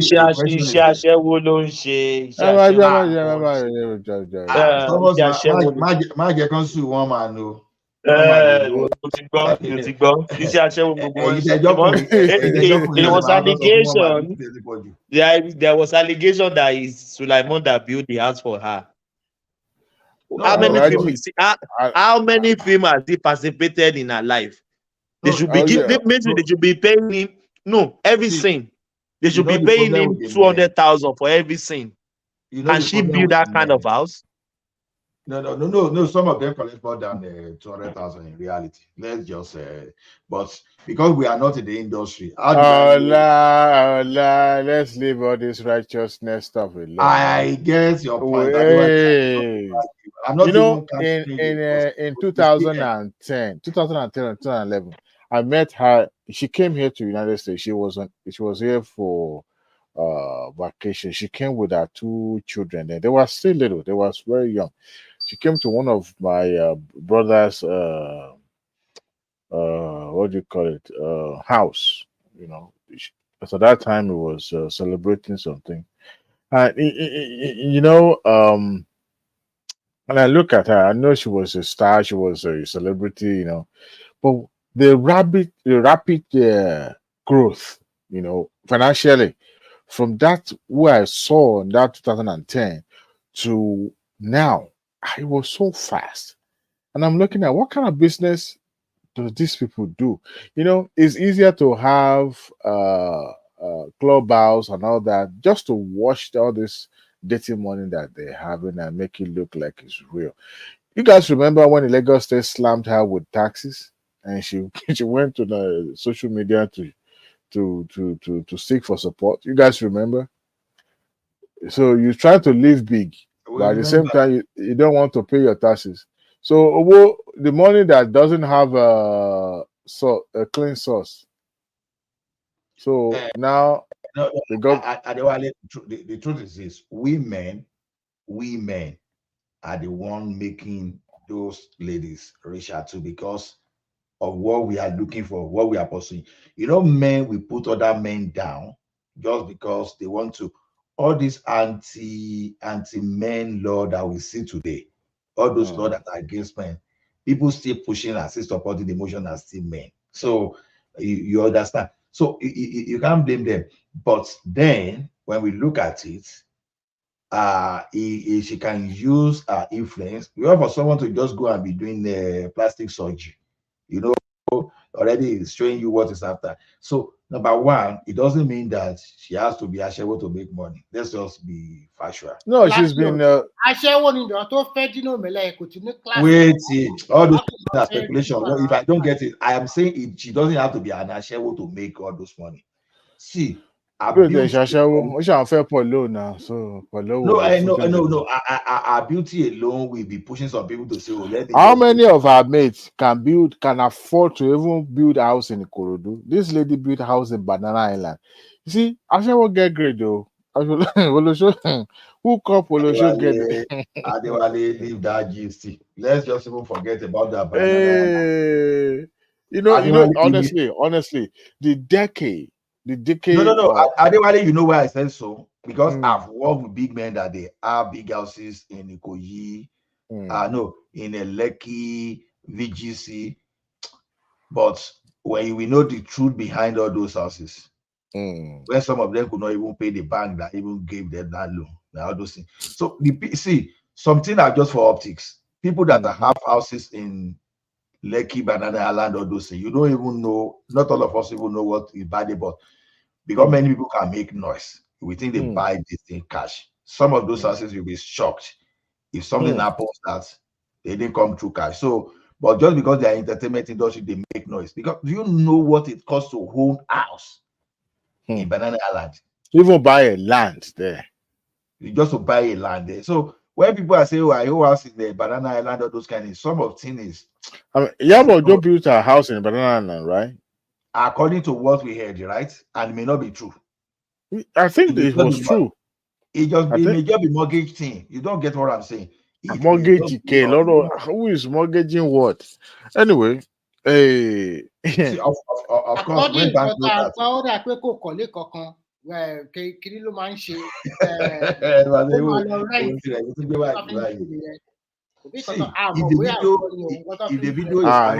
she has a house. So a nílé bọ̀ táwọn ilé tó máa lọ ń ṣò tó wà flashy wọ́n ní kì í ṣe ilé ẹ̀. AB, that housewife stuff nonsense is a trash show. It started from America, but I can tell you it's a trash show. Just like when you watch Kardashian and all those nonsensical show that doesn't preach morality in the society. Some artists in Nigeria, they collect 10 million now. Even though not now, even before now. Some artists. You know, how did I know? Tatafo now, he was doing presentation. I know. You know what he collected when you never believe that an artist will even collect that money. You'll be shocked. We have limited knowledge of this. I know. What do you call them? Comedian has been collecting their money from day one. collecting. I'm just giving you an example. Some of those people It should be our Tatafo and Tatafo Kawe. Abibeko. Ṣé ìwé náà ló wá fún lówó ni àbí iṣẹ́ tó ń ṣe? Iṣẹ́ tó ń ṣe. But at least her husband is a lawyer. She's okay. And the point is okay. I mean, you know Yabo talent. Ṣebí you know Yabo husband too. Yabo husband, Paul. Yabo doesn't have. No. The thing is this. I don't want us to brush them all as Ashewo. I'm not saying. I know some of them. I'm not calling anybody Ashewo. Me, I'm not calling anybody Ashewo. It's Remy that is saying. No. My support me. So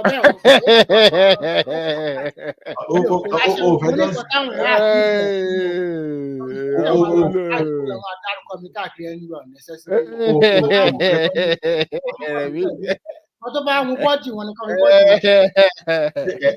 Ẹ̀rù ń bà ẹ́ ni orí tí ìyàwó bá sùn ẹ̀ nísìnyí wọ́n máa wọ ẹ jáde lọ́la. Only $1 billion suit.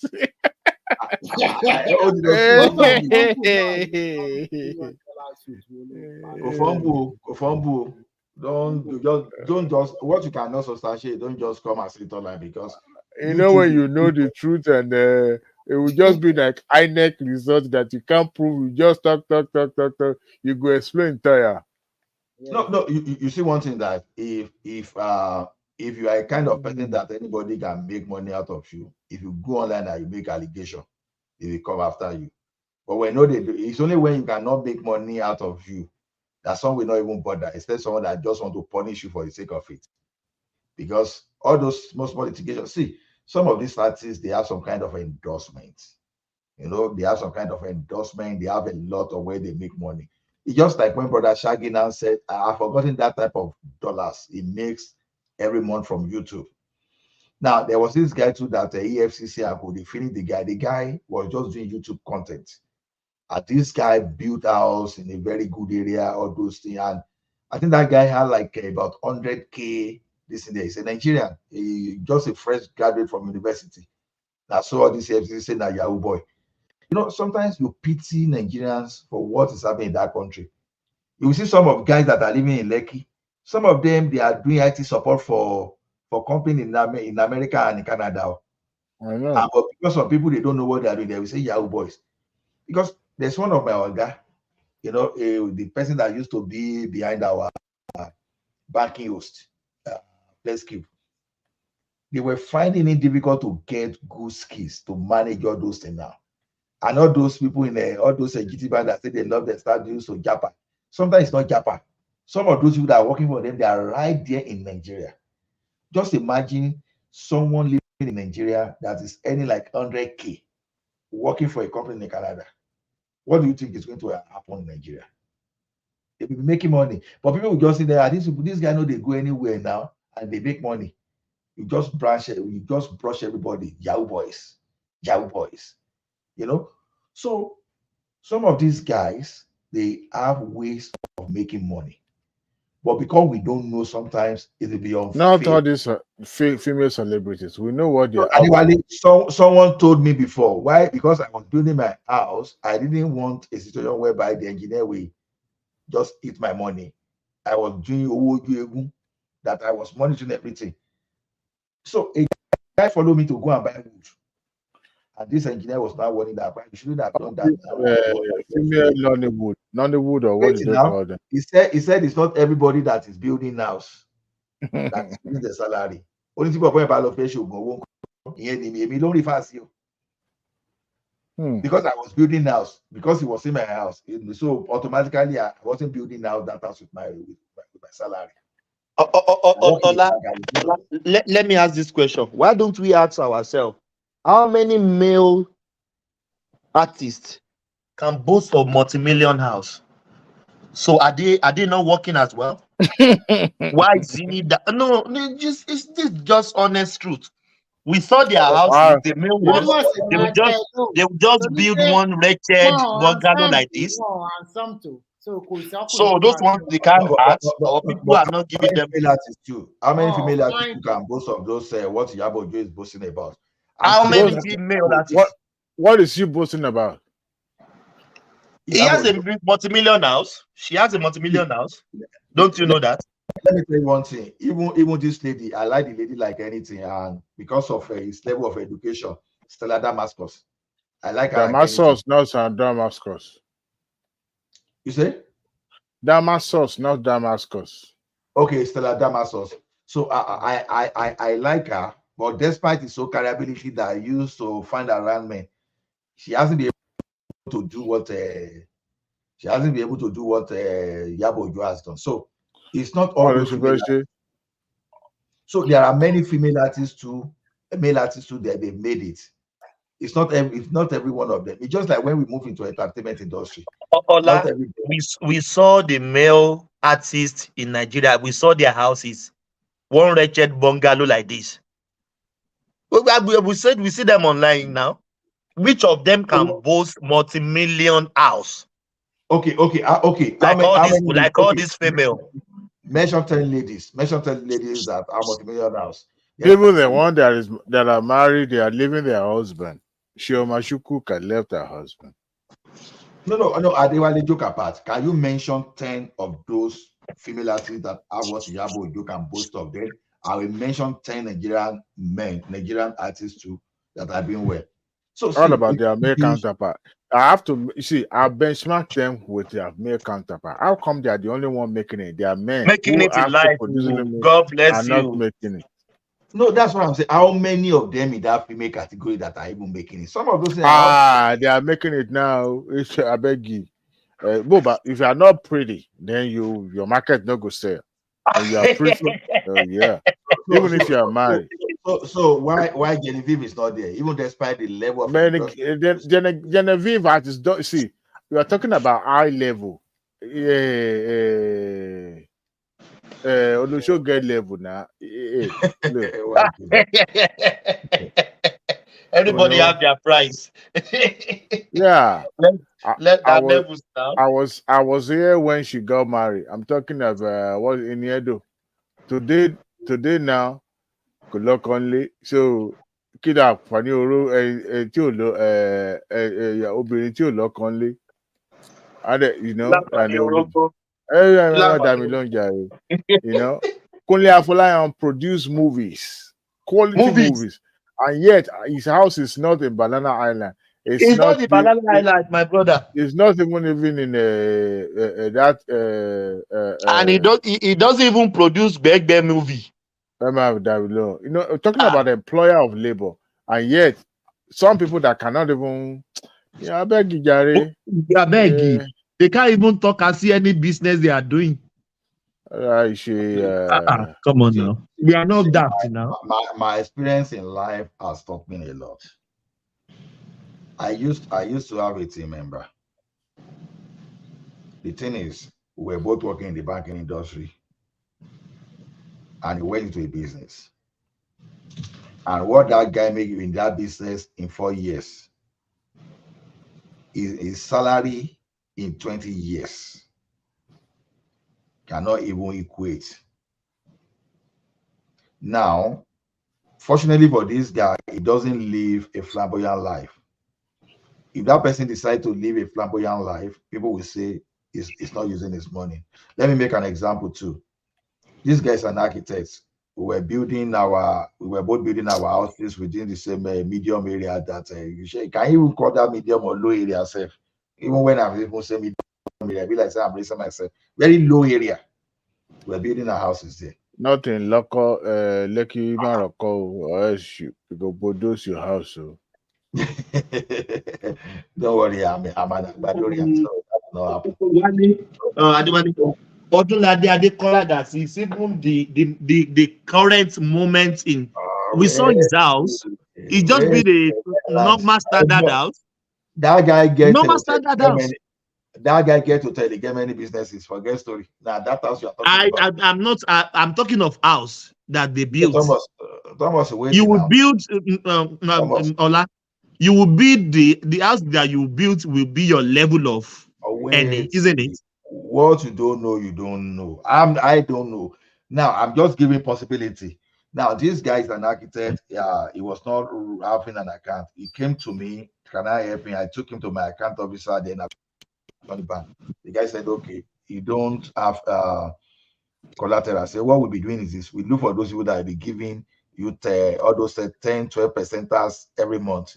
You know, there's a way all those bank head of operation and the cash officer used to use money for ATM or money for the bank to do 10%.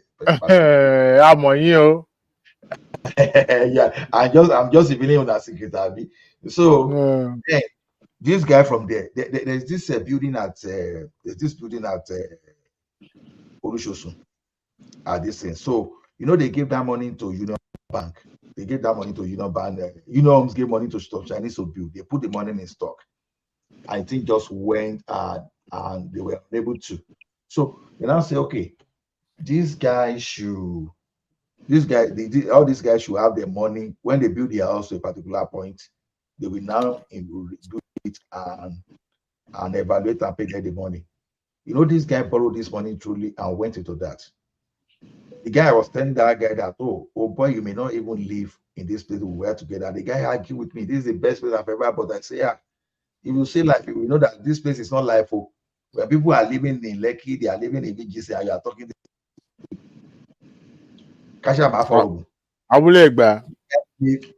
The guy made billions. The guy made almost $1 billion from that. Olusosun that at this thing there, because now the guy now bought a land there at that time. I think about 16 million. Not even well. So the thing is this: some people can hit a jackpot somewhere, but because we don't know, I'm skeptical to even just brush them with the same paint. That okay, see, I have many examples like that, because if I mention a company now, even the person that we hear the company, they will know that, oh, they will already know my voice. That okay, it's likely, because those that were struggling together today that have businesses on that the same area that the hotel is. You understand? That as we speak today, that you can even boast of many truck in that guy businesses, and the guy is paying about 30 staff as we speak today.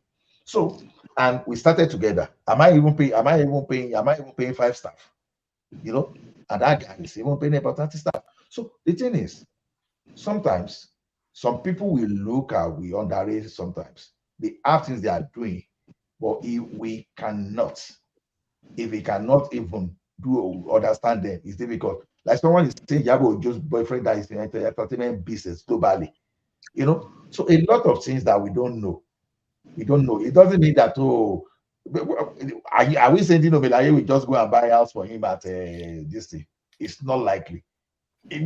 Some of these people today they get money. Dino. You understand? So see, Ola, when you pay a visit to one of the minister or one of these beach men in Abuja, you will see a lot of celebrity. You will be amazed. Even their own, see, Charlie Boy, he doesn't do jack. That's why he moved to Abuja. Konisha Kolabo, his studio was shut down in Lagos. How can he be saying our Mumu don't do? When is the Mumu? Konisha, you see, you'll be going around, you know, on social media, will be yelling, government not doing nothing. Evening time, we will go and visit. Do you think that man is fluid sexually? Because I don't think any straight normal man will behave the way he behaves. His head has already hit the ground right from the childhood, so that's why. I think it's divorced now, right? His wife, this American wife, left him. I guess. Yes, they left. I know they left each other. I think so. Yeah. Can you imagine? After so many years, maybe he found out that he's agege. I don't know. Oh, but only traces the other one. You know, Lara there. Yeah. At least he has the tendency. He's just, you know, living. When you look at those Nigerian artists now, you will see, you know, one of them is still Richard Mufeda, and one of them is still the like of what's the name of this guy? I like this lady to wear to marry pilot Kinini,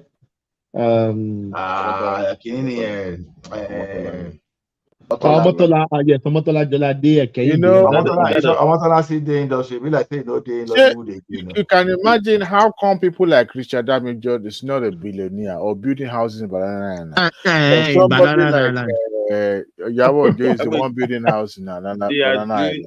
Okay, but the thing is that do you remember how people came into the industry with money? If you remember back in this, who came to the industry with the money? Let me give you a name. Hold on now.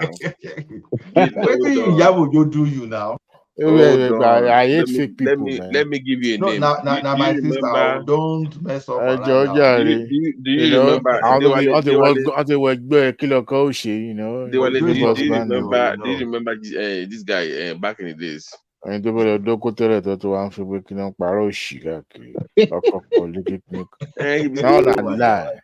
Beside us,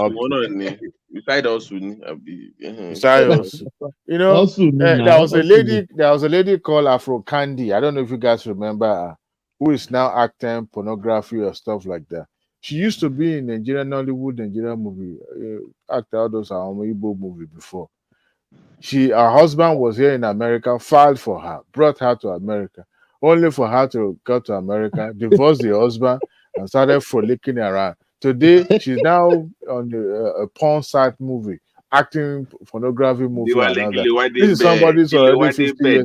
I mean, our story was everywhere, sometimes she was shameless. Why are you investigating? Why do you know she's I mean, our story was all over the news. You now click to go and she acted there was a particular movie that she released there that she was actually but all jokes apart, she was public stuff, not like it was hiding it. But what I'm trying to say is that these are the people that when they're in Nigeria, look at Victoria Nyama, who lives in UK with a woman, only for her to get to UK, then she decided to leave her husband and becomes a what do you call it? A single woman. See all these people. Single mother, all these people, they know what they are up to. This star back in the 90s, Bookie, right? I heard she lives in your area now. What? I think she lives in either US or UK. I can't remember. She lives in Yadugbo. She lives in Richmond. For real? She's a big tech lady now. I know that. I heard that she's into tech now. Yeah, she's not acting anymore. Okay, it's been long. She's not acting anymore. She's in your area now. She's in Richmond now. I don't go out. I hardly see. One of these, I went to one of the African store called Farmers Market. The moment I stopped in there, I quickly ran out. I was looking at it. It looked like Oshodi. Everybody was like, I said, hell no. What brought me here? I haven't been in the African store for a decade. But I don't know what brought me in there. I wanted to buy something. Somebody told me I wanted what do you call this thing? Suya's pepper or something. Suya pepper. To put it on. That was what took me to that store. And I said, hell no, too many Nigerians. I was scared, man. When once you see too many Nigerians, you're like, oh, wait a minute, this is not right. So I don't usually go out. Even if I live with the same neighborhood with her, I might not even come across her for only God knows what. But that's good for her. At least she's into business.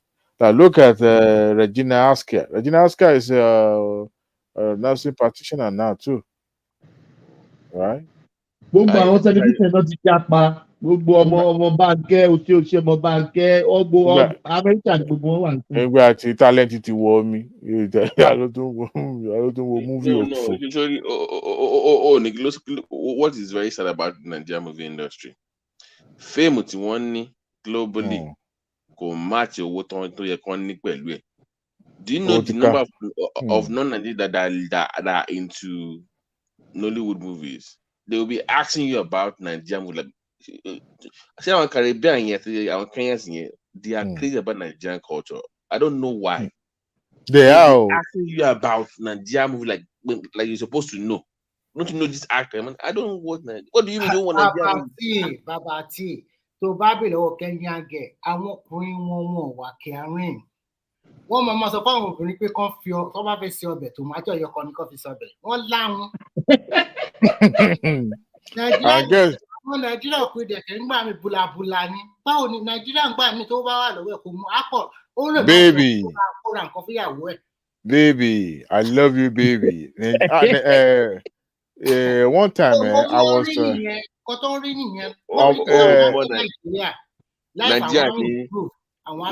Nigeria ni Remi, ani baby, máa fowó ṣe é léṣe, máa fowó bá tiẹ̀ jẹ́. Máa fowó bá tiẹ̀ jẹ́, máa fowó bá tiẹ̀ jẹ́. Tí obìnrin Nàìjíríà bá ìyàwó ẹ̀ tó bá ń bẹ ẹja, jẹ́ kó máa bẹ ẹja. Ọ̀dọ́ mi bá ti jowó síwájú báyìí wá rí pé á change straight away.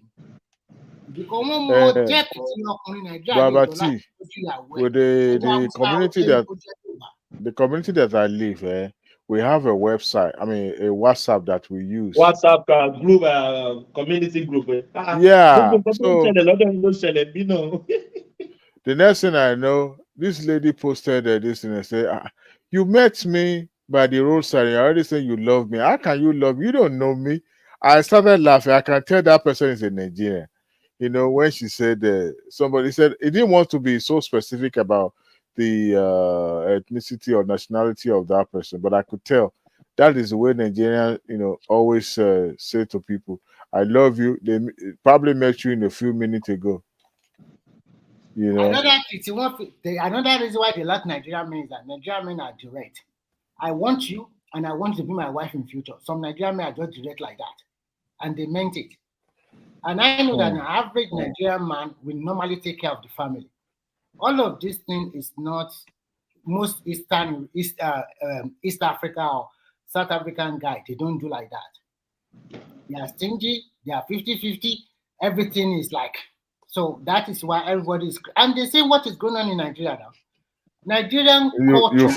You forgot to indicate another factor, victimization too. That's another issue. Yes, it's true. So, why in Nigeria that victimization is very low? Nigerian people will allow his wife to also prosper, not because I'm rich, then my wife. No, you see, you understand what I'm trying to say, Remy? You don't seem to get it. Well, you understand now. I said victimization. Okay, yes.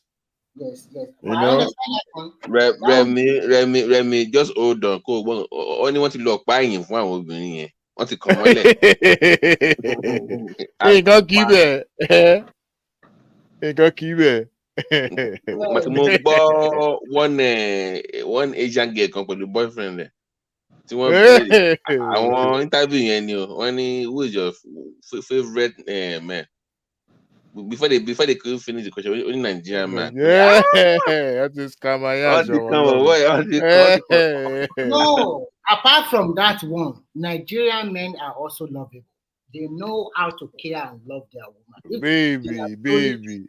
No, I'm telling you the truth. If they are really into you, if a Nigerian man is into you and that Nigerian man is prosper enough, he doesn't care how much he will spend on you. That's true. That is true. But if you give him peace of mind, Nigeria where they work inside warehouse too. If you give him peace of mind, she will spend everything on you. Yeah, and that's one thing about southeastern men. Southeastern men spend money on their spouse. Yoruba can be a little bit stingy. Sure, you know. Yeah, it can be. But if the Yoruba man is also prosper enough, if you are pursuing the same girl with an Igbo man, forget it. You will lose because that Igbo man will spoil that girl rotten. Yeah. If the Igbo man also have that money, okay. Oh yeah, he will say, "Baby, I love you, baby." Yeah, before you know it. Man get mouth past Yoruba now. It will spend on that lady than you. But ironically, most of these Eastern guys, they also prefer Yoruba demon more than you. Yoruba demon are the one that you know you are married and you still want to, over Gembe. Man, Nigerians, we are something else. And that is why if you go to Kenyans and all that, they And then another thing that you guys are not saying is that Nigerian people, most Nigerian men, if they set a goal for themselves, they really want to achieve that goal. They want to work hard and go to and get that thing. It's not easy for an average Nigerian man to leave Nigeria and go and prosper in other African countries. That's what they are saying. These people are not from Kenya. They are not from South Africa. Why are they? What are they doing that our men are not doing? No, because like if you look at like Ghana now, they are very laid back. It's a very laid back. They are laid back. They are laid back. That they just lazy or call laid back, but it's okay, Jared. That's their culture. So if you're like a Nigerian, make our hustle jam this thing quick now. Women like that now. I want to crack a joke. You know, I met one Kenya guy. I was talking to him. You know that for 15 minutes, this guy cannot look directly into my eyes. Continue to bow down. I was like, what's wrong with you? Are you not a man? I met some Kenya in the classroom. I'm not Remy. I don't know what it is though. Kenyan men, they have this low self-esteem around Nigerian men. You just know that you just stand out. Around Nigerian men, if you saw this South African country, I just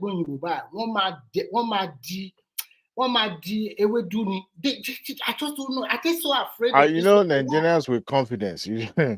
When Nigeria is pushed to the wall, you will see that confidence will come from nowhere. And combine that confidence with money. People they will now see that as arrogance, and say, "Oh, look at Nigerian men will, baby, come here, baby, I take care of you, I love you." Now, lie. You know, Nigerian men, they have a lot of things. Like the physical alone, with Nigerian men. We are just stand out. See, once I see their head, I can tell this is a Nigerian. Our head is kind of shaped somehow. I can tell you that. I was somewhere. I'm telling you, I saw one. I was somewhere day before yesterday. I saw one guy just, came in. I was like, the moment I saw him, I said, we have this peculiar way of dressing. We always dress sharp, unlike some American that would just dress shabbily, don't care kind of a style. When I saw the guy, I was like, you dress too tight. You're a Nigerian. And I look at his head. I said, no, that's one of Nigeria. And the next thing, he was trying to fake his accent and say, "Oh, baby, you don't worry." I was just, thinking about that. I didn't say it outside until he now said, good afternoon. I said, good afternoon. And I realized that this guy, that proper Nigeria, na real Undoma. I said, hey, I knew it. We have similar experience. My first job in China at that time, I went to that school. It's like a secondary school.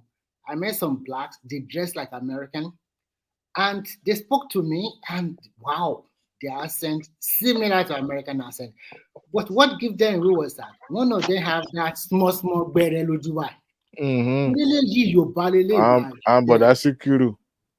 Muni lo ti Jericho irun lo fi pattern sí àárín mo ní well done lo fi earrings gbogbo ẹ̀ sí mo ní okay Yorùbá a ṣe lọ jẹ lunch mi tí ẹ ṣe mistake mo sọ Yorùbá sí mo ní wá Yorùbá ni ẹ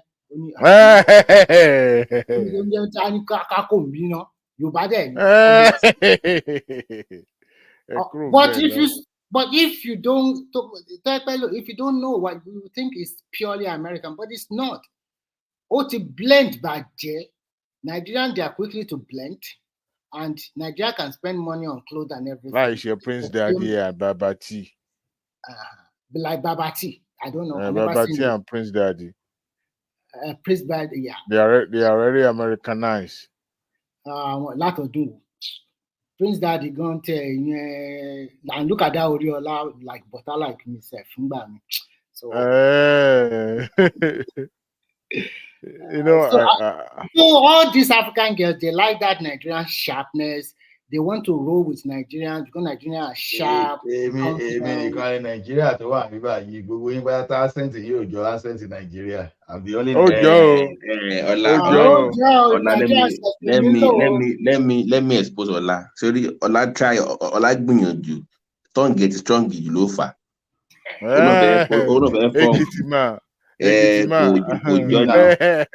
No, there's a guy, there's a man. Accent me only change Ekiti ni me because there's the one man that usually started this show with you guys called Baba Akure. Baba Akure, even if he lives in Canada for 50 years or 100 years, his accent will never change. Baba Even Akure is Baba Jale Koko no to Pella America. no. Baba Jale Kukuda is always cussing every time he's talking. He's swearing is even more than the devil. Than the sailor. He'll be saying "God damn" everything. I was like, why must you say "God damn"?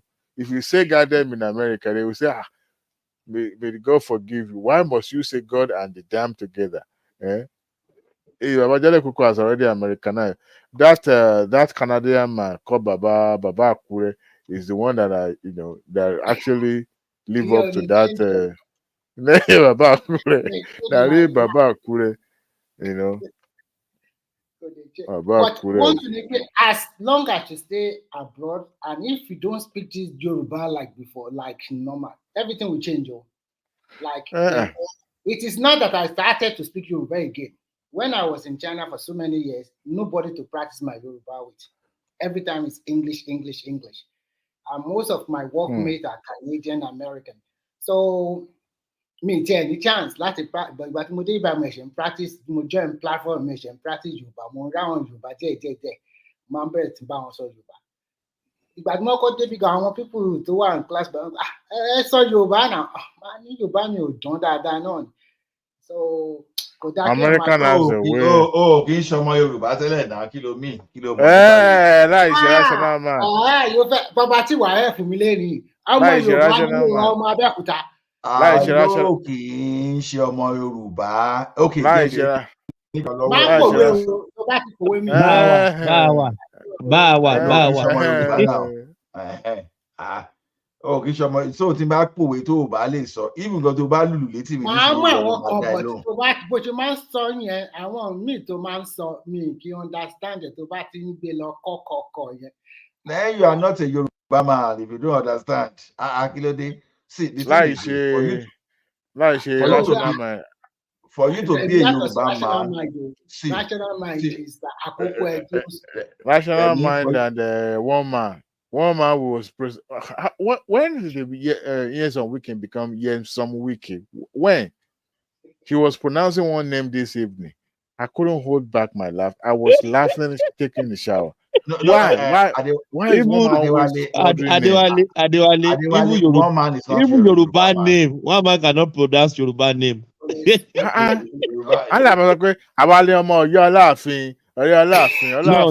Let me tell you something. One man was born in the England, Europe. How many years in one man known in Nigeria? One man is a Englishman. He's an Englishman. He was born in the UK. He was born in the UK. Yeah. Adewale, Mr. Gomez Ganshile, she gbọ́ Yorùbá ju. One man law. Sometimes I wonder, is one man in Nigeria? It's actually when I was on Dr. Damage one day and he came online. I was so fascinated, but I just wanted to, people were laughing at why he's acting this way. I knew this is not extraordinary. That I need to dig deep and get to know this man. You know why that guy challenged him that speak your accent. I don't like people faking accent. Oh, he was furious about it. One man is not for me, no. It's not for me, no. That is the accent. No. I was a little bit confused when he was speaking. I was like, but this man is Nigerian. How come he's now speaking as if Adewale, one man has been living in UK for decades. You can tell when you started seeing somebody saying he says, who is the sir that he's always talking about? He says, century English. His dictionary is always full of. Adewale, if one man mistakenly marry a white person, he will not even be able to speak Yoruba anymore. Thank God I marry a Yoruba person. That's why one man is not a Yoruba man. He lives all his life in the UK. I'm the only Yoruba in the army. You see, Adewale say where they confirm it is I they deny him now. He get the point.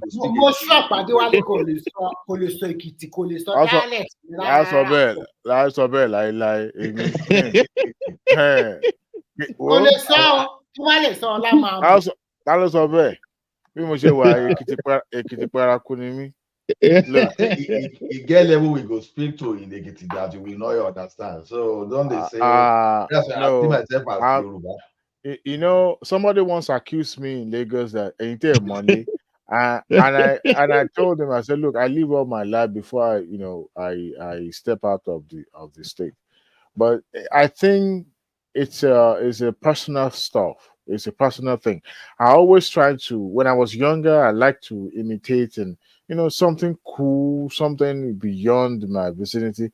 But I now getting older and I'm beginning to say that look, I identify more from where I come from. That way of sounding like a Lagosian or sounding more like a not a kitty person. I know it can be confusing sometimes, and I don't like that.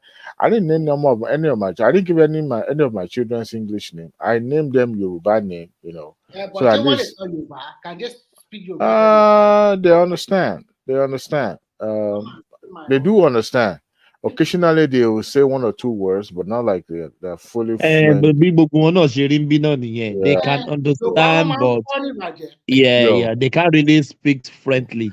I'm a proper.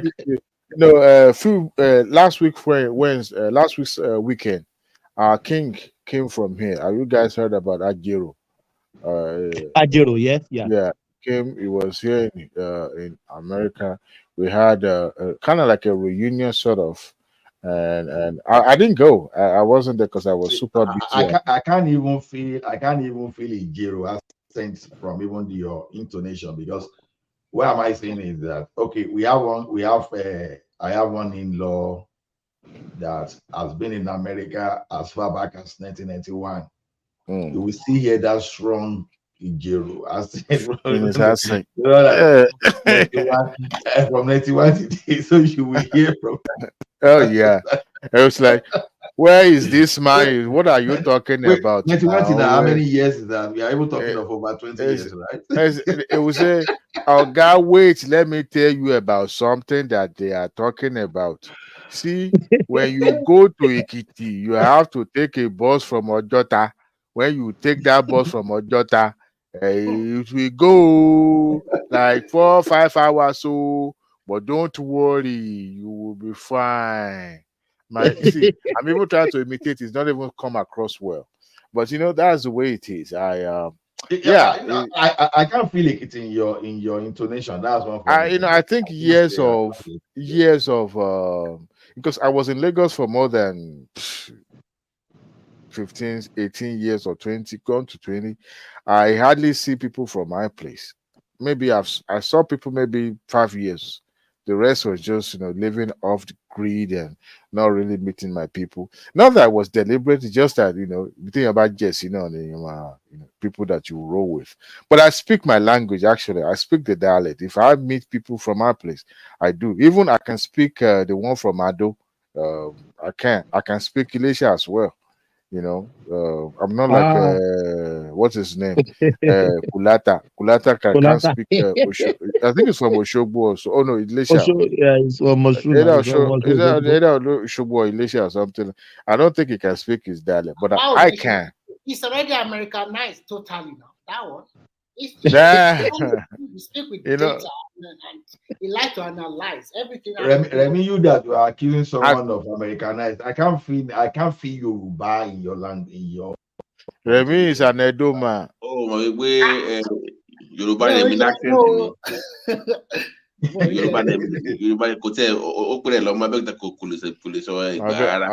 Ṣé wọn náà lè ṣèdè ni? Mo gbà pé mi lè ṣèdè. Èmi fẹ́ gbà náà. Ajá bàbá tí ì sẹ́gbà náà. Bàbá tí ì sẹ́gbà. Àwọn fake ẹ̀gbá wo ni? No, bàbá tí bá wa. Everybody can say bá wa. Bàbá tí is already Americanized. I want to give Remy some kind of proverb. No. After sin. Èmi fẹ́ shut down 9 hours.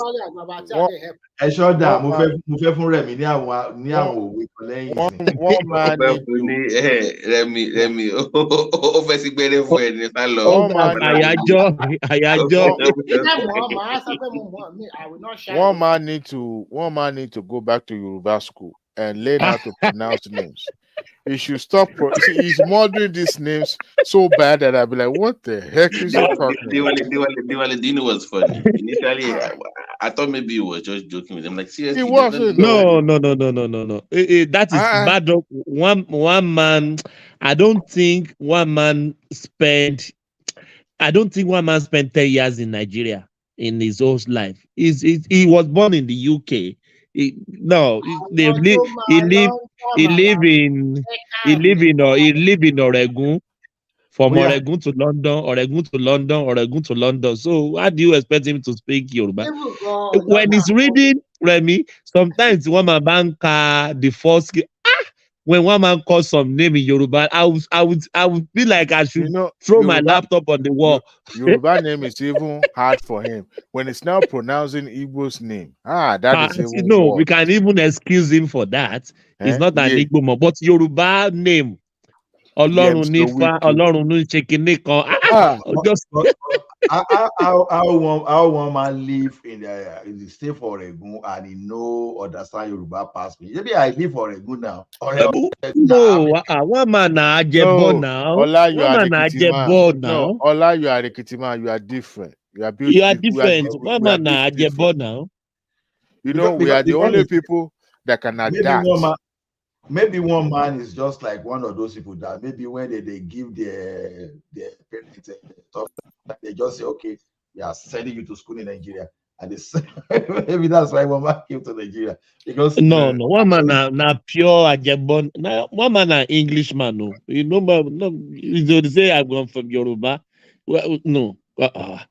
He can just speak Yoruba casually. No.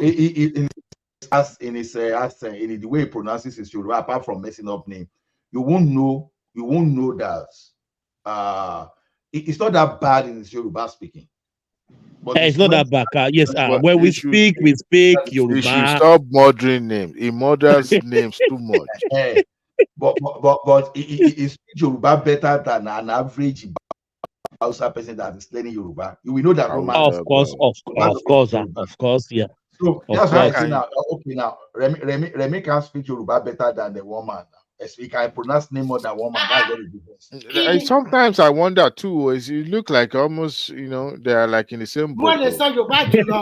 Yeah, Remy can speak Yoruba more than one man. No, he can't speak more than one man. No. He speaks more than one man. What is funny most is when Rational Mind says, I'm from Ondo State. I said, man, you can't even claim, you can't claim a job, you can't claim anywhere. And you just like identify with Ondo. Where in Ondo, Ilaje, or somewhere? Let me even ask you, Diwali. He's a lawyer today. He's a lawyer.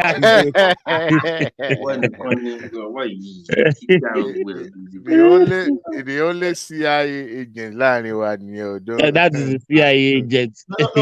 No, Baba T, actually, you to Paul. You really miss about where else real. But if I tell some people they don't want to believe, I just be taking the deceiving yourself. Like, you know, center like that. Timo center like that. Medical doctor, engineer, project manager. After the flow, after the discussion has been going on, you just hear from nowhere. Do. See all these you guys are talking about, man. This thing you need to stop. You people will not stop spinning this thing. Do. And we're like, you people. Rational Mind road, our family fans out to me. So there are the type of people that can tell you what is happening in all those Libya desert and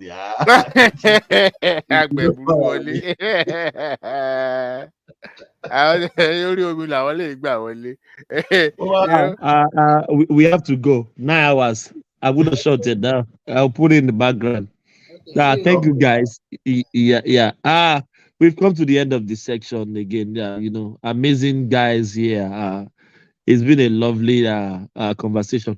Carry the conversation in the comment section. I said, peace. Thank you, guys. Thank you.